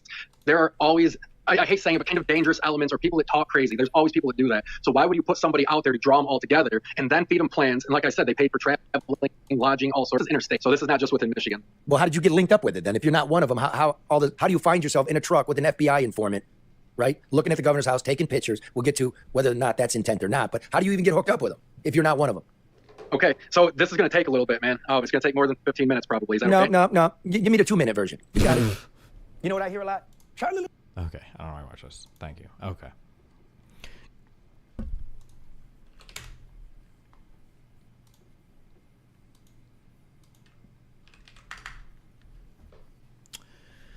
Michael and William Knoll, twin brothers, allegedly helped conduct surveillance on Whitmer's vacation home. They were also former members of another militia group called Michigan Liberty Militia. They were photographed at a protest held by Michigan United for Liberty, a right-wing group protesting against Whitmer's COVID-19 lockdown orders at the Michigan State Capitol on April 30th. William also attended another anti-lockdown rally in May, as well as Black Lives Matter rallies in Grand Rapids and Flint, according to Berry County Sheriff Dar Leaf.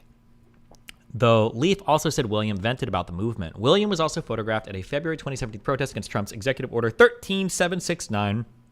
Does this have to do with bump stocks or some shit? Or was that banned in Congress? I don't remember. Oh, labeled the Muslim travel ban. Was the bump stock ban legislation, or where did this even come from? The ban went into effect on March 26, 2019. Bump stock ban. Regulatory, federal. ATF ruled in 2010. Oh, don't care. The DOJ announced a plan to ban bump stocks at the federal level. ATF rule.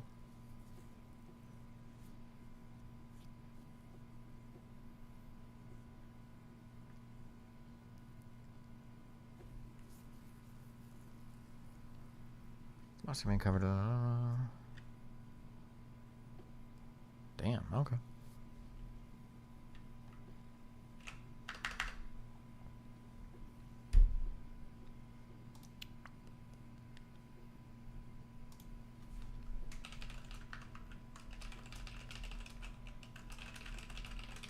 Last sentence of first paragraph.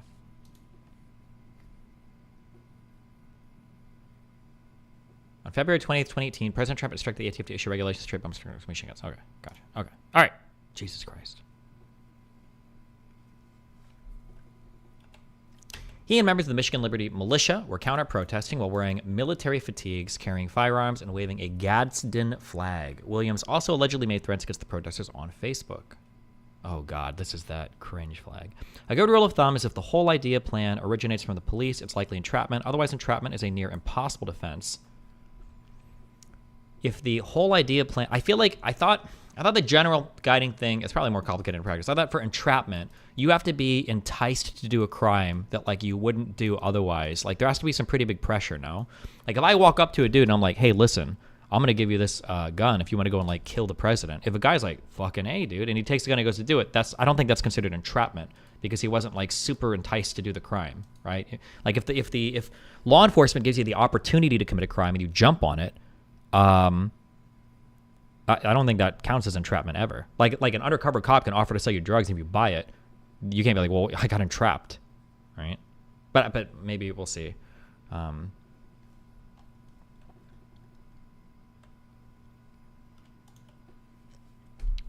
Corey shot that. Join the disagreement room real quick, okay, if you want. Jesus.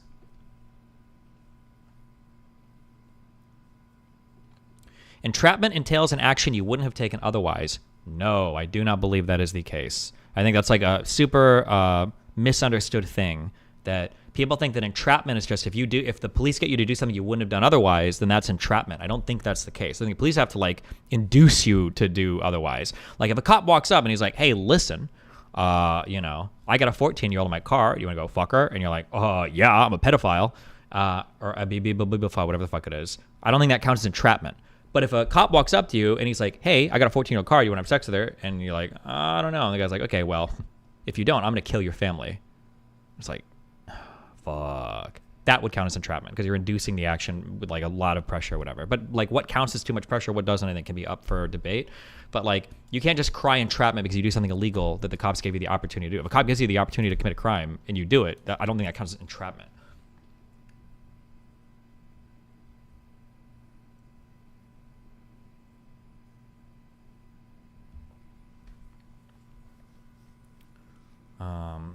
An example of police entrapment would be if a police officer threatened to arrest a suspect unless they agree to sell drugs for the officer. Sure. What? No, can't be true. Go look it up. I don't want to do all this shit here, okay? Go look it up.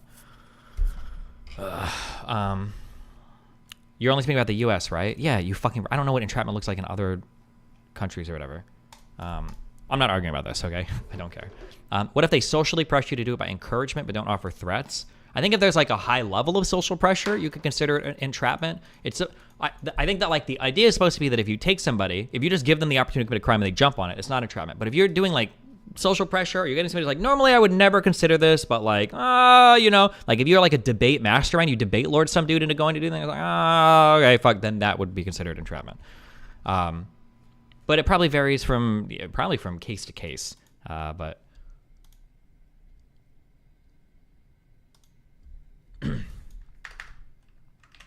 okay, Jesus.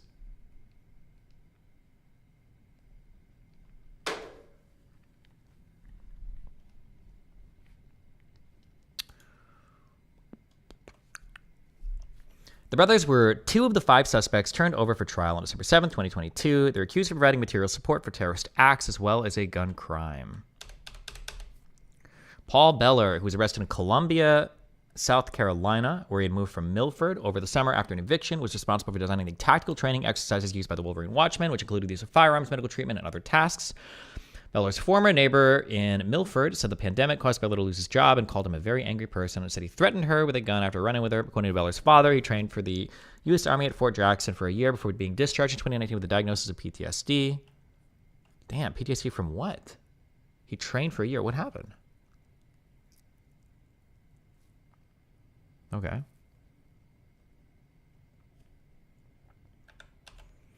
Beller was convicted in October of 2022 in Michigan State Court of providing material support for a terrorist act, membership in a gang, and a gun crime. On December 15, 2022, he was sentenced to 7 to 20 years in prison. Brian Higgins was a resident of Wisconsin Dells, Wisconsin. When he was arrested on October 15th, he's alleged to have provided his night vision goggles and dash cam to help conduct surveillance on Whitmer's home. Higgins was one of 5 suspects turned over for trial on December 7, 2022. He's accused of providing material support on March 15th, 2023. He pleaded guilty to providing material support for an act of terrorism and agreed to cooperate with prosecutors against the other 4 defendants at trial set for August 2023. A sentencing date has not yet been set. He faced a maximum of 5 years in prison.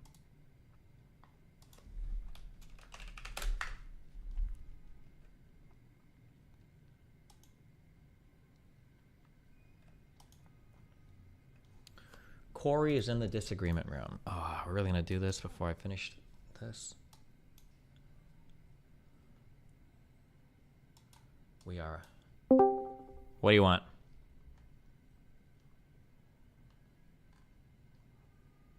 What's going on? Hi, how's it going? What's going on? What's going on? What's up? So, there is plenty of evidence. I have a lot of friends that were in Kenosha that night, and there is video. I know I actually just went to one of your Reddit forums, and there was many people talking about the yellow pants guy who never came forward, who identified Kyle Rittenhouse as the person who brandished his weapon to many people that night. Okay, don't care. Where was he in trial? Well, I mean, there was a lot of people that didn't go to trial. There was there was a lot of things that were inadmissible too, sort of like the video outside of the CVS or the Walgreens of Kyle Rittenhouse wishing he had his weapon so he could shoot him. That wasn't admissible. I mean, when you have a judge that doesn't allow things to be admissible in court, I mean, you have a stacked trial. No, and we all knew. When you have a judge that doesn't allow certain things to be admissible in court, that's just a judge going over rules of admissibility and what evidence he thinks is relevant or not relevant. And in this particular case, he decided that that character evidence wasn't really relevant to prove the crime of whether he had killed the people in Kenosha during the riots as being okay or not. Somebody making a statement months earlier saying like, God, I would kill these people for breaking into this, blah, blah, blah. He decided that character evidence was inadmissible. And I think character evidence like that is usually inadmissible. I don't think that was anything out of the norm there. I have to go back and check. But that would prove state of mind, right? No. That wouldn't prove state of mind. So, for example, if I was on, if I had a video out right before, let's say 2 weeks before January 6th, and I said, man, I just wish I could go to a right-wing rally and put some lead in some people. And then let's say 2 weeks later, I go to January 6th, and let's just say I end up doing that very same thing. You telling me that wouldn't be admissible in my trial? If that's what had happened, maybe it'd be more admissible. If Rittenhouse had shot somebody breaking into a CVS or something, maybe he would have changed his mind. No, I'm talking about the state of mind. I'm talking about the state of mind. But the state of mind of whether he'd shoot somebody for breaking into something or not wasn't really relevant to what happened. That wasn't what he was being accused of. Right. Well, and I'm pretty sure you would probably agree with this. There is a huge double standard when it comes to how leftists are treated. I think I just saw a video. I watched a video not too long ago where you were talking about the Reinhold case, where there is a huge double standard in how leftists, especially armed leftists, who end up, in circumstances where they shoot or they maim a right winger, we don't get the same leniency. We don't get the same benefit of the doubt. Why do we agree with that? Why would we use Reinhold as an example? Well, I mean, you could use the Denver. Well, no, let's use the one that you just brought up. Why would you use him as an example? I mean, because you could say that bear mace is a weapon that could be considered a deadly. I mean, they said a skateboard was a deadly weapon if used correctly. The guy with the skateboard was chasing Rittenhouse down the street, ready to attack him after he fell over. Reinhold crossed the street to shoot and kill the Trump supporter that had the bear mace. I don't know why we're comparing these two cases. So in that video of Reinhold, who was the person that says we got one over here? Who's saying that? I don't know, and I don't think it's relevant. Reinhold, he's seen, right? There's a video. We have video of all of this. Reinhold is walking. But you remember that day, though, right? You remember that day when they were driving around with paintball guns in the back of the trucks, Patriot Prayer. Who cares? Proud Boys, why is that relevant? I don't care. That has nothing to do with him killing. Because when you get into the street, when you get into street activism, and when there are mutual combatants in the street, especially in Seattle and Portland, and even sometimes in our region, like Stone Mountain, you have conflicts where they do spill out from the main source where most of the congregation is, and then you have things that spread out, which is what happened in the case of Michael Reinhold. The simple fact is, but here's the thing: no matter if it was self-defense, even if it was proved that, and even if you have definitive proof that Michael Reinhold did use self-defense, that would not have stopped 50 bullets getting put in him the very next couple days. Because 50 bullets didn't get put in him for randomly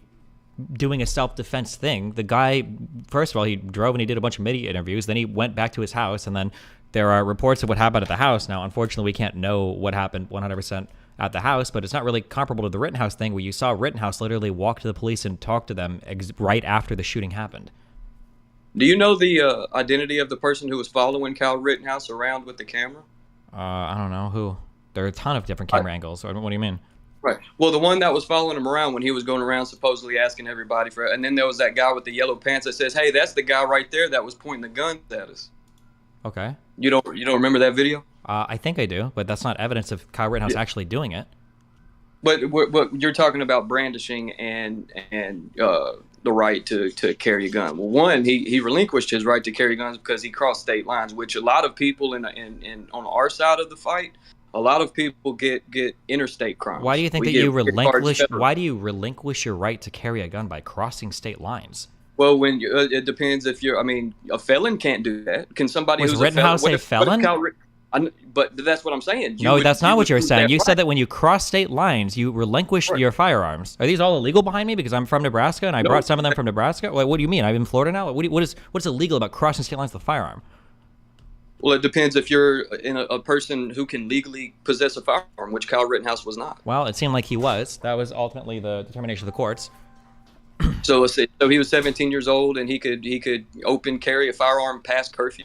I think he was 17 years old. The way that the particular law was written around the type of rifle you could have, I think, was ambiguous at best, which is why they ended up throwing out that charge. Also, technically, the gun didn't cross state lines. He picked up the gun there, but I don't know if that's relevant to any of this argument. But that's the whole point. Is crossing state lines is you could argue shows intent. Like intent to what? What was his intent? Intent to what?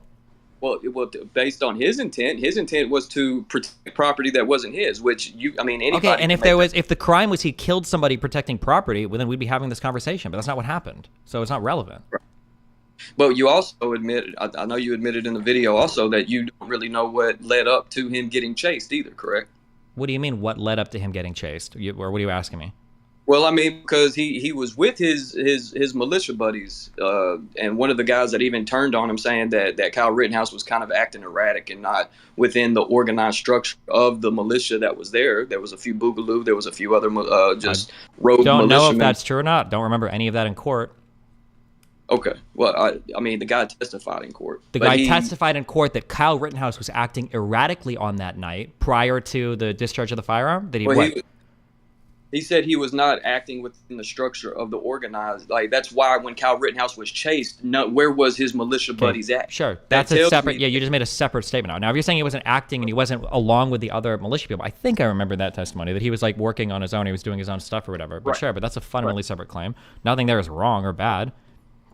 No, but that's what I'm saying. What happened in that time frame from when he broke away from his militia buddies that was together, when he broke away from them, and in that time frame there is a huge gap between what happened between that time and when he got chased. Okay. It could be argued, and no, there is no definitive proof that he did something that would cause someone to chase him, but logical reasoning would lead you to believe that people aren't just randomly chasing a guy with a gun for no fucking reason. Wait, why not? The first guy that chased him, didn't we literally have video footage of him randomly screaming like the N-word and saying shit like literally that same night? We wouldn't believe that guy would also be like violent or would start chasing down another dude that he's carrying a rifle?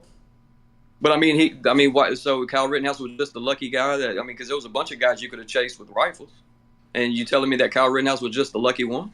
Okay. Wait, hold on. I didn't understand how ridiculous what you just said was, okay? If there are 15 people with rifles and somebody goes to chase one of the guys, are you going to say, whoa, is he just lucky that John got chased? But if it was David, you'd say, well, is David just lucky that David got chased? Or if it was like, Isaac, is Isaac just like, well, yeah, I guess he just happened to be the guy in front of him. Yeah, I mean, what do you mean? It's not like there's one, guy to chase down every single guy with an assault rifle. Yeah. I mean, what is the argument there? It's just because it goes along the same lines that he was also the same guy earlier that night who was told by many people and identified as the guy who brandished weapons at him while they was in their cars. No, he wasn't. And if you want to show who testified that in court? Nobody said that in court. No, I mean, but there was a lot of witnesses that didn't testify in court, because when you get into that realm, like there's a lot of people that don't go to that level. Oh, well, that sounds like that's their fault. If they didn't go to court to testify, then it's their fault. But then the argument is like, well, there's legal and then there's the moral case. Like, okay. I mean, you have the legal argument, which, I mean, that can be stacked, and we know historically that right wingers have the pretty much, the leniency and the side of the state on their side. Like that's just the way it is. Like that's why 1,000 people are getting charged or indicted and convicted in this January 6th shit, is because the courts are stacked to favor all of them. Or like, okay, all right, if the roles were flipped and let's say Trump had won the election, do you think any of us leftists would have been able to get within 6 blocks of the Capitol, much less get right? Didn't you guys literally get within the Capitol when Trump was there, when he was president? Wasn't there a whole thing about him running into a bunker because his photo ops were getting fucked up by protest? Didn't this literally actually happen? What you just suggested is an absurd hypothetical as part of like recent U.S. history? But that was a few hundred people. That wasn't a few thousand. Okay, so you can change this to be as like pedantically specific as you want, but the hypothesis you just gave, or the example you just gave, literally happened, and yeah, nobody got fucking killed or wiped away. The government response to right-wing groups and left-wing groups is identical. Is it identical? No, but the situations aren't necessarily identical. But I mean, like, I don't know. What do you mean? Like the government literally identified white nationalist groups as having as being some of the largest threats to the United States. So. But again, that could be stated. But again, you have people within the government who are very sympathetic to that same cause. I mean, so yeah, you have people in government that are sympathetic to every cause. I mean, what do you mean? What's the? I doubt there's very, very few government officials or people within government who are sympathetic to socialist or leftist. Oh, socialist or leftist stuff? Maybe not. Sure, but I mean, like that's like not even many people in America are sympathetic to that. That's a super minority opinion.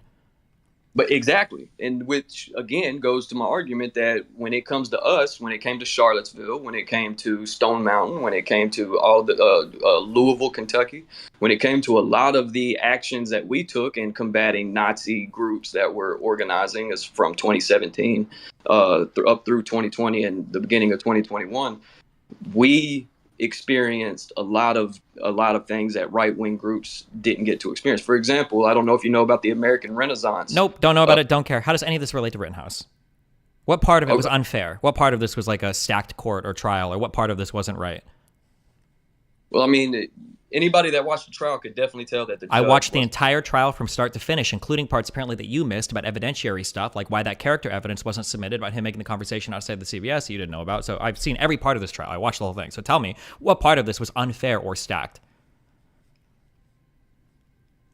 I think you're just unhappy with the outcome because you don't like his political affiliation. The fact that you defend Reinhold, who's a piece of shit, who should have died, well, not by the cops there, but like that guy was an actual subhuman fucking loser. I don't know why you would defend him in relation to Rittenhouse, who got chased around by a screaming sex offender, with another guy behind him who fired the first shot. And you're trying to draw a comparison here between these two people, and then you draw the comparison that the police treated them differently. Of course they did. Rittenhouse marched to the police as soon as the things happened, and then he went home. And when the police called him, he literally turned himself in immediately. Reinhold went around doing media interviews to let all of the other socialists like jerk cum into their own fucking mouths, and then stood at his house and supposedly did a last stand against the cops. Now, I don't know if that's true or that's not true. There's some conflicting testimony. Maybe the cops did kill him at his house. That might be true, and if that's true, that's bad and that sucks. However, the way that these guys both treated the situation was completely differently. So I'm just trying to ask you, what is the part of the Rittenhouse trial or any part of that you felt was unfair, whether the court system or the police mismanaged? I mean, just by watching the parts of the case that I watched, maybe I'm not as hip on the case as you are. Watching the judge, what he allowed, what he didn't allow, and what he. I mean, there was a lot of discrepancies in how the judge would allow certain things for the defendant, and then the prosecutors was denied. I mean, there was a lot of different. Give me a piece of evidence, or give me something that you think was like materially like determinative to the outcome of the case. Like, what's something where you're like, this thing happened, and like I think that this would have changed the whole court case. Yeah. That one, the one guy that was testifying, who I guess it was argued that he was he was posting pro Rittenhouse things, and so when they was, I guess the prosecutor was testing his credibility. And the judge had to call the jury out of the room because he asked, I guess, if his publication or if his website was right wing leaning or left wing leaning, and that wasn't allowed to be shown to the jury. Do you know which part I'm talking about? I understand which part you're talking about. The reason why the judge closed that part is because the prosecutor had specifically asked him if he was allowed to go down that line of questioning prior to the presentation in front of the jury, and the judge had explicitly told him that you're not allowed to do that. He said you're not allowed to do that, and the guy tried it anyway. That's why the judge called the jury out and screamed at the dude and admonished him in court. Right. No, but why would the judge, because judge discretion, they can choose what is allowed and what's not allowed. Yes, but you have to make arguments for why something is allowed or why something isn't allowed. Okay, well, according to you, why would that line of questioning not be typically allowed? I'm not a criminal lawyer specialist, but typically character evidence is not admissible in court because we don't want to be in a world where if you've said or done like mean or bad things in the past but haven't committed a crime, that can be used to impeach your character, impugn your character in front of a jury. So, for instance, let's say that I go to I go to a protest and I get in a fight with somebody and end up killing them or whatever, and somebody's like, Stephen Bonnell got into a fight and he killed this protester. Well, here's a clip of him on his live stream 2 years ago saying, God, I hate left-wingers. I hate left-wingers so much. I hate socialists. I wish they would all die. I wish they would get deported from this country. You can't bring all these clips back and go, look at how mean, look at all this shit he said in the past. Look at that. This guy must have been a fucking murderer, right? That's not fair. I didn't commit any crimes. That was my First Amendment right. Why are you allowed to attack my character like that in front of a jury when you can't have any evidence that I've actually been committing a crime or whatever, right? Like, I think generally that's why character evidence. Now, if there's like direct character evidence, something relating to like the actual victims or the actual like specific act itself, maybe. I think it depends, but yeah. Okay, you said the specific act itself, so you would say that if somebody, let's say person A, is standing outside of an establishment and they see protesters, rioters, looters, whatever outside, and they video themselves saying, "Man, I wish I had my gun and I could shoot them," and then 2 weeks later that ends up happening. Like that, you telling me that wouldn't draw a state of mind? If that's what ended up happening, then maybe it would, but that's not what ended up happening. It was a self-defense gun usage. It wasn't killing somebody who was standing outside of a piece of property trying to set it on fire or killing a rioter or looter. It was a self-defense gun use. But so here's another thing. So the judge said that you couldn't call, like in the trial, you couldn't call the victims, but you could call the others arsonists, looters, and rioters, right? Because I don't think that was material to the case. Whether they were or weren't arsonists, rioters, or looters, whatever, it wasn't really relevant to what Rittenhouse did. You're still not allowed to kill somebody who's a looter. But the problem is calling somebody a victim implies that you had no right to self-defense. So that was like literally, materially what was at stake in the court case. Were these people victims or were these people aggressors? He said it was a loaded. He even wouldn't allow the term alleged victims because he said it was also the cousin to that was his quote. He said calling them alleged victims would be a cousin to calling them victims. But yet, because he said it was too loaded, it didn't say anything about. He didn't quote anything of what you just said of why you can't say that. He literally. But then he went on to say that yes, you can call these arsonists, rioters, and looters, even though nobody that night that he was talking about was charged with such a crime. So that wasn't loaded. I don't think that anybody being a rioter, arsonist, or looter, I don't think any of that it was relevant or material to the case. Like that wasn't part of why Rittenhouse shot anybody. It wasn't part of his calculations for anything. Like none of that was relevant. So addressing the rest of the protesters or whatever as rioters or arsonists or looters is not relevant to the case. Calling somebody a victim, well, if you're a victim, then by definition, tautologically, you're not allowed to be killed because you're a victim. That means that the shooter's in the wrong, and that was what was at issue in the case, I imagine. Let's say that I grant all of this, though, and I say, oh, well, that wasn't fair, I guess. Materially, does that change the court case? Is there some missing piece of evidence that if we would have just called them victims, maybe the whole case would have gone a different way? It sounds like you're just arguing for, like, a different outcome of the jury, but, like, materially, this isn't actually changing any of the facts of the case that I think pretty clearly demonstrated self-defense gun usage. I don't put too much weight on the case itself because I'll be honest, whether he was found guilty, not guilty, weighs no difference in my mind on how I convict him morally or on the from the outside of the league. I don't use legality to determine my moral guidance. Sure, I think that's totally fair. But what did he do that was immoral?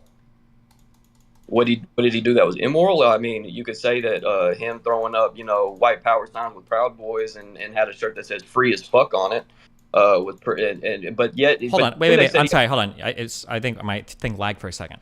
It sounded like I said, can you give me an accounting of every single thing that he did wrong in his life? That's not what I asked. I said, what did he do relating to the actual court case, relating to him shooting those guys that was like immoral? What did he do there?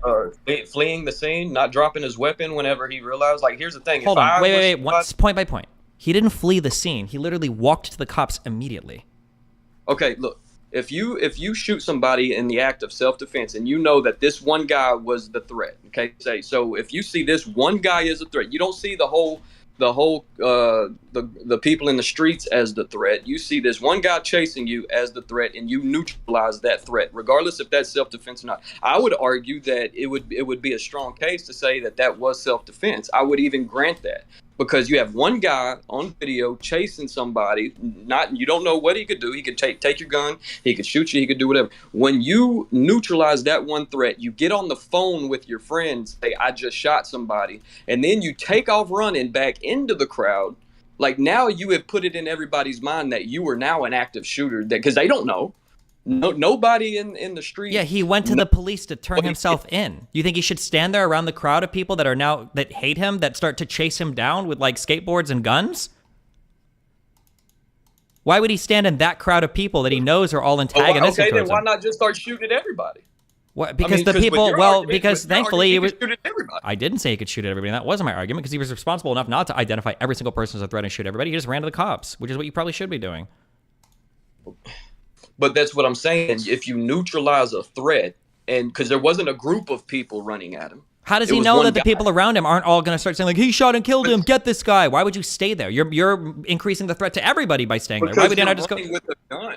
Like, nobody would say, look, that if you're not running with a gun and you're standing there, like he was at the beginning, he went around the car and everybody's tending aid. If you drop your freaking gun and you try to render aid, or you show that everybody, you put your hands up, say, why the fuck would you risk that when like at least two people behind you just seemed like they were trying to kill you? But it wasn't two people. It was at least two people. No, it was the first guy, the kitty diddler that ended up getting shot, and the guy behind him was the one who shot the pistol into the air. There were at least two people, if not more, chasing. I don't remember. Right. I mean, I would say more like on the moral basis. One, just me personally, him being a right winger is immoral to me. That's fine, Like, but you can't kill somebody just for being a right winger. I think that every single person who did that Chaz shit should have had the feds roll in and kick them all out and kill them if they wouldn't leave. I'm not saying that, but here's the thing. But that's not like, I mean, like, just because you don't like something doesn't mean that, like, oh, you can kill them. So I'm not asking you what's like, I'm not saying, like, what do you agree with or what do you disagree with? I'm just saying, like, what did Kyle Rittenhouse do that night in regards to his conduct that we thought, like, rose to the level of somebody should have attacked him, that he deserved to be attacked or kicked or beaten up or whatever? Like, what did he do that night to earn that? Just being a right winger? Well, no, simply the fact that he was identified multiple times through the night that he had brandished weapons at other people before. Well, those people, unfortunately, So, I mean, like, well, but you here's the can't. thing, I can't do that if you don't have any evidence of that. How am I supposed to contend with that? Those people should have been witnesses for the state. Why didn't they go to court? If you don't go to court, nothing you say matters. It doesn't mean shit. You're just talking shit. Well, I mean, again, there's what's in court, and then there's what happened that night. Like, there are many crimes throughout history, that are happening today, that are happening and very immoral things that are happening that won't make it to court. It doesn't change it. A witness can go to court and say something. If you saw something, go to the state and make yourself available as a witness. Why would you not do that? Well, I mean, from my understanding, I feel like all of the footage of that night should have been admitted into court. Most correct? of it was, and nothing showed Rittenhouse brandishing a firearm. You can't link me a single YouTube video right now showing me Rittenhouse brandishing a firearm because that footage doesn't exist. But you had multiple people identifying him as doing just that. Not anybody else. Not the bigger guy. I don't believe that's. I don't think that's true. Whatever you're saying right now, I don't think that's true. I'm pretty sure most of his like activity for the night, like where he was and everything, was more or less accounted for. I don't remember all these people identifying him as having brandished a firearm. Do you have the video of the guy in the black guy in the yellow pants? I don't know what black guy, yellow pants, yellow pants, Rittenhouse, brandish. It's in your Reddit. It's in the Destiny Reddit. There was people talking about it, but I tried to find the video. I mean, it was on my old phone. I don't have it. I screen recorded it. I screen recorded a lot of shit from that night. But I mean, if you can find it and just listen to what the guy in the yellow pants said. He literally even mimicked what he did when he had the gun. He even said, "This is the guy that was pointing guns at all of us while we were sitting in our cars." Kyle Rittenhouse starts walking away very fast when he got called out on that. Okay, I think I might remember what you're saying. Did this guy testify in court? No. Oh, then I don't give a fuck. Why would I care? Why? I mean, why is that your bait? Why is that your standard? Because when you're talking in front of a judge, because when you go to court, because when you get deposed, you're saying, I believe what I'm saying so strongly that if you think I'm lying, arrest me. When you say shit to the media, what you're saying is, I hope fellow retards listen to what I say and they fucking vibe hard with it. And I don't give a fuck if it's true or not. I don't give a fuck what you say in front of a camera. Look at what Giuliani says in front of a camera versus what he says in front of a judge. No, of course not. I don't think if he even went to testify and testified that that guy he pointed to Kyle Rittenhouse from the witness stand and said that's the guy that was pointing guns and brandishing at people. It wouldn't. I don't think it would have changed the outcome. You don't know that, and also listen. Then that's your own fault. If you don't want to participate in the court system, you can't really cry if it doesn't work for you. Of course, but you need a witness. Like that's direct evidence. Yeah, but again, the video itself is the evidence. The video wouldn't be any different if it was inside a courtroom or outside. Yeah, but there's no video evidence of him brandishing a firearm. But again, there is evidence that that people identified him as the ones that were doing it. Like I don't know why they should have testified in court. They should have testified in court. But do you admit that they're like it's kind of like where there's smoke, there's fire, kind of. Like the standard there, like where there's smoke, there's fire, maybe, but when there's 50 million cell phones and there's smoke, it's probably just smoke. There's so much video footage of that night from so many different angles that like the defense or the prosecution hinged their whole argument on like the grainiest like 5-pixel FBI cam that they could fucking find. I don't remember any witnesses, credible witnesses, or any witnesses at all testifying under oath in court or during a under oath deposition that Rittenhouse brandished a firearm. Just some losers on YouTube. Yeah, but again, that's what we was talking about earlier. There was also that the time from when he broke apart from his militia buddies and started getting chased. There's 50,000 phones recording, but then there's somehow no footage of that. So there's footage. I mean, there's non-footage of things that happened that night that there'll never be footage for. That's fine, but I mean, like, how do we believe any of it if the guys aren't even willing to testify in court? He's not even willing to do it under oath. Why would I believe what he's saying? But his testimony to me, like again, outside of court, his testimony to me was him right there on camera, not even knowing that this would be a big case. Like it's not like he said this after the fact, like, oh yeah, that's the guy that did. He said this before the shots even rang out and before the crime. That's fine. Then why didn't he go and testify in court? If he saw that and he was sure about it, why didn't he go testify in court? But here's the thing. I'm not going to be, like, especially as a white man, I'm not going to tell a black man that he should go testify in court. Why? It sounds like he's being a fucking retard. Why would you not tell him to go testify in court? If he saw something, why wouldn't you say, go to fucking court and testify against this dude? Because he probably knows that there's a bunch of freaking white right-wing militia motherfuckers that would absolutely threaten the fuck out of him and his family. Really? That didn't stop anybody else that actually was part of the case from testifying. The people that died were all white. It seems like Rittenhouse is only shooting one color. Like, well, what they call the jump kick, man. If he would have if that bullet, instead of, if it was 2 inches to the left, it would have took him out too. So then there would have been a black victim. So then what would the argument be? Like, he shot at a black man, he just missed. Wait, yeah, the guy hold on. I'm sorry. I'm sorry. Hold on. It's been a while since I read this. I thought that the guy that he shot and missed was Grosskirts, who he shot the bicep because he had pulled a gun on him. I thought the other guy that he shot, the skateboard dude, the guy before he shot Huber. Before he shot Huber, there was a man that jumped on him, like tried to literally stomp kick him in the upper part, and he that was the one shot that Kyle Rittenhouse missed, and it missed probably by a few inches. I mean, if you watch the video, you'll see the big black guy literally. They call him the jump kick man because he's also not identified. Did Rittenhouse even shoot at that guy, or did Rittenhouse just miss the guy, or did not? I don't remember. I don't remember this. He shot and he missed. I don't know if it was an accidental discharge, but again, that's how close. I mean, you were literally inches away from there being a black victim. Gotcha. Okay, but what did that black victim do besides being black? But that's what I'm saying. Like, the argument is that, he shot all the victims were white. Well, no, my argument was half facetious because you're implying that your black friend is too scared to go and testify because he's going to be killed by white nationalists. And I'm pointing out that's a bit ironic given that every single person that died that night was white. And now you're saying there could have potentially been a black victim. Like, you're countering my facetious or half ironic argument. But, like, sure, let's say even if that was the case, it wouldn't have been a black victim because the guy was testifying against Rittenhouse. It would have been a black victim because he jumped up and tried to kick him in the face. Is your friend planning on assaulting Rittenhouse? incarcerated. He's planning on testifying in court because executing like a state's witness would be a pretty fucking big deal. It'd be pretty wild to just assume that would happen.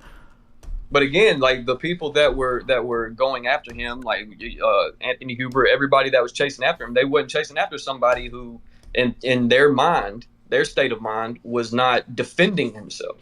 In their state of mind, he was an active shooter. Okay, just kind of like, and they made a bad calculation and they paid the price for it. I mean, what do you want me to? What about it? Like, maybe they were justified in chasing him, maybe, but he was justified in defending himself. I mean, think about all the things, like I was in Charlottesville. Think about all the things that we've seen in Charlottesville. We're not going to go testify to, but it happened. Okay, then don't testify and then just get killed by white nationalists and go cry about it on social media, I guess. I don't know. Well, I mean, but what is the courts going to do for you? The courts are going to hold people accountable. That's what the courts are. We're animals without courts. That's the whole point of having a court system. And what do you mean? People have been held accountable. There was that in Charlottesville itself, the one guy that ran into the fucking girl or whatever. Didn't he go to jail or get convicted of shit for running into the girl?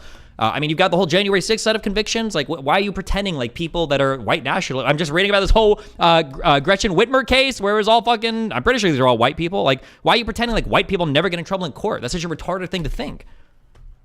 Because on the grand scale, they don't.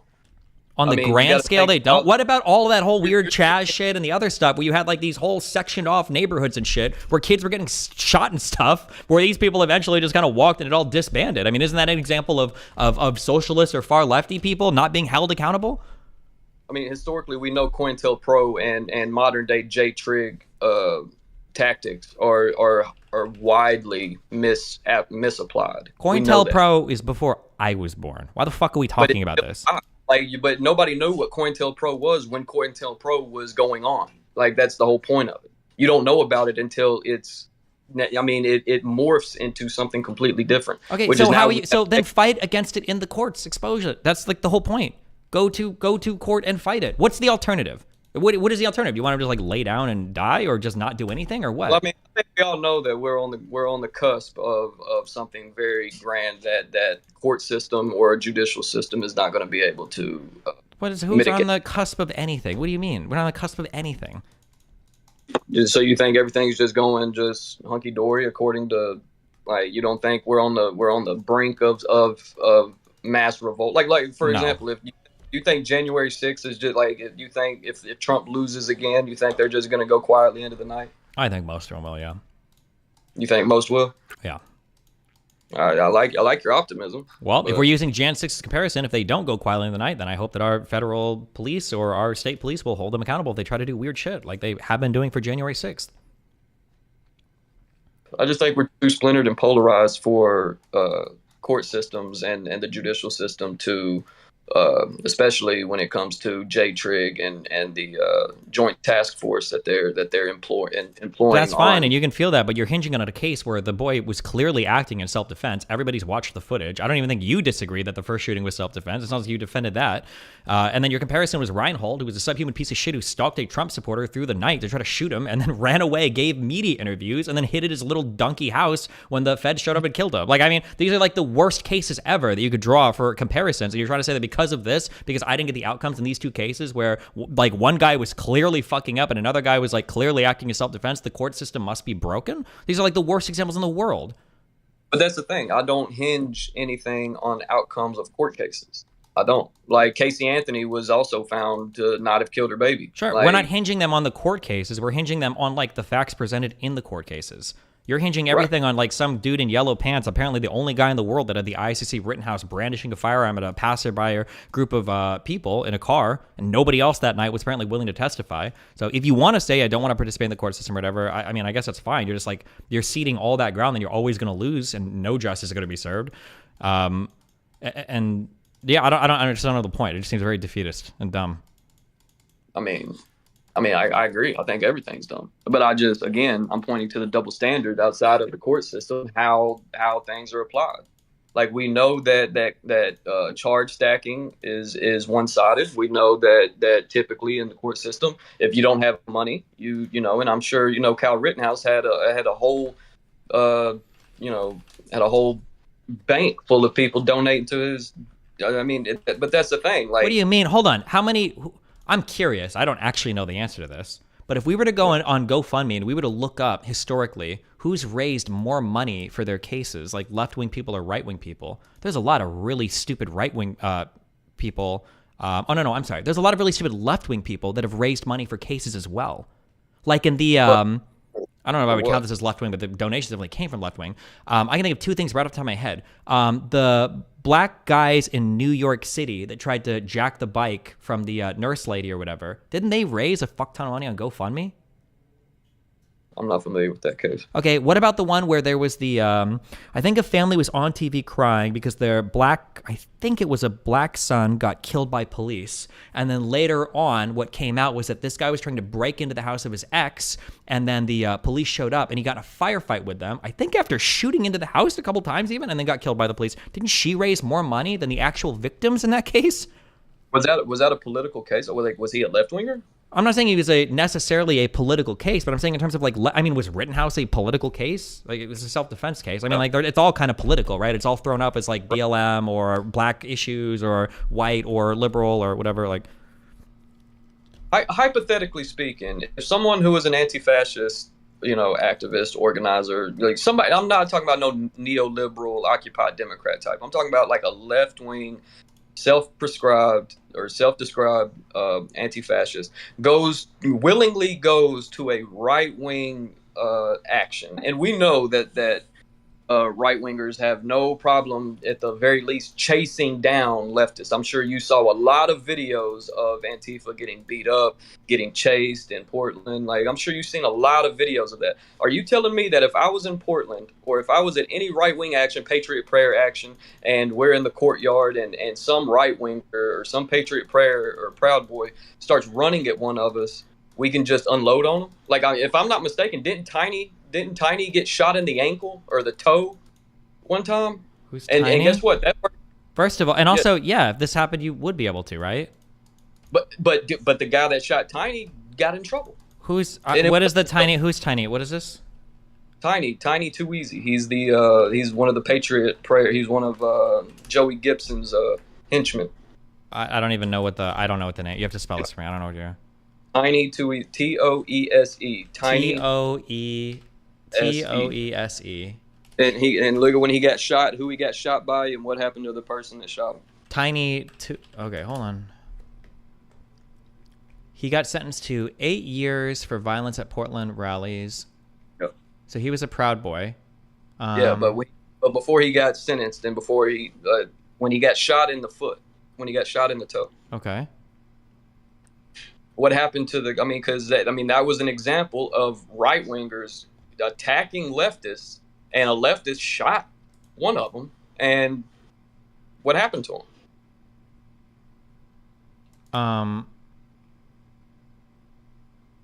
It sounds like he was sentenced to 8 years in prison for violence at Portland rallies. So was Tiny sentenced, or was the guy that shot him sentenced? This is Proud Boy to Tusitala Tiny Tusi. He was sentenced to 8 years. Who shot him? No, he got shot a year prior to that. Do you not see any articles on when Tiny was shot in the foot? Let me look. Shot in foot. There's video footage of it and everything. Link me a video. Or tell me on YouTube what I can search for to find one. Let's see. Let's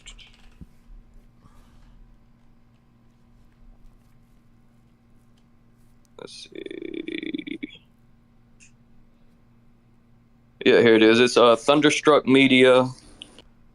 Yeah, here it is. It happened on September 4th, 2021 in Olympia, Washington. Okay, Portland Proud Boys leader Tiny Tozy shot by opposing group at WA Clash. Yeah. Leader of the Proud Boys shot in the foot. Live streams coming on. Internet show Tiny bleeding from the ankle after 5 gunshots rang at the mid-afternoon hours. Local police taped off the scene at the Inner City Transit Mall. According to the footage, medical personnel. It wasn't immediately unclear who fired the shots. Though the right-wing Proud Boys have been pursuing a group called Antifa, a left-wing movement, in the minutes before the shooting. And a statement on city officials, remember the opposing group that produced a handgun open fire. The statement does not identify him by name. The shooting happened right after the verbal altercation. Another community shares my frustration with the behavior of the violence. Said Olympia City, or work together. He's cooperating with authorities, and injury is not life-threatening. Okay, what is the claim you're making here? That there's obviously precedent of right-wing groups, and I've been on the street when it happens. I'm just wondering, do you believe I mean, even with that precedent right there, that we are given the same benefit of the doubt of self-defense. Because, I mean, there's a case right there of self-defense, and the guy that shot Tiny was charged and convicted. Can you show me what was the guy's name? I do not know, and I don't want to dox any of my comrades. If he's been convicted, then he's. What do you mean he's already doxed? That's going to be public information, right? Well, yeah, but I mean, I'm not going to be the one to give it. But I'm just saying, like, so. Well, no, hold on. You can't just say. You literally are giving me evidence. So I'm trying to look this up and see if this is what you're even saying is true. Yeah, well, I mean, that's why I'm going to let you look it up. But I'm just saying that is a case where Proud Boys or Patriot Prayer is, and it even says pursues Antifa. So, I mean, pursuit means that you are willingly engaged in trying to attack your political opponent. Now, I'm just saying we don't have that same benefit of the doubt when it comes to using firearms in the case of self-defense. Bro, this was not a self-defense gun usage. Are you crazy? Why not? Your friend is insane. Somebody should have put this dude down on the street, bro. This guy opens it with a fucking handgun in public and starts shooting at people, what, like at least 10 or 15 yards away? This is unhinged. How is that unhinged? Like, they were literally pursuing a small group of anti-fascists. Yeah, they had plenty of distance between them. They were like totally out. Like, these guys weren't even like running after them. They were just like fucking walking around. It looked like one of the dudes, they were holding signs. So your argument is proximity then. So proximity is part of a self-defense argument. Yeah, of course. What do you mean? So, but I thought self-defense was just if it's reasonable in your mind that you are under threat, that your life is being threatened. Yeah, part of under threat is literally like imminent harm. Yes, that's part of what under threat means. Yes. So again, if somebody's chasing after you, or if there's a big group of right-wingers that are coming after you and they're known for using violence, can it not be then perceived that your life is in imminent danger? Let me understand this. If your friend shooting here would have killed all 4 of these people walking back there, you think that would have been self-defense and you think it would have been justified to kill all 4 of those people back there? But I'm asking you. I'm asking you that question. If he killed all 4 of these people, you think he should have walked on self-defense? But that again. Can you answer that question? If he killed all 4 of these people, I'm not asking hypothetically. This is like this situation happened. I'm saying hypothetically, if the shots would have landed a little different because he shot at all of them. Let's say that he shoots them. Let's say he would have killed all 4 of these people back there. You think he should have walked? I mean, yeah. Okay, that's unhinged. Okay. Again, self-defense doesn't go by proximity. You're dead wrong. You're dead wrong. Okay, then what? So what is it? 5 feet? 10 feet? Well, it's whatever. When a reasonable person, well, for the child molester guy, it was when he was literally touching Rittenhouse's gun, and then for the other dudes, it was what, probably within 5 feet. Yeah, one guy was literally right in front of him with a skateboard. The other, I think, Grossberg literally was right up in front of him with a pistol. So, and aiming a gun at him. But do you have a duty to retreat? In a public area? I think you do. You have a duty to retreat in a public area. I believe so. I'm not 100% sure, but I believe so. Okay. Well, I don't follow the proximity argument because I don't believe that there's a definitive how many feet or how many yards someone has to be from you. Okay, so if somebody says he's gonna come beat the shit out of me, okay, and he's walking from a friend's house, I can grab my rifle, zero it for 300 yards, and like headshot this guy from down the block. And that's self-defense? Mm-hmm. Well, I mean, but that's not what happened.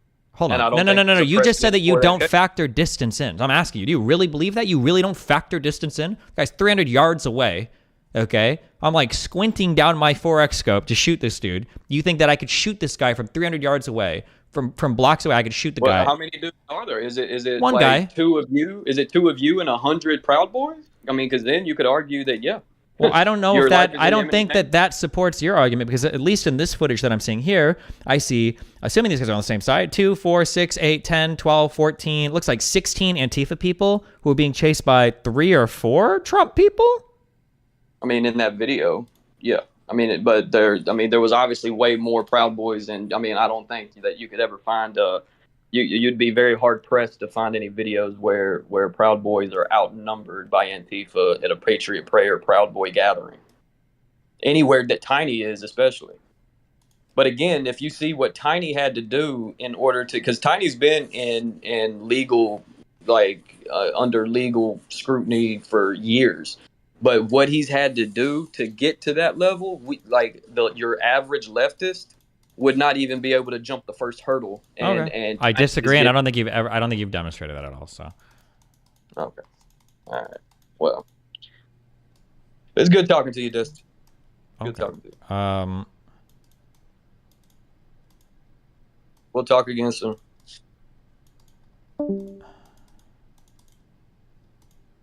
Apparently this guy's been arrested multiple times. People found his... That guy's like an actual terrorist. Ugh.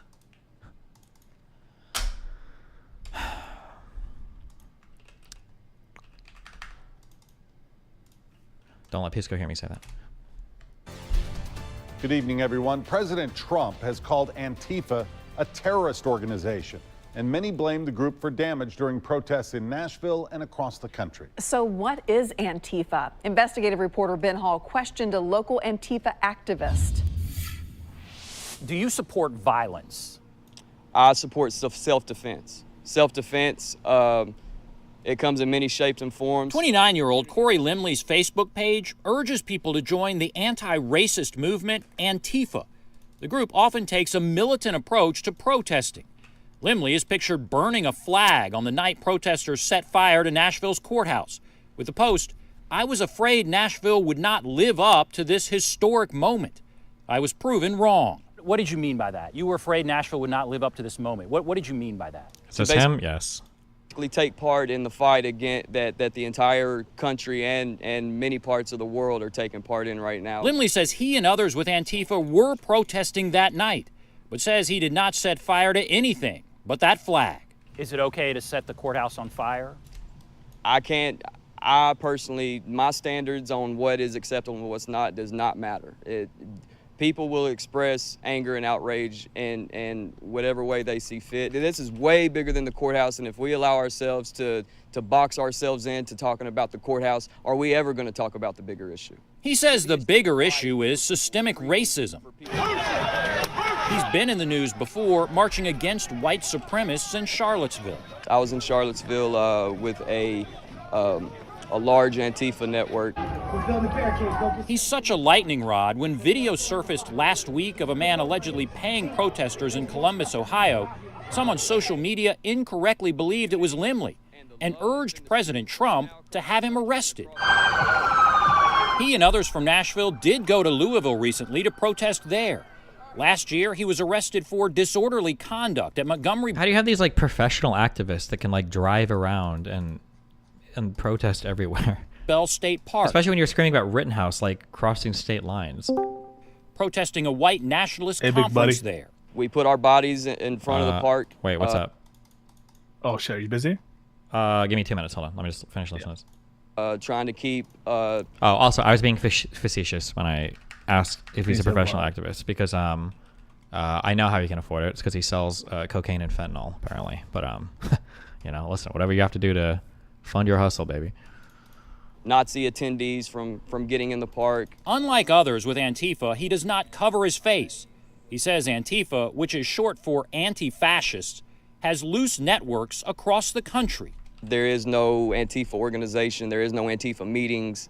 There are groups out there who have banded together to confront white supremacy and fascism in all forms. He sees recent protests as an opportunity for real change. On the day after Nashville's courthouse burned, he wrote, "You will not get peace until we get justice." And riots and uprising keep the system in check. These will continue until injustice no longer exists. They will express frustration and rage however they see fit. We can't control it. Are you stoking those flames, though? I am stoking a fight to change the system. And that fight will happen when I'm long gone. Limley says dramatic change has never come from peaceful protests. How does bashing in windows on small businesses help advance your cause? Disenfranchised youth are out in the streets right now who do not care about politics, who do not watch the news, who have been feeling the system, who have been victims of the system. He says those responsible for damage in Nashville were acting out of their own frustration over racial and economic injustice. He says he's never met those who police have arrested so far for setting the courthouse on fire. Metro Police Chief Steve Anderson has not said if organized groups were responsible for the violence. They need a scapegoat, and they want to deflect the topic from racism and white supremacy and their own ideology and turn it into property damage. A Metro councilman says Antifa should pay for the damage to the Metro courthouse, but that has gone nowhere. Nashville. All right, what's up, buddy? How you doing, man? Pretty good. Listen, I just wanted to have an opportunity to give you some language as a teaching moment on the Rittenhouse stuff. Sure. Can you Google for me FRE 404? Oh, is this the character evidence stuff? FRE 404. Character evidence. Go to B. 2B? Or, oh, no, B. Okay, I see. Other B. crimes, Little wrongs, B. or acts. Okay. Yeah. So this is the evidence that you're allowed to bring in terms of like prior bad statements, prior bad acts. You're not allowed to show it that it's that, you know, to prove that you have a bad character and that you acted in like accordance with the bad character. So you can imagine in Trump's cases, right? I'm not going to be able to show the grab him by the horrible pussy stuff. for the documents case or something. Sure. But then you look at permitted uses, right? The evidence may be admissible for another purpose, not character evidence, such as proving motive, opportunity, intent, preparation, plan, knowledge, identity, absence of mistake, or lack of accident. Yeah. So all the prior bad statements of Trump will be able to be used probably relevant to the particular relevant crime. Exactly. Yeah. So to show that he had the intent to do what he wanted to do on January 6th, all that stuff, right? And then you notice under sub 3 there's a special provision that in a criminal case the prosecutor has to give reasonable notice of that evidence. So that's why there was pre-trial hearings on this situation and about whether or not you could bring up that particular statement from Rittenhouse. So you can imagine if Rittenhouse had said something like, I can't wait to go and get to one of these protests and brandish my firearm because I can't wait to like cause problems and to get a, like, I don't know, to have some problematic response and provocation so that I kill someone. Imagine if it's something ridiculous like that. Sure. That might be like evidence of an intent, preparation, absence, but here maybe it's a closer case. And remember, it was Wisconsin law, not necessarily federal rules of evidence, but it's the same kind of idea that there's not as close of a nexus. But that's it. Okay. How you doing? Pretty good. How you doing? I'm doing all right. Do you have a big discussion with Greenwald? I don't know. I'm waiting for Eli to confirm it. I was going over I've almost read the summary kind of the Whitmer case thing today. You imagine that's going to be talked about a lot? No, but like right-wingers always bring this case up as being like evidence of how the feds are and how this whole case was basically fabricated by them and the people that were arrested, none of it was fair, blah, blah, blah. So it'd be good because everybody references the Whitmer. I think he even did it on the January 6th debate. I think Greenwald brought this up. What about the Whitmer case? Yeah. What I would love for you to do, wait, can you not hear me? Is my mic bad? It sounded not of like the highest quality, but it sounded fine. 1 second. What I was going to say is what I would like you to do with Greenwald, if you have the patience or if you care to do it, pin him down on some of this stuff. On the insurrection thing, like this should be an easy slam dunk for you. You were almost there when you were talking with him before, but those people interrupted you. Get him to like, have there been any insurrections? Can you point to any single insurrection in history other than the Civil War? Get him to commit to a definition. How would you define insurrection? Do you think anyone should be charged for classified information? And if so, when?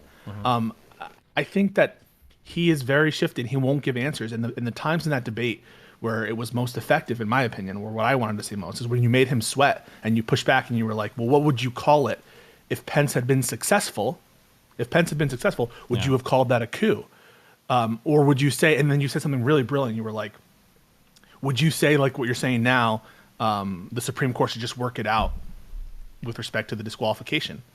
Though I think that if you like focus, I think on getting straight answers and simple questions, you can really pin him down. Because his tactic, I think, is to move to the broad. I was going to say my thing now when I've been arguing with people is usually blocking the whataboutisms.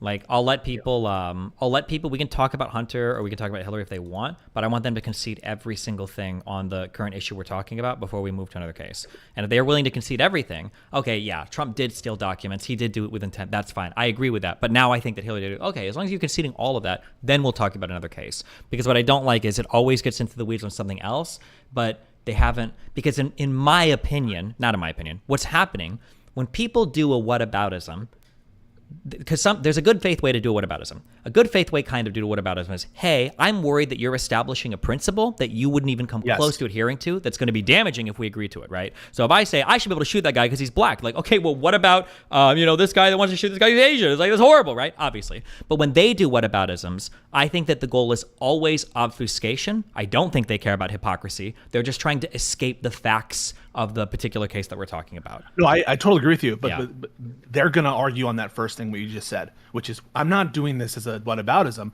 I'm doing it to show that your standard is absurd. I understand, but the first thing that they need to concede, and people miss this when they talk about a whataboutism, is they don't admit that the first case that we're talking about violates my principle. They think I'm fabricating evidence or that I'm not even applying it in a fair manner.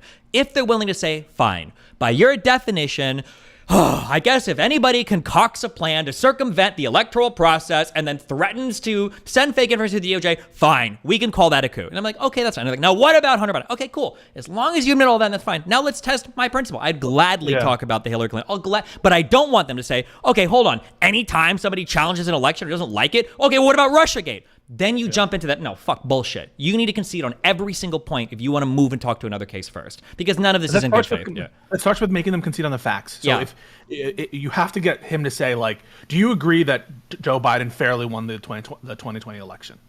And because he said something absurd, which was, I think he said there was election meddling, right? Or that there was, what did he say specifically about the Newsweek article? An intelligent person would say, I think even Barr said the same, that like the election wasn't rigged, but it was rigged. stacked. It was. Or it wasn't like... He said it was rigged, I think. Kind of, he said it was rigged. But the way that Barr talks about it, I would agree with actually most of what Barr said. Because I think what Barr said was Democrats were constantly campaigning and doing everything they could to play in their favor. They hyped the fuck out of absentee mail-in ballots, and they told everybody, like, make sure to do this and blah, blah, blah. And the Republicans fucked themselves. That's what Barr meant when he was in that interview. And he said, I think that, they kind of rigged it in their favor, something like that, but not that, like, election stealing was happening. And you have to concede him on the other, right? So if you're like, okay, if you want to call that rigging, you're saying that spreading lies in the media, this is with respect to like Twitter and stuff, you agree that that's rigging. So you agree that Donald Trump, by that definition, spreading lies, you agree that he spread lies, right, Glenn?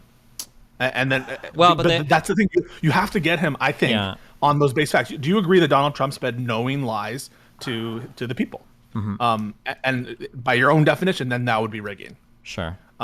But I be on offense. You should always be on offense. You should always have the conversation in your grasp. Yeah, that's another reason why the whataboutisms are nice, because then it forces you to defend every other fact about a thing when you and it moves them off defense. Yeah, that's one of the reasons why I think that you might disagree. But when I have a conversation with you that's very combative, or if I'm on one of these panels, I like you saw on Kick or Keep, I feel like I'm always on offense because I can dictate what we're talking about. I know where I want to point to, and I know what I'm going to press on. I don't usually get that way if it's like a one-on-one conversation. It's more open. But I think when you're dealing with someone like Glenn Greenwald, you need to have a plan and strategy and get to your points and know where the pressure points are. Yeah, I think the pressure point. I truly think that for these arguments, it's incredibly easy. Like the pressure points are just don't let him move off of the thing to other cases. So the number one thing that I'm going to be looking at is like just know whataboutisms. Or if you want to talk about somebody else, that's fine, but you need to concede on every point that I'm bringing up against Trump. Or if you disagree on the points about Trump, then tell me what you disagree about. Don't instantly go to whataboutism because you don't want to fight on any of the facts on Trump. Yeah. Another one I might ask is, would you be okay if the Supreme Court ruled that Trump was disqualified? And if the answer to that is, I think I asked him that. I think because didn't they say something about that where they were like, oh, like Biden got shot down by the Supreme Court, or well, the Supreme Court decided this, so it wasn't okay. And then I think I asked afterwards, oh, so if they keep him off the ballot, would you agree that that's okay? Yeah, but I don't think I got an answer. It was beautiful, and I feel like everyone missed it. I feel like everyone was focusing on the Alex Jones conversations. There was a beautiful moment. You were like, essentially going down the line of what would happen if Mike Pence had actually been successful. And you're like, well, I assume if he had been successful, it would have gone to the Supreme Court. And then it could have been legal then. And he kind of like shrugged his shoulder. And you're like, okay, cool. So you agree that if the disqualification then goes through, that it's okay, right? But you didn't have a chance to flesh that out and pin him down because you had people. Because I wanted to walk through like because the point of like, and honest to God, you might be, but I'm not married to the word coup, or I'm not even married to insurrection. I'm not married to any of these things at all. And I would ask Glenn, okay, fine, it doesn't have to be a coup, but like, would you be okay with this, or what would you call it? And then whatever word you use to call it, we can agree that that's what Trump did. and then that it's bad, that it shouldn't be bad. Whatever there's you want to call it, a thing procedural coup, a soft coup, a self coup, whatever the fuck you want to call it, it's obviously bad and horrible. And I don't think any Democrats ever tried it. Or what are the standards that you're setting? Yeah, that's the And the proof is in the pudding. I mean, there's a whole label for bloodless coups, for self coups, and so I think that terminology is really important, and we should never, like, you should go into those conversations with the definition of insurrection. Be like, do you agree with this definition of insurrection? Why not? What would you define it as? And the truth is, they do not want to define these words. Of course It's like my not. conversations with Rob Noor, because Yeah. as soon as they or I think have even with all three of them, because I was asking, can somebody else give a definition of insurrection if you don't They like won't. peace goes? And then we had like a Merriam-Webster dictionary Yes. definition. I'm like, oh, yeah. come on. No, and it turns out that definition is broader than mine. Yeah. And the truth is, the minute that they give a definition, you can start attacking them with examples, and you'd be like, oh, so under your own definition, this, like, the fucking LA riots weren't an insurrection. But like, you have to commit them to positions like you did for this guy, the guy they just called about the about Rittenhouse shit, where you're like, you think it would be justified for A guy to shoot and kill, if he would have shot and killed all those 5 people? of those people? Yeah, and he's like, Or yeah. so I just want to be clear. You agree? You think distance does not matter for justified self-defense? Can you say that? Like, those moments are the most powerful, and if you push him, it's so simple, I think. But Yeah, because this case is like, everything for Trump is so over the line. Yeah. Like, it's not even like oh God, this is gonna be really challenging. Like, how can I say that Trump, Yeah. tried to? It's like so over the line. Yeah, thank God, because Trump is such a great guy when it comes to laying out clear evidence of wrongdoing in probably a more blatant manner than anybody in the history of like doing these types of crimes. Jesus, or yeah. The other aspect, though, is he's a person who has a commitment against the use of the Espionage Act, which is the thing that has been charged with Trump, because he was involved in the Snowden shit. He helped reproduce those documents. And so an easy question is like, oh, do you think that there should never be any classified Yeah, that would be, because my documents, or- question would be, because when I looked at the underlying charge, I was like, oh, okay, well, what part of this do you think shouldn't be like a criminal offense? Do you think anybody should be able to do this, or yeah? Wait, do you think states should be able to classify information and make it a crime to violate it? Yes or no? And if he says no, okay, you're insane, right? You're insane. Then there should never be any classified information, because then all he has, right? If you strip away the sordid history of the Espionage Act and its application to like communists and the attempted application to Julian Assange and Edward Snowden, put it in brackets whether you think it's justified there, because I think a lot of people do think it's justified there. Then you're just left with an absurd position, which is states can never classify or declassify. Wait, when you're saying states, do you mean nation states, or can like nation states? Okay, gotcha. Yeah. There is no such thing. States can't classify information, can they? Right? Not that I'm aware of. No. Okay. Maybe. Hang on. Someone could tell me. I have no idea about that, actually. Never heard that before. That'd be crazy. Classified in the state of Nebraska. Can you imagine? That'd be wild. The corn secrets that Iowans would never get to know about. Fucking losers.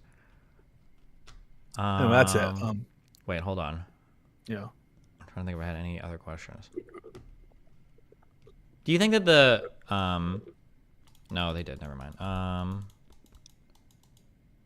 I don't think I have anything. Okay. That's cool. Yeah. Do you have any opinions about the Whitmer kidnapping plot thing before I continue reading? I think that stings are possible, and it can be a crime. Like, we would never look at situations like where you're setting up a pedophile, right? Have you ever seen To Catch a Predator? Yeah. Where a lot of these times, these are like really good things. Like, sometimes they're unethical in how they're done, because they're not done in coordination with law enforcement, or they're done in a way that they can't bring charges. But I think everyone agrees that, like, we can do stings, or we can have informants. And there's this notion that, like, you have a right not to have informants, or not to be talking to feds at all times. Like, well, kind of careful. That's like the weak, I won't say strong. That's the weak argument. The strong argument that they make, or the stronger form of the argument, is they say, well, if there are informants there and the crimes are happening, the FBI is basically condoning it to make Trump look bad, basically, or something like that, right? Now, for the J6, that's the claim. For the Gretchen Whitmer thing, they're saying that these guys would have never done this, but the FBI basically forced all of them into this plot. Yeah, but that's why we have the doctrine.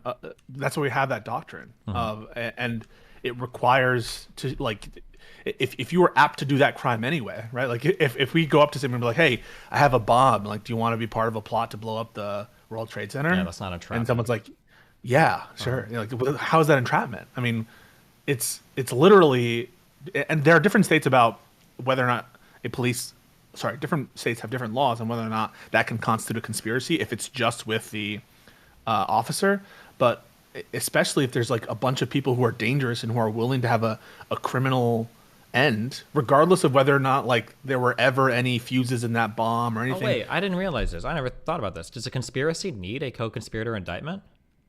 Doesn't need an indictment, but it needs more than one person. It needs a meeting of the minds. It's a mental crime. But can a sting Can a person police officer be a co-conspirator? That's I think there's a split there. I think some states allow that and some don't. Gotcha. But you can understand conspiracy is a mental crime. That's why it's charged so often. It's a meeting of the mind. Now you need to prove that with some overt acts. Yeah, mental in one step, right? Yeah, no. The crime itself is the meeting of the mind. So Trump's but you have to also take. Don't you have to take overt acts? Yeah. There's certain things that have to evidence it. But like, so that's why, Trump's crime isn't necessarily the speech. Trump's crime isn't his First Amendment activities. That's evidence of the criminal meeting of the minds, which is to deprive people of, fill in the blank here, their right to vote, to defraud the states in terms of the fraudulent electoral scheme. So there needs to be some evidence in the real world to prove that meeting of the minds, but it is a mental crime. So I think that we want police officers, we want the Department of Justice to be looking out for bad guys and to stop things before they happen. And if these people were willing to, and I think most of them were convicted. There were some retrials, some acquittals. So what? Some people were convicted of serious crimes. Yeah. And they're going to call, whether or not there were acquittals or convictions, they're going to call it bullshit no matter what. And it's just a tactic, I think, to delegitimize the Department of Justice or authorities, which they already hate anyway. So I don't take their criticisms to heart, because I think that no matter what, they'd be calling it bullshit, even if there were all convictions. They just want to delegitimize these institutions. That's their purpose. Yeah, of course, yeah. But good luck on that end. Yeah. Yeah. Did you see this Trump Truth Social post? A president of the United States must have full immunity, without which it would be impossible for him or her to properly function. Any mistake, even if well-intended, would be met with almost certain indictment by the opposing party at term end. Even events that cross the line must fall under total immunity, or will be years of trauma trying to determine good from bad. There must be certainty. Example, I love the example he gives. Example, you can't stop police from doing the job of strong and effective crime prevention because you want to guard against the occasional rogue cop or bad apple. Sometimes you just have to live with great but slightly imperfect. Why would he use police as examples when police are literally can be subject to criminal prosecution? 100% they can be. Remember, presidents do have absolute immunity, but it's not absolute immunity for crime, right? It's absolute immunity for certain actions, for civil damages. That's where in the scope of their duties, you can't sue the president for passing some regulation because it hurt your business or something. Sure. And cops have qualified immunity, which is, if they act within some amount of range of acceptability, you can't sue them for damages either. But cops are fully subject to criminal law. They might have some laws that allow them to speed, right, or to disregard certain laws, which are themselves, I guess, carve-outs in law. But there's in other, they can murder people. Cops can kill people, and they have before. Have you ever seen? I don't know if this was JCS or something else, but there was a serial killer, either military guy or cop from Canada or something. I think I watched it. These people exist, and it would be insane to say that cops are subject to absolute immunity, let alone the president. You can say, and you can argue, and the Department of Justice does argue, that a sitting president is not subject to indictment while they're sitting president. And you can, do all the ridiculous hypotheticals for a sitting president, which we can talk about. But he's still subject to the criminal law. He just can't be indicted at that moment. He can still be investigated. There's none of this gamesmanship at the end of their terms, or if they're removed, they still have the incentive structure of, listen, my term ends in 2 years, and the minute I'm out, I can be indicted for what I'm doing. And so it's very, very different. What they're arguing is those hypotheticals are absolutely legitimate to bring up, and there's no textual basis for it. There's zero textual basis to assume that there's absolute immunity for the president. These people who are all supposedly textualists and originalists, you would think that if they were having some actual legal argument that they would cite specific text, but all they can cite is like the impeachment judgment clause, which applies to all officers of the United States. Yeah. And the logical argument from that is, if your basis for claiming absolute immunity is a clause which applies to every single officer in the United States who is subject to impeachment, then it stands to reason that every single officer of the United States has absolute immunity, because the impeachment judgment clause by itself applies to all officers who are subject to impeachment. Yeah. But there's like no basis to think that that's the way it is. Like, imagine if the attorney general could like kill anyone they want, and all these type of, like, they've always been subject to crimes. So yeah, it's insane, and Trump's insane, and the arguments are obviously self-discrediting, and he should be ashamed to bring it up. But it's going to delay the trial in Washington, and it may even push it past the election. Yeah, which is really scary. But yeah, enjoy your readings, my buddy, and DGG, stay cool. Yeah, have fun, big everybody. Later.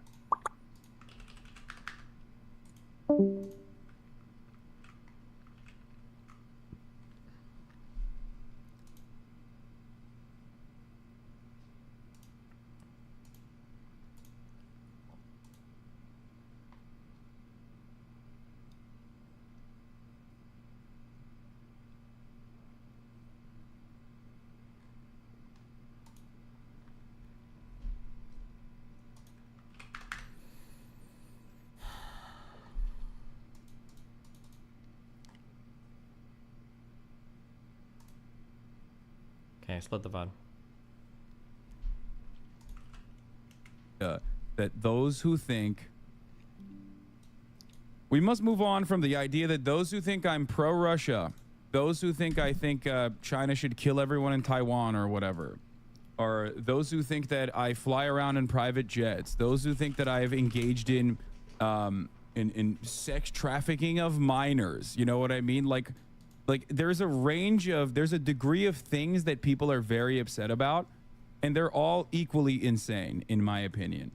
And it varies from things that other normal content creators would do that no one would even think twice about, but when I do it, it's completely unacceptable, all the way to straight up lies, all the way to, bastardized positions that make it seem like I'm the exact opposite of what I actually believe in, all the way to like insane, actionable, like legally actionable defamation. So a multitude of all of those concepts together create the overall air of toxicity that those who think, if he's so mad about all of this, and he's so mad about how much it gets mischaracterized, then why not go on other shows and fight people that are mischaracterizing you? It's so funny because he has all the tools to fix his shit if he wanted to. I get mad when people mischaracterize me. The reason why I get mad is because when they mischaracterize me, they normally won't talk with me about their mischaracterizations. That's what makes me mad. He has the opportunity to talk to or go on any show or go on any platform that he feels like characterizes him unfairly, but he won't do it. All he does is strawmans and attacks like the worst representations of those arguments. He's his own fault. He has nobody to blame but himself. But okay.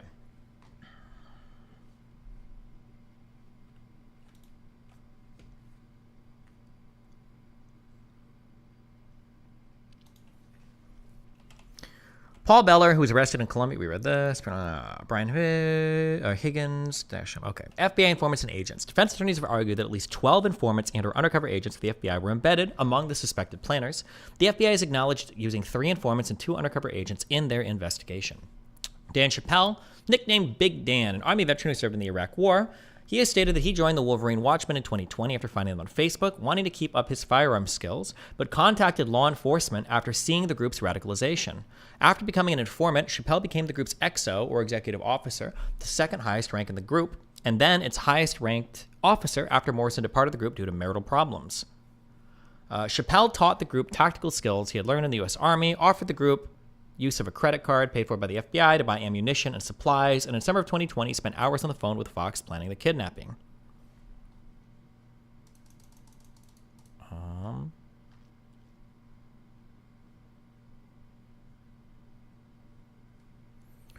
Steve Robeson, a convicted felon whose previous crimes include theft, insurance fraud, and sex with a minor, He attended 5 of the group's meetings. Various defense attorneys have stated that he paid for room and lodging for some of the group's meetings using government funds, including the June 2020 meeting in Ohio where the kidnap plot was hatched.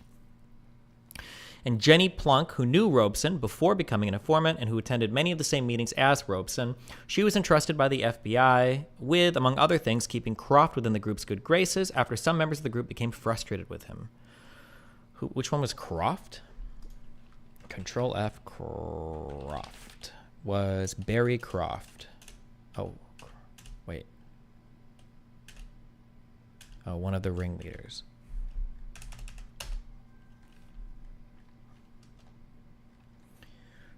Agents. Mark Schwiers, an FBI special agent who went by the name Mark Woods while undercover. Are you really allowed to do that? What's your undercover name?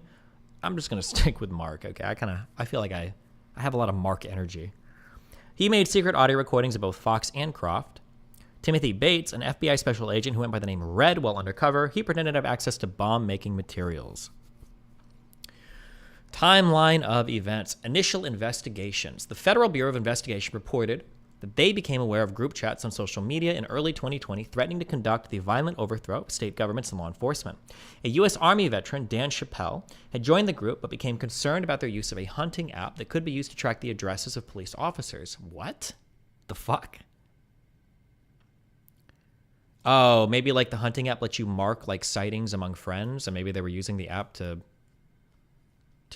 mark officer locations or something. Maybe, I don't know. Track the address of police officers. He informed a friend and a local officer from an unidentified police department in Michigan, who then relayed the concerns to the FBI. Hello? Hello, it's me. Hi, what's up? Hi, friend. How are you? Pretty good. How you doing? I'm very well, thank you. Many good things are going on. Okay. I have many tales to trade with you. Oh, joy. Oh, I have to post the cat. Hold on. The mandatory cat. I'm so glad you keep this cat. Every time I come, I post the cat. Just a moment. That's very important. Okay. All right. We can begin. Okay. I'm going to YouTube on Tuesday. I'm going to talk to their live product team, and I'm doing a keynote there on simulcasting. Okay. And I thought of the most successful person at multi-streaming that I know. Okay. And came to see him. So there are a couple things that I want to get from you, if it's okay. The first one is like kind of like your experience from multi-streaming. Okay. And also if there are things you would improve, particularly about YouTube's UI, because I'm like actually talking to people that can make a difference in that. Gotcha. If this is a boring request, I can just leave. No, that's fine. I don't know. Give me, like... give me something. So give me a little bit more of a specific question. I can talk. I got a lot of okay. Yeah. You grew a lot by multi-streaming. Like I think no one has benefited from it more than you possibly. And when you did it, it was because of necessity, kind of. Like you got banned on Twitch, and then started on YouTube, and then you started streaming at the same time to Kick, right? I got banned from Twitch. I started streaming to Kick. I'd already been streaming to YouTube. Yeah, correct. Okay, so, when you broadcast on Kick, on YouTube now, is there a period of time, or was there a period of time before where you were also broadcasting on Kick and other platforms at the same time? I tried triple streaming sometimes, and I've done some triple streaming stuff. Oh yeah, I also streamed to Rumble for a bit too. That's right. Right. But I think generally I try to do 2 streams at once usually. Past that, it seems to get a little chaotic. Okay, and have you? So did that work for you? Like you've grown an immense amount in the past couple years, and I don't know if it's because of multi-streaming, but multi-streaming is, I mean, it's nice depending on the platform, but yeah. I think it's more because of your consistency with your YouTube videos and just like improving their narrative. Yeah. But I'm trying to kind of like this. Basically, I'm trying to figure out. I ran a poll. I'm trying to find out if multi-streaming is worth a shit. That's my outcome here. Basically, I'm looking to try to find out like if you are a content creator who's starting, and the logic makes sense because like why wouldn't you start on multiple different platforms? Because like if you have a total amount of discovery, right? Like let's say you can get. Well, actually, I know the data. So supposedly it's like 50% of medium views come into from Twitch, 25% come from YouTube, and 25% from other platforms. So if that's the case, then why not stream 3 or 4 places to get all that potential viewership? Yeah, I don't really see a reason why you wouldn't. I really don't know. Other than like inability to keep up with that many chats. Yeah, the people that are gonna be so that there's 2 other people talking, and both of them are not for multi-streaming, and their argument is that multi-streaming, how do I word this? It divides your community. Mm-hmm. So like people live on DGG. They live to some extent on YouTube chat. And Kick Chat, yeah, kind of, yeah. Yeah, but they live on DGG, I think, right? Like, where does your community or Discord? Well, I mean, like, now, yeah, communities can also live on Discord as well, right? Yeah. So would you agree that multi-streaming would divide your community, or do you think it's a matter of bad marketing because people are not funneling them to a proper place? I feel like if you think about this, I feel like it can go a lot of ways. So the first answer would be that multi-streaming is bad because multi-streaming divides your community. And hold on, let me just write this down. Okay. Multi-streaming is bad because it divides your community, okay? But there are a couple of key challenges to this. So one, when you say divide, that doesn't really make sense. Are you saying that like if you've got 100 viewers on YouTube and then you also start streaming on Facebook, are viewers from YouTube gonna go to Facebook? So I don't know when we say divide, do we mean divide or do we mean you're just gonna have spread out fan bases? Because those are 2 separate things, right? So these people, and they're big content creators, and so they're gonna have like as much weight and authority in this talk as me. And I think their argument is as follows. Yep. What if you have 10 people in a Twitch chat and 5 people in a Kick chat, 2 people on TikTok, and so on. You talk to Twitch chat, then like TikTok, Kick, and everybody else feels like they're not being addressed, feels like they're not part of the community, and leaves. And so then that causes a sort of ripple effect, magnifying effect, and then all the people that are in your Twitch chat are like, oh, well, there's like no community, and then the whole community is like, there's not. Yeah, exactly. So that's why I was saying, that's why I was saying, so we got to say, are we dividing our fan base? Because divide is like a active verb, like you're cutting your fan base into pieces, or do you just have like a spread out fan base? Because there's different problems associated with 2 of these. I don't agree with the divide thing that much. I don't think that's a real thing. But the spread out thing, that could be a thing for a very small content creator or a very, very small to medium sized content creator, where if you've got like 50 viewers if you've got like 50 viewers all day and you've got like 10 of them chatting and 1 of them is chatting in one stream and 2 of them are chatting in another and 5 of them are chatting in another, whatever, that like responding to different communities / people might make the others feel left out, right? That's a potential thing that could happen, right? It is my fight to that, and I got called on that in a talk with one of these guys, and I'm gonna get called on it again. And my fight there was like, couldn't you just say, oh, like Destiny from Kick says, and then you're like, done? like that. You could, although the viewers won't be able to chat with each other, right? Oh, true. That's one issue. Yeah, that's true. However, but then the question is, here, I think this would be a bullet counter to that. This would be my guess, is that my response would be, if you sincerely have 10 viewers, okay, let's say that you could have an 11th viewer in another streaming service asking you questions. Is your chat really moving so fast that you're taking away from the stream by answering that 11th viewer? Chances are you're probably dying for engagement at that point, right? So having another guy in an 11th viewer and another streaming service asking questions probably helps everybody. And the people in the other chat rooms will probably start talking about that topic as well. Number 1. Number 2, if you kind of, well, what if the chats are moving sufficiently fast such that like it's actually starting to compete for attention? Well, at that point, like all of your streams are so big that you're not spreading your community so thin that it's negatively impacting them anyway, right? Yeah. Okay. Our data on Novo's side shows that people that don't, this is like a crazy thing, people that don't interact with their chat actually usually do better overall. There's a bias here because a lot of larger broadcasters don't interact with their chat at all because they don't have to. But it seems to be like if your focus is on making a show, So let's say like with you, I just tuned in like for the last like 20 minutes, and you're talking about some crazy shit that's past my head, as usual actually. Some guy shooting a guy or something, and you have a show, you have something you're doing, like you're, and I think you're like in the middle of reading something. So like that's a show, and that's not your content is not contingent on your chat, whether they're there or not. It is not really, doesn't really matter. Sometimes it can add to it.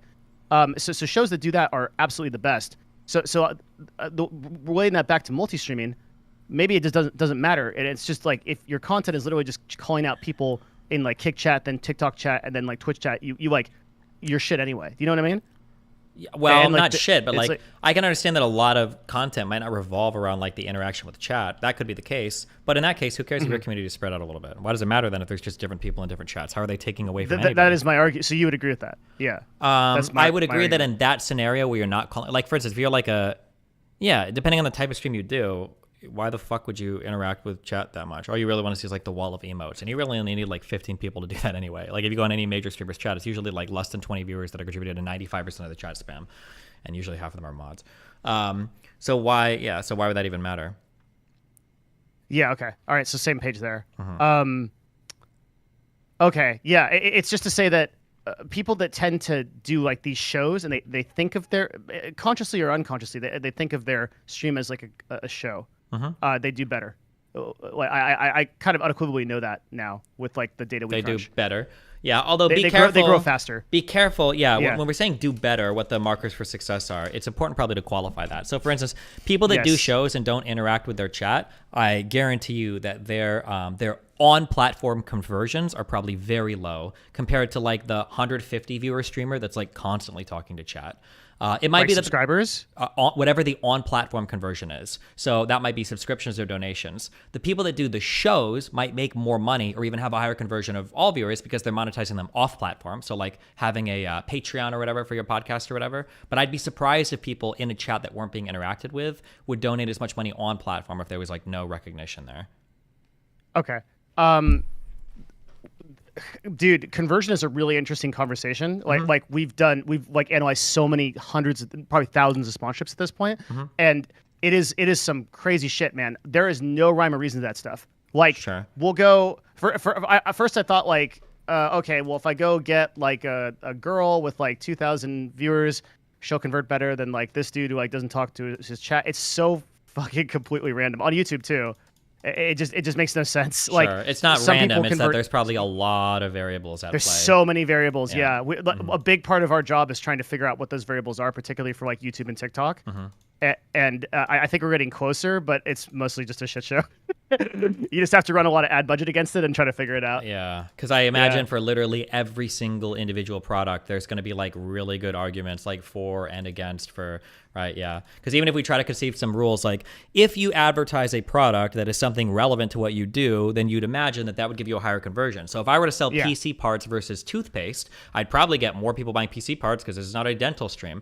But I could totally see that you do an ad run like that. And what actually happens is a person who talks about computer stuff a lot, they actually have a highly technologically computer part engaged audience. They're not really following advertisements much. They go to like benchmarking things. So when you try to advertise a particular graphics card to that crowd, they don't give a fuck about the graphics card because they're highly informed, and they actually would buy way more toothpaste because they don't give a fuck about the product. Like, oh, my streamer buys the the Rugrats toothpaste. Oh, fuck it, I'll buy it. Sounds cool or whatever, because they don't care as much. So I could totally see there being like weirdly like inversely correlated advertising. That seems like it would be a nightmare to try to figure out. Yeah, it is. And then like especially the actual call to action and the way they say it also matters a fucking ton. For sure, yeah. So like they'll be like, yeah, like we're sponsored by this. Like half of the streamers and YouTubers are actually dog shit at CTAs. And they're like, yeah, I mean, like, you could buy this shit. I don't really care. They're just paying us money to talk about this. Yeah. And then some people are like, my life was fucking changed by this product. I love it. It's amazing. And it's totally like, that's one of the really obvious ways that you can increase those conversions. Sure. Yeah. Yeah. Okay. Sorry. On the multi-streaming thing though, so when you use YouTube and your users use YouTube, are there problems that they're running into or you're running into over and over again? For YouTube, I mean, the biggest issue is going to be your chat features and the lack of persistent chat. Those two things are like killer. Okay, can you tell me more? Like the fact that every time I shut my stream off, like the YouTube chat is deleted, and then there's like a new URL for another. Yeah, it's not persistent. Yeah. Stream off. Deleted. So it's like not ongoing. Like there's no way for it just stops existing until you stream again. So if I turn my stream off for a Kick, I can go to kick.com/chat room, and there's a chat room there running all the time, or on Twitch that's it would huge. be. Yeah, but on YouTube there's not. It just shuts down at like 30 seconds after the stream ends. Do you think there's like a community on your YouTube like there is in like DGG? Yeah, I see the same guys over and over again. Yeah, I recognize names from YouTube for sure. Yeah, but they just don't have a place to. Maybe they go to Discord after. I don't know where you guys go after my streams are over. Oh, if you had to point to one place your community lived, what would you say? Probably my website or Discord or my subreddit or my That's YouTube comment section. Oh, well, I mean, it depends on what type of community engagement you're talking about. There's like different types of. How so? Well, like for instance, I've got like a whole group of people that are super active on Discord that probably aren't active in any of my chat rooms. I've got a whole bunch of people that like watch YouTube videos pretty frequently, and maybe a big overlap of them also like comment on my Twitter, but they don't actually ever watch my live stream. They've never been to any of my stream chats before. There's like different community. If you're Pokemon, right? She has especially for a lot of girls, you have the huge active fan base on like Instagram, but it basically doesn't translate at all to any other platform because on Instagram people are just kind of like looking for pictures and stuff. So I mean, it depends. My community lives in a lot of different areas, I think. Yeah. Okay. Okay. So the chat thing is actually fucking huge. One of the problems was like their live product team was like, yeah, we're gonna meet with you for like 2 hours and like try to implement like some of this stuff, and I'm like, I don't use this product. I was like, oh shit! Like I'm totally fucked up. I'm trying to go around and talk to a bunch of people that use it, that actually do it. Okay, so chat doesn't persist. That makes sense. And then features, you're basically just referring to like stuff like better Twitch TV and stuff like that.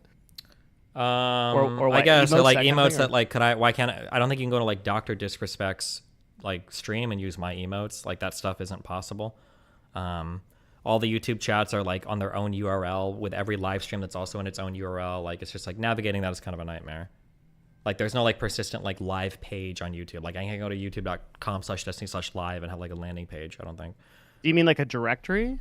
No, like there's no like I don't have like if I want to go live, I can't tell like I could say like twitch.tv or twitch.com/destiny or kick.com/destiny. Wait, no, it's twitch.tv/. Sorry. But on YouTube, I can't do like youtube.com/destiny. Wait, do they have a live Destiny? Never mind. I'm sorry. They do have a live landing page now. My bad. Just kidding. They have a live landing page, so they fixed that. Just kidding. But they don't have like I don't think you have a persistent chat link, so I can't like open the chat. That's like a different link every single time, I think. It is? Okay. Yeah. Jesus. But that's also because it like closes and then is recreated every single time. That's so weird because your YouTube channel is persistent, like the channel itself. Has an identity, or right? there's at least like a landing page that you can go to for it. Yeah. Well, there's also like a channel like it's not just like youtube.com/destiny. There's also like a numerical page that you can go to for smaller creators that's consistent. Sure. So you could bookmark it in theory. So you're saying you couldn't bookmark a YouTube live stream You and can't go back bookmark to the chat. same place. You can't bookmark chat. No. Can you bookmark the live stream itself? So if I wanted to come back to you via that mechanism, could I do it? I think so. I think you should be able to book youtube.com/destiny/live. I think. You should be able to, right? It looks like it directs here. I think you can. People are saying no or not between streams or half the time or...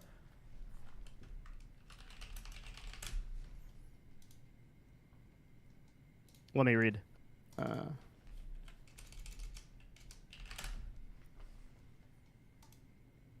I'm getting 50-50.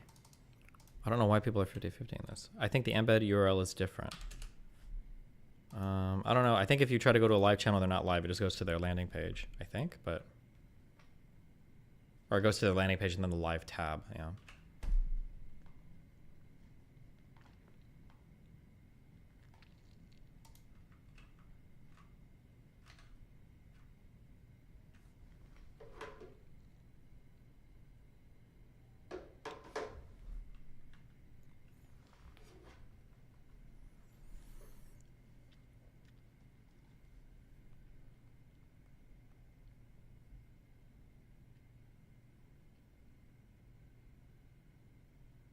Some people there are saying that you can schedule it.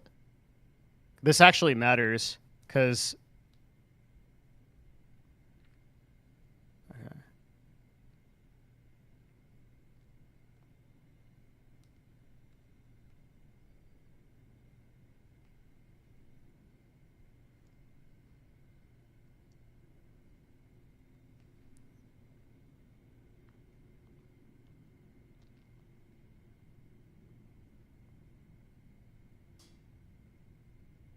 Cake wants a webhook for when people go live. I have no idea what that means. Probably API stuff. But you can email me, Cake, if you like. I'm not, to be clear, I wouldn't be here if I was like talking to low-level PMs. I'm talking to the decision makers that can actually like do this. So I think it's good.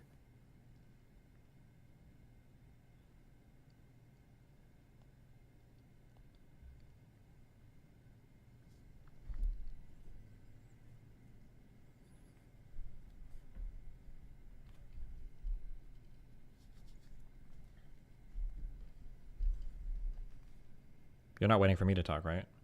I can keep going. Sorry. Oh, Let's no. just move on. Oh, no, Okay. that's fine. I'm just making sure you weren't like waiting for me to say something. I'm just like ignoring you. No, Okay. You're fine. I was just reading this chat. Yeah, you're good. It's like you talk or I talk. Okay. No, we can keep going. Okay, so I still don't understand what you meant by like chat features. I mean, for YouTube chat, there's no persistent chat, which sucks. So I can't go to the same chat and see it loaded or have it loaded between streams or everything. It Right, just we like talked basically about that, deletes yeah. out of existence. There's like a lot of lack of like, it just feels like adding people is weird or like I can't like click somebody's name and go look at a profile. Mhm. Can you put timestamps in YouTube chat? Oh, you can do that now. It feels laggy and shitty. It just feels not good. Got it. Like it doesn't feel very responsive. Mhm. Yeah. Yeah. I don't know if there's like, can you add somebody's name? Oh yeah, it highlights. I don't know if you can add other people's names. It's just the streamer, but. Okay. The chat just consumes random messages shit. as well. There's not a really good way for you to set like your like auto censorship policy. So sometimes like things that really shouldn't be censored are like not there. It defaults to like this top chat feature that does this, and then you can't even really get links. Like you can't set an option to get links. Oh, I'm a like fairly new streamer to YouTube, by the way. Get like a couple hundred people there and multi-stream. So just wanted to drop by and say it's a nightmare to use YouTube for like almost anything multi-stream. Okay. Can you tell us more about that? Yeah, so there are like a couple things that consume YouTube chat and let you like fill it or like push it into a uniform chat somewhere. I use Botrix for this, and the YouTube chat is delayed. It can only check like every 10 seconds because of API limits. So basically, to programmatically interact with YouTube, their stuff is either unresponsive, have unreasonable API limits, or just don't work. So like that's helpful. What Cake was commenting on, the webhook would be like when you go live, he wants a way to programmatically subscribe to some notification that lets him know the streamer went live. Via API. Yeah. Yeah. Mm-hmm.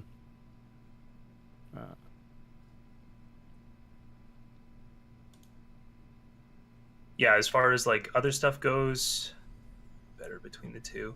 It's almost entirely the chat. There's no animated like emotes in YouTube chat, which is kind of crappy. I guess you could maybe argue their splits aren't as nice, right? Their membership splits and stuff, super chats, they take like a big chunk.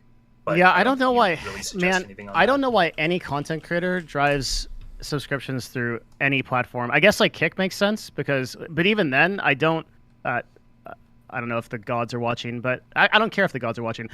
Even then, I don't trust Kick enough to actually maintain those subscriptions over a long period of time. So it's like I don't understand why everyone doesn't just like funnel to like a 92.8 platform like Patreon or something. I mean, it's a lot more work, right? That's the issue. If I stream on really? Kick and Kick is giving me 100% of the money, they just have to subscribe on Kick, and they've got all the benefits listed in Kick. They get the little, subscriber badge. They get all the emotes. Like it's just right, and it's integrated to the stream. It's right there. If I do Patreon, I've got to open a whole other Patreon account. I might have to create a Stripe account. I need to like create all the custom tiers and everything myself. I need to create either a bot or manually like reciprocate rewards. None of those things are going to organically show up on stream. But like, there's a whole bunch more work in doing that shit. It's more work, but once that initial setup happens, you have a more stable platform. Like my question would be, are you confident your Kick subscribers are going to be there in 6 months? What do you mean by like longevity of the platform? Yes. yeah, seriously. I mean, as for Kick, who knows? But I mean, right now, fucking Kick might have more longevity than Twitch. Well, Twitch For is not instance, doing. if you would have Yeah. asked me 3 months ago, do I Yeah. think that my Kick subs are going to last longer than my Twitch subs? I would have said, I think the Twitch subs are probably going to last longer. If I was Korean, I would have been wrong. So, who knows? I think that's right about Twitch Prime. The word on the street is that's up for debate. Mm-hmm. I also here's another question too that's actually really scary. If you ask me about my Kick subs, I feel pretty confident that a Kick sub is always going to be a Kick sub unless the site crashes completely. I don't even know what the fuck a Twitch sub is anymore. What do you mean? Looking at Melina's analytics sometimes, where she was getting like the Turkish shit, $4,800 a month off of 6,000 subscribers. I'm like, what the fuck is happening here? And that was on a partner split. This is So I don't know.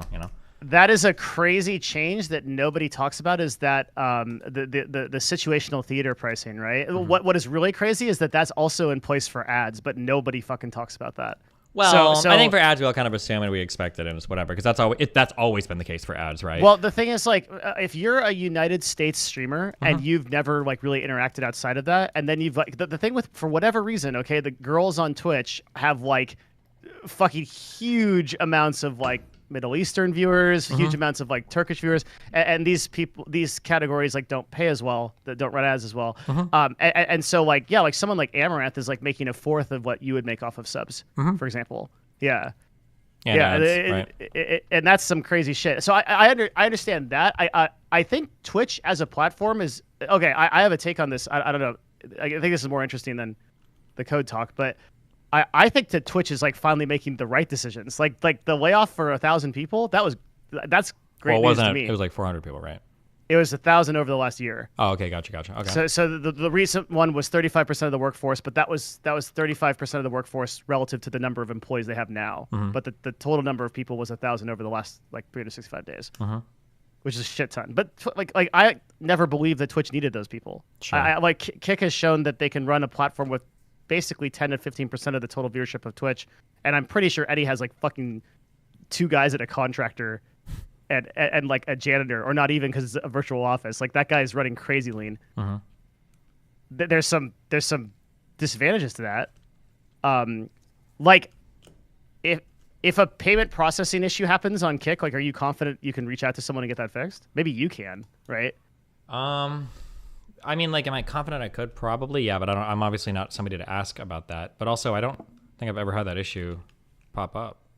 I'm just saying, would it? I don't know. Yeah, that's what I'm saying is with Kick, I'm nervous. Actually, I would kind of be shocked.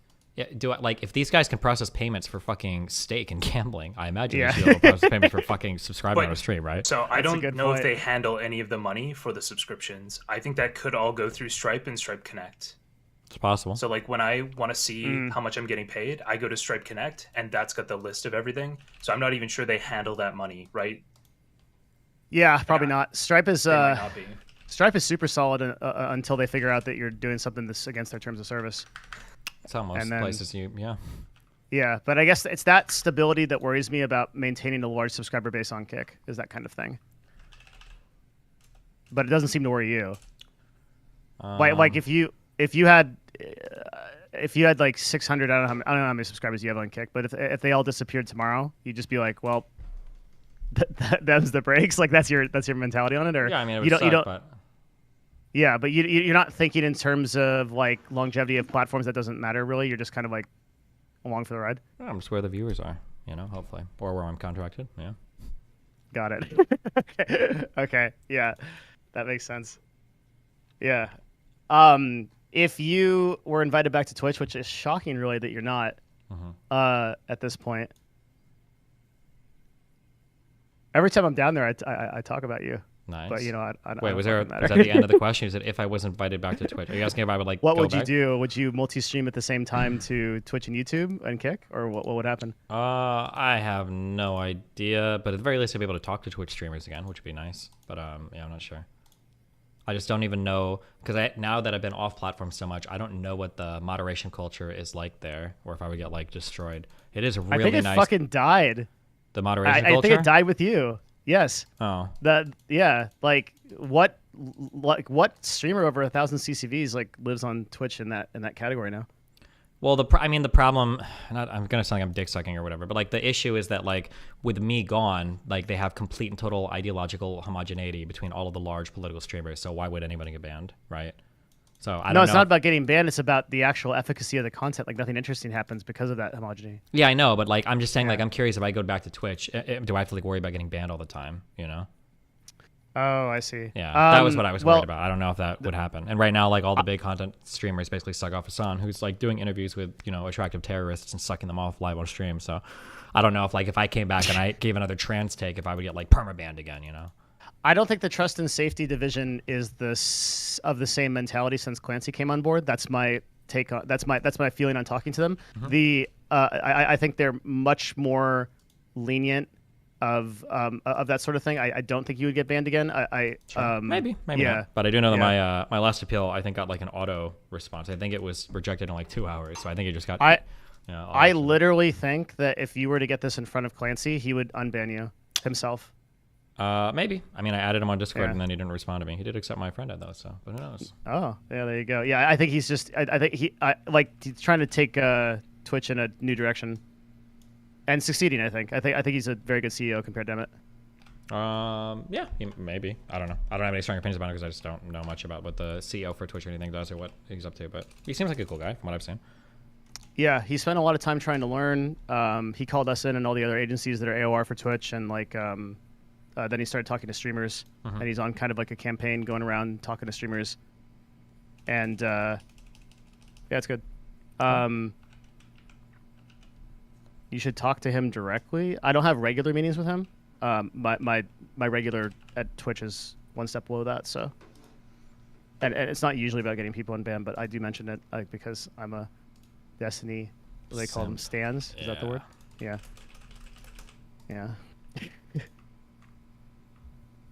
Yeah, because I think it would be cool. Yeah, Twitch basically the political sphere is just Hassan as far as It's Hassan and his like groupies. So Hassan and Denims and Central Committee, I think, are the three big ones, basically. Yeah. Yeah. So I don't even know if I could call that politics because it's just one show. It's like not even a category anymore. Yeah. He was the only one to survive. When you left, like there's not a lot of actual discussion as far as I can see. Yeah. Well, because he doesn't interact with any smaller creator. He doesn't even interact with his own like groupie people. So yeah, it's kind of dumb. Yeah. But also like there's no like real economy to support that sphere on Twitch. I think either because you can't run ads against it and you can't. So they're probably most of it's going to get demonetized. Like the little flag that they check to basically pull ads or push them into like the nth dimension, where you just get like third tier ads. That'll happen to every one of those streams, and then you can't really sponsor them very easily. Yeah. So I don't know. I think if you came back, a lot of people would. I think when you come back, because you will get unbanned. I'm really confident of that. But like when that happens, I think that could be resurrected. But do you take much sponsorships now? Do you have an agency? Not really, and I don't think so. No. What happened to the other guys? I'm not a talent agent, so I can't sell you anything. I mean, they weren't getting any. They weren't getting any deals. I was like, this is like, what's the point? Yeah. Have you thought about the big talent agency on Twitch right now is Mythic, but there's you could probably make, I'd say like between 80 and 90,000 a month more from YouTube sponsorships, just running like 30 to 60-second inserts with the YouTube agency. I mean, if you want to shoot somebody my way, if they think they can make that money. I know. I'd be surprised, but yeah. Why? Because I'm edgy as fuck, and I don't want to change me being edgy. You don't have to change, man. Nah. What percentage of your videos get demonetized with yellow flagged on or yellow or red flagged on YouTube? None of them, but that's because we know how to do the YouTube stuff really well. But if you've got like crazy activist, blue-haired San Francisco people, they're not going to care if I'm getting demonetized or not. They're going to care if I like hate Palestinians or whatever. So I don't know. But I don't know what the actually thing is. A much smaller demographic of advertising that is led to believe. Most people are not like that. Okay. Like that, I don't know. Those are very loud people, and they would have you believe that they control advertising, but they don't. Definitely don't. Yeah. What I would say to you is that if you can pull, like, if you could get these sponsors on Twitter, which I think is like infinitely worse than like the worst YouTube video that you've put up. Unless you're like, I don't know. I mean, the other thing too, though. Dan said this to me at some point. Was like he said, like, I don't understand your content anymore. Because, what? He said that to you, or you're saying to me, or said to me that I don't understand your content anymore, which I think is true. Wait, hold on. There's so many pronouns.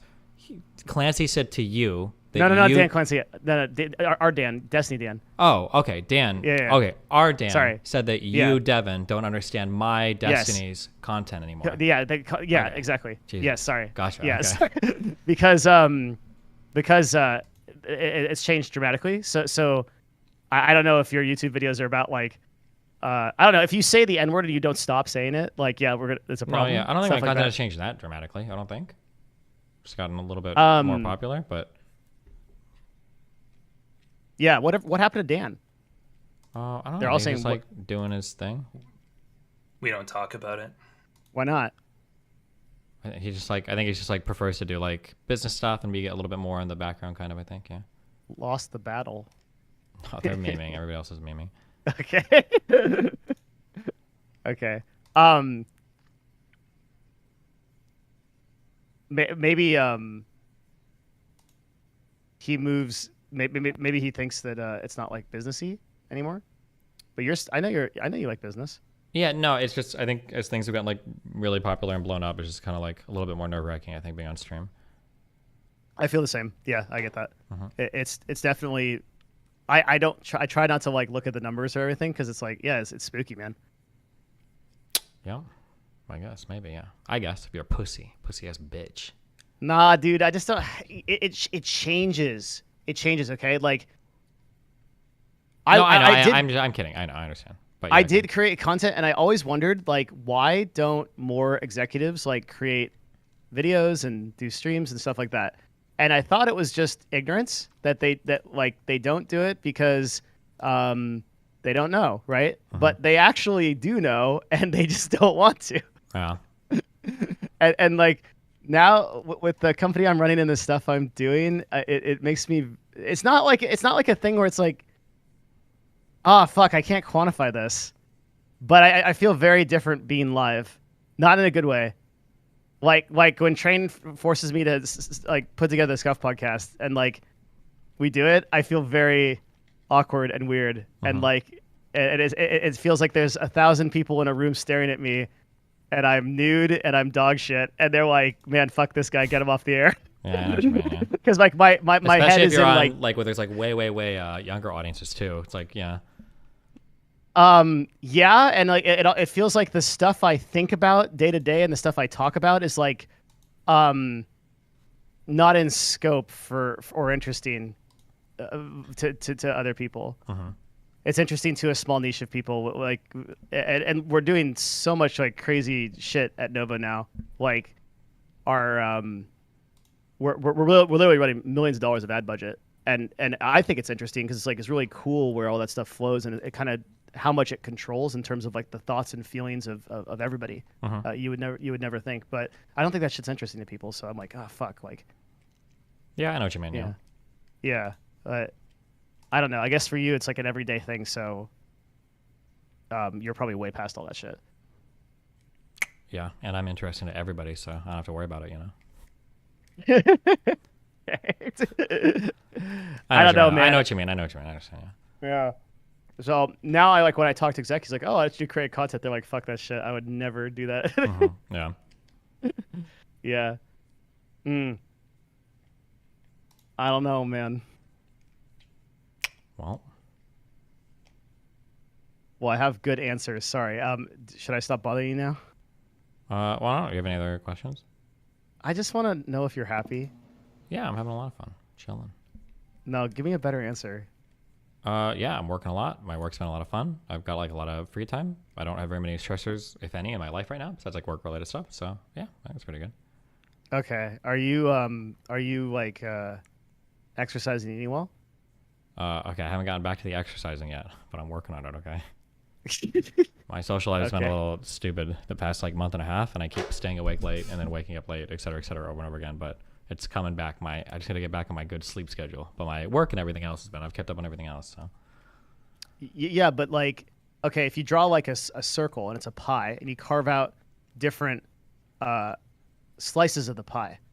The slice of work has always been very good for you, I think. Sure. So it's the other slices that you've got to cook. Oh, I changed my streaming hours from 1 to 9 now. So I try to do that instead of from 10 to 12, and that just gives me a lot more breathing room around my day, which is nice. EST? Yeah, 1 to 9 instead of 10 to 12. So 8 hours a day, hopefully, instead of like 10 hours a day, which is really nice. Yeah. Do you do 7 days a week? Yeah, but I also like travel a lot, and sometimes like other stuff pops up too. So realistically, I'm not doing it 7 days a week. Yeah. Holy shit, Jesus. Are you still like running a harem? Yeah, your mom and your sister joined, so it's been a lot of fun. Dude, I saw this clip of you somewhere, and you have to keep in mind that this is in the context of like, I don't watch a lot of stuff anymore. I can't. I'm like working all the time on this shit, and so I just watched this clip, and you're like, I don't know what it was about, but it's like, oh yeah, then I went to this place and I fucked 3 people. Then I went to this place and I fucked 2 people. Then I did this thing. It was a huge and I'm like, what is this guy fucking doing? Yeah, we call those family reunions, okay? Like, first, what are the logistics of this? Do you have like spreadsheets? This is like EVE Online shit. How do you keep track of these women? Well, they have the same last name, and then they're fair game. What? Right? I don't know. Usually, I just know a lot of people in a lot of cities. If I'm traveling somewhere, I just message them. We're like, "Hey, what's up? I'm going to the city. Are you gonna be there?" They're like, "Yeah, sure." Like, cool. You have a spreadsheet. No, you don't. You just don't know where people live. I just know people all over the U.S., right? There's no way.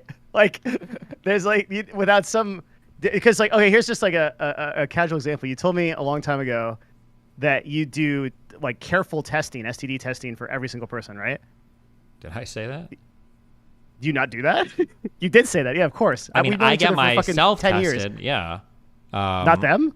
I mean, like, you said they have to submit you before any kind of sexual encounter. They have to submit you. I think sometimes I would ask like a long time ago, but I feel like at this point, like I'll get tested myself, like because I think I used to do that really stringently, but then I realized because I think I had a conversation with somebody, and I think I hooked up with like, I don't remember, it was like 5 or 10 people, and they were like, oh, like, have you gotten tested? I was like, well, I haven't recently, but like all my partners get tested. It's like, okay, well, like, shouldn't you get tested anyway? Like, I was like, yeah, I guess.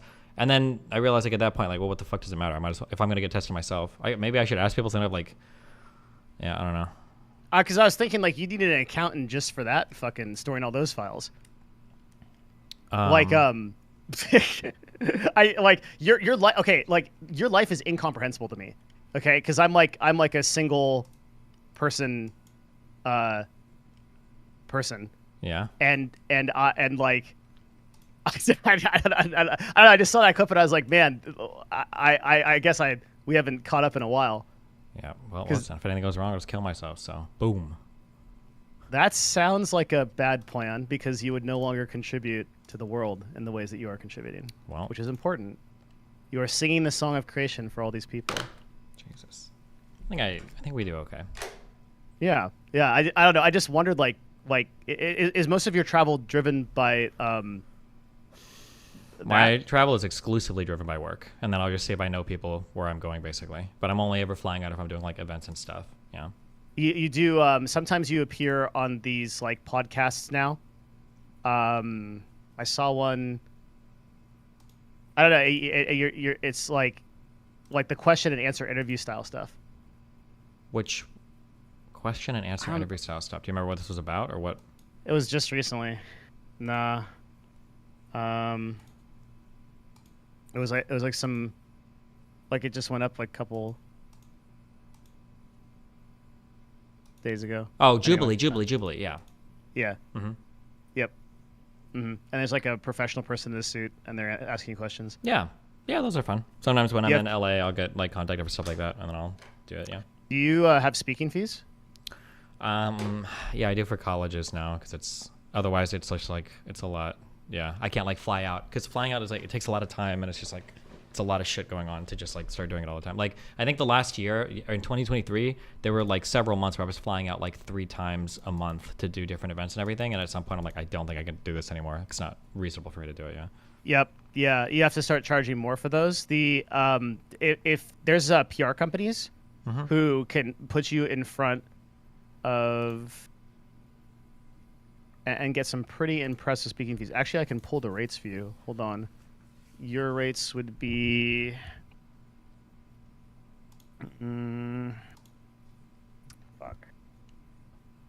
Oh, here it is.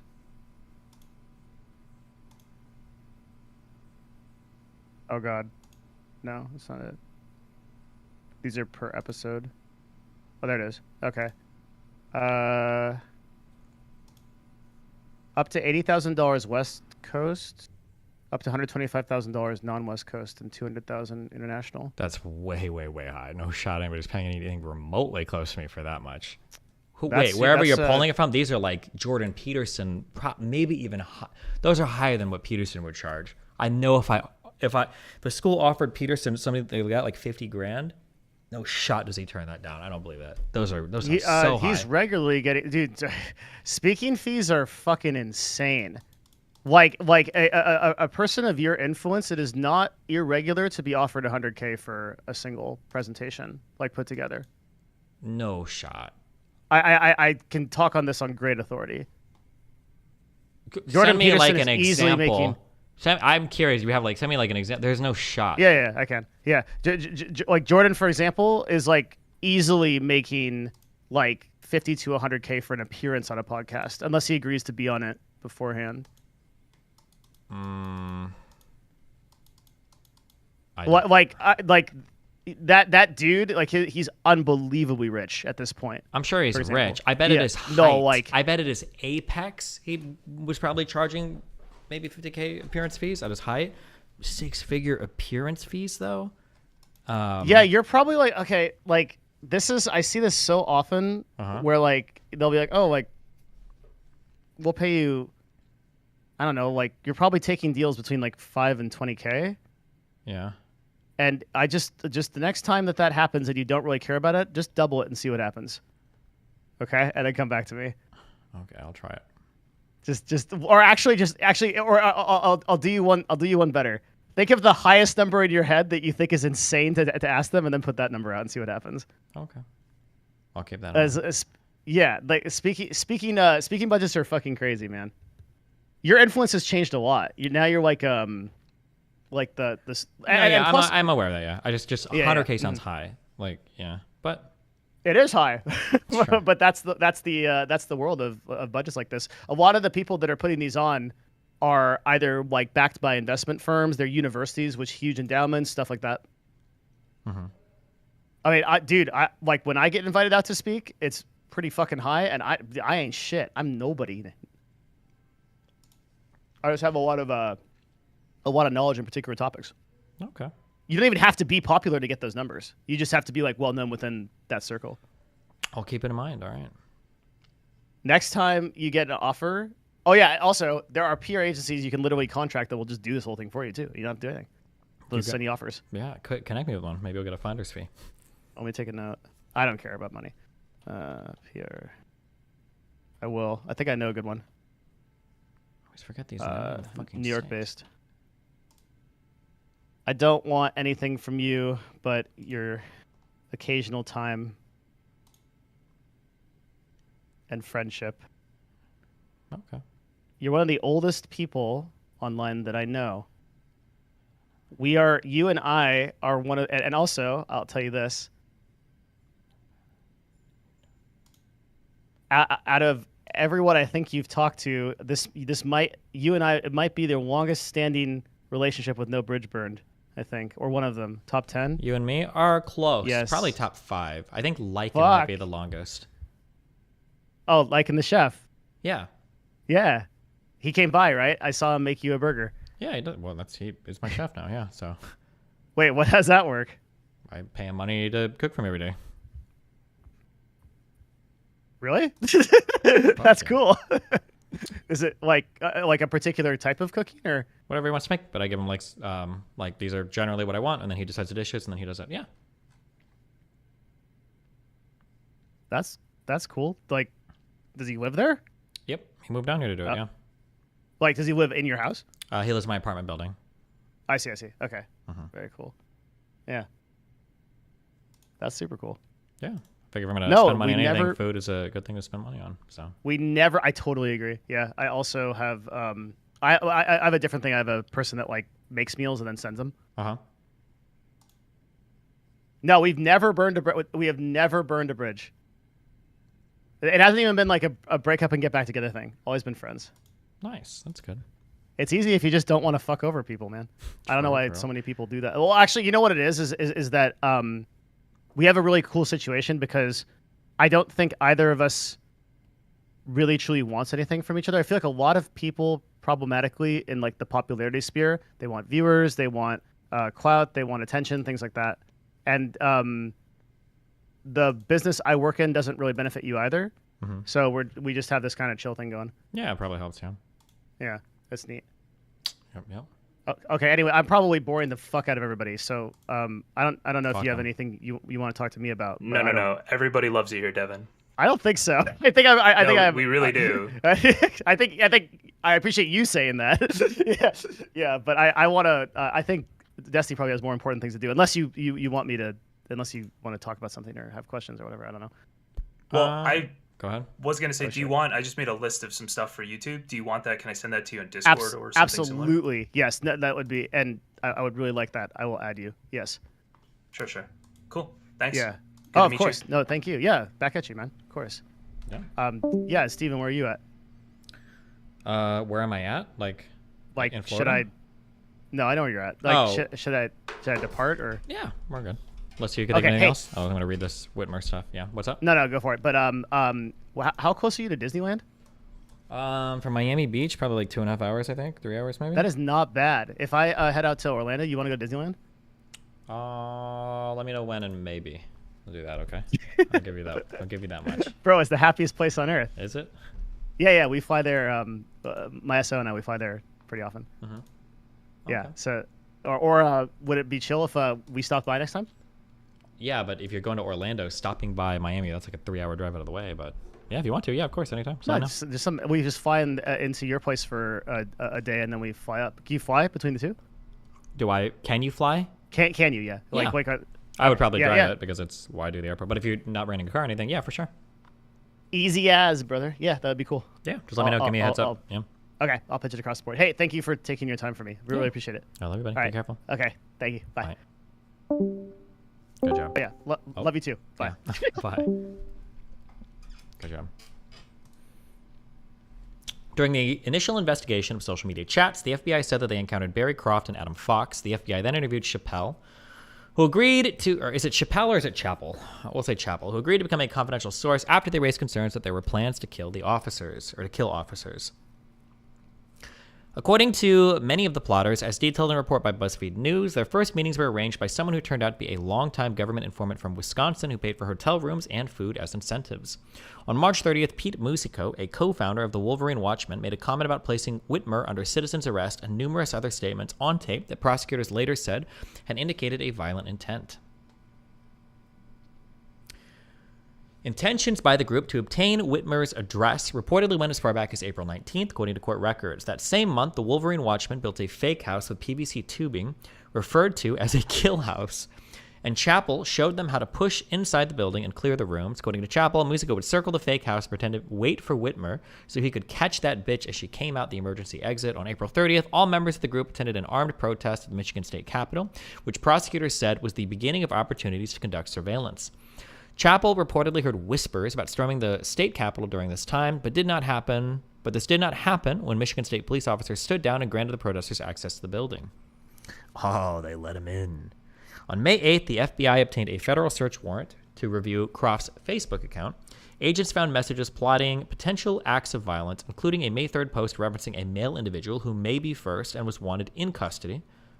The FBI claims this individual was South Carolina Governor Henry McMaster. The plot was reportedly hatched in an official capacity on June 6th among a group of about a dozen individuals meeting in Dublin, Ohio. Dublin? I think it's Dublin, right? A suburb located northwest of Columbus. A confidential source at the meeting reported that the group primarily sought to establish a new self-reliant society that adhered to the U.S. Bill of Rights. Participants reportedly discussed peaceful and violent actions of achieving this goal, with talks shifting to how state governments were allegedly violating the U.S. Constitution, how tyrants should be killed, and that those present should return home to recruit neighbors. The FBI subsequently began infiltrating the group online and in person with additional informants in June. According to a criminal complaint, a total of 12 informants were ultimately involved in the investigation, according to a federal court filing obtained by BuzzFeed News. Starting at that point, the FBI began compiling photographs, video footage, telephone calls, and encrypted messages made by the suspects and storing them as evidence on a USB flash drive. The content said to consist of hundreds of hours of undercover audio recordings and more than 13,000 pages. God, I have a hair that's like in my field of view and I can't find it. Sorry. It's right there. I see it. And encrypted messages made by the suspects and storing them as evidence on a USB flash drive. The content said to consist of hundreds of hours of undercover audio recordings and more than 1,300 or 13,000 pages of encrypted text messages. Was released by the U.S. District Court for the Western District of Michigan on October 16th. Hassan is ready to forgive you if you only do a few things. The fuck is this?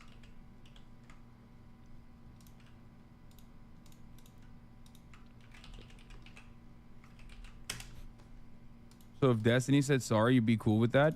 Yes. Yes. If he came out and apologized for literally fucking aligning with every and any Nazi that he could fucking come to terms with and directing his community to cyber stalk me for the past fucking 5 years and have entire paste bins full of like clips out of context that they can readily throw at any conversation and try to literally brigade any and every mention of me online. If he was genuinely apologetic, I absolutely would take that charitably. Doesn't mean I'd be friends with him. I used to be friends with him. I was friends with him because I thought he was a reformed libertarian. I knew his past. I've defended him. I've defended him time and time again.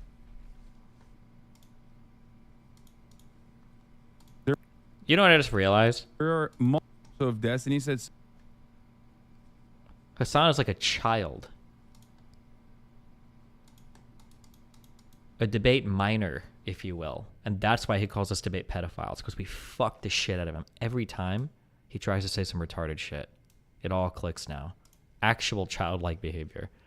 I don't like it when Destiny does all these things that I do to him all the time. Fucking moron.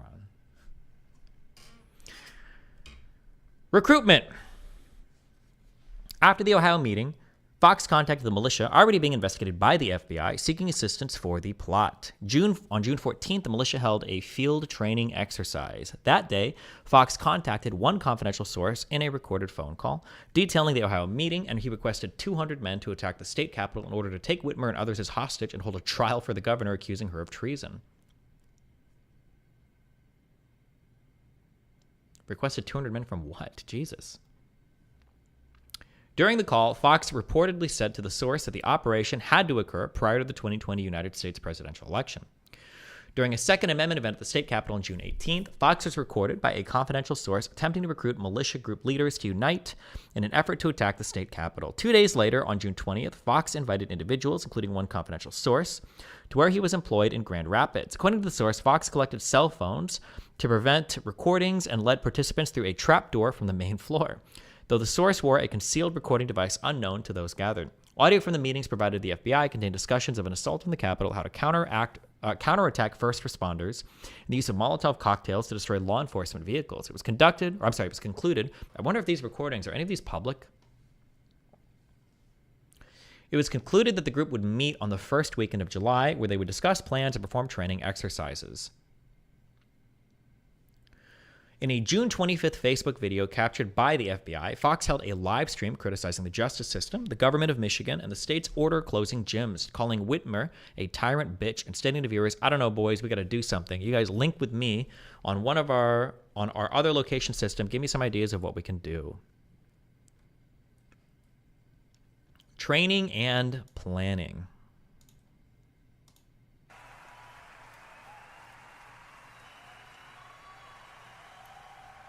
We will get through all this today. Training first occurred on June 28th in Monmouth, Michigan, at a militia member's property, with Fox, his girlfriend, Ty Garbin, Caleb Franks, Caserta, and a confidential source participating in the exercises. Participants were told to leave if they felt uncomfortable with attacking the government and participating in kidnapping. According to Musico's defense attorney, Fox started making comments about storming the state capitol during this training session, but there was no agreement from the other members, and Musico expressed concern about the plan's tactical viability, saying it's a fishbowl. Court documents released on November 13th alleged that in addition to storming the Capitol, there were plans of executing hostages and televising them over the course of a week, or locking people inside the building while the legislature was in session and setting it on fire with the intention of leaving no survivors.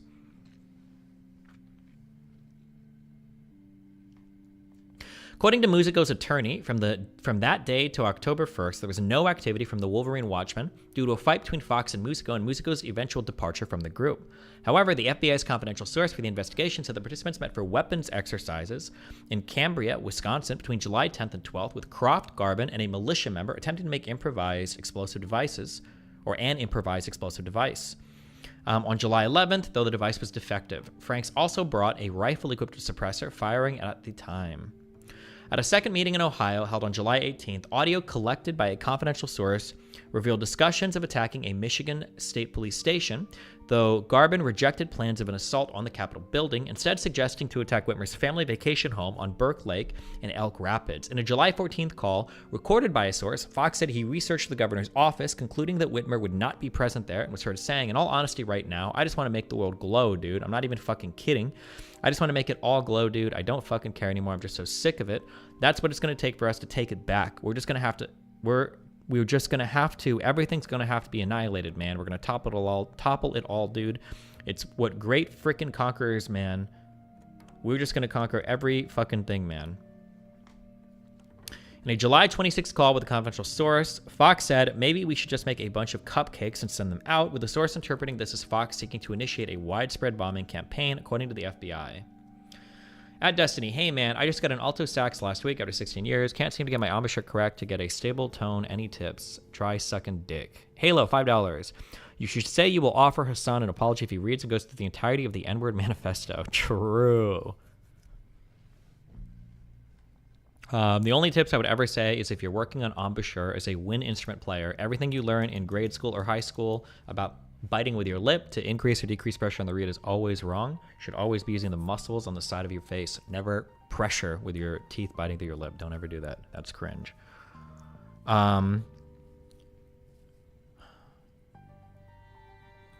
Is Pisco still here? Or is he gone?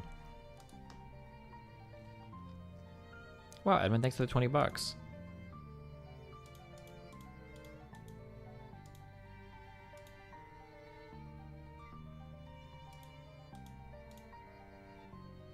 Holy shit. Wait, what is this video that just got linked? Why did this guy just kill himself here?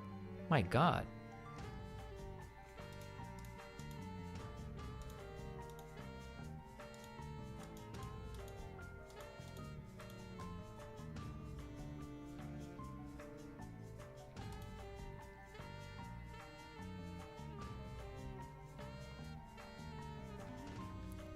Pisco's not here. Here's a question that I would have. I wonder how much you can retroactively justify or like retroactively use statements after like a plot has been concocted.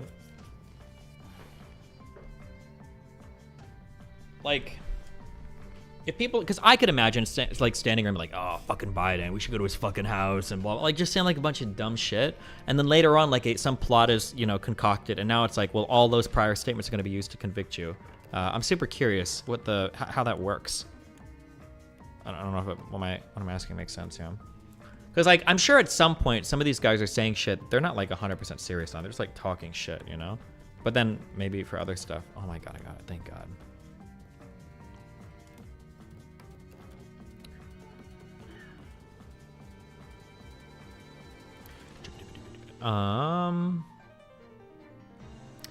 Whitmer vacation home plans. Fox invited participants to his Grand Rapids location on July 27th, where a confidential source provided recordings of discussions that shifted to kidnapping Whitmer when she was arriving at or leaving either her personal vacation home or the Michigan governor's summer residence or Mackinac Island. These, oh Jesus. Some of these plans, though, depending on the specificity, are pretty like, Jesus Christ, you know? Hi, babes. Fox invited participants to his okay. According to the FBI and sourced audio, Fox could be heard saying, "Snatch and grab, man. Grab the fucking governor. Just grab the bitch, because at that point, we do that, dude. It's over." Fox was also heard in the recording suggesting that the group hire a realtor to find Whitmer's exact residence, collecting information on the surrounding area and recruiting individuals skilled with information technology and demolitions. It's pronounced Mackinac. Okay.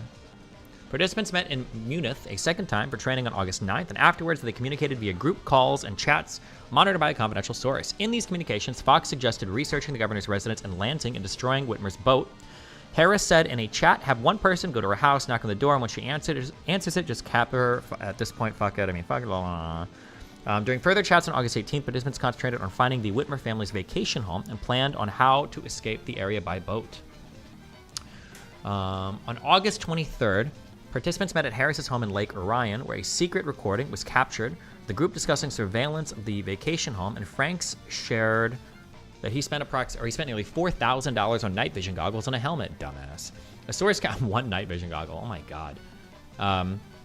The source captured audio of an August 29th surveillance operation where Fox drove by the Whitmer family's vacation home, took photographs, and discussed response times of police in the area. On the recorded audio, Fox was heard saying, "We ain't gonna let them burn our fucking state down. I don't give a fuck if there's only 20 or 30 of us, dude. We'll go out there and use deadly force." The next day on August 30th, the FBI... Hi, thank you. What's that? Kimchi fried rice. What's that? Duck. Why duck? Because you haven't complained. Always weird stuff with you, you know?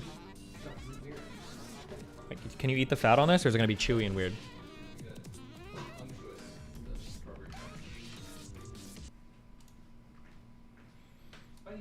Love you. Fox on 23rd, we'll go out there and use deadly force. The next day on August 30th, the FBI said screen captures of the group chat showed Garvin suggesting the demolition of a bridge over the Elk River near the vacation home to slow and distract police.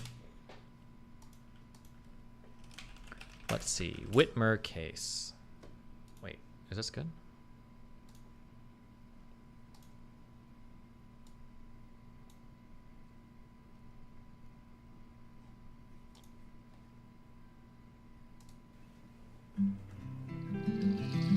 You show food? No, I'm not showing you the food. Go to like and stream and look at it. That's the whole point of him streaming.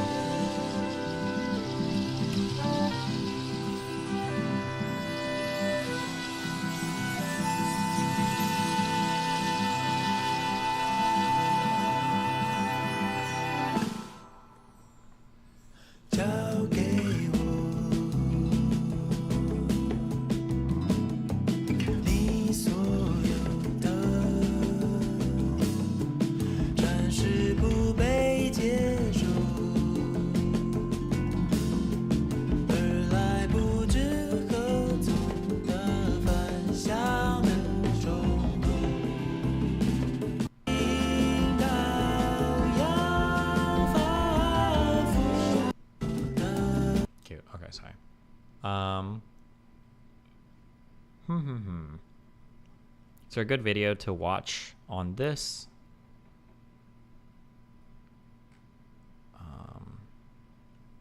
While we eat.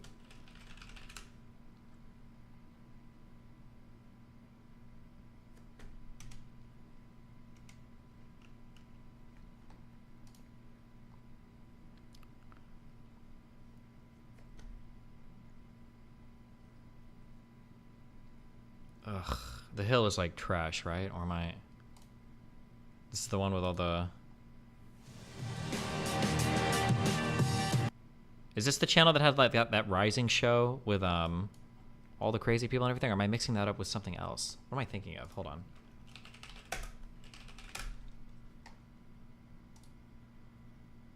Sager and Crystal, yeah. It literally says Rising. Yeah. Ugh, whatever. Okay.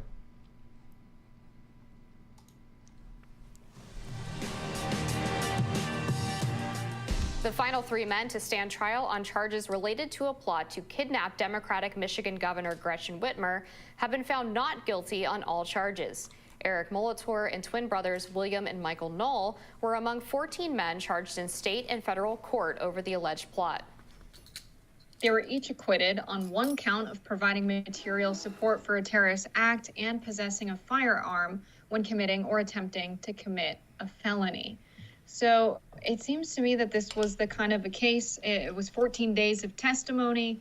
All of these 3 guys look the same. You can hardly tell them apart. But, you know, they're trying to determine where these key players in this kidnapping plot of Whitmer following the 2020 election. And I guess they either determined, no, they weren't guilty of these things. A lot of people said that this was like a military style plan, that they were working together and practicing with their guns. Very scary stuff, but ultimately, I guess they were acquitted. Yeah, I mean, the issue here with these three particular guys is that they actually broke off from the group when it started to get more radical and actually discuss plans to kidnap the governor. But it's important to remember that this plot in the first place would not have existed without the FBI's interference. So basically what happened is, if we go back to 2020, there were a few guys who were very isolated during the pandemic. They were perhaps unemployed. Some of them were using drugs, and they would chat on this Facebook group about anti-law enforcement and anti-government sentiment. Certainly nothing illegal. But there was an individual who informed to the FBI about this group and suggested that there was something untoward happening, or that these guys were going to become more radical. So what the FBI did is they actually employed a dozen or more different agents, as well as undercover agents. Wait, I thought the guy initially went to the FBI because they started talking about like doing real shit. That might be important, an important fact to have.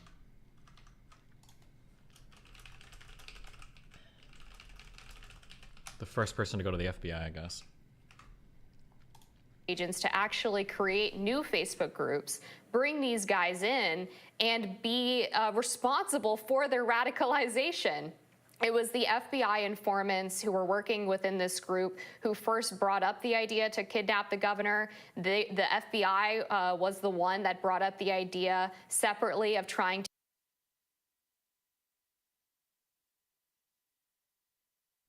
Who was the first one to...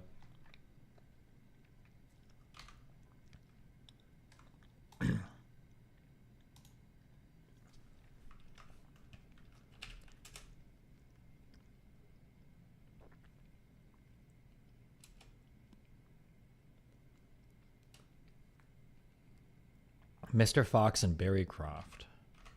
Was Fox one of the informant people? Or one of the agent people?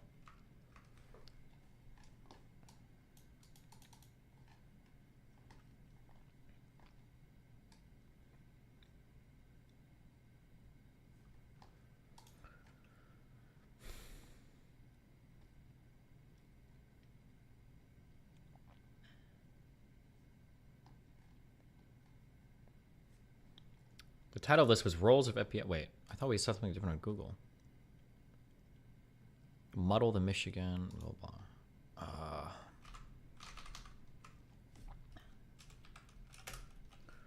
Who was the... we'll just write these questions down.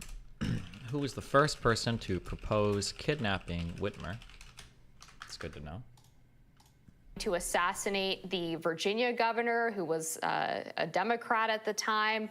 They were the ones who suggested having the surveillance of Gretchen Whitmer's home. They were the ones who suggested having firearms training. I mean, every escalation that occurred in this supposed plot of a radical set of Americans, or right-wing extremists or domestic extremists, was basically orchestrated by the FBI. And so there was a legitimate defense from the lawyers in this case that their clients were entrapped by the FBI. This did not fly with every defendant. There were some who were in fact found guilty because they were basically right in there with the informants in terms of becoming radical or helping to plan this attack against Gretchen Whitmer. One of them was even sentenced to 16 years. But there's definitely a great case to be made for some of these lower level members of the group who were trying to get out of it. And actually, the group was set to dissolve after a few months, if not for the FBI bringing in a literal bomb expert to explain to them how they could successfully carry out explosive attacks on Whitmer's residence, that they stuck together. This should have never happened in the first place. If it weren't for the FBI's involvement, there would have been no plot to kidnap Gretchen Whitmer. Yeah, I think it's an interesting case that will have a lot of people reflecting on entrapment in general. How many times do we have cops go undercover and try and catch people who are purchasing and exchanging drugs? I mean, I'm just totally against any kind of undercover work by the police, by the FBI.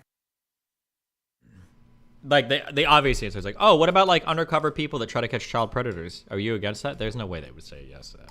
FBI by law enforcement in the United States, the way that they try and infiltrate groups that they deem to be troublesome seems to only escalate the supposed crime that's going on. And so I think it's a good time for everyone to reflect on what entrapment means, but also to reflect on the political climate post-2020, that there were these three guys, the twin brothers and their buddy, that were willing to attend these drills and show up to Whitmer's residence. I think it speaks to the political climate, which I think would have existed independent of what the FBI was up to. There was just Did she just do the, well, maybe it's not true, but it says something that it was possible, or it says something that, like was that, what?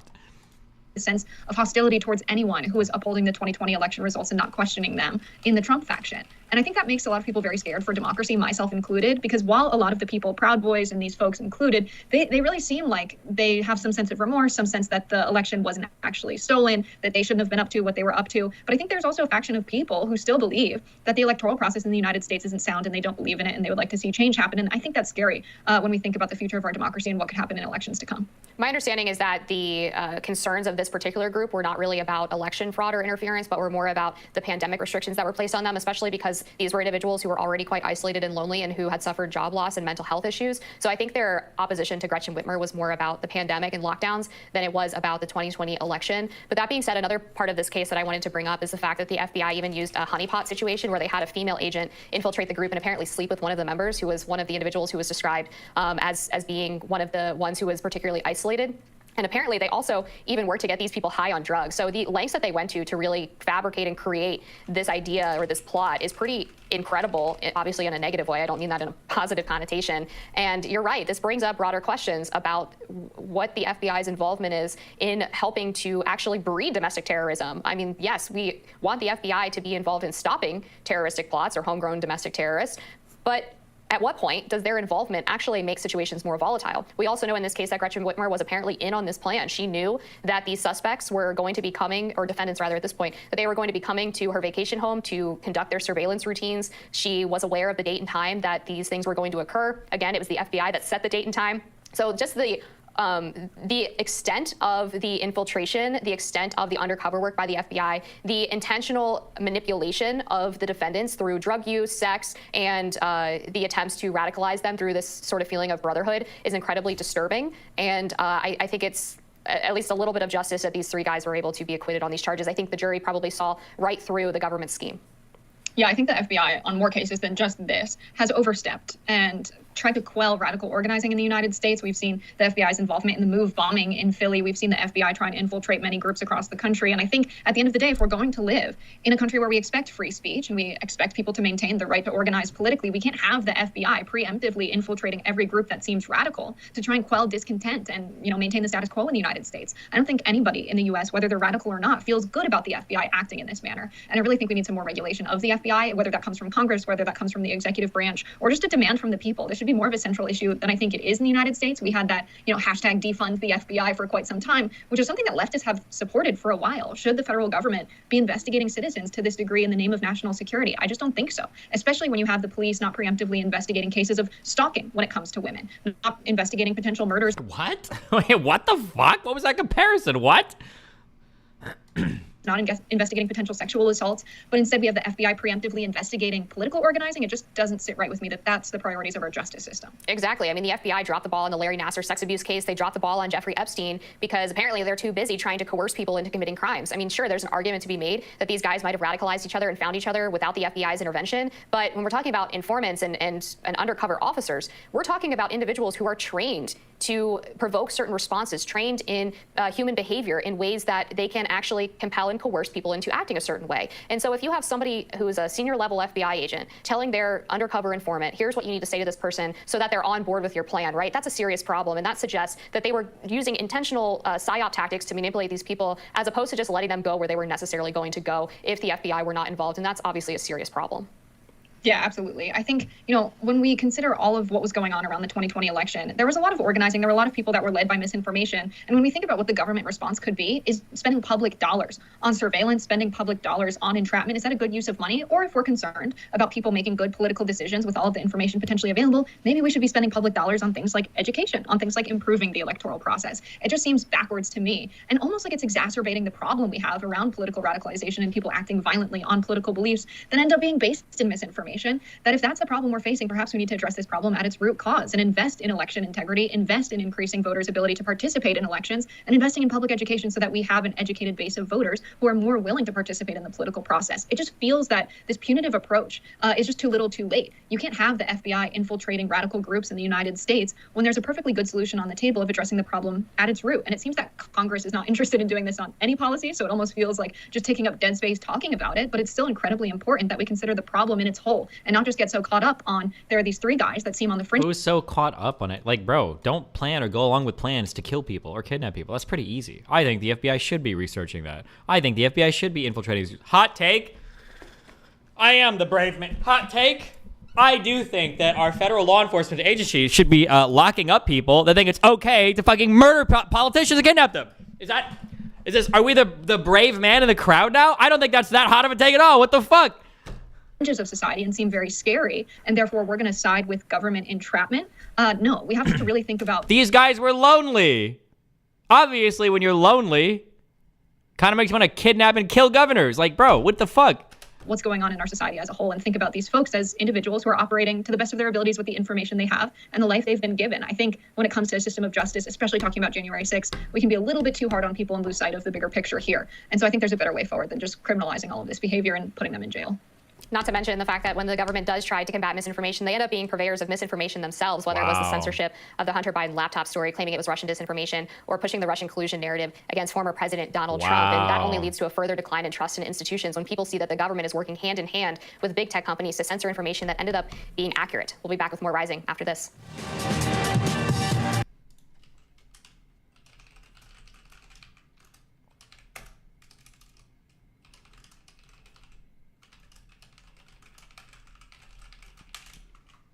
The only thing we're missing from that was Hillary's emails or Hunter Biden's cock. Or I guess censoring stories kind of includes that, right?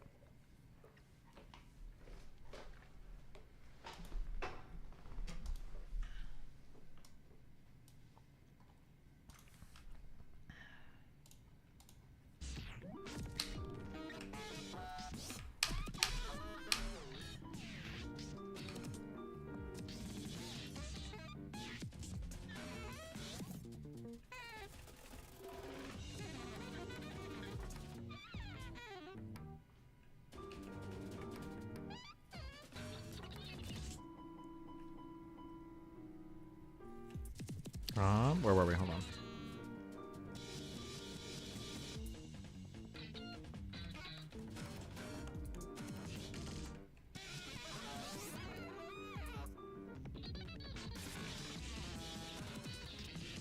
Surveillance begins on August 23rd. Participants met at Harris's home in Lake Orion, where a secret recording was captured. Oh, we got this on the night vision goggles. So, okay.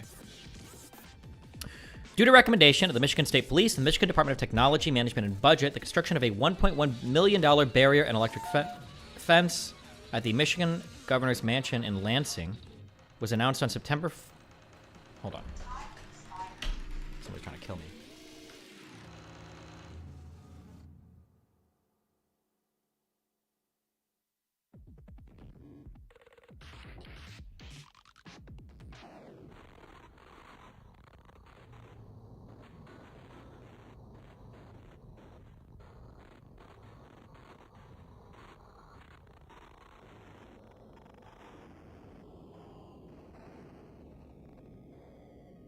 It's like a tool of like worthless fucking screwdrivers that I bought. They're all like, half of them are like specialty dumb screwdrivers that I was using to try to fix. The hex or whatever screwdrivers.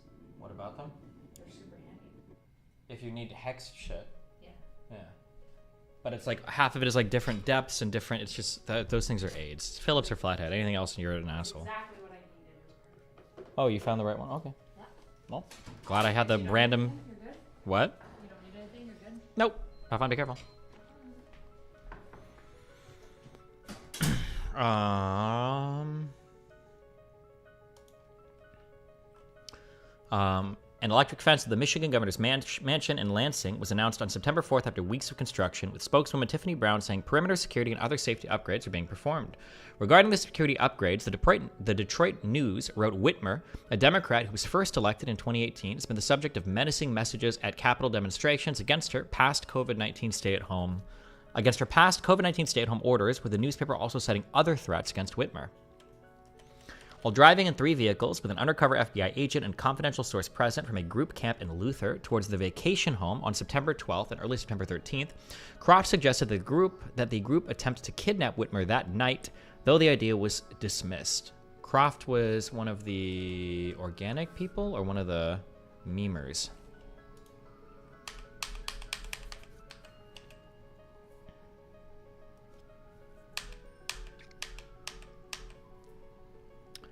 Regularly posted violently. These accounts depicted him wearing a tricorn and sweatshirt insignia. Posted multiple times. Okay, this is one of the real guys.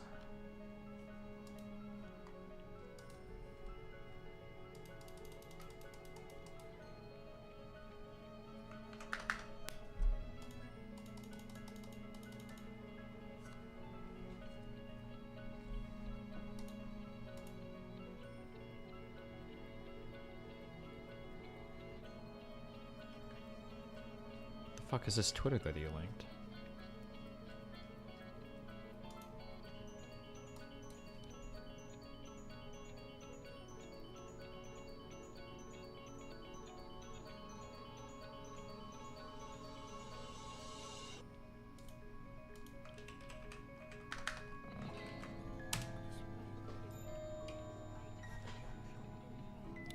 OPSEC plan. June 20th, 2020, Fox Garment. Are these the indictments, or are these like some other part of the court filings? Several others, including CHS2, met at Fox's business in Grand Rapids. As part of Fox's operational security, the attendees met in the basement of the shop, which was accessed through a trapdoor. Oh, it's not okay.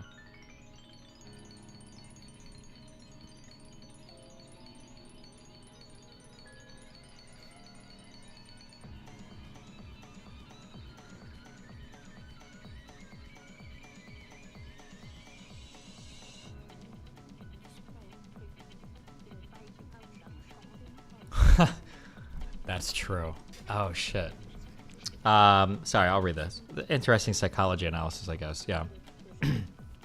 That is true. Oh, that's, yeah.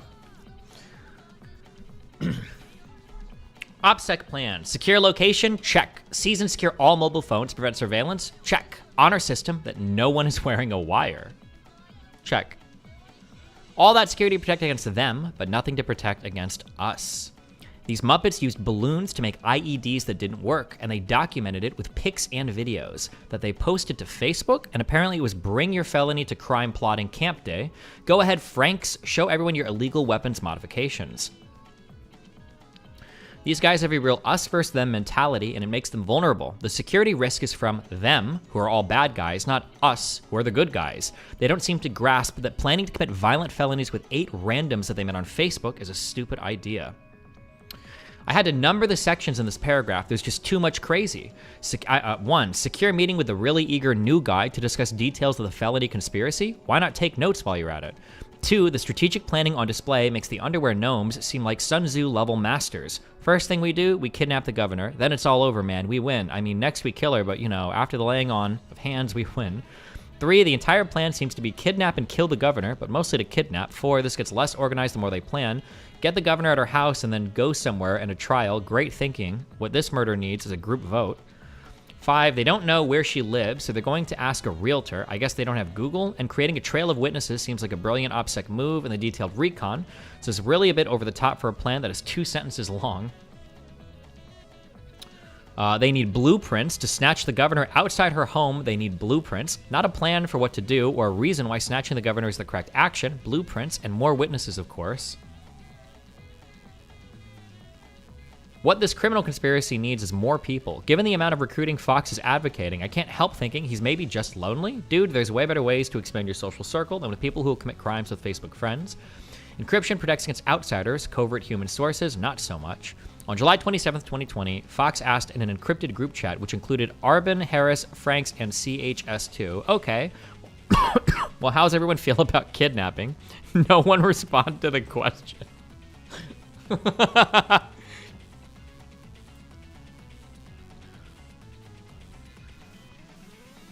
After much deliberation, Fox has decided to go with Ship's original plan of kidnapping the governor somewhere, for some reason, to some end. Incidentally, this is the safest conspiracy session Fox has held, OPSEC++, and so of course he posts about it on Facebook.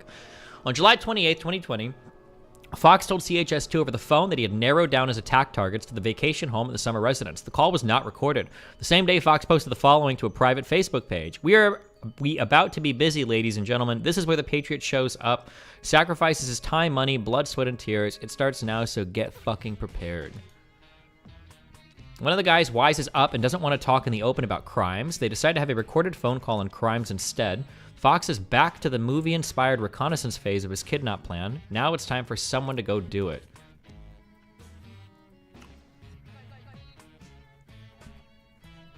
Fox suggested another member of the militia group could gather information about Governor Whitmer's primary residence in Lansing, and Fox discussed destroying the governor's boat. After the call, Fox, Franks, Garvin, Harris, and CHS2 communicated in a encrypted group chat. In that chat, Harris stated, have one person go to her house, not gonna blah, blah, blah. They're not gonna kill her, Jesus. But Harris figured if you're looking at her house, that's effectively the same thing as murder, so just commit murder instead. What world do these guys inhabit that a bunch of Facebook randos can keep the murderer's identity secret? They post everything on Facebook. Fox is on his shit about kidnapping, but now he's also on an arson kick. Will he need a plumber to get blueprints for the boat? Franks is down with arson, kidnapping, murder, whatever, so long as it's well planned. I got some bad news for you, bro. Using open codes is almost never a good idea. Years ago, I wrote a guide on using code phrases.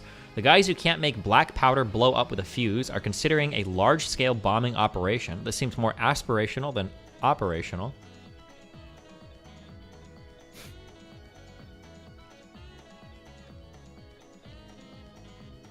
Whether the group just needed to party it out, make a cake, and send it. And what CHS2 believed was a coded reference to sending a bomb to the governor. Fox discussed the need to train for the next 3 months to be ready to engage. I just want to make the world glow, dude. Jesus.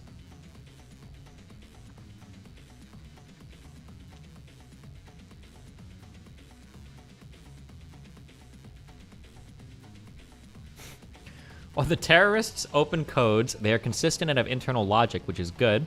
Still, I can't help but wonder how much further they would have gotten if they'd read the cartoon guide to smoking weed and stay out of jail. Stoners are better at security than these guys.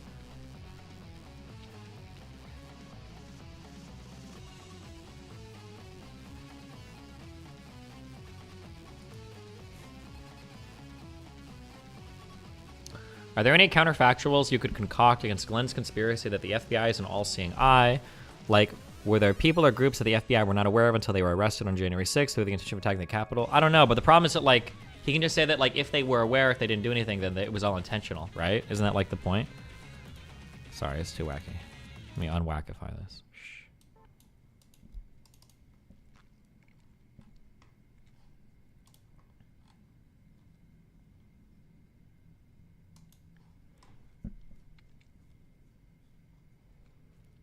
The group figures out the most pressing security issue is that one of them is working for the feds.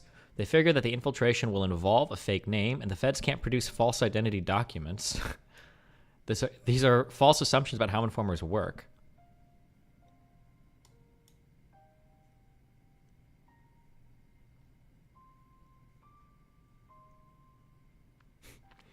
To address their concerns about law enforcement infiltration, the attendees agreed to move their group chat to a different encrypted messaging application. Because the group still included Confidential Human Source 2, the FBI has maintained the ability to consensually monitor the chat communications. Bro, what are these guys? In all honesty, these guys would have better luck pursuing. If you're an undercover cop, you have to tell me. At least this would be a direct interrogation of potential informants, not just a check on whether they're unable to make a fake driver's license.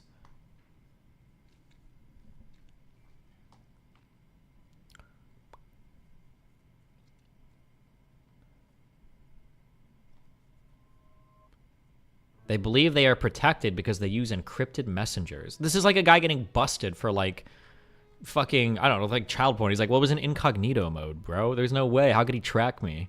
Or you start sending emails to the president saying you're gonna kill him, and he's like, bro, that was in an incognito window. How could they possibly know it came from me? Like, I think the FBI are literally laughing their asses off when they type these up, but then I read lines like, because the group still includes... Oh, yeah. Fox used his cell phone to attempt to locate the residence, but initially they had trouble finding it. He contacted a friend who had assisted him in the past. The friend told them where the vacation home was. Couldn't use Google Maps? What the fuck? What does incognito actually do? Incognito mode will prevent your browser from saving any local session data onto your computer about visiting websites. That's all it does. Or rather, more specifically, it saves it to a sandbox that is destroyed once you close the window. During the surveillance, Fox said, "We ain't gonna let him fucking burn, or we ain't gonna let him burn our fucking state down. I don't give a fuck if there's only 20 or 30 of us, dude. We'll go out there and use deadly force."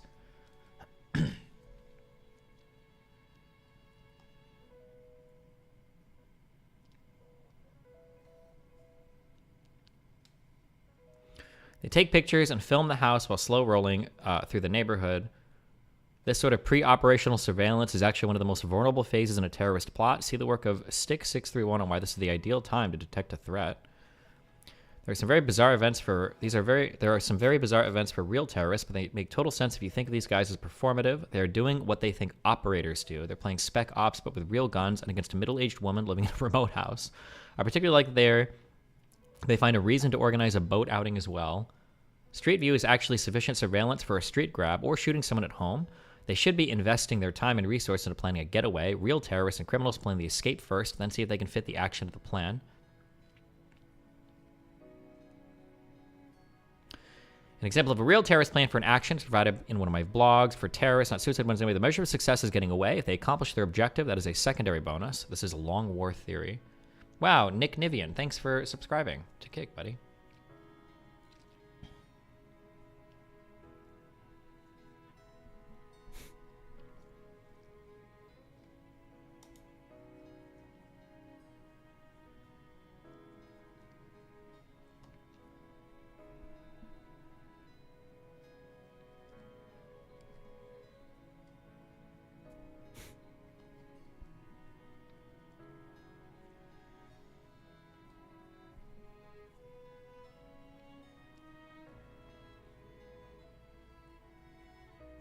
Jesus Christ. I feel like reading the court docs on this might be wild. I don't know if we'll get into this, but...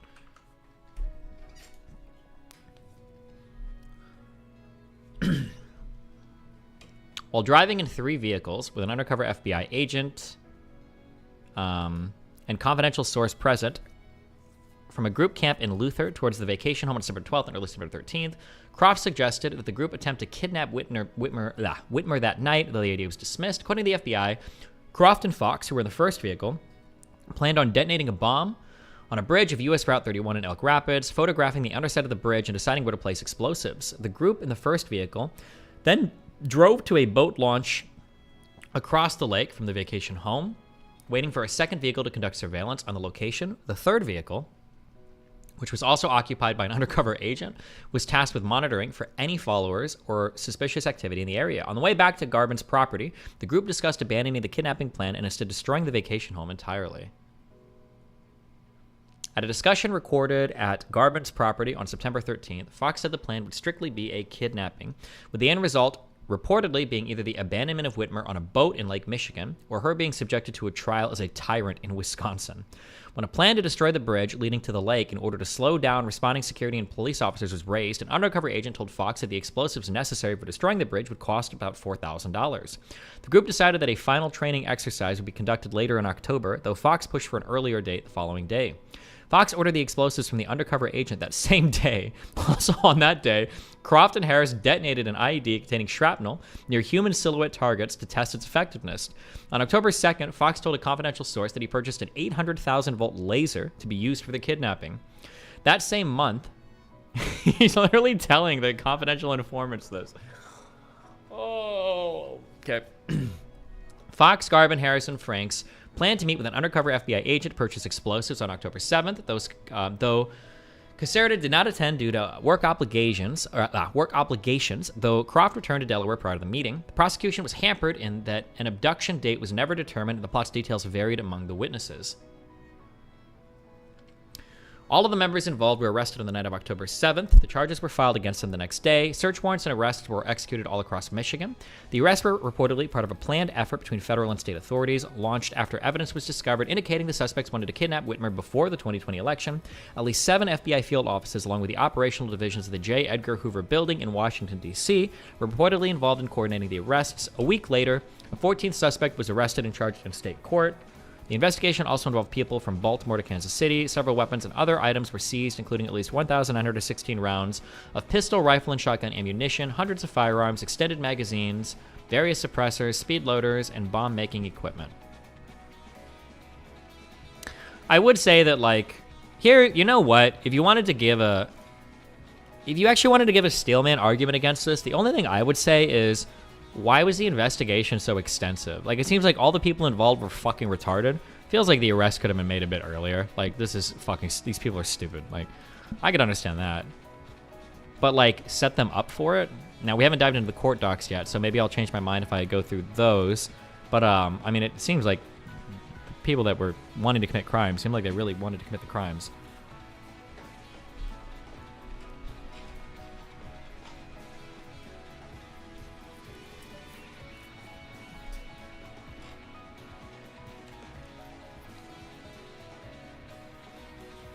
Seems pretty wild that the leader himself was a CI.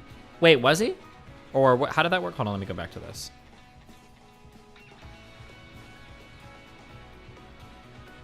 Because Adam Fox wasn't. Wait, who were the ringleader? The Fox guy wasn't. And then who else was the other big guy? This Croft guy was pretty crazy. I think the co-leader was an informant, right? Let me check, hold on. Was it the Dan guy that gets talked about, who was like giving people training and shit? Seems like the FBI was having some fun, so they kept it going. Maybe. Jesus.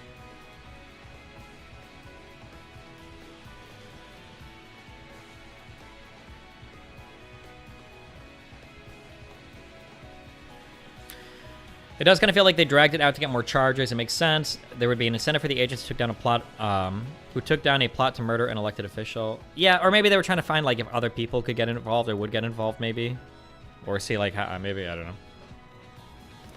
6 people: Adam Fox, Ty Garvin, Barry Croft, Caleb Franks, Daniel Harris, and Brandon Caserta were charged in the United States District Court for the Western District of Michigan for conspiring to commit kidnapping. The federal charges carry a potential sentence of life imprisonment if convictions are obtained. A federal judge said the federal government had probable cause in the case against 5 of the defendants and declared they could move forward to trial, while also denying bond to 4 of them. During a court hearing on October 13th, an FBI agent testified that the conspirators had considered leaving Whitmer in a boat in the middle of Lake Michigan and disabling its motor. He also testified that the group had discussed, during early stages of the planning, kidnapping Virginia Governor Ralph Northam, who had also imposed strict lockdown orders in response to the COVID-19 pandemic. This prompted the FBI to notify members of Northam's security staff of the potential threat. On October 26th, federal prosecutors announced the FBI had found explosive device components and privately made firearms and are considering adding federal terrorism charges after they're analyzed by experts. On October 28th, an unsealed search warrant revealed that some of the defendants had discussed South Carolina Governor Henry McMaster as another possible target during the early stages of planning in March. The warrant also revealed that in late June, Croft posted to Facebook a hit list of politicians he wanted. The names included...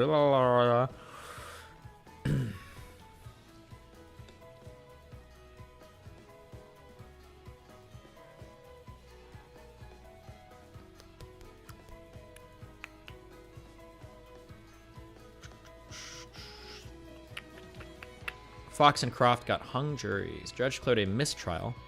Ordered Fox and Croft remain in jail until retrial. Wonder why the retrial happened. Cool song. What?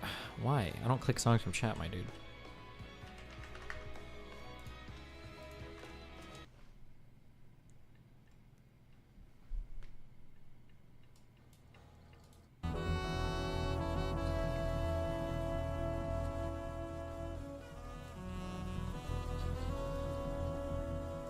You asked us for new music? I don't think I did.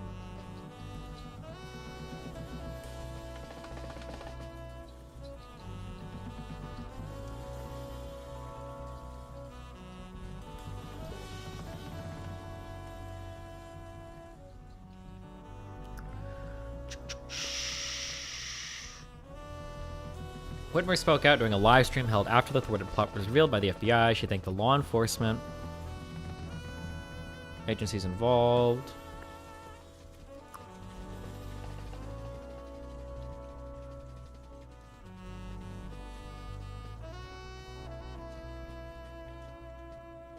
Michigan Attorney General Dana Nessel called the plot one of the largest cases in recent history and labeled the case as rather unprecedented in nature. This is retarded. One of the largest cases in recent history? Okay. States, well, actually, I mean, maybe that might be true just because people don't typically plot stuff like this in the United States. Maybe. So I guess it could be true technically, but like... State Senator Mike Shirley, Michigan House Speaker Lee Chatfield, and Ohio Governor Mike DeWine condemned the plot. Chatfield later criticized Whitmer for not warning state lawmakers in advance of the plot's original intent to storm the Michigan State Capitol building. Delaware Governor John Carney, who pardoned one of the suspects in 2019, called the federal charges disturbing, said there's also no President Trump, don't care.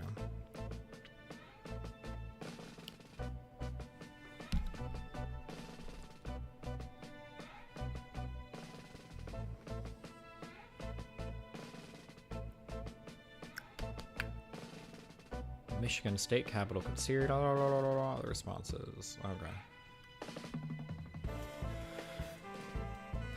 Who was the first person to go to the FBI? Who was the first one to propose kidnapping Whitmer? Who was responsible for the majority of the escalations? Why do they hate Whitmer? And did they get these people high on drugs? How much of these court filings are like public that we can look through? With that quote, it does kind of feel like they let this go as far as they did because they wanted credit for a high-profile case. I mean, like, what these guys, like, were, like, roped into doing... I shouldn't say roped into doing, that's not really fair. But, like, what basically kind of evolved between this group of doing was pretty fucking insane. But also, like, pretty fucking retarded. Like, these guys were exceptionally stupid, too. But...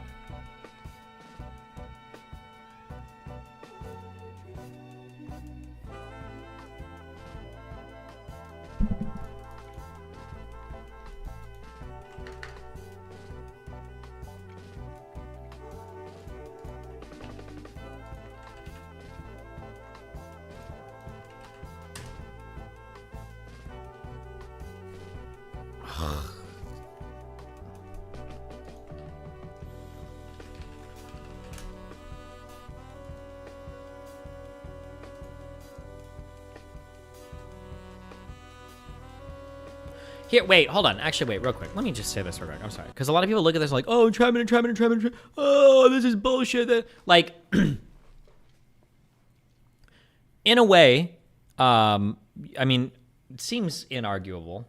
I'll be charitable to the feds. I'll say arguably. Some of this might have been pushed along by or encouraged by or enabled by federal officers that were present, or federal informants at least, or and I guess at least one agent that was present like during some of these meetings. On one hand, you could think like, oh my God, this is like so horrible that like the FBI stood by and kind of allowed this or fomented this to happen. The reason why I think generally you shouldn't consider stuff like this entrapment, even morally, is because rather than thinking, wow, look at how inept and stupid these guys are, like, come on, what you should be thinking is, wow, how easy was it to get these guys to go along with a potential like kidnapping assassination? That should be something that should be going through your mind. Because while here it might look stupid, who is that one girl that just came out of prison? Gypsy Rose? Look at how easy it was for her to get her retarded boyfriend to kill her fucking mom. That kind of stuff should worry you. If it's that easy to get this many people to go along with stupid shit like this.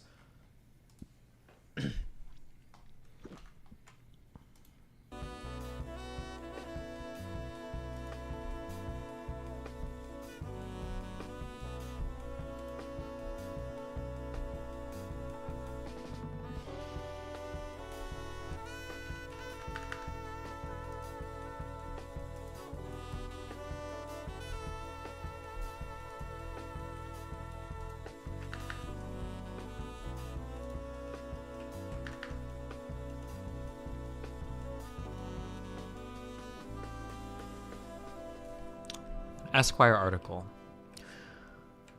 The militiamen, the governor, and the kidnapping that wasn't.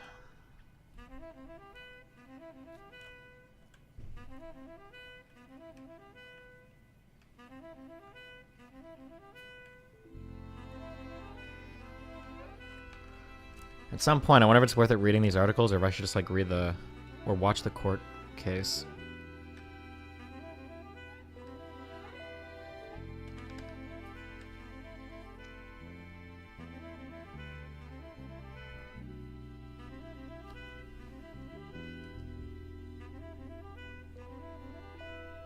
So your note-taking strategy for the Whitmer stuff? I'm not really doing a big note-taking strategy. I think I just want to be like familiar with it, I think.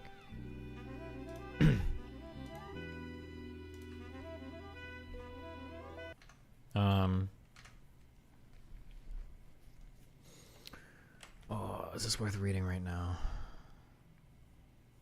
Definitely good commentary in that article. Okay, maybe we'll read this tomorrow and then we'll be done with it. Fuck, we need to find something new. I think it's going to be Iran. I think we're going to do Iran. Need something new to dive into. These cases are fucking boring.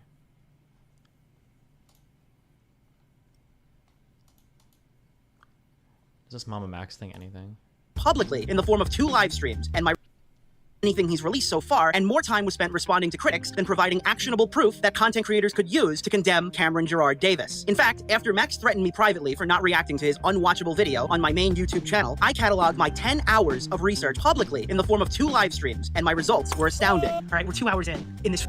We're 2 hours in right now. Realistically, we're another hour and a half on top of our 4.5 hours in. So we're at like the 6-hour mark of understanding what's going on here. And I will point out to you, now that we've hit the 6-hour mark, that I still don't know what Cameron Gerard Davis has done. And spoiler alert, when we hit the 8-hour mark or the 10-hour mark, I don't know how far we're gonna go. We're still not gonna know. After 10 grueling hours investigating this vampire werewolf cult, I realize I've learned essentially nothing about Cameron Gerard Davis, the accused. On March 18th, 2016, Spencer, a girl from Wiley, Texas, mysteriously disappeared. Why does this guy make himself sound like Jigsaw? God, it's so unserious.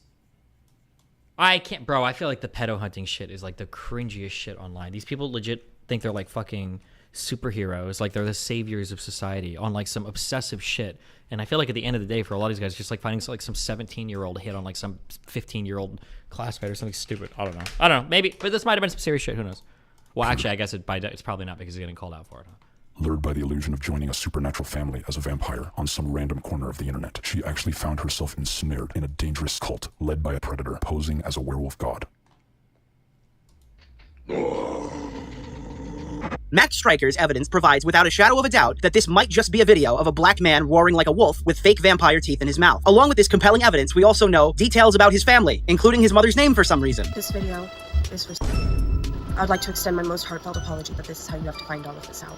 The fact of the matter is, your son, Camden Gerard Davis, has been victimizing hundreds upon hundreds upon hundreds of mothers. You started to like direct your chat to tell them to go reach out to the mom and to the brother to find out information about Camden. Is that that's true, right? I guess so. You don't have any proof that they're even involved, right?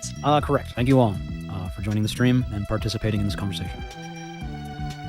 We'll see you probably never again. And when people asked why his serious allegations were so over-dramatized and hard to understand, this was his answer. What even is this?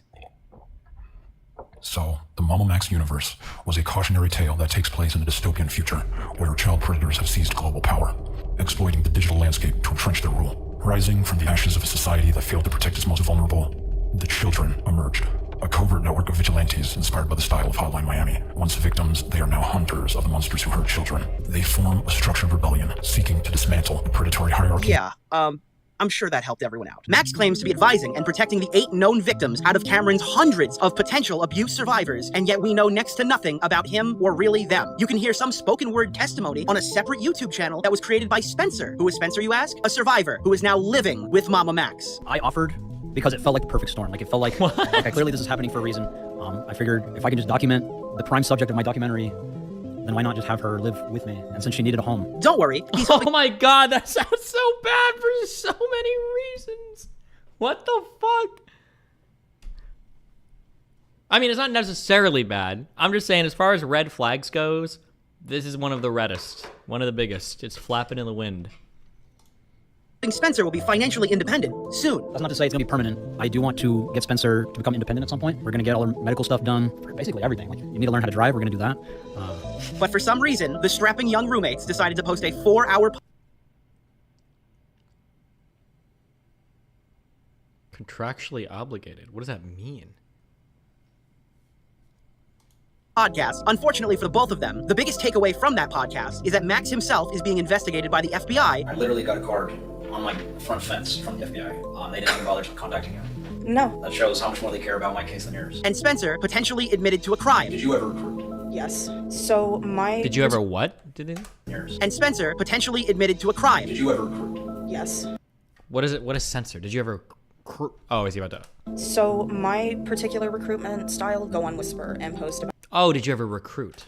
If you want to join a family dynamic, hit me up on Kick. There was one time he did have me lure a girl like physically. That sounds fucking illegal. I lured a girl physically. We got an Uber and went. Wait, hold on. I feel like we've seen so many pictures on Wikipedia of this girl. I have never seen Ghislaine Maxwell with red hair. Was that just when she worked for him or what? Picked this girl up from like 30 minutes away from us, and she was like 13 or 14, and he kept trying to convince me to convince her to have sex with him, and I was like, no. Thankfully, her parents got her the next day. What the Me and Kayla are pretty sure Listen, that Max. he went over there and he her after I was with my foster parents. When your victim is going to talk about something where they're potentially implicating themselves in a crime, I mean, I don't know what age they were at the time, but regardless, like, you should absolutely be seeking legal advice before you even think about bringing this up. Why this was uploaded at all, I will not understand. If anything, they're creating a defamation case for the man they hope to put in prison. Mama Max has chose to make a schizophrenic ARG adventure instead of a detailed allegation video with supporting evidence so he can help protect and support women who put their trust in him. Honestly, you do understand. If you go to court, they can pull these live streams for court. You do know that. Oh my God. Is that Alabama Lav? Can you hear? Protect and support women who put their trust in him. Honestly, you do understand. Evidence so he can help protect and support women who put their trust in him. Honestly, you do understand. If you go to court, they can pull these live streams for court. You do know that, right? We are not going to court, Xylee. So what are you doing? Just It could be, right? It absolutely could be. hunting them down like a deer? Is that what we're doing? Have you not been listening this stream? So when we reached out to the lawyer, he told us it would not be beneficial to pursue a case against Camden Gerard Davis because he likely does not have substantial assets. So he recommended that we all go in person. So okay, so you. A lawyer didn't recommend the case because he has substantial assets. What are they going to court for? What are they trying to do? A civil case for damages for? So you do plan to go to police, right? Of course. If you go to police and say they say, okay, yay, we're going to go get him or whatever, I don't know, live in a dreamland, whatever you want to feel. Are you going to court after that? I'm unsure about the entire process. I think that's the job of the district attorney, but y'all would likely, the survivors would likely appear as witnesses. What bothers me is your answer right there. You've been doing this for 5 years and you don't know how the process goes? I've never been. Yeah, that's really weird. Wait, how? This guy's a 5-year professional pedo hunter and he doesn't even know like the difference between like a criminal civil case or what that process even looks like? Don't you think that should have been? Do you think that's kind of important or? Survivors would likely appear as witnesses. What bothers me is your answer right there. You've been doing this for 5 years and you don't know how the process goes? How I've many never people been have to you court. actually caught? I've never been to court. Mama Max claims to have hunted predators for years, but it is more than evident that he has no idea what he's doing, and now his past has begun to come under fire. Well, I guess the question is like, the next getting at is like, okay, so you Oh shit! Orbiter alert.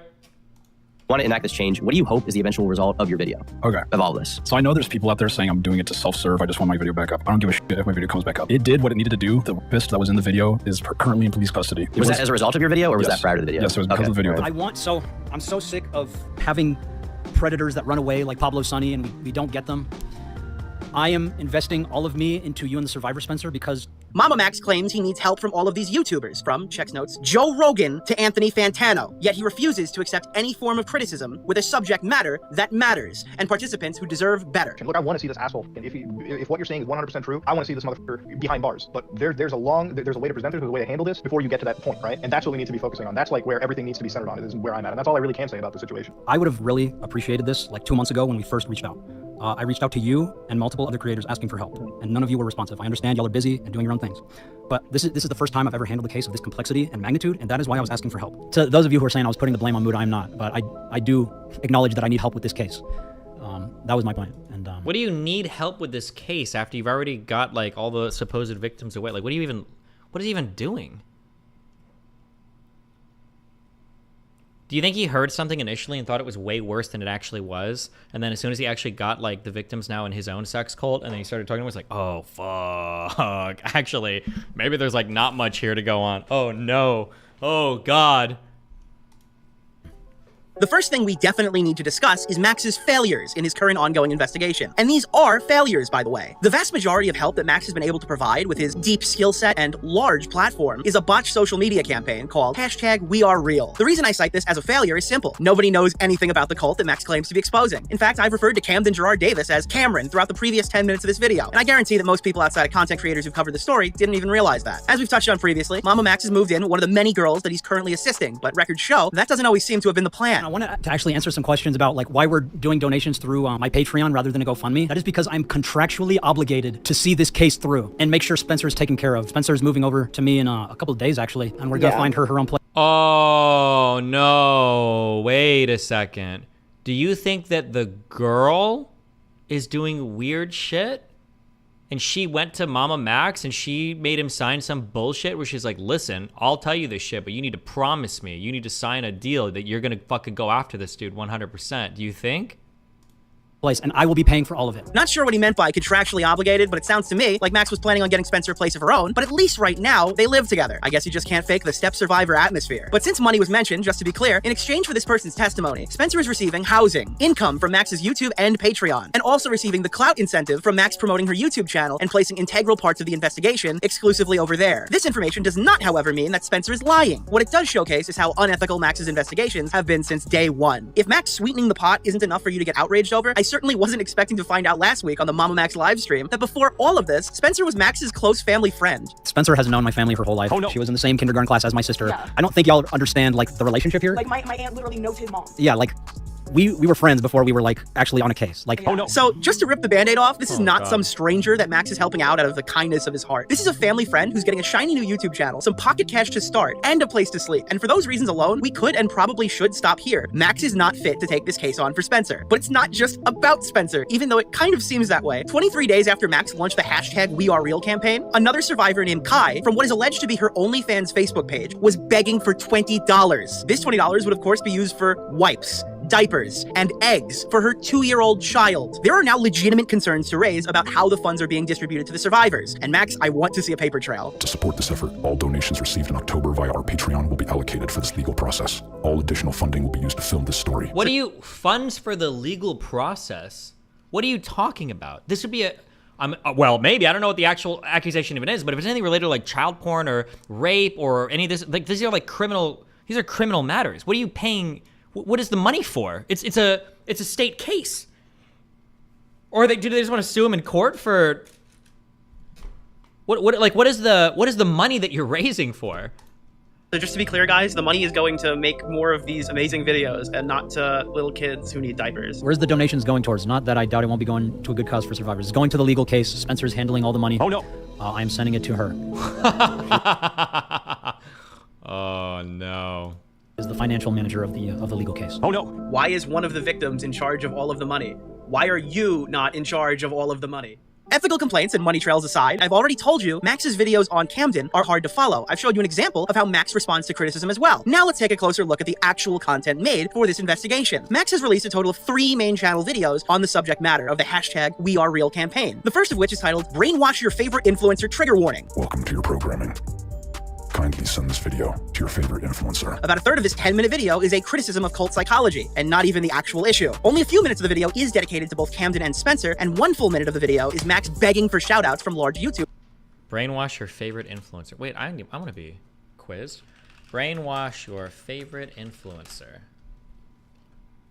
Trigger warning.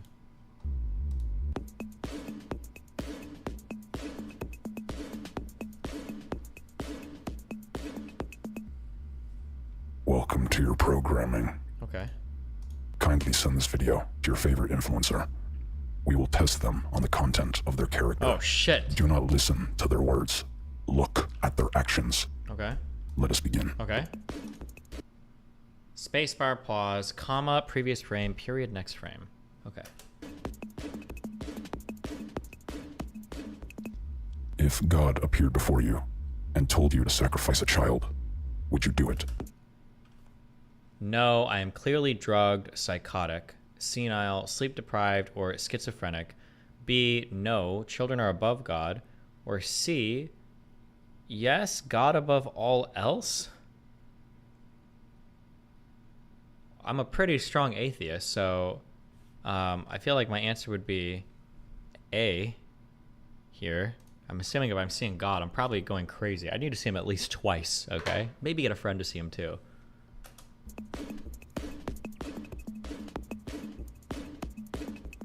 On an exoplanet far away, 2 extraterrestrial factions. Wait, fuck, Jesus. A. Of the same primitive species are at war with each other. They are both guilty for spilling the blood of children. Based on the pattern among the species, who will win the war? What? On an exoplanet far away, 2 extraterrestrial factions of the same primitive species are at war with each other. They are both guilty for spilling the blood of children. Who will win the war? If they're both doing the same thing, the internationally recognized faction, the non-member observer faction, extinction? I imagine C?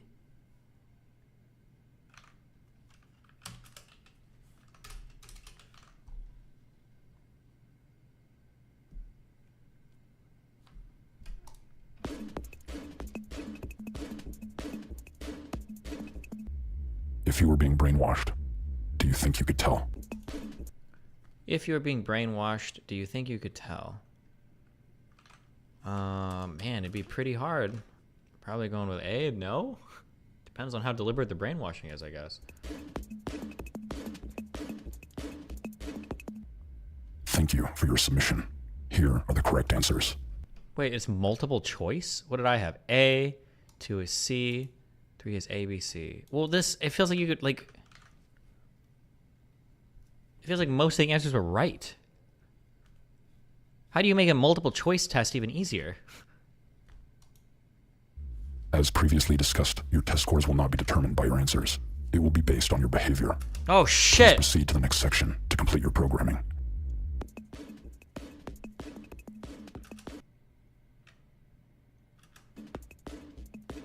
I would say one of the things that really bothers me and that I think about, and I've been confronted with this situation many times, are minor children recruited by destructive cults online. Children deserve to know that there is danger out there. You shouldn't be walking through the world blindly thinking that everything is just sunshine and rainbows. Because the sad reality is the world is a terrifying place at the end of the day. On March 18th, 2016, Spencer, a 16-year-old girl from Wiley, Texas, mysteriously disappeared. Okay. Lured by the illusion of joining a supernatural family as a vampire on some random corner of the internet, she actually found herself ensnared in a dangerous sex cult led by a child predator posing as a werewolf god. The man had recruited hundreds of young children, subjecting them to sending CP, kidnapping, assault, and attempted trafficking. Almost 7 years later, Spencer and the other survivors shared their stories with me. This video serves as their scream for action against their perpetrator. Bro, why not go to the cops?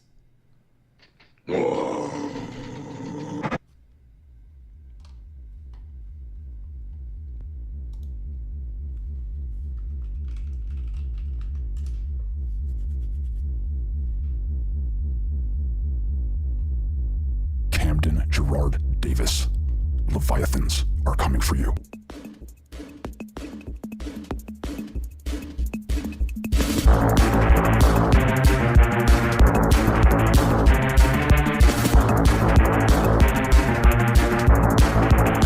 Okay, I'm good on this.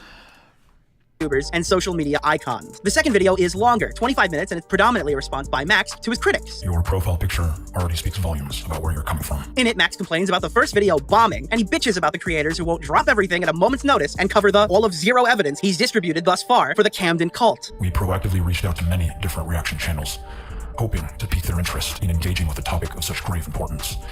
Yet the very purpose of the video falls short when these creators stop responding and choose not to engage. Only a handful out of the tons we reached out to gave What? Nobody reached out to me? I didn't even get the chance to reject it.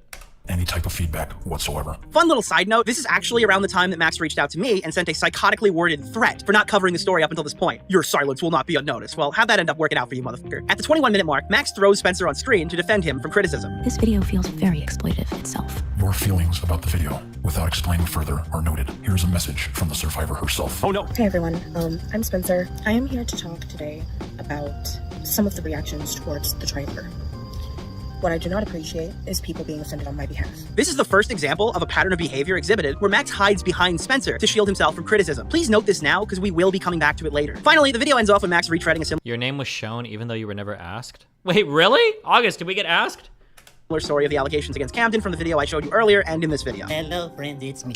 Oh, who the heck are you clicking on my video? Well, let me be the first to welcome you to my channel. Now, number 3 is a weird one. I've gone back and forth on this, but I think I've settled on it being the worst of both worlds and a Frankenstein version of the previous 2 videos. It's another 20 minutes of weird, edgy cult psychology stuff that really makes Max sound like he read a book and a few Wikipedia pages and now thinks he's an expert. This one contains even less about the actual investigation and notably clickbaited Charlie hard. Like a predator hunter, clickbaiting Moist Critical is fucking crazy. Yeah, still here. You want me to talk about it a little bit? That rubbed me the wrong way. We talked like a month ago about like what he was working on in his investigation, and then apparently when I had COVID, he messaged me a couple times and I never saw it, and now he's taken that as me ghosting him and ignoring his very important mission. I had COVID, and I barely used Discord in the first place. It was a miracle I ever even saw his message to begin with, and during that time apparently it changed his whole framing of the video in order to make it like a Trojan horse of cancel Critical because he didn't respond to my messages and ghosted me. And for what? To just keep crying that nobody gives your case a free clout transaction? In response to the criticism he got, Max ended up changing the clickbait to Sniper Wolf instead, which I guess is better for some reason because, well, she's liked less. I guess it's a little better because he doesn't just imply she's a predator like he did with Charlie. It's still weird in my personal opinion though. Alongside those 3 videos. August says he asked me and told me there was a werewolf cult, a werewolf cult, and I said that sounds based. Wait, we should make a cult called the Werewolves. Werewolves? That sounds awesome. We also have the 4-hour podcast that I previously mentioned, and it contains entirely spoken word testimony and currently lives exclusively on Spencer's personal YouTube channel. This is the most information we've gotten about Camden's supposed actions thus far, and it contains nothing actionable that a content creator can use as a foundation for a video. Finally, there were the main channel live streams, and these are by far the worst of the bunch. Much of the same spoken word testimony exists here. Much of the same poor response to criticism exists here. It's also much of the same in terms of complaining about YouTubers not signal boosting him. But the variable here is that he brings in all of Camden's victims and makes them watch as he debates random people. I just want to start off with this. As you can tell, I'm very autistic, and I just want to let you guys know that if I slip up and say the R word, I have the pass. So just so we're all clear on that. All right. I'm sure this was the productive discussion these survivors envisioned when you told us they wanted to be on the live stream. I'm sure it's what they needed to prove their legitimacy. The constant deflection and usage of survivors is... I just want to be clear also, we're 20 minutes in this video. I don't know if this is... I'm guessing it's Mama Max's fault. I still don't know what the fuck this guy is accused of. Was he not actually a superhuman werewolf god? What did he actually do, besides lying about his superpowers, I guess? Heat shield is also a much more predominant issue on these live streams. There's a way to present it, there's a way to handle this before you get to that point, right? And that's what we need to be focusing on. That's like where everything needs to be centered on. It is where I'm at, and that's all I really can say about the situation. But Max, me and Nux told you about this weeks ago, almost a month at this point, exactly what I just said right now. Right, and I am working at my platform is for the survivors. And if they want to stream, that is what we're going to do. We're going to stream. The nature of live content is inherently volatile. Everyone knows this. At any moment, you could say something stupid, and now it exists online in some capacity forever. I imagine you're now wondering why anyone in Max's position would want to take civilian abuse survivors and subject them to such scrutiny. I mean, they're building a case to get Camden prosecuted, right? Well, actually, as of late November, an entire month after... They said he was doing child porn and stuff? Yeah, but like, if he's doing that, I feel like you've got to have to just go to the cops immediately. Like, why do we... If he had recruited hundreds of people that were being forced to send child porn, don't I have like one log of this? Not like the actual pictures themselves, but like what, like hundreds of minors? It seems like you should have like at least like 10 people like, yeah, I was 15, he made me send him naked pictures. Boom. Like, after the hashtag #WeAreReal campaign started, it sounded like we were gearing up for a civil case, or at the very least, no one was interested in getting police involved. When's the last time that any of this has been brought to any authorities, like the FBI or police? Probably about 3 years ago. 3 years. So you guys, now that you guys have this, and how long have you guys been sort of talking to Mama Max, or how long have you guys been talking? For like 2.5 years. Well, now that you guys are sort of getting a case together, don't you think it'd be a better idea to, before the video, to give it to the authorities? Wait. 2.5 years. And how long have you guys been sort of... About, last time that any of this has been brought to any authorities, like the FBI or police? Probably about 3 years ago. 3 years. So you guys, now that you guys have this, and how long have you guys been sort of talking to Mama Max, or how long have you guys been talking? For like 2.5 years. Well, now that you guys are sort of getting a... So she's been out of the sex minor cult for 2.5 years, and she... Am I understanding this correctly? And they've been gathering evidence and stuff the whole time, or... Case together, don't you think it'd be a better idea to, before the video, to give it to the authorities again, now that you're like all together and you can sort of go as a collective to the police? I mean, we could have done that, but at the same time, with the track record that we've already seen, it just didn't really seem realistic without having more of us survivors to do this. Yes, I feel the urgency of the matter requires all of us to start bringing the survivors together. I don't want to wait for the bureaucracy of law enforcement to take their time when it's already been 7 years with multiple reports. Like, that's ridiculous. And that's also why we're taking them to court as well, because this is absurd. Yeah, you heard that right. At the time of this stream, they had been working on this case for years and didn't think it was worth looping in authorities in any capacity. The last time cops even saw the Spencer case was well before she looped in Mama Max. While by all accounts this clip is absolutely unhinged, it is worth noting that Max said the exact opposite in his most recent live stream. In fact, I've already played you this clip. So when we reached out to the lawyer, he told us it would not be beneficial to pursue a case against Camden Gerard Davis because he likely does not have substantial assets. So he recommended that we all go in person to report him to the police station that is in his jurisdiction. Well, now that you guys are sort of getting a case together, don't you think it'd be a better idea to, before the video, to give it to the authorities again, now that you're like all together and you can sort of go as a collective to the police? So he recommended that we all go in person to report him to the police station that is in his jurisdiction. This means that after all the videos, streams, and podcasts were filmed, uploaded, and reacted to, Max finally went to a lawyer who basically told him his entire plan for these women completely sucked, and now he's dramatically changing course in real time. Once again, Max is unfit to be spearheading a case of this size. I designed this trailer as a catalyst for meaningful discussions, laced with hidden layers and nuanced elements to encourage in-depth analysis. These secrets are breadcrumbs. Why does he think he must be inspired by Jigsaw, right? Like, absolutely, right? That guide viewers toward a deeper understanding of these. Can somebody just show us what he did? Since the situation was so poorly handled, there are still things I'm Yeah, why is he doing like, wait, what are they called? ARPGs, alternate reality role-playing games? Why is he doing this? leaving out just to make the video watchable. But like, why would he change his channel name to God Cult? I'm sorry, I didn't mention that. No, it's augmented reality. ARPGs? Is that what they were called? Or ARGs? Augmented reality games? Alternate reality games? Consulting with multiple experts in cult psychology, it became clear to me that many influencers employ cult-like techniques to build and retain their audiences. For this reason, I chose to brand the channel as God Cult. Like for his big investigation, he made all of the video metadata unrelated to the subject matter, and he's begging us to take him seriously because all that accomplished was making sure his main subscriber base didn't see his big video. In reality, most people probably thought they were subscribed to a YouTuber who was hacked. Could you imagine if this guy teamed up with, God, fuck. Who's the anime guy? I think his name started with an A. The D&D anime dude?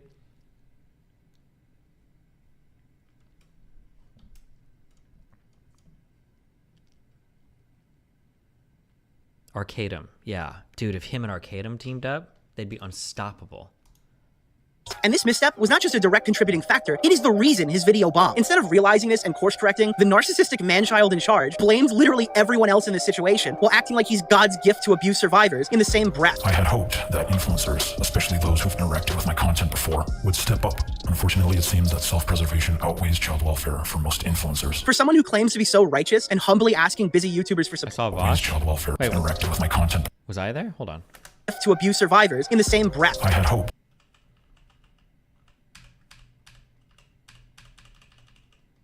Not me. Nope. Nope. Nope.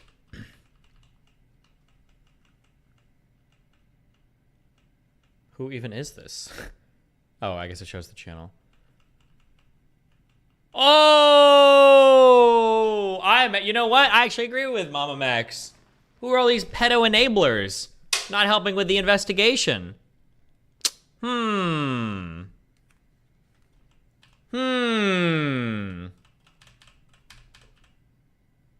fuck is happening? Before would step up. Unfortunately, it seems that self-preservation outweighs child welfare. Even Darius gets included in this video? What? Influencers. For someone who claims to be so righteous and humbly asking busy YouTubers for support, imagine my shock when Muda and I sat down with Max only to be berated by both him and Spencer for not doing more. Yeah, why are you putting it all on me? Because it's your case! The one bringing it. Why are you? Absolutely, I am the first one. Yeah. You are the only one! You haven't convinced anyone to come on board yet! You haven't convinced exactly. That's because you haven't been listening to this. That's because you haven't been giving anybody anything to work with! For months. Yeah. Oh my god, why can't I ever talk to these people? I'm big enough and I'm friends with Turkey Tom. Mama Max, listen. How do I do the base thing? I will be your redemption, okay? Come to me, okay? The public needs to hear your case. You need to try it in the court of destiny, okay? Bring it. We'll chat. I support you, okay? I hate pedophiles, all right? Let's go!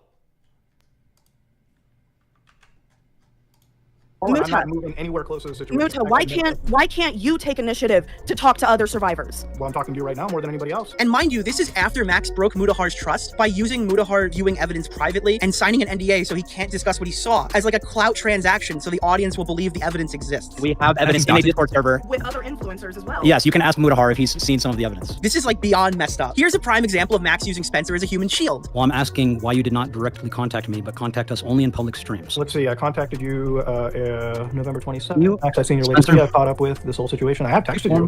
What it felt like seeing him on streams. You went on with Tommy and Lyrics and are sitting there talking to them when you literally haven't spoken to the other survivors. Hold on, can you put Max on for a second? I'm right here. That was snaky as fuck, dude. Oh, I'm coming after you, Mutahar. Stand back, stand back. Spencer, can you tell him what you felt? You are literally just a little snake Because hiding you're behind her, literally- dude. That's Can you disgusting. listen to me? Can you listen to me? Max is upset that Muta is going against him and flings Spencer at him like a rag doll. Since you already know about the leaked recordings, you should also probably know about the nature of Max's evidence and how Max has come to his conclusions that Oh no. Mama Max, you need a redemption arc. It's not looking good for you. 25, don't do another Nick is not green, okay? We can help you. We can help you. he's expressed about Camden Gerard Davis. Well, I addressed him as a cult leader and sexual predator because that's how he has been described by the survivors. And even testimonials themselves serve as evidence in a court of law. So to me, that is all of the evidence I need to say this man is a sexual predator and cult leader. So you're saying the allegation in and of itself is the evidence? I'm sorry? So you're saying the allegation in and of itself is the evidence? It was everything. It was the evidence that was already there. It was the amount of them. It was the consistency of their testimonials. And it was... But like you see the fallacy in that. Like imagine if I said, Max, you're a rapist, and Nick was to say, oh, well, that's a statement of fact because Muta made this statement, and that. You don't have to say Muta made the statement. Say 5 girls said it. Yep. Because that's what happened. Well, 5 girls said it. yes, About you. after they were in a group chat together for 3 months, after changing their allegations. Wait, I'm sorry. times. What group chat are you in? The evidence server with all of the girls? There is evidence in there. It's not just them plotting to take down. But there was Camden. evidence in the other one too, right? Yeah, You did there go was on her evidence that Facebook and wasn't available post either. the self-harm stuff. You did like all those social media messages and stuff like that. That was you, right? Be it not the most important part of the story, clearly, but like it's not like they just lied about you. I'm sorry. Could you repeat that? You were like at the social media part where you put like the self-harm video on Haley's thing. That was real, correct? Oh yes, that was real. Oh man, allegations are evidence. Our professional P-word hunter has gone to the same law school as Flamenco. Yes.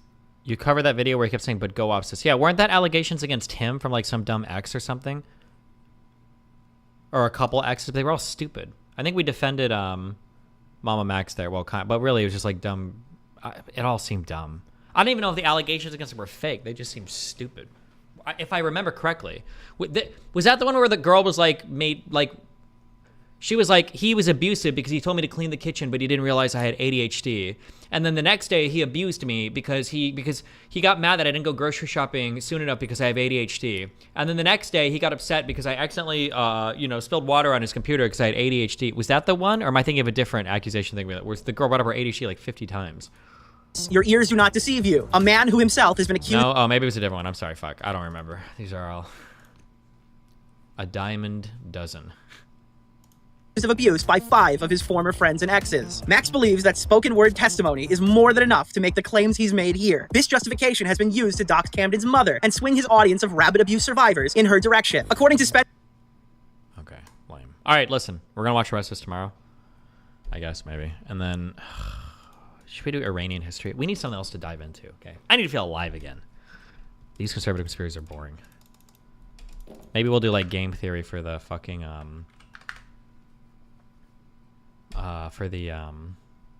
Greenwald debate. Although I feel like it's gonna be pretty easy, but all right. I love you guys. It's been fun. I'll see you tomorrow. Rip, cappuccino, cappuccino, cappuccino, cappuccino, cappuccino, cappuccino, cappuccino. I'll catch you guys next. Streaming up.